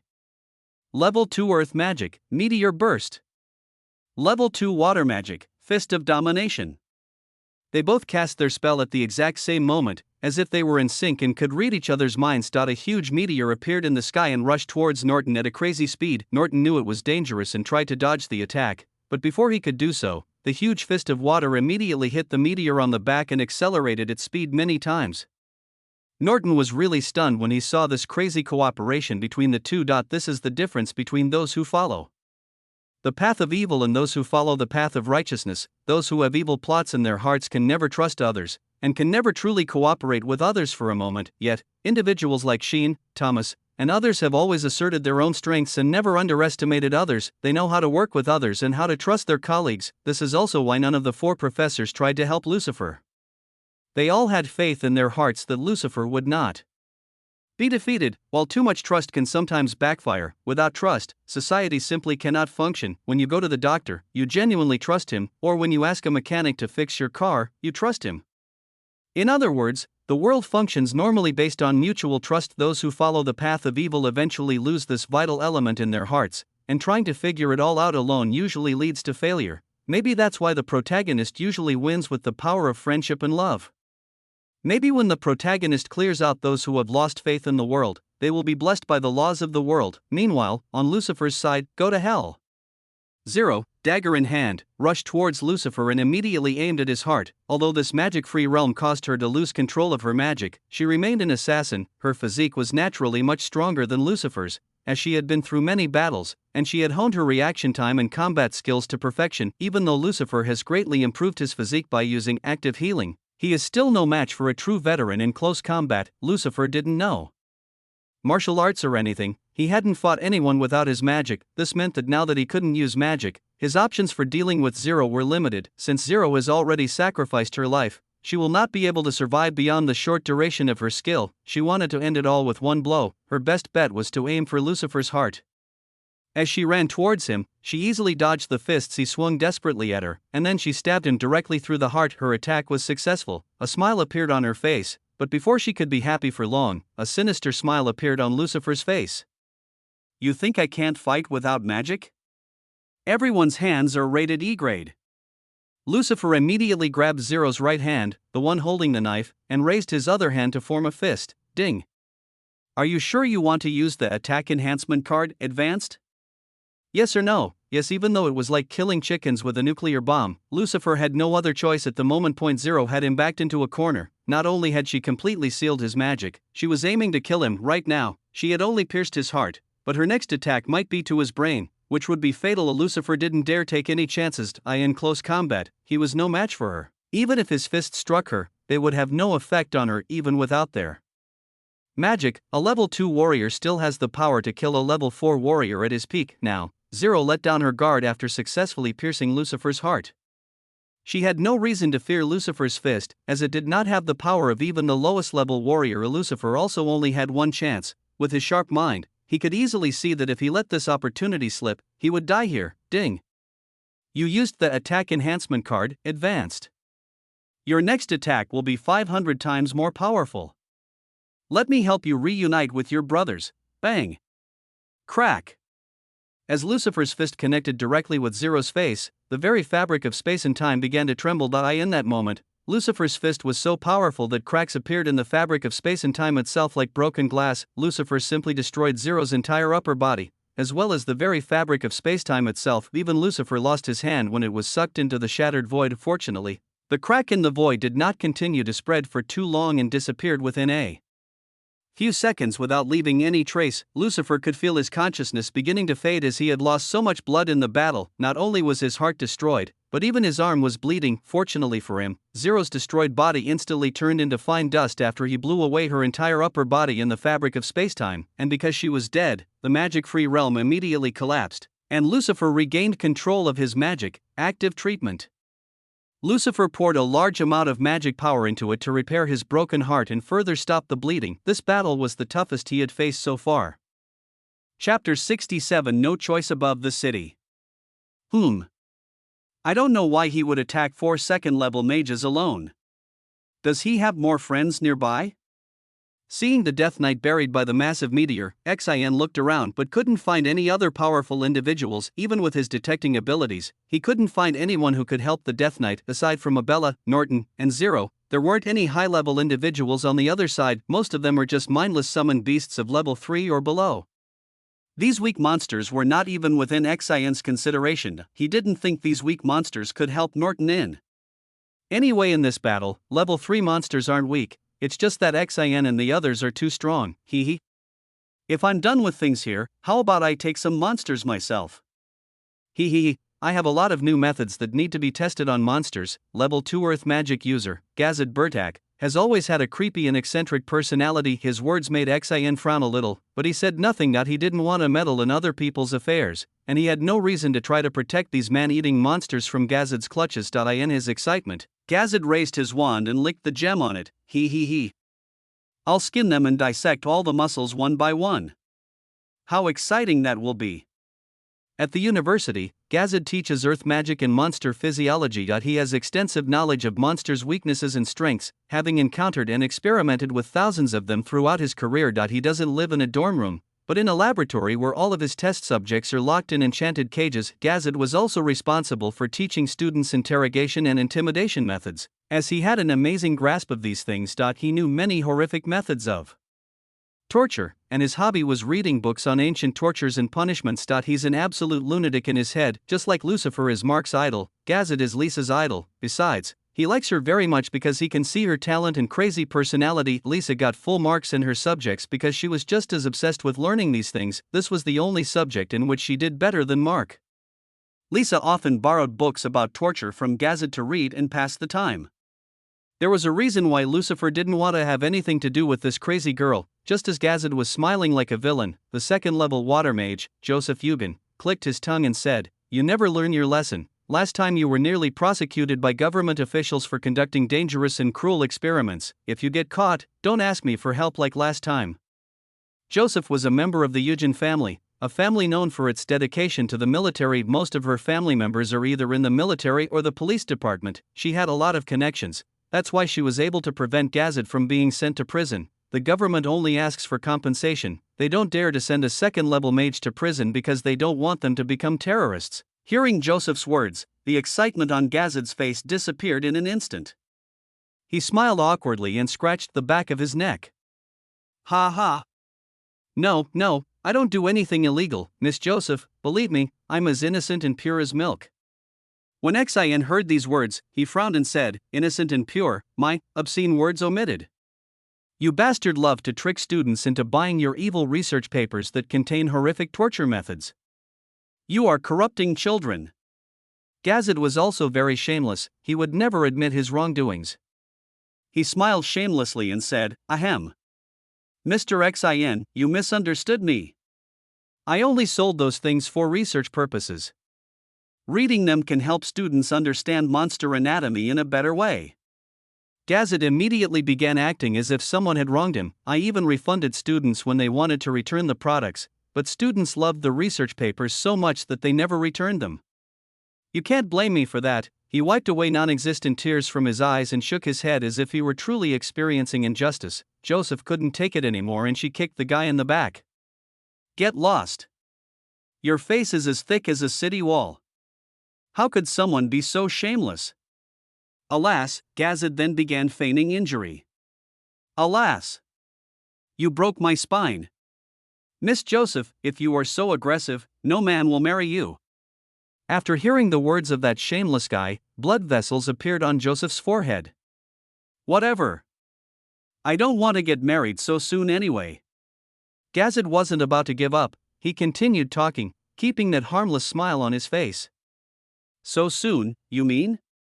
You're already over 30.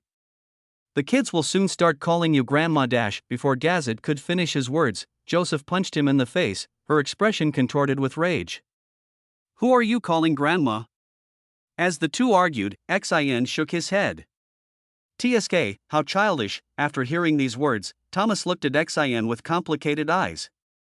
You and Lucifer quarrel like children, you know. Thomas wanted to speak up, but he didn't want to get into unnecessary trouble, so he didn't. An underground church, location unknown. In the center, a small magic circle appeared and Norton immediately teleported above it. Without wasting a second, Norton bent his knee and saluted the cult leader, his figure hidden behind a cloud of black mist. Master. I'm back, the cult leader nodded and said, well, it seems you succeeded. Norton nodded at these words and replied, yes. I did as you instructed. I bought enough time, and the plan was successful. It was true that Norton had been ordered to buy time if things got worse, but as he was buried beneath the massive meteor, he felt that the altar was complete and there was no need to stay there any longer. He used a teleportation magic scroll to leave the area, and his presence vanished. Shin and the others mistook the disappearance of his presence, believing Norton to have died after being hit by the massive meteor. Joseph's water magic increased the meteor's speed, causing a massive impact that generated a huge shockwave and even caused the ground to crack widely. Well, did you add that to the altar? Norton nodded and replied, yes, I did. Without disturbing Abella, the cult leader laughed heartily at Norton's response. Okay. Now we can move on to the next step. This is our victory. The cult leader then waved to Norton. You have completed your mission, you may go. Norton saluted his master and left. Understood. Above the city. Why do I feel like I've forgotten something? Shin rubbed his chin, trying to remember what he had forgotten. At that moment, Thomas said, it's Lucifer. He's separated from us, and we don't know what happened to him. Xin waved off Thomas's words and said, no, not him. Did you really think he was going to get in trouble? Even Gazad and Joseph nodded. Yes, he is strong. We don't need to worry about him. These guys simply mistakenly thought he was a super strong man who could handle any difficulties that might arise, so they didn't intend to go to his side. Just then, Xin noticed the altar out of the corner of his eye and immediately remembered what he had forgotten. Ah, yes. We must destroy that altar.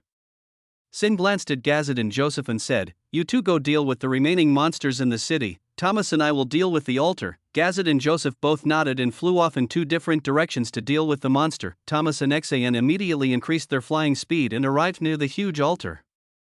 Alas, luckily, I'm using a magic barrier, otherwise, I think the smell of this place would be horrible. Thomas nodded at these words as well. Thousands of human skulls adorned the altar, and he could see mummified bodies piled everywhere. This place is horrible. Level 3 Frost Magic, Ice Rain. Sin used his frost magic, and giant icicles shot out at all nearby monsters, killing them instantly. Nexian cleared the center area of all monsters with a spell, but what surprised him most was that his attacks had no effect on the altar. As the frost icicles were about to strike the altar, a barrier made of pure soul energy appeared, protecting the altar from Sin's magical attacks. Alas, this is the limitation of this genre. After Nathan, Thomas is the most knowledgeable person about barriers in the entire university. He quickly identified the type of barrier on the altar. Alas, this barrier is self-repairing. It won't break unless the energy stored inside the altar is exhausted, but I'm sure the energy reserves of this altar are absolutely enormous. 10,000 souls were used to generate energy for this altar. It was obvious that it had enormous energy reserves. Breaking this altar will be troublesome. Thomas and Xian couldn't help but frown now, because neither of them had any other choice. Chapter 68 Death Cage in Unknown Space. This is the place I prepared for your death. Hearing Abella's mocking tone, Nathan looked around, and no matter where he looked, he could only see an endless loop of space. The floor and surroundings of the place were pure white, and no matter which direction you looked, the place seemed to have no end. Nathan was a space magic user. He easily figured out what kind of place this was, and his expression turned sour in an instant. A death cage, Abella laughed at the solemn look on Nathan's face. Ah, so, you still have some wisdom left in that old head of yours. Yes. This is a death cage. Unless you die, or I break the spell myself, you can never escape from this place. Ah ha ha ha ha. The look on Nathan's face grew more solemn as he heard her taunting voice. As a user of space magic, he knew too well what a dangerous place this death cage was. His spell introduction, forbidden spell, corruption/space type, cage of inevitable death, spell description, a forbidden spell taught to humans by demons to create chaos in the world. It is one of the most twisted and dangerous forbidden spells in existence. To cast this spell, you need the power of over 25,000 souls, or the souls of 10 first-level wizards. This spell is used against obstacles that stand in the way of a demon worshipper. Spell effect 1. Create a cyclic subspace. Point 2. Always trap your opponent. Point 3. It can gradually erode the sanity of the trapped entity. Point 4. It can continue to function even after the user dies. In this small subspace, the concept of time does not exist because it is not a perfect space with proper laws and rules. If someone gets stuck in this place, they're stuck in a loop. A person can never age in this place because time does not exist, and if the trapped person's magic control is below level 1, then they cannot even move freely in this place. You need at least level 1 of magical control to resist the non-existence of the law of time in this place, otherwise, your body will freeze because time does not exist here, and you cannot move in a place where time itself does not exist. In this place, even photon particles stop moving, making it impossible to see. If you don't have the first level of magical control to forcibly maintain your body functions, you will become blind. Both Nathan and Abella are using their magic powers to act like photon particles and detect everything around them, otherwise, they can't even see. But that's not even the worst part of it all. The biggest problem is, even if I kill Abella here, I'll still be trapped because escaping from here so easily is nearly impossible. Unless your mastery of magic and the fabric of space and time reaches level 1 or above, you cannot escape from this place through sheer force. Either you need to drain the energy from this dimension, or you need to force Abella to cancel the spell, but both conditions are difficult. This spell can only be cast with the help of a huge energy source, and Abella use 25,000 souls as the energy source of this space, which means that the spell will take hundreds of years to run out of power. Furthermore, there was no magic around, therefore, Nathan only had the magic contained within his body. He had no way of replenishing his magic once it was depleted. This means that if he runs out of magic power, he will not be able to withstand the absence of the law of time and will freeze instantly. If he were to freeze here, no one knew how long he would have to stay in this space. He might actually go crazy from being trapped in such a place. The White Room is actually a method of mental torture. Nathan glanced at Abella and said in a serious tone, "You know, as long as I'm alive, even you can't leave this space. Are you also preparing for your own death?" Hearing Nathan's words, Abella laughed like a madman who had lost his brain. He, who cares? I don't even care about my death. My life's goal was to get revenge on you. And I finally accomplished it. He. Now even if I die, you will suffer in this place for hundreds of years. No one can save you. Nathan's mood soured at the crazy laughter and he asked, "Why go so far? You were once one of my favorite disciples. Why did you put me in this difficult situation?" Abella dash. Before Nathan could finish his words, Abella gritted her teeth and shouted at him, "How dare you say my name with that filthy tongue of yours? You are the reason for Ranan's death. If you hadn't sent him to investigate the fifth seal of the false dome, he would still be alive." Tears appeared in Abella's eyes and she shouted at Nathan at the top of her voice. Her eyes were bloodshot, she had lost her mind from devouring the darkness, and she forced herself to become stronger. Nathan immediately refuted Abella's words, saying, "You're wrong. I only assigned him that mission. I never said he couldn't refuse a mission. He went there on his own. It's his fault he died." Before Nathan could continue speaking, Abella raised her magic broom and fired a massive beam of condensed miasma in Nathan's direction. Second level dark magic, light of absolute corruption. The miasma and corrupt light were so dense and powerful that even the surrounding space became somewhat distorted, but Nathan didn't let her get past him. He immediately used his space magic, second level spatial magic, misleading gate. The space in front of Nathan distorted, and the beam of miasma was trapped in the space portal. The other end of the portal opened above Abella's head, and her attack almost hit her own body. Level 5 dark magic, wings of miasma. Two bat-like wings made of condensed miasma appeared behind Abella, helping her to avoid the miasma beam, but Nathan wasn't about to give up. Another portal appeared on the ground, sucking the miasma beam in, and the other side of the portal opened again above Abella's head. The series of dodging and portal openings continued for 500 times before Abella finally came up with a countermeasure, level 1 dark magic, the corrupted mouth of greed. A huge gate made of condensed miasma appeared in front of Abella, and the chain on the gate broke in an instant. A huge monster-like mouth emerged from the corrupt gates, and it directly absorbed the miasma beam, destroying it in an instant. When the giant mouth finished swallowing the miasma beam, the gate teleported over and tried to devour Nathan with its sharp jaws. Level 1 space magic, space distortion. Nathan didn't even flinch when he saw the giant mouth trying to eat him. He pointed his staff directly at the gate of corruption and cast his spell. In an instant, the fabric of space and time trembled and became distorted, destroying the gate of corruption. Abella had to mount her magic broom and fly away to avoid the effects of the spell, as it had an extremely wide effective range. Nathan wasn't about to let her get away so easily. He immediately opened a portal, appeared before Abella, and cast another spell to attack her, second level space magic, space shattering. He pointed his wand at the space next to Abella and forced it to collapse in on itself, attempting to crush Abella under the pressure of that compressed space, but Abella was on guard. She immediately countered Nathan's move, level 1 dark magic, miasma expansion. A magic circle appeared above her head, and the space near her was covered with darkness and miasma, so by using excessive miasma to forcibly expand the space, she got rid of Nathan's space magic effect. Her actions even surprised Nathan, as he hadn't expected her to counter his attack so perfectly. "You're strong, Abella. Why don't you stop doing these wrong things and start over? If you decide to apologize for your actions, then I will personally help you regain a safe identity in the human country." Nathan doesn't really care how many humans Abella killed to gain the power she has now. Her strength is paramount, and if she could join the humans she would be of great help. Someone like Nathan, who is on top of the world, doesn't really care about the lives of ants who can't even protect themselves. Most first-level wizards are arrogant individuals who see ordinary people as mere ants. Wizards are selfish creatures, there is no point in trying to correct their mentality. Abella laughed sarcastically at Nathan's words. "Ha ha ha ha ha ha, how pathetic can you be? I've known for a long time that you're nothing but a damn vampire. You enjoy huge benefits and gain an amazing reputation from others. Yet you still dare to allow someone who killed over 50,000 people in the past night to enter the human world and start over as a good person."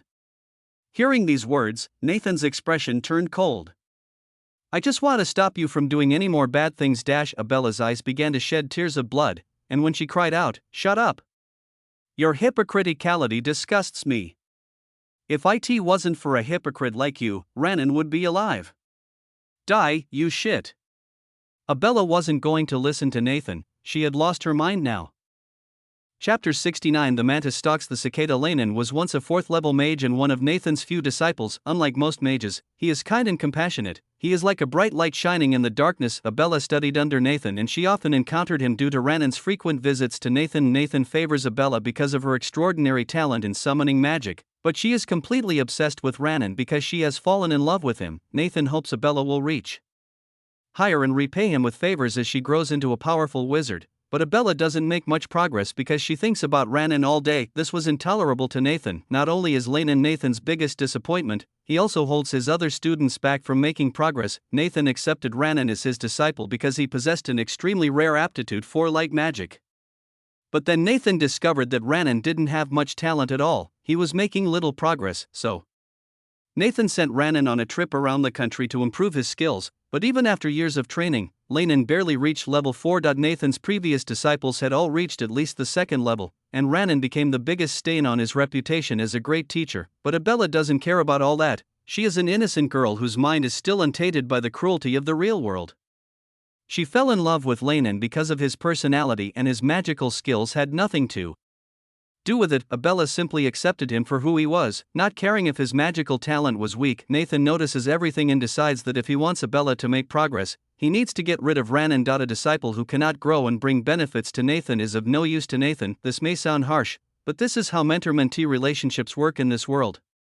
Any wizard who teaches disciples does so out of a desire to gain something in return from them. Nathan wants an inexhaustible supply of monsters to conduct his experiments at a low price, and Abella's summoning talent is perfect for this, but if she couldn't meet his demands, it would be a huge loss. So Nathan devised a simple plan. He took Ranan to the secret library and explained to him the reality of this world. Normally, only first-level wizards are allowed to know all of this, but in rare cases, a first-level wizard can tell it to his disciples through a magical contract. Lanan signed a magical contract and swore not to reveal the secret even if he died. Nathan has always been good at manipulating others. He brainwashed Lanan into believing that the fifth seal of the false dome was about to be broken and needed to be repaired immediately, and that only light magic could do this, even though that was only half the truth. Ranan believed Nathan without a doubt because he had great trust in his teacher. Nathan had always helped him, and now it was his turn to return the favor. Without hesitation, he said goodbye to Abella and left. Years passed and Ranan never returned. Abella urges Nathan to find Ranan,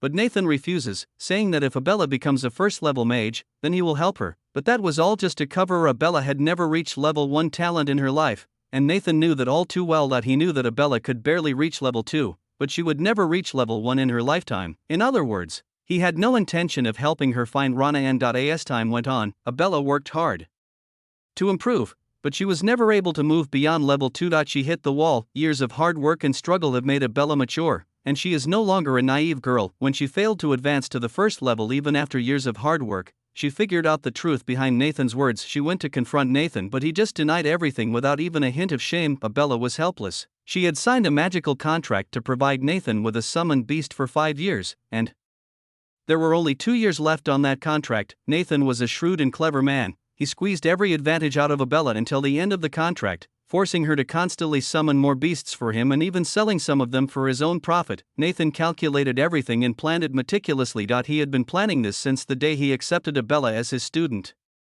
Nathan is the true embodiment of a selfish and calculating wizard. He will do anything for his own benefit. Manipulating and brainwashing children is a piece of cake for him. He may sound like a villain, but he is actually the most beloved mentor to the protagonist of this game. After the contract ended, Abella cut off all contact with Nathan and left her wand, a gift from Nathan at her graduation ceremony, in her temporary house. She didn't have the courage to fight Nathan one-on-one, because she also knew the difference between a first-level and a second-level mage. If she fights him, she will die in one attack, but Abella wasn't about to sit still and sigh in sorrow. Her love was immense. She followed her heart and began searching for a way to find Ranan. Nathan refused to tell her the location, but she wasn't about to stop. She went to all the hidden locations to look for clues, but she found nothing except Nathan's secret library. There was no way she could slip into Nathan's secret library so easily, and she was beginning to lose all hope. But that's when she met the leader of the False Dome cult. She was in a forest outside the borders of the human empire. Resting by a campfire at night, the cult leader held out his hand and made her an offer. Become a demon worshipper, Abella. Do so and you will be able to reach the next realm. Normally, Abella would have rejected that offer out of hand, but she was desperate at that moment. Her year-long search had yielded nothing, and her patience had reached its limit. The cult leader promised that if she accepted the darkness, she would be promoted to the first level and be able to find the truth of this world on her own. Abella hesitated for a long time, but then she sighed and accepted the offer with a heavy heart. She had no family or relatives left in this world, and her master was a mere mercenary who had no feelings for her gifts. Even Ranan, the only person she loved, was missing. So, in pursuit of her goal to find Ranan, Abella embraced the darkness and became a demon worshipper after joining the cult of the false vault. Soon after accepting the darkness, she was promoted to the first level with the blessing of the demon god and was able to perceive the laws of the world. Once you are able to perceive the laws of the world, you will eventually discover the truth about the world itself. Abella discovers the horrible truth of this world and realizes how worthless her existence is in the face of reality. Despite the existential crisis, she remains committed to her goals, and despite the darkness's deep corruption, she maintains her sanity. Little by little, the miasma took control of her mind, and she turned into a cruel sadist who took pleasure in the suffering of others. With the power of a forbidden spell given to her by the demon god himself, she killed many and extracted their souls. Now there's only one obstacle standing in her way of finding Ranan, Nathan himself. If Abella gets rid of Nathan, she can enter the secret library and find Lanan's location, as well as the locations of the seals of all 7 false vaults. That's why Abella risked everything, splitting off a small part of her own soul to infiltrate the secret library. This ultimately failed due to Lucifer's interference. Had he not interfered with the giant glowing magic ball, Abella would have killed Nathan that day. Still, even if she lost, she got another chance. Now that she has destroyed an entire city, she has not only built an altar capable of summoning the demonic god's avatar, she has also repaired her magic broom and constructed a death cage with the sole purpose of trapping and killing Nathan. Abella's plan was extremely thorough. Even if she died here, her soul would escape and enter a pre-prepared body she had placed in a hidden cave. This way, not only would Nathan be trapped in that space loop forever, but she would also be able to leave that place without any problems. Once she takes over her new body, she will immediately rush to the university and find the location of the seal through the secret library. She did not intend to rely on the incarnation of the demon god for this. She wanted to use her own abilities to find Lanan, as she did not trust anyone else with such an important task. For her love, Abella killed thousands of innocent people and murdered them without a care in the world. Her actions were indeed wrong and punishable, but in her mind, she had devoted her entire existence to Ranan. There was no point in trying to reason with her. She has lost her mind except for one simple goal, and that goal is to find the one she loves. Corrupted by the miasma, Abella has become a damaged hero on her own broken path. In pursuit of love, she has lost her humanity and existence that is long gone. Chapter 70. The Yellow Bird Behind. I will make sure you die here today. Tears of blood streamed from Abella's eyes as her hatred for Nathan was so intense that even the very fabric of space and time trembled with her rage. Abella waved her hand, and just as she was about to cast another spell, something unexpected happened. Abella suddenly found herself standing on the same altar, the one she had asked her summoned beast to build. What? Before Abella could understand what was happening, the magic circle on the altar began to glow a dark red, as if made of blood. Abella looked around and she saw Sin and Thomas too, standing just outside the protective barrier of the altar. She glanced at the sky and sensed that the death cage was still intact. What's going on? I clearly planned that I would die in that cage, and then I would escape with my soul. But now I am outside the death cage with my real body? Abella was the one who had cast the death cage, so she could sense that it was still intact. She could also sense that Nathan was still trapped inside, but she was the only one who had left the place without dying. How is this possible? Before Abella could comprehend what was happening, she felt a massive weight bearing down on her. Abella was caught off guard, and even her magic barrier was shattered by the huge gravity. She fell to the ground, even moving her fingers becoming impossible. My magic isn't working. What the hell is going on?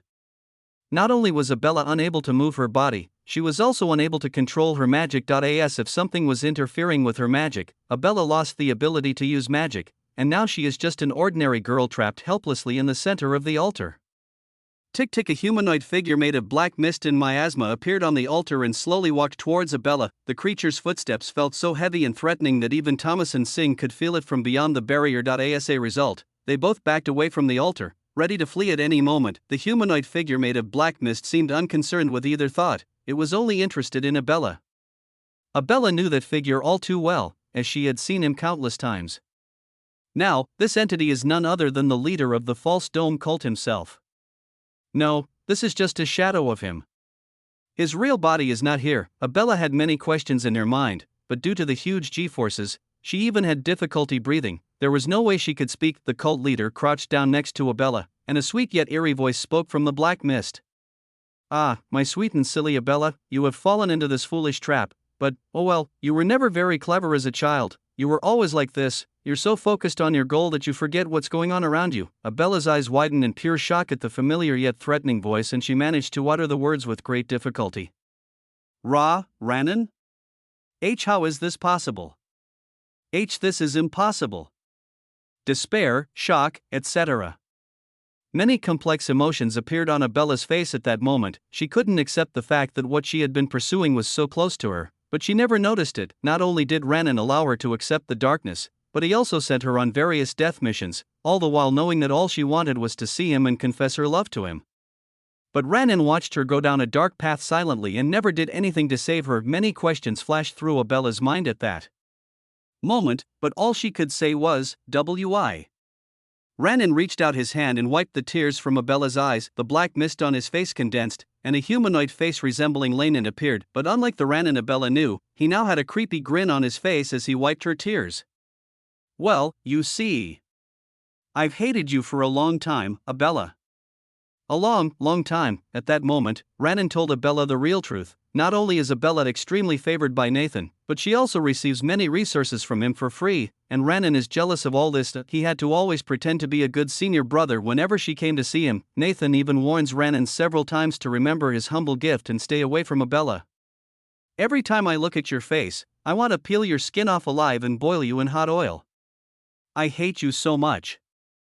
But Ranan didn't have the strength to fight Nathan, and he didn't dare to hurt Bella under Nathan's gaze. When Nathan finally put his sinister plan into action and sent Lanan to the fifth seal, Lanan sought his opportunity and gave up his human identity. He worshipped a demonic god and founded the cult known as the False Dome Cult. The demon god gave him immense power, and the first person Lanan chose to corrupt was Bella himself. He waited until Bella's spirit was weakened by her search for him, and then he seized that moment and corrupted her with his miasma. "I gloat over your misfortune. I take immense pleasure in destroying the gift that old fox so cherished." But Bella still has use. She became a first-level mage, and Lanan waited for her soul to be completely corrupted to realize the full potential of her dark soul. When Ranan said all this to Bella's face with the same creepy smile on his face, Bella could only feel great despair from the beginning to the end. She was just an insignificant pawn dancing in the palm of someone else's hand. First, Nathan exploits her gifts to the limit, then Lanan gloats over her misfortune as she devotes her heart and soul to finding him. Ranan's words ultimately caused Bella to lose her mind, as he cruelly robbed her of her life's sole purpose, causing her soul to be completely tainted by the miasma. "Finally, I just want to tell you that you are just a disposable pawn, Bella." Lanan stood up, kicked Bella away, and placed his hand in the center of the magic circle. "The ritual to summon the demon god's avatar requires many souls. You worked hard to collect them for me, so I commend you for that, but this ritual still requires the dark soul of a completely corrupted first-level individual to fully activate. Yes, this is the real reason why I allowed you to roam freely for such a long time." The creepy grin on Lanan's face widened. "I have waited so long. I waited for the perfect opportunity to finally push you into the depths of corruption, and now you are nothing more than a shell of pure despair." There was so much cruelty in Ranan's words that even Xian and Thomas felt a chill down their spines after hearing all of it. They never imagined that such an evil conspiracy was involved in this incident. Their foreheads were covered with sweat, and when they looked at Bella, she lay there like a corpse, her eyes filled with endless despair. It was clear from a single glance that her will had been broken, her existence tortured beyond measure. Lanan paid no mind to all this. He poured a small portion of his own magic power into the center of the altar, and the magic circle finally activated. First, Bella's dark soul was sucked out of her body to activate the summoning ritual, and then those 10,000 souls were used to perform the actual summoning ritual. Lanan glanced at the sky and muttered to himself, "That old fox is in a death cage with you, Bella. I really appreciate everything you've done for me. I'll remember you as long as I live. Thank you for working so hard for me." Now that Nathan was gone, there was no one left to interrupt the summoning ritual. Now it only takes half an hour. During this half hour, the altar will refine all 10,000 innocent souls, and then transform them into power, condensing them into the form of the incarnation of the demon god. That incarnation will then take Bella's soulless body as its vessel and will put it to good use. Ranan had no intention of letting even Bella's body rest in peace. He had planned everything for years. He wants complete revenge from Nathan and Bella. Seeing his revenge come true, Ranan couldn't help but smile a creepy smile. "Finally, my dream is becoming a reality, all thanks to my merciful God." As the altar continued to refine the souls, Lanin pulled a smartphone from his dark, mist-like body and pressed a few buttons. Okay, I've sent the details. All I need to do now is wait.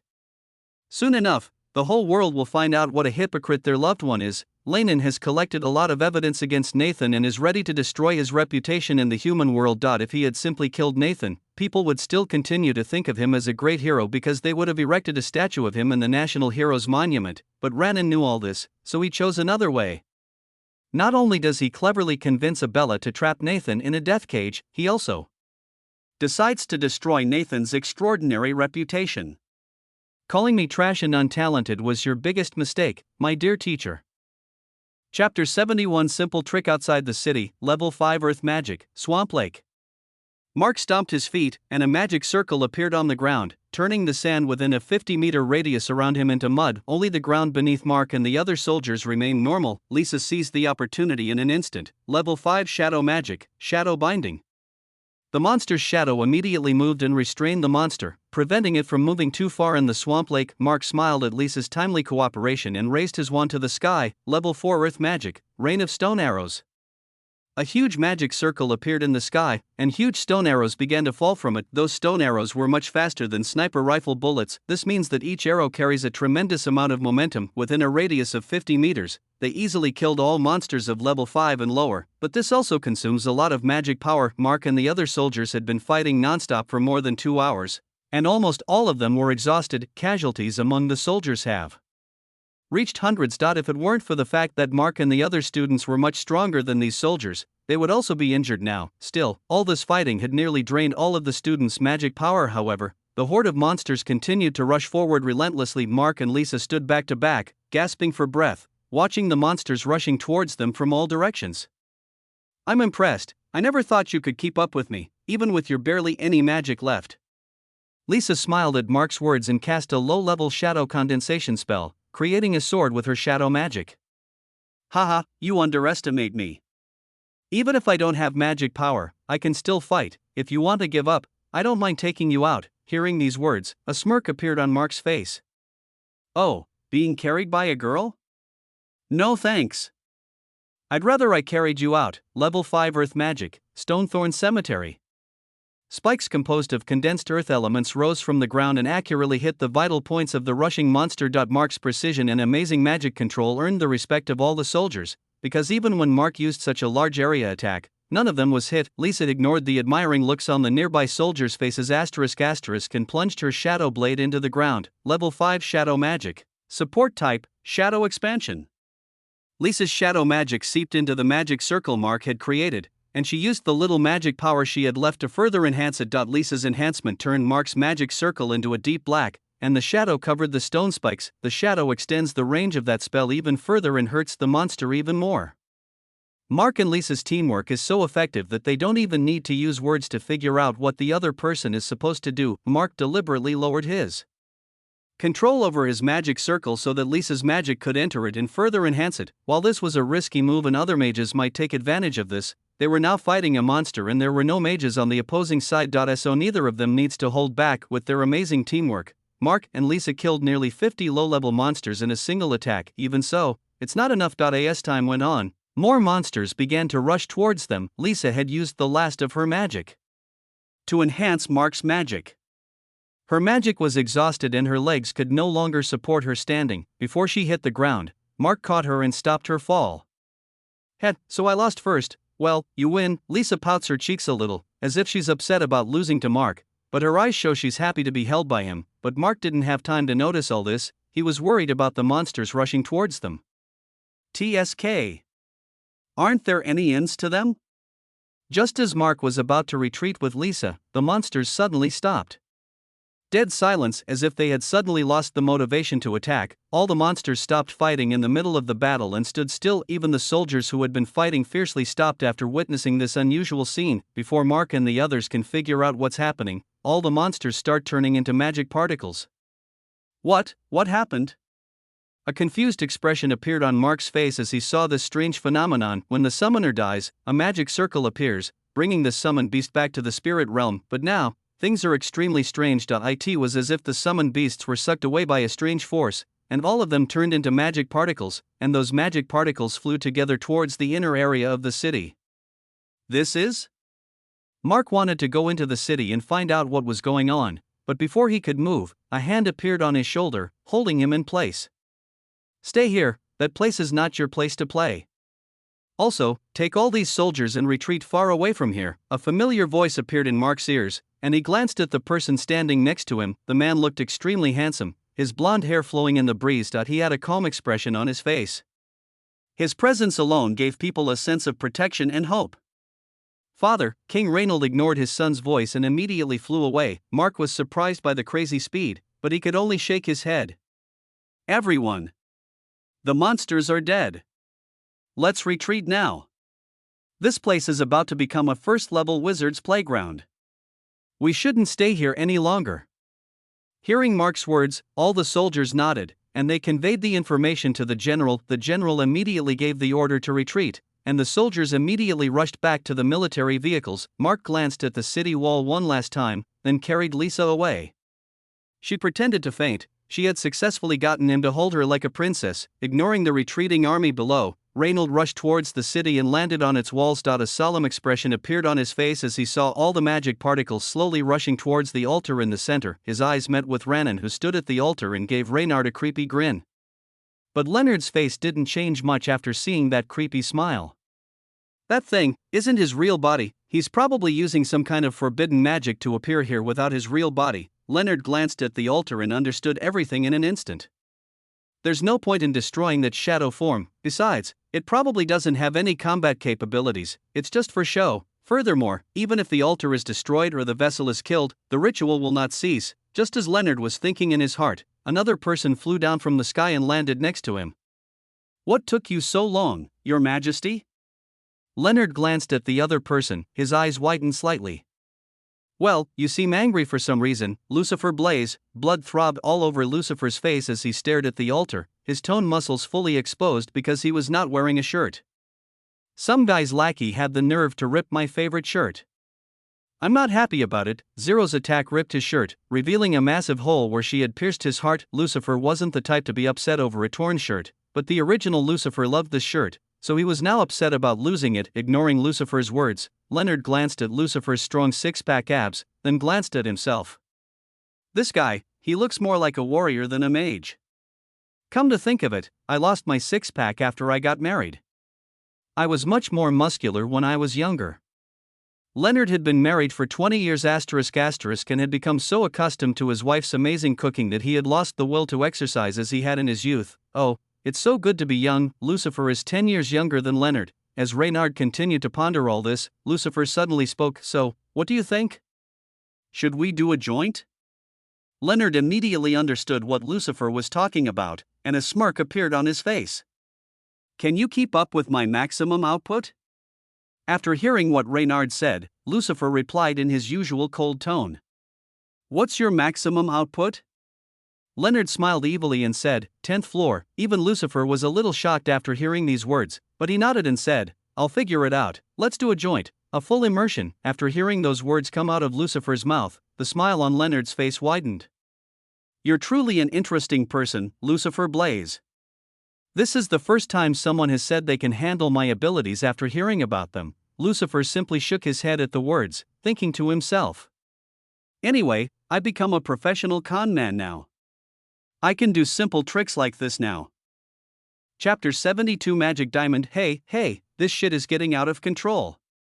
The expression on Xian's face became solemn and he said these words in an annoyed tone. He could see that if the altar continued to work, a demonic incarnation would likely appear, and the damage it would cause would be unimaginable. The incarnation of the demon god can be considered a pseudo-zero-level existence. Its power is unimaginable, and dealing with it requires the sacrifice of many first-level wizards.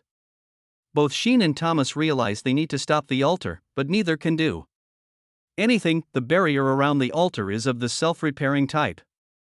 It will not break unless the energy of the entire altar is exhausted, which is almost impossible for them to do. Thomas glanced solemnly at Lainen's smiling face and said, We can do nothing here, we'd better retreat now. Hearing Thomas's words, Xian couldn't help but rubbed his forehead in frustration. Screw that nonsense. Where are we going to retreat to? Once fully summoned, the demonic incarnation will likely attack humans. Then, a war for survival will begin. Demonic incarnations usually have a single goal, which is to destroy humanity, and the reason for this motivation is that the demon god is afraid of humans. It was once a human who created the seal of the false dome, and the indomitable human spirit is something that should not be underestimated. There are many evil people among mankind, many of whom are profit-driven, but in every age, a hope also emerges in this worldly filth. An existence that carries humanity's own hope. In peacetime, this hope does not appear much, but when the need arises, a selfless being is born. A being whose brilliance rivaled that of the stars, and whose very presence could make demonic gods tremble in fear. That being is the reason why the demon god wants to completely destroy humanity. If they don't get rid of humans, then a being that can rival them in the future will definitely appear if given enough time. That's not what the demon wants to see. They do not want humans to be their equals, and oppression of the weak is ingrained in the demon's nature, so they want humans to remain weak. If it weren't for the seal of the false dome, the demon gods would have descended directly and slaughtered all humans with their own hands. Still, while the real body cannot descend into this world, the avatar is still powerful enough to rival the most powerful beings in this world. Unless a hope is finally realized and new frontiers are conquered, there is no salvation for humanity. As Sheen and Thomas were debating whether they should retreat, they simultaneously received a message on their smartphones. Shin pulled his smartphone from his inside coat pocket and read the message, from arrogant bastard. This is the name Sin used to store Lucifer's contact information. Retreat to the city walls. The message Lucifer sent was extremely short. He didn't even bother to explain the reasoning behind the order to retreat. But Sheen and Thomas dared not ignore that message. If the message was long, then they would think something was wrong. But such a short message means the other party is serious and action must be taken immediately. This is the logic of the veterans of this world in battle. Don't think too deeply about it. They had been trained in rapid combat communications during their years in college, so they had a common understanding on certain things. Seeing the information, Xin and Thomas both nodded and immediately flew away from the central area of the city and retreated to the city wall. As he flew away, Xin said, "What do you think his plan is?" Thomas simply shook his head, saying he knew nothing about it. He was just as confused as Sheen. When the two of them reached the city walls, they noticed Reynard and Lucifer standing nearby, so they flew down and walked towards them. Gazet and Joseph also arrived at the same time. "Damn! Why are you flexing your muscles like that?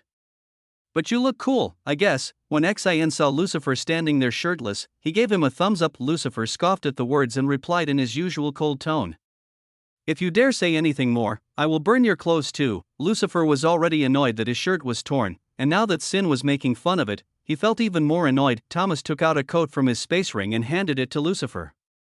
"Well, I put 10 of them in my space ring in case I need to change."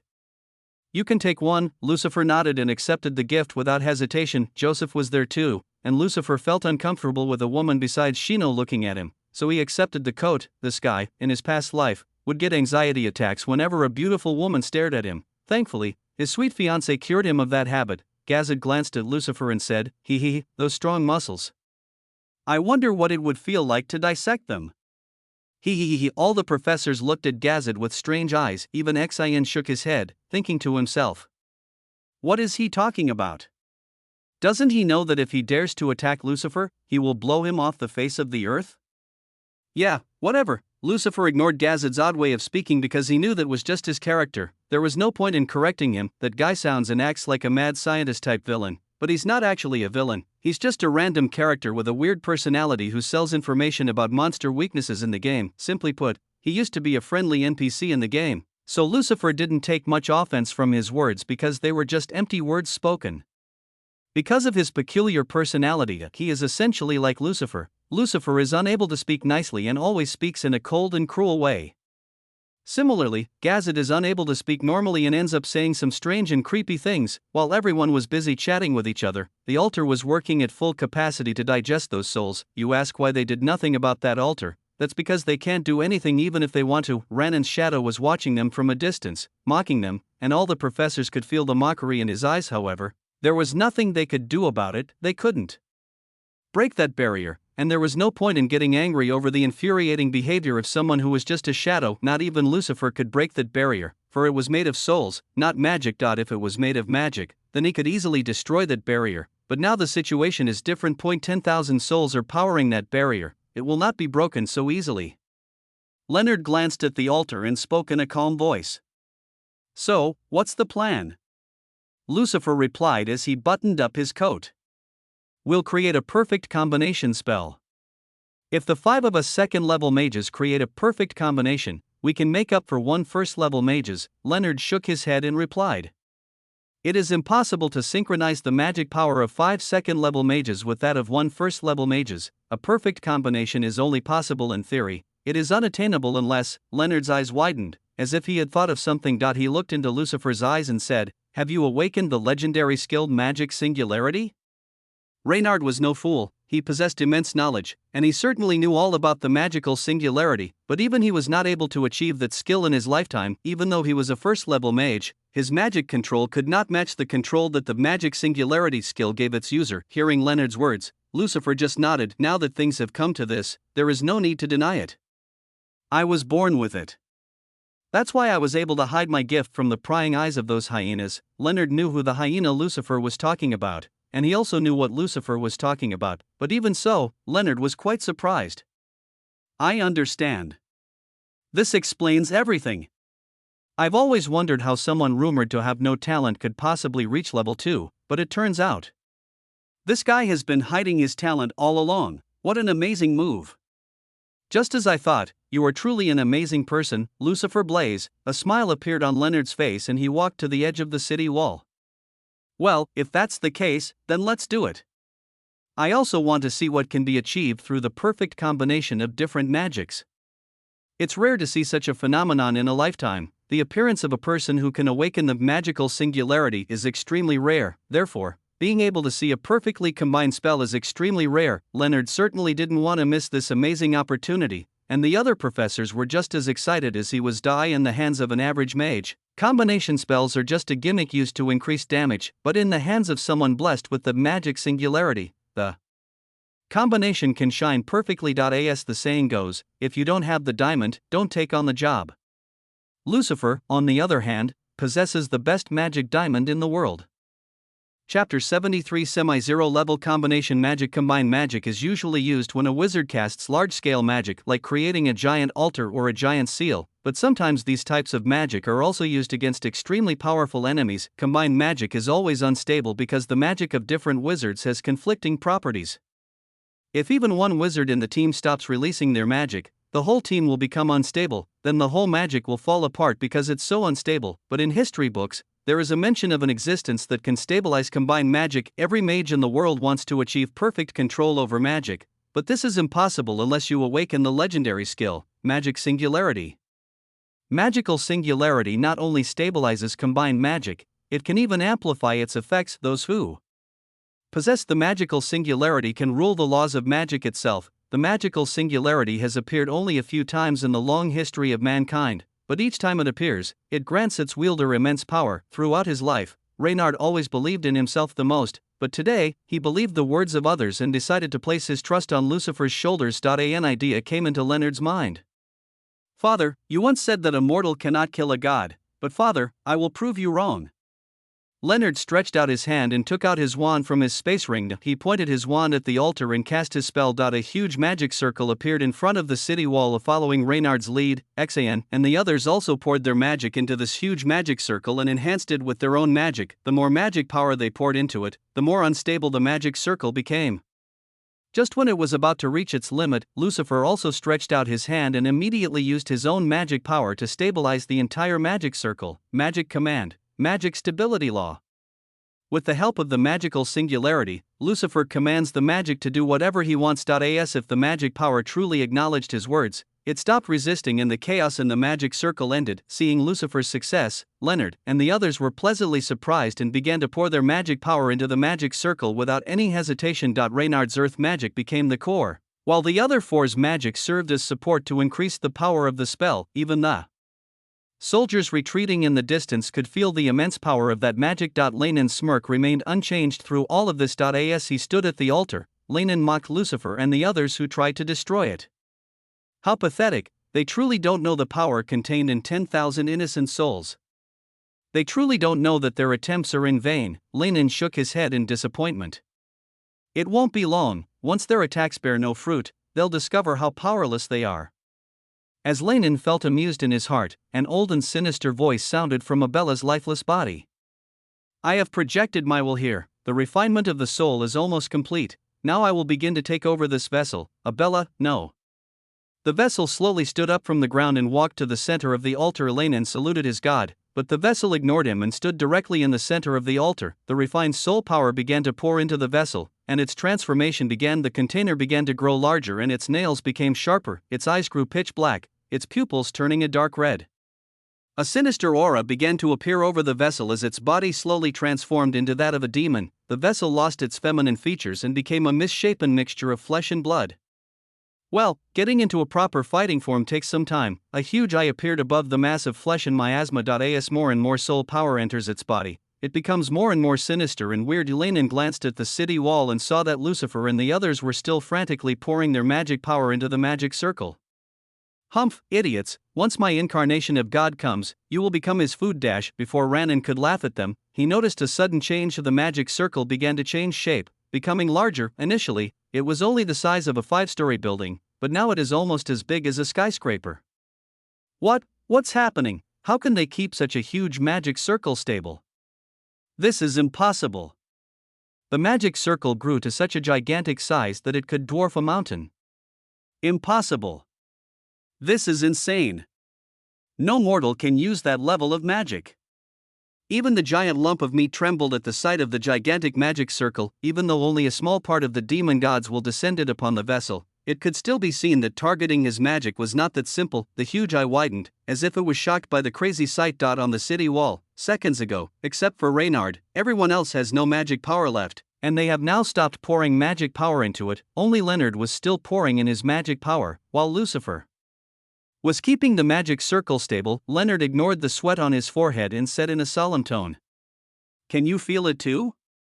Lucifer nodded at Leonard's words and replied, "Yes, even though we have poured all our magic into it, it may still not be enough." Leonard had already sensed that the soul barrier surrounding the altar was extremely powerful, and it would be impossible to break it with just this much. He didn't want to admit it, but the truth was, he could feel his failure in that moment. Should we start saying our last words now? A smirk appeared on Leonard's face as he spoke these words. He had never been defeated so badly in his life, but today he felt powerless before the power of a demonic god. He could sense that once they launched this attack, they would likely not see any results. After their magic power is exhausted, they will be the first target of the incarnation of the demon god. This means it's time to tell each other their last words. But Lucifer shook his head and denied Leonard's question. No. We all die eventually, but not today. Are you sure you want to use the attack enhancement card, advanced? Yes or no? Yes. After Lucifer used his only attack boost card on Zero, another one appeared in the shop. This proved that Lucifer's previous assumption was correct. Lucifer can only keep one attack card at a time, and the shop will only refresh after he has already used an attack card in his inventory. After the attack card refreshed, Lucifer immediately purchased it for 4,000 CP and continued to fly towards the city wall. In other words, from the very beginning, Lucifer had planned to use this attack card to resolve the matter with the devil incarnation. Lucifer always liked to plan thoroughly. He knew that if he enhanced his own attack, it would not have enough firepower to destroy the incarnation of the demon god, but if he cooperates with Renard and others to create a combination spell, the attack enhancement card will shine brighter than before. With that enhancement card, Lucifer cannot improve the attacks of others, but he also pours his own magic into that combo spell, so it's technically his own attack as well, so attack cards will work on it. Ding. You have used the attack enhancement card, advanced. Your next attack will be 500 times stronger. Lucifer's fire magic took away the core part of magic and pushed Leonard's magic to auxiliary. Then the entire magic circle burned red, as if it were made of condensed flames. Leonard's magic power was exhausted, so he stepped back and leaned against a nearby wall, but the smile on his face grew wider. At that moment, only Lucifer was controlling the huge magic circle. But Leonard could feel a huge trust when he looked at the capable figure. A rare smirk appeared on Lucifer's face as he noticed the shocked expression on Ranin's face. A mortal can't kill a god? Take my beer, semi-zero level combination magic, flame of heavenly punishment. A huge arrow made of condensed flames and other elements emerged from the huge magic circle. The inexhaustible flames immediately evaporated all the moisture in the air within a radius of 30 kilometers. Goodbye, Lucifer waved his hand, and the huge flaming arrow shot towards the altar at a speed of Mach 100. It was so fast that no one could feel it coming. The air pressure generated by that insane speed tore through the clouds in the sky and destroyed buildings below. The arrow destroyed everything in its path and finally hit the soul barrier. Even the soul barrier could not withstand such crazy power, and it shattered in an instant like glass. The flaming arrows landed on the altar, causing an explosion of unimaginable magnitude. In an instant, a mushroom cloud rose into the sky, turning everything within a 20-kilometer radius into molten magma. Fortunately, all the soldiers had retreated far away with the help of magic-powered vehicles, but even they felt the huge shockwave generated by the attack. Some soldiers even lost their hearing for several hours after facing the shockwave. The shockwave from that attack traveled far and wide. It traveled nearly 500 kilometers before completely dissipating. All the forests and hills within a radius of 100 kilometers were destroyed by a huge earthquake. That single attack changed half of Altavia's geography in an instant. Chapter 74, Human Greed Knows No Bounds. Ding. You've significantly impacted the plot. The world has subtly changed. Ding. You earned 15,000 credits. Although Lucifer heard the system notifications, his attention was not on them at that moment. His eyes were fixed on the spot where the attack had landed. Lucifer used a magic shield to protect himself and the others from that attack. That attack not only destroyed the entire city, it even broke through the city walls, reducing them to broken rubble or molten lava. In the area where the attack landed, the ground had cracked open, and everything in the city had turned into a giant lake of lava. But that's not all. The most terrifying part is that as a result of that attack, a massive rift was created in the fabric of spacetime. Lucifer and the others aimed to destroy the altar and the incarnation of the demon god, but they ended up destroying the fabric of spacetime itself. This automatically reduced the demon god's incarnation to nothingness. Lucifer spoke in a solemn tone as he landed on a large boulder while carrying the others in his magic shield.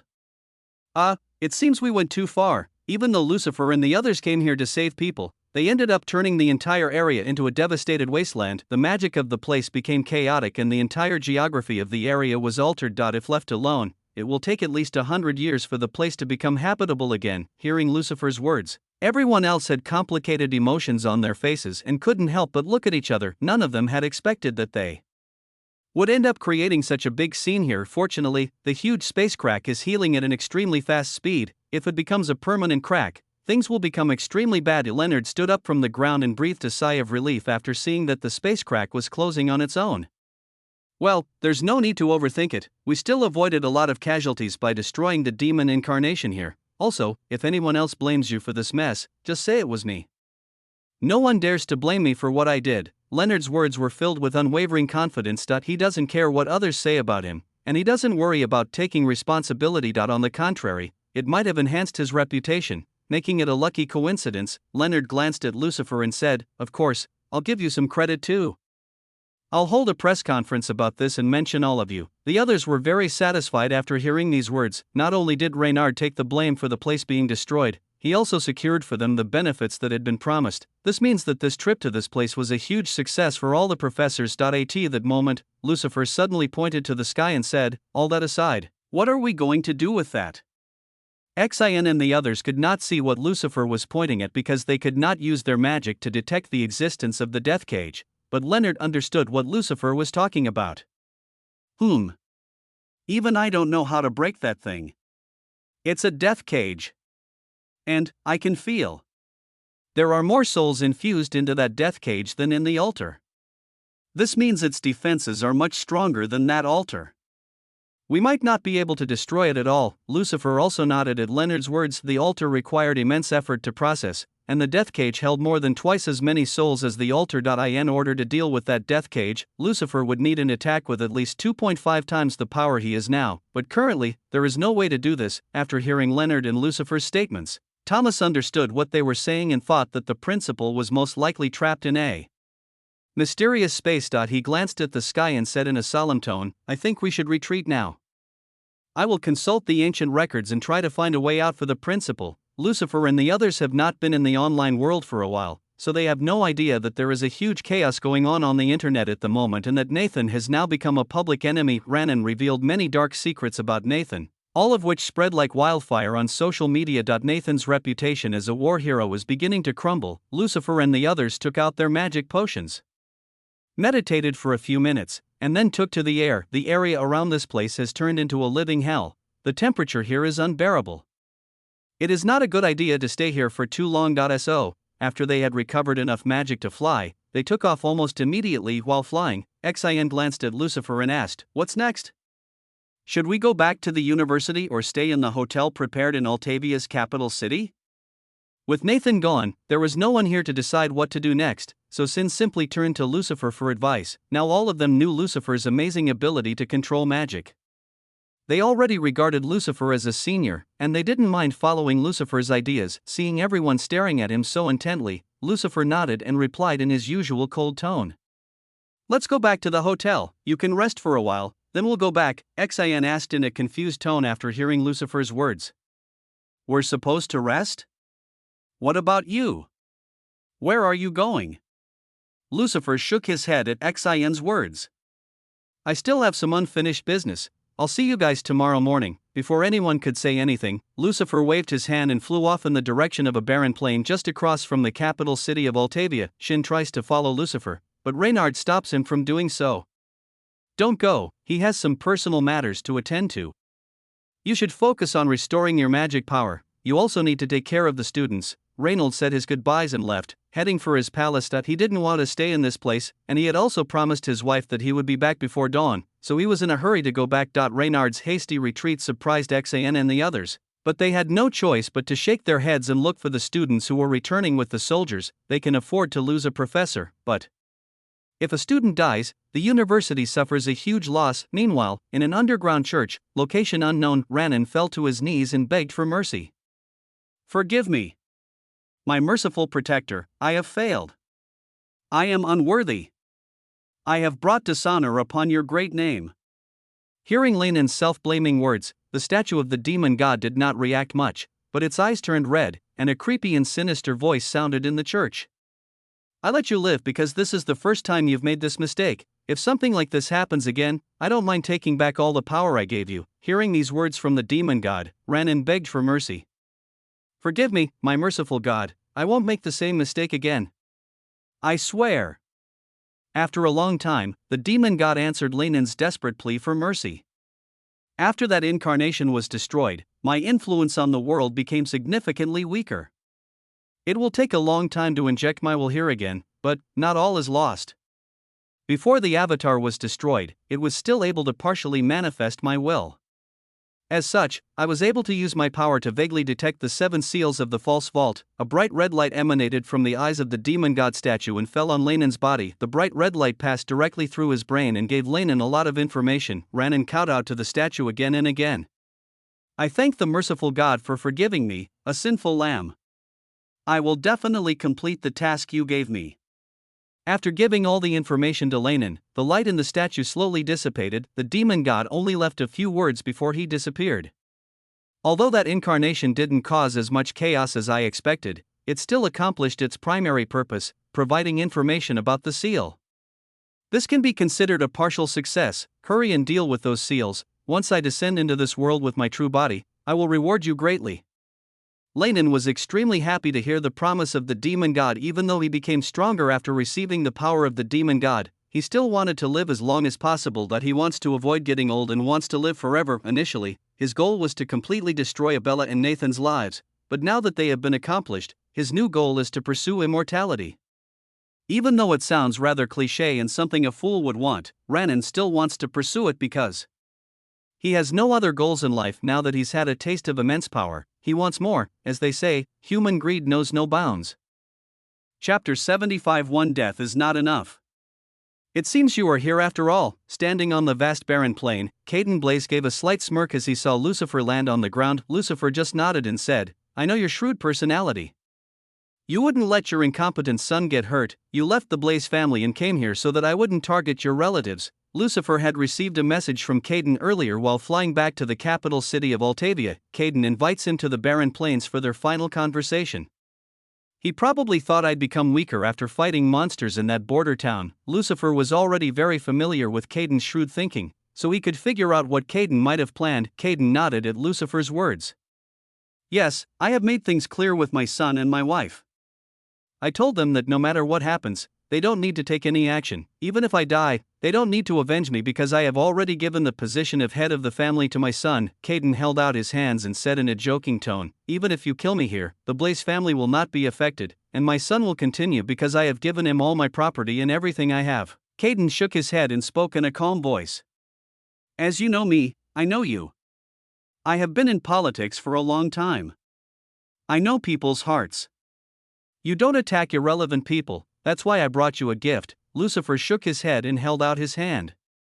"There's no need to talk to me, you're doomed to die today. I'll figure out what to do with the Blaze family later." Just as Lucifer was about to attack, Caden pulled out a gift box from his space ring and opened it in front of him. "Before you do anything else, you should watch this." Caden turned the gift box over and a head fell out of the box. It was a woman's head. Although the skin on the face had dried up a lot, it was still easy to tell whose head it was. After seeing the shocked expression on Lucifer's face, a mocking smile appeared on Caden's face. "Ha ha ha. Yes. This is your mother's head. Yes. I preserved her body in cold storage." When he heard the mocking laughter, veins appeared on Lucifer's forehead from pure anger, and he said in an extremely cold tone, "You think if you showed me this, I'd let you live? Are you crazy, Caden Blades?" Caden frowned slightly at Lucifer calling him by his first name without any respect, then spoke. "You seem to have lost your manners? Yet, from the son of a lowly maid, such behavior is reasonably to be expected." At this point, Lucifer was already extremely annoyed by Caden's mocking voice. He couldn't understand why Caden was still laughing when the god of death was standing right in front of him. Lucifer tilted his head, his eyes on Caden as if he were staring at a piece of dead meat. "You really do have nerves of steel, Caden Blades, and you still dare to laugh at me? Even though I'm going to kill you soon? Has the pressure made you lose your mind?" Caden didn't flinch at all in the face of Lucifer's cold and chilling words. He smiled slightly before speaking. "Lucifer, you are still a naive fellow, you don't understand the world of shrewd people very well. Look, I still have the rest of your mother's body, kept in the basement of Blaze's house. I've cast a simple spell in the basement. If I die here, the entire basement will self-destruct, and your mother's body will be lost forever. Which means you won't be able to give her a proper burial." After saying this, Caden looked at Lucifer from head to toe and said, "Although you present a cold exterior to the world, I know you well, you loved your mother dearly, you surely wouldn't want me to destroy her body, would you? Think about it, Lucifer, if you kill me now, you'll never have the chance to properly bury her body, and her soul may never find peace." In response to Caden's words, Lucifer replied in an increasingly cold tone, "So? You want to trade a corpse for your life? How low can you stoop, Caden Blades? I'm ashamed that I ever even considered you a decent person. You're a worthless piece of garbage in a human body." Caden didn't care at all when he heard Lucifer's criticism. "Ha, no, that won't do. You'd better not show me that attitude, kid. Otherwise I will really blow up the basement." Although the basement is directly beneath the Breeze building, it was constructed so that the Breeze building above would not be affected. This means that, in all of these, only Lucifer will be the loser. If he hadn't known about his mother's body, he could still have rushed towards Caden without any worries, but now he knew. He had a chance to bury his mother's body and give her soul peace. If the body were destroyed, this last chance for her soul to find peace would be lost. Her soul was likely unable to enter the cycle of reincarnation because she died with lingering hatred and worried. If her soul is not laid to rest, it will continue to wander until some necromancer gets his hands on it, and that was not the result Lucifer wanted to see. If a person dies peacefully, without any remaining desire for the world, they will enter the natural cycle of samsara, where they are given a new life after forgetting their past memories. But if they still have some lingering hatred or desire, then the soul will find it difficult to move on with its new life. Without the presence of these wandering spirits, the necromancer would have no familiars at all. But even so, a remnant soul can only linger for a few months or so before dissipating into nothingness. But if you use some forbidden methods, the soul can be maintained. If you preserve the bodies of the dead and cast forbidden magic to sense the life force in their souls, you can maintain the souls for a long time. I saved that body so I could show it to you one day and push you into despair, but who could have imagined that my decision to save that body would ultimately be the factor that saved my life? Ha! Even though your mother was useless during her lifetime, her body is still useful, right? Ah ha ha ha!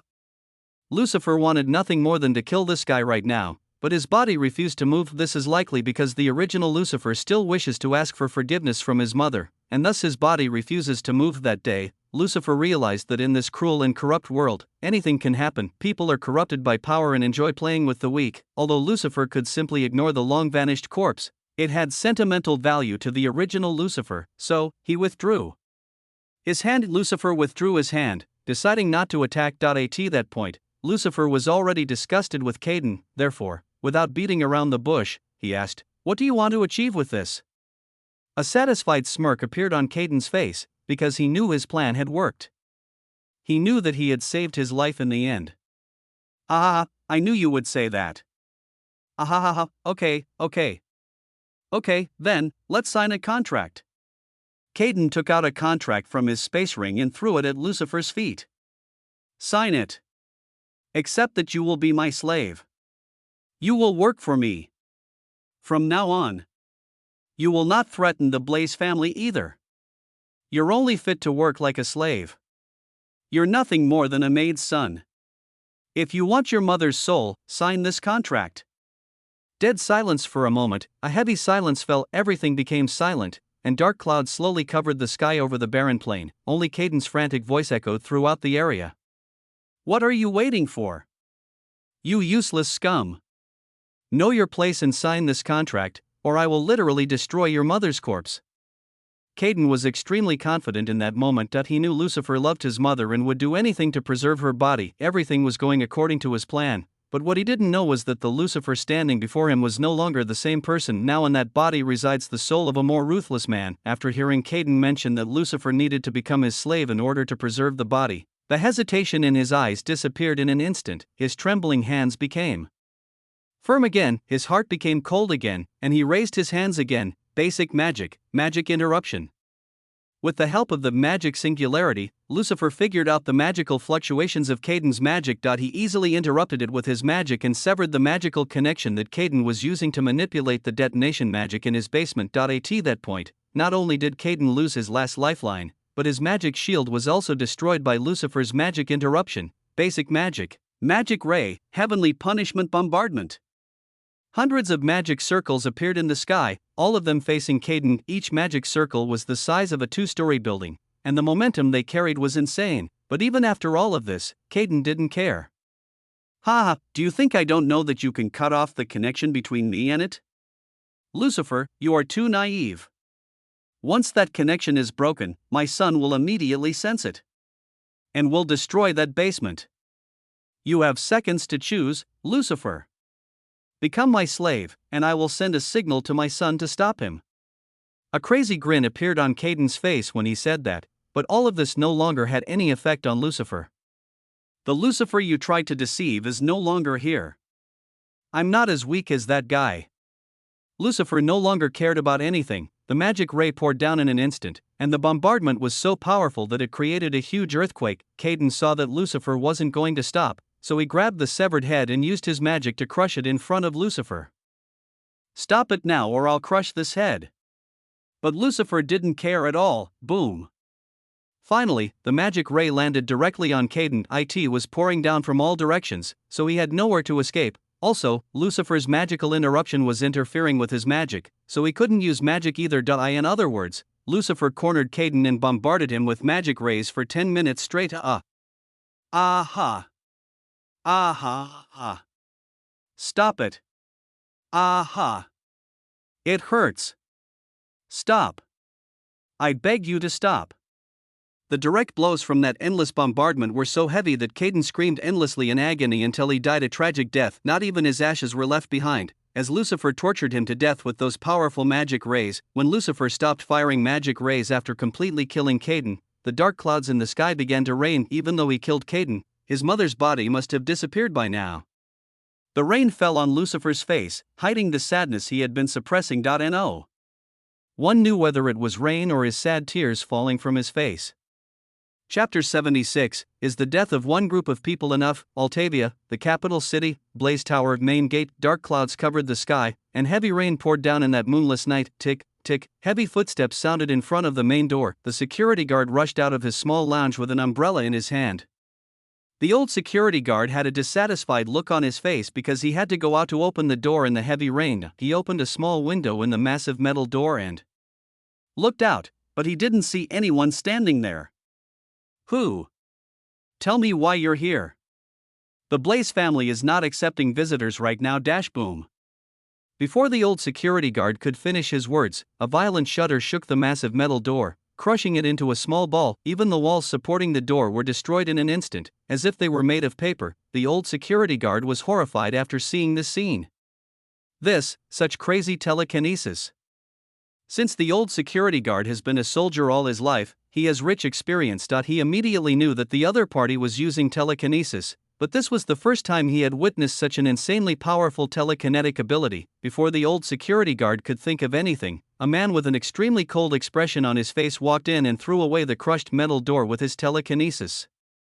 The rain soaked the man's dark purple hair, giving him the impression that he had been wandering in the rain for a long time. Not only was the man's aura extremely suffocating, but even his deep purple eyes were filled with great indifference and coldness. The old security guard wanted to shout and alert people, but the man just glanced at him and made it difficult for him to breathe. He didn't even dare to move an inch from his position. After seeing the old security guard's face, the man paused for a second, then he suddenly stretched out his hand and patted the old security guard on the shoulder. Old Oren, you should have come home early today. The security guard was startled when he heard the strange man calling his name, but as if a sudden memory came back to his mind, he immediately understood who the strange man was. But before the old security guard could say anything else, the man had already walked into the building. No. Impossible. That's. The old man didn't delay. He immediately packed up his things and left home. He took Lucifer's words seriously and didn't stay there for long.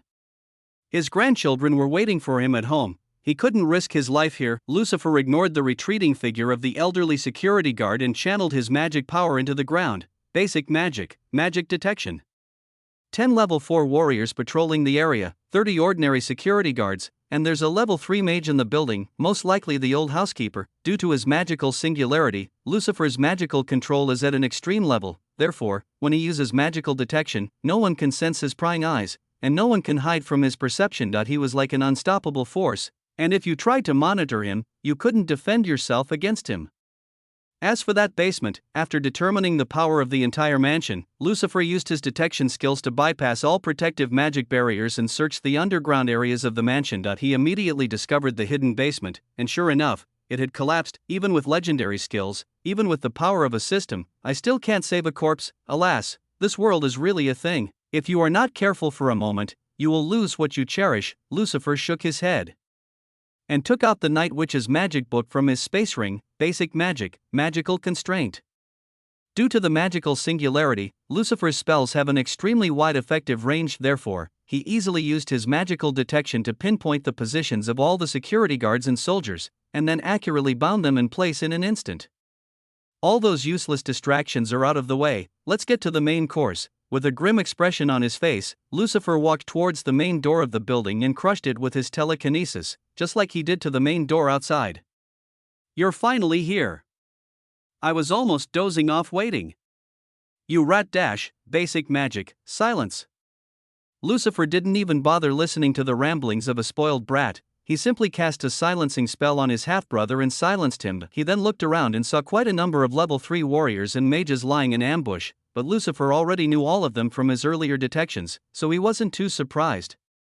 Those warriors and wizards were recruited by Caden because he wanted to add extra protection for his son, even though he was pretty sure Lucifer wouldn't refuse his offer.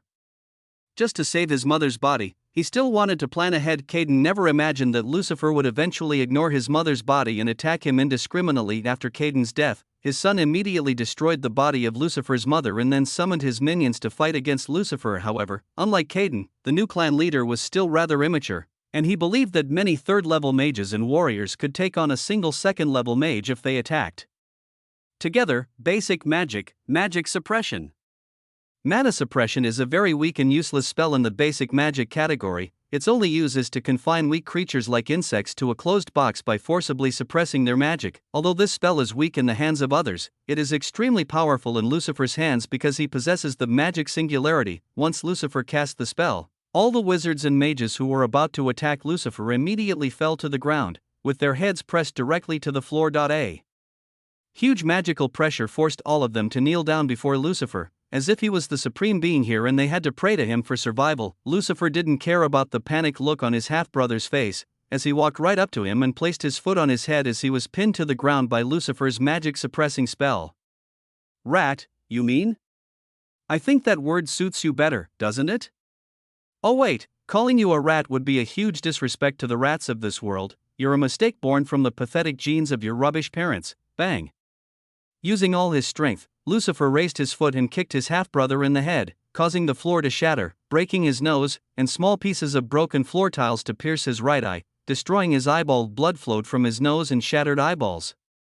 For a moment, a painful expression appeared on the guy's face, but there was nothing he could do. He couldn't even dodge Lucifer's attacks because his magic suppression spell forced him to his knees. Moreover, Lucifer has been using active healing in the past few days, so his body has become extremely strong recently. Therefore, the damage his kicks can do to a defenseless mage like this guy is quite high. Aled! My son, Aled! Stop it! You piece of rubbish, stop! Lucifer waved his hand, instantly silencing the woman with his silencing spell. After witnessing her son's injury, the woman hurried downstairs. Once she showed her face in front of him, Lucifer had no intention of letting her go. He used his telekinesis to make her levitate, and then he immediately made her face crash into the floor at tremendous speed. Crack! Her jaw broke in an instant from the powerful attack, and tears appeared in her old eyes, but Lucifer remained indifferent. He squatted down, grabbed Aled by the hair, and forced him to look at his mother. As a brother, let me show you what it's like to watch your mother get killed in front of you.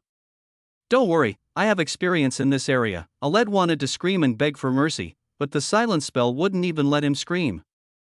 Yes, that's right. When my mother died, I couldn't even scream for help. This is it.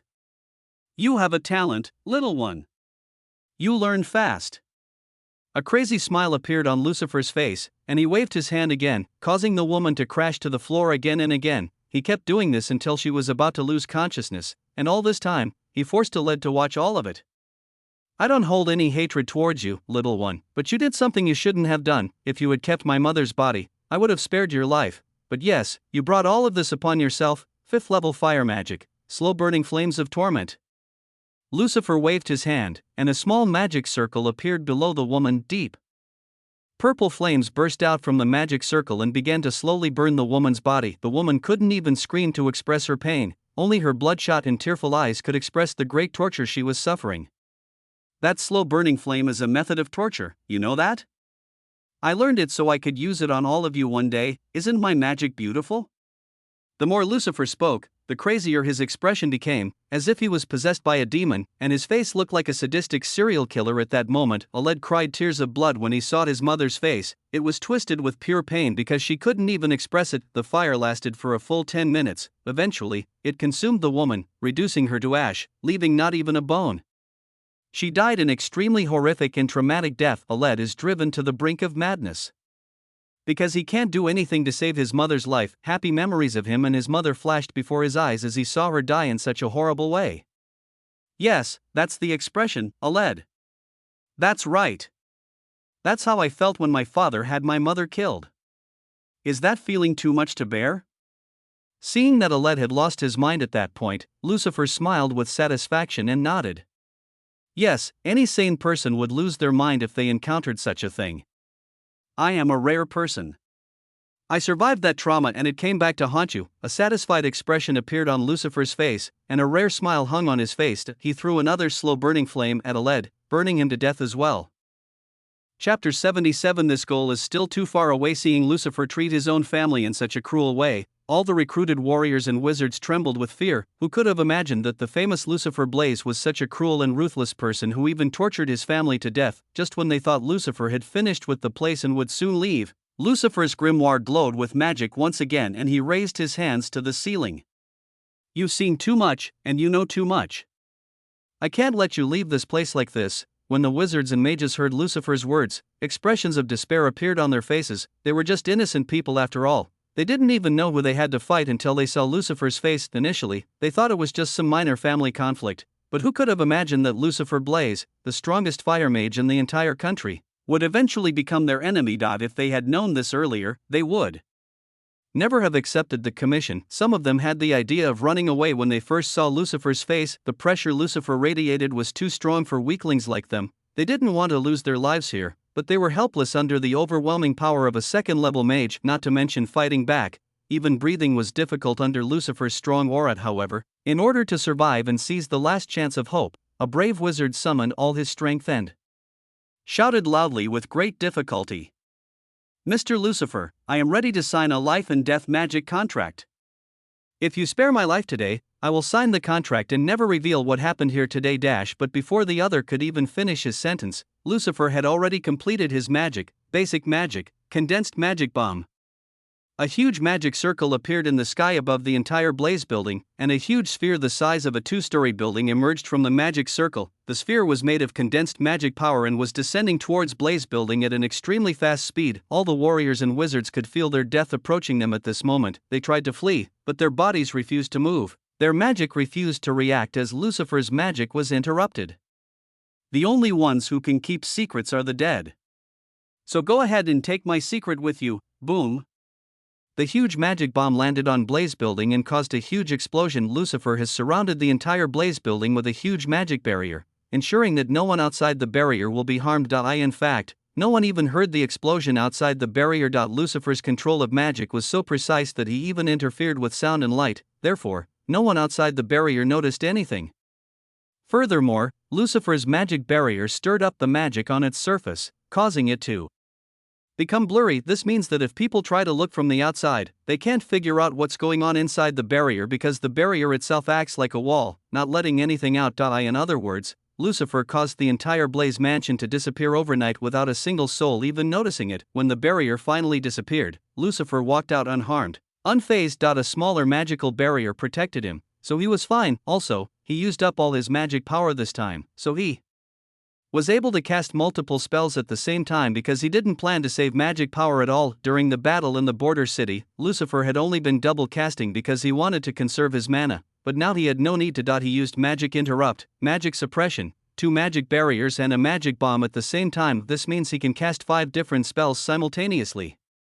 Lucifer looked back at the destroyed Blaze building and sighed. Even a large family can be reduced to rubble after offending the wrong person. If they didn't disgust me so much, I wouldn't have to kill innocent people. Lucifer shook his head and slowly began to walk away from the scene. The entire Blaze building was turned into broken rubble by him, and there was no one alive in the entire building, except for the old security guard who left early because of Lucifer's warning. No one survived the disaster. If I remember correctly, the old security guard was a distant relative of Lucifer's mother. He showed some kindness to Lucifer's mother when she tried to escape with the child. I think sparing his life can repay this favor. Firstly, even if he reveals the truth to the world, I don't think it will be too much of a problem for me. Lucifer could destroy the Blaze family overnight, so he could also destroy some ungrateful people.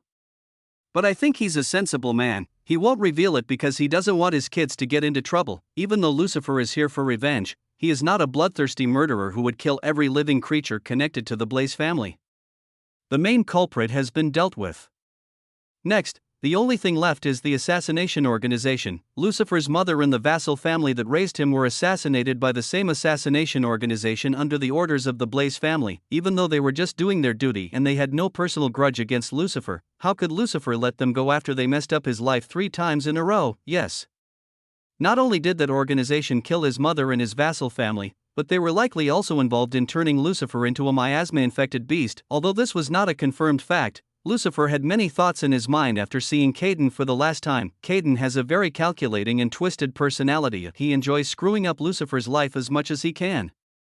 He even kept the body of Lucifer's mother for over 20 years. This shows what a sadist that guy actually is. Assuming he had to hire an assassin to infect Lucifer with miasma or something, that wouldn't be wrong in the original plot of the game. In this way, Lucifer's already destroyed reputation will be completely wiped out, and the Blaze family will have a legitimate reason to kill Lucifer. Demons, devil worshippers, and those infected by the miasma, all 3 are not tolerated in the Imperium of Man, and if discovered, they are killed on the spot. In other words, Caden is likely using miasma to deal with the already troubled Lucifer in a more cruel and sadistic way. Now that I've dealt with the Blaze family, I'm going to need to dig up some information about this assassination organization. Once I find them, I'm going to slaughter them all. Lucifer had killed people in his past life. He was not an innocent guy at all. That he is unaffected by the fact that he has to kill some of his fellow humans. As he walked through the empty streets of the city, Lucifer glanced at the moonless sky and sighed. Sharona. I think I may have become even more depraved now. I may not be able to look you in the eyes after I die. Even though Sharona is no longer in this world, Lucifer uses her as an emotional support. To him, she is the reason why he has not been corrupted by the cruel nature of this world. With power comes arrogance and evil thoughts. Great power brings corruption, and if your mind is not strong enough, you will eventually become a bloodthirsty murderer. That was not what Lucifer wanted to do. He wanted to maintain his sanity, even in the face of the harsh nature of the world. I kind of understand what that quote that appears on the game menu every time I log in means. A world corrupted by power cannot progress further. A genius with an overwhelming ego cannot further lift the sky in the face of increasing corruption. A deadlock is unsustainable. In a world where there is no return, maintaining your sanity isn't easy either.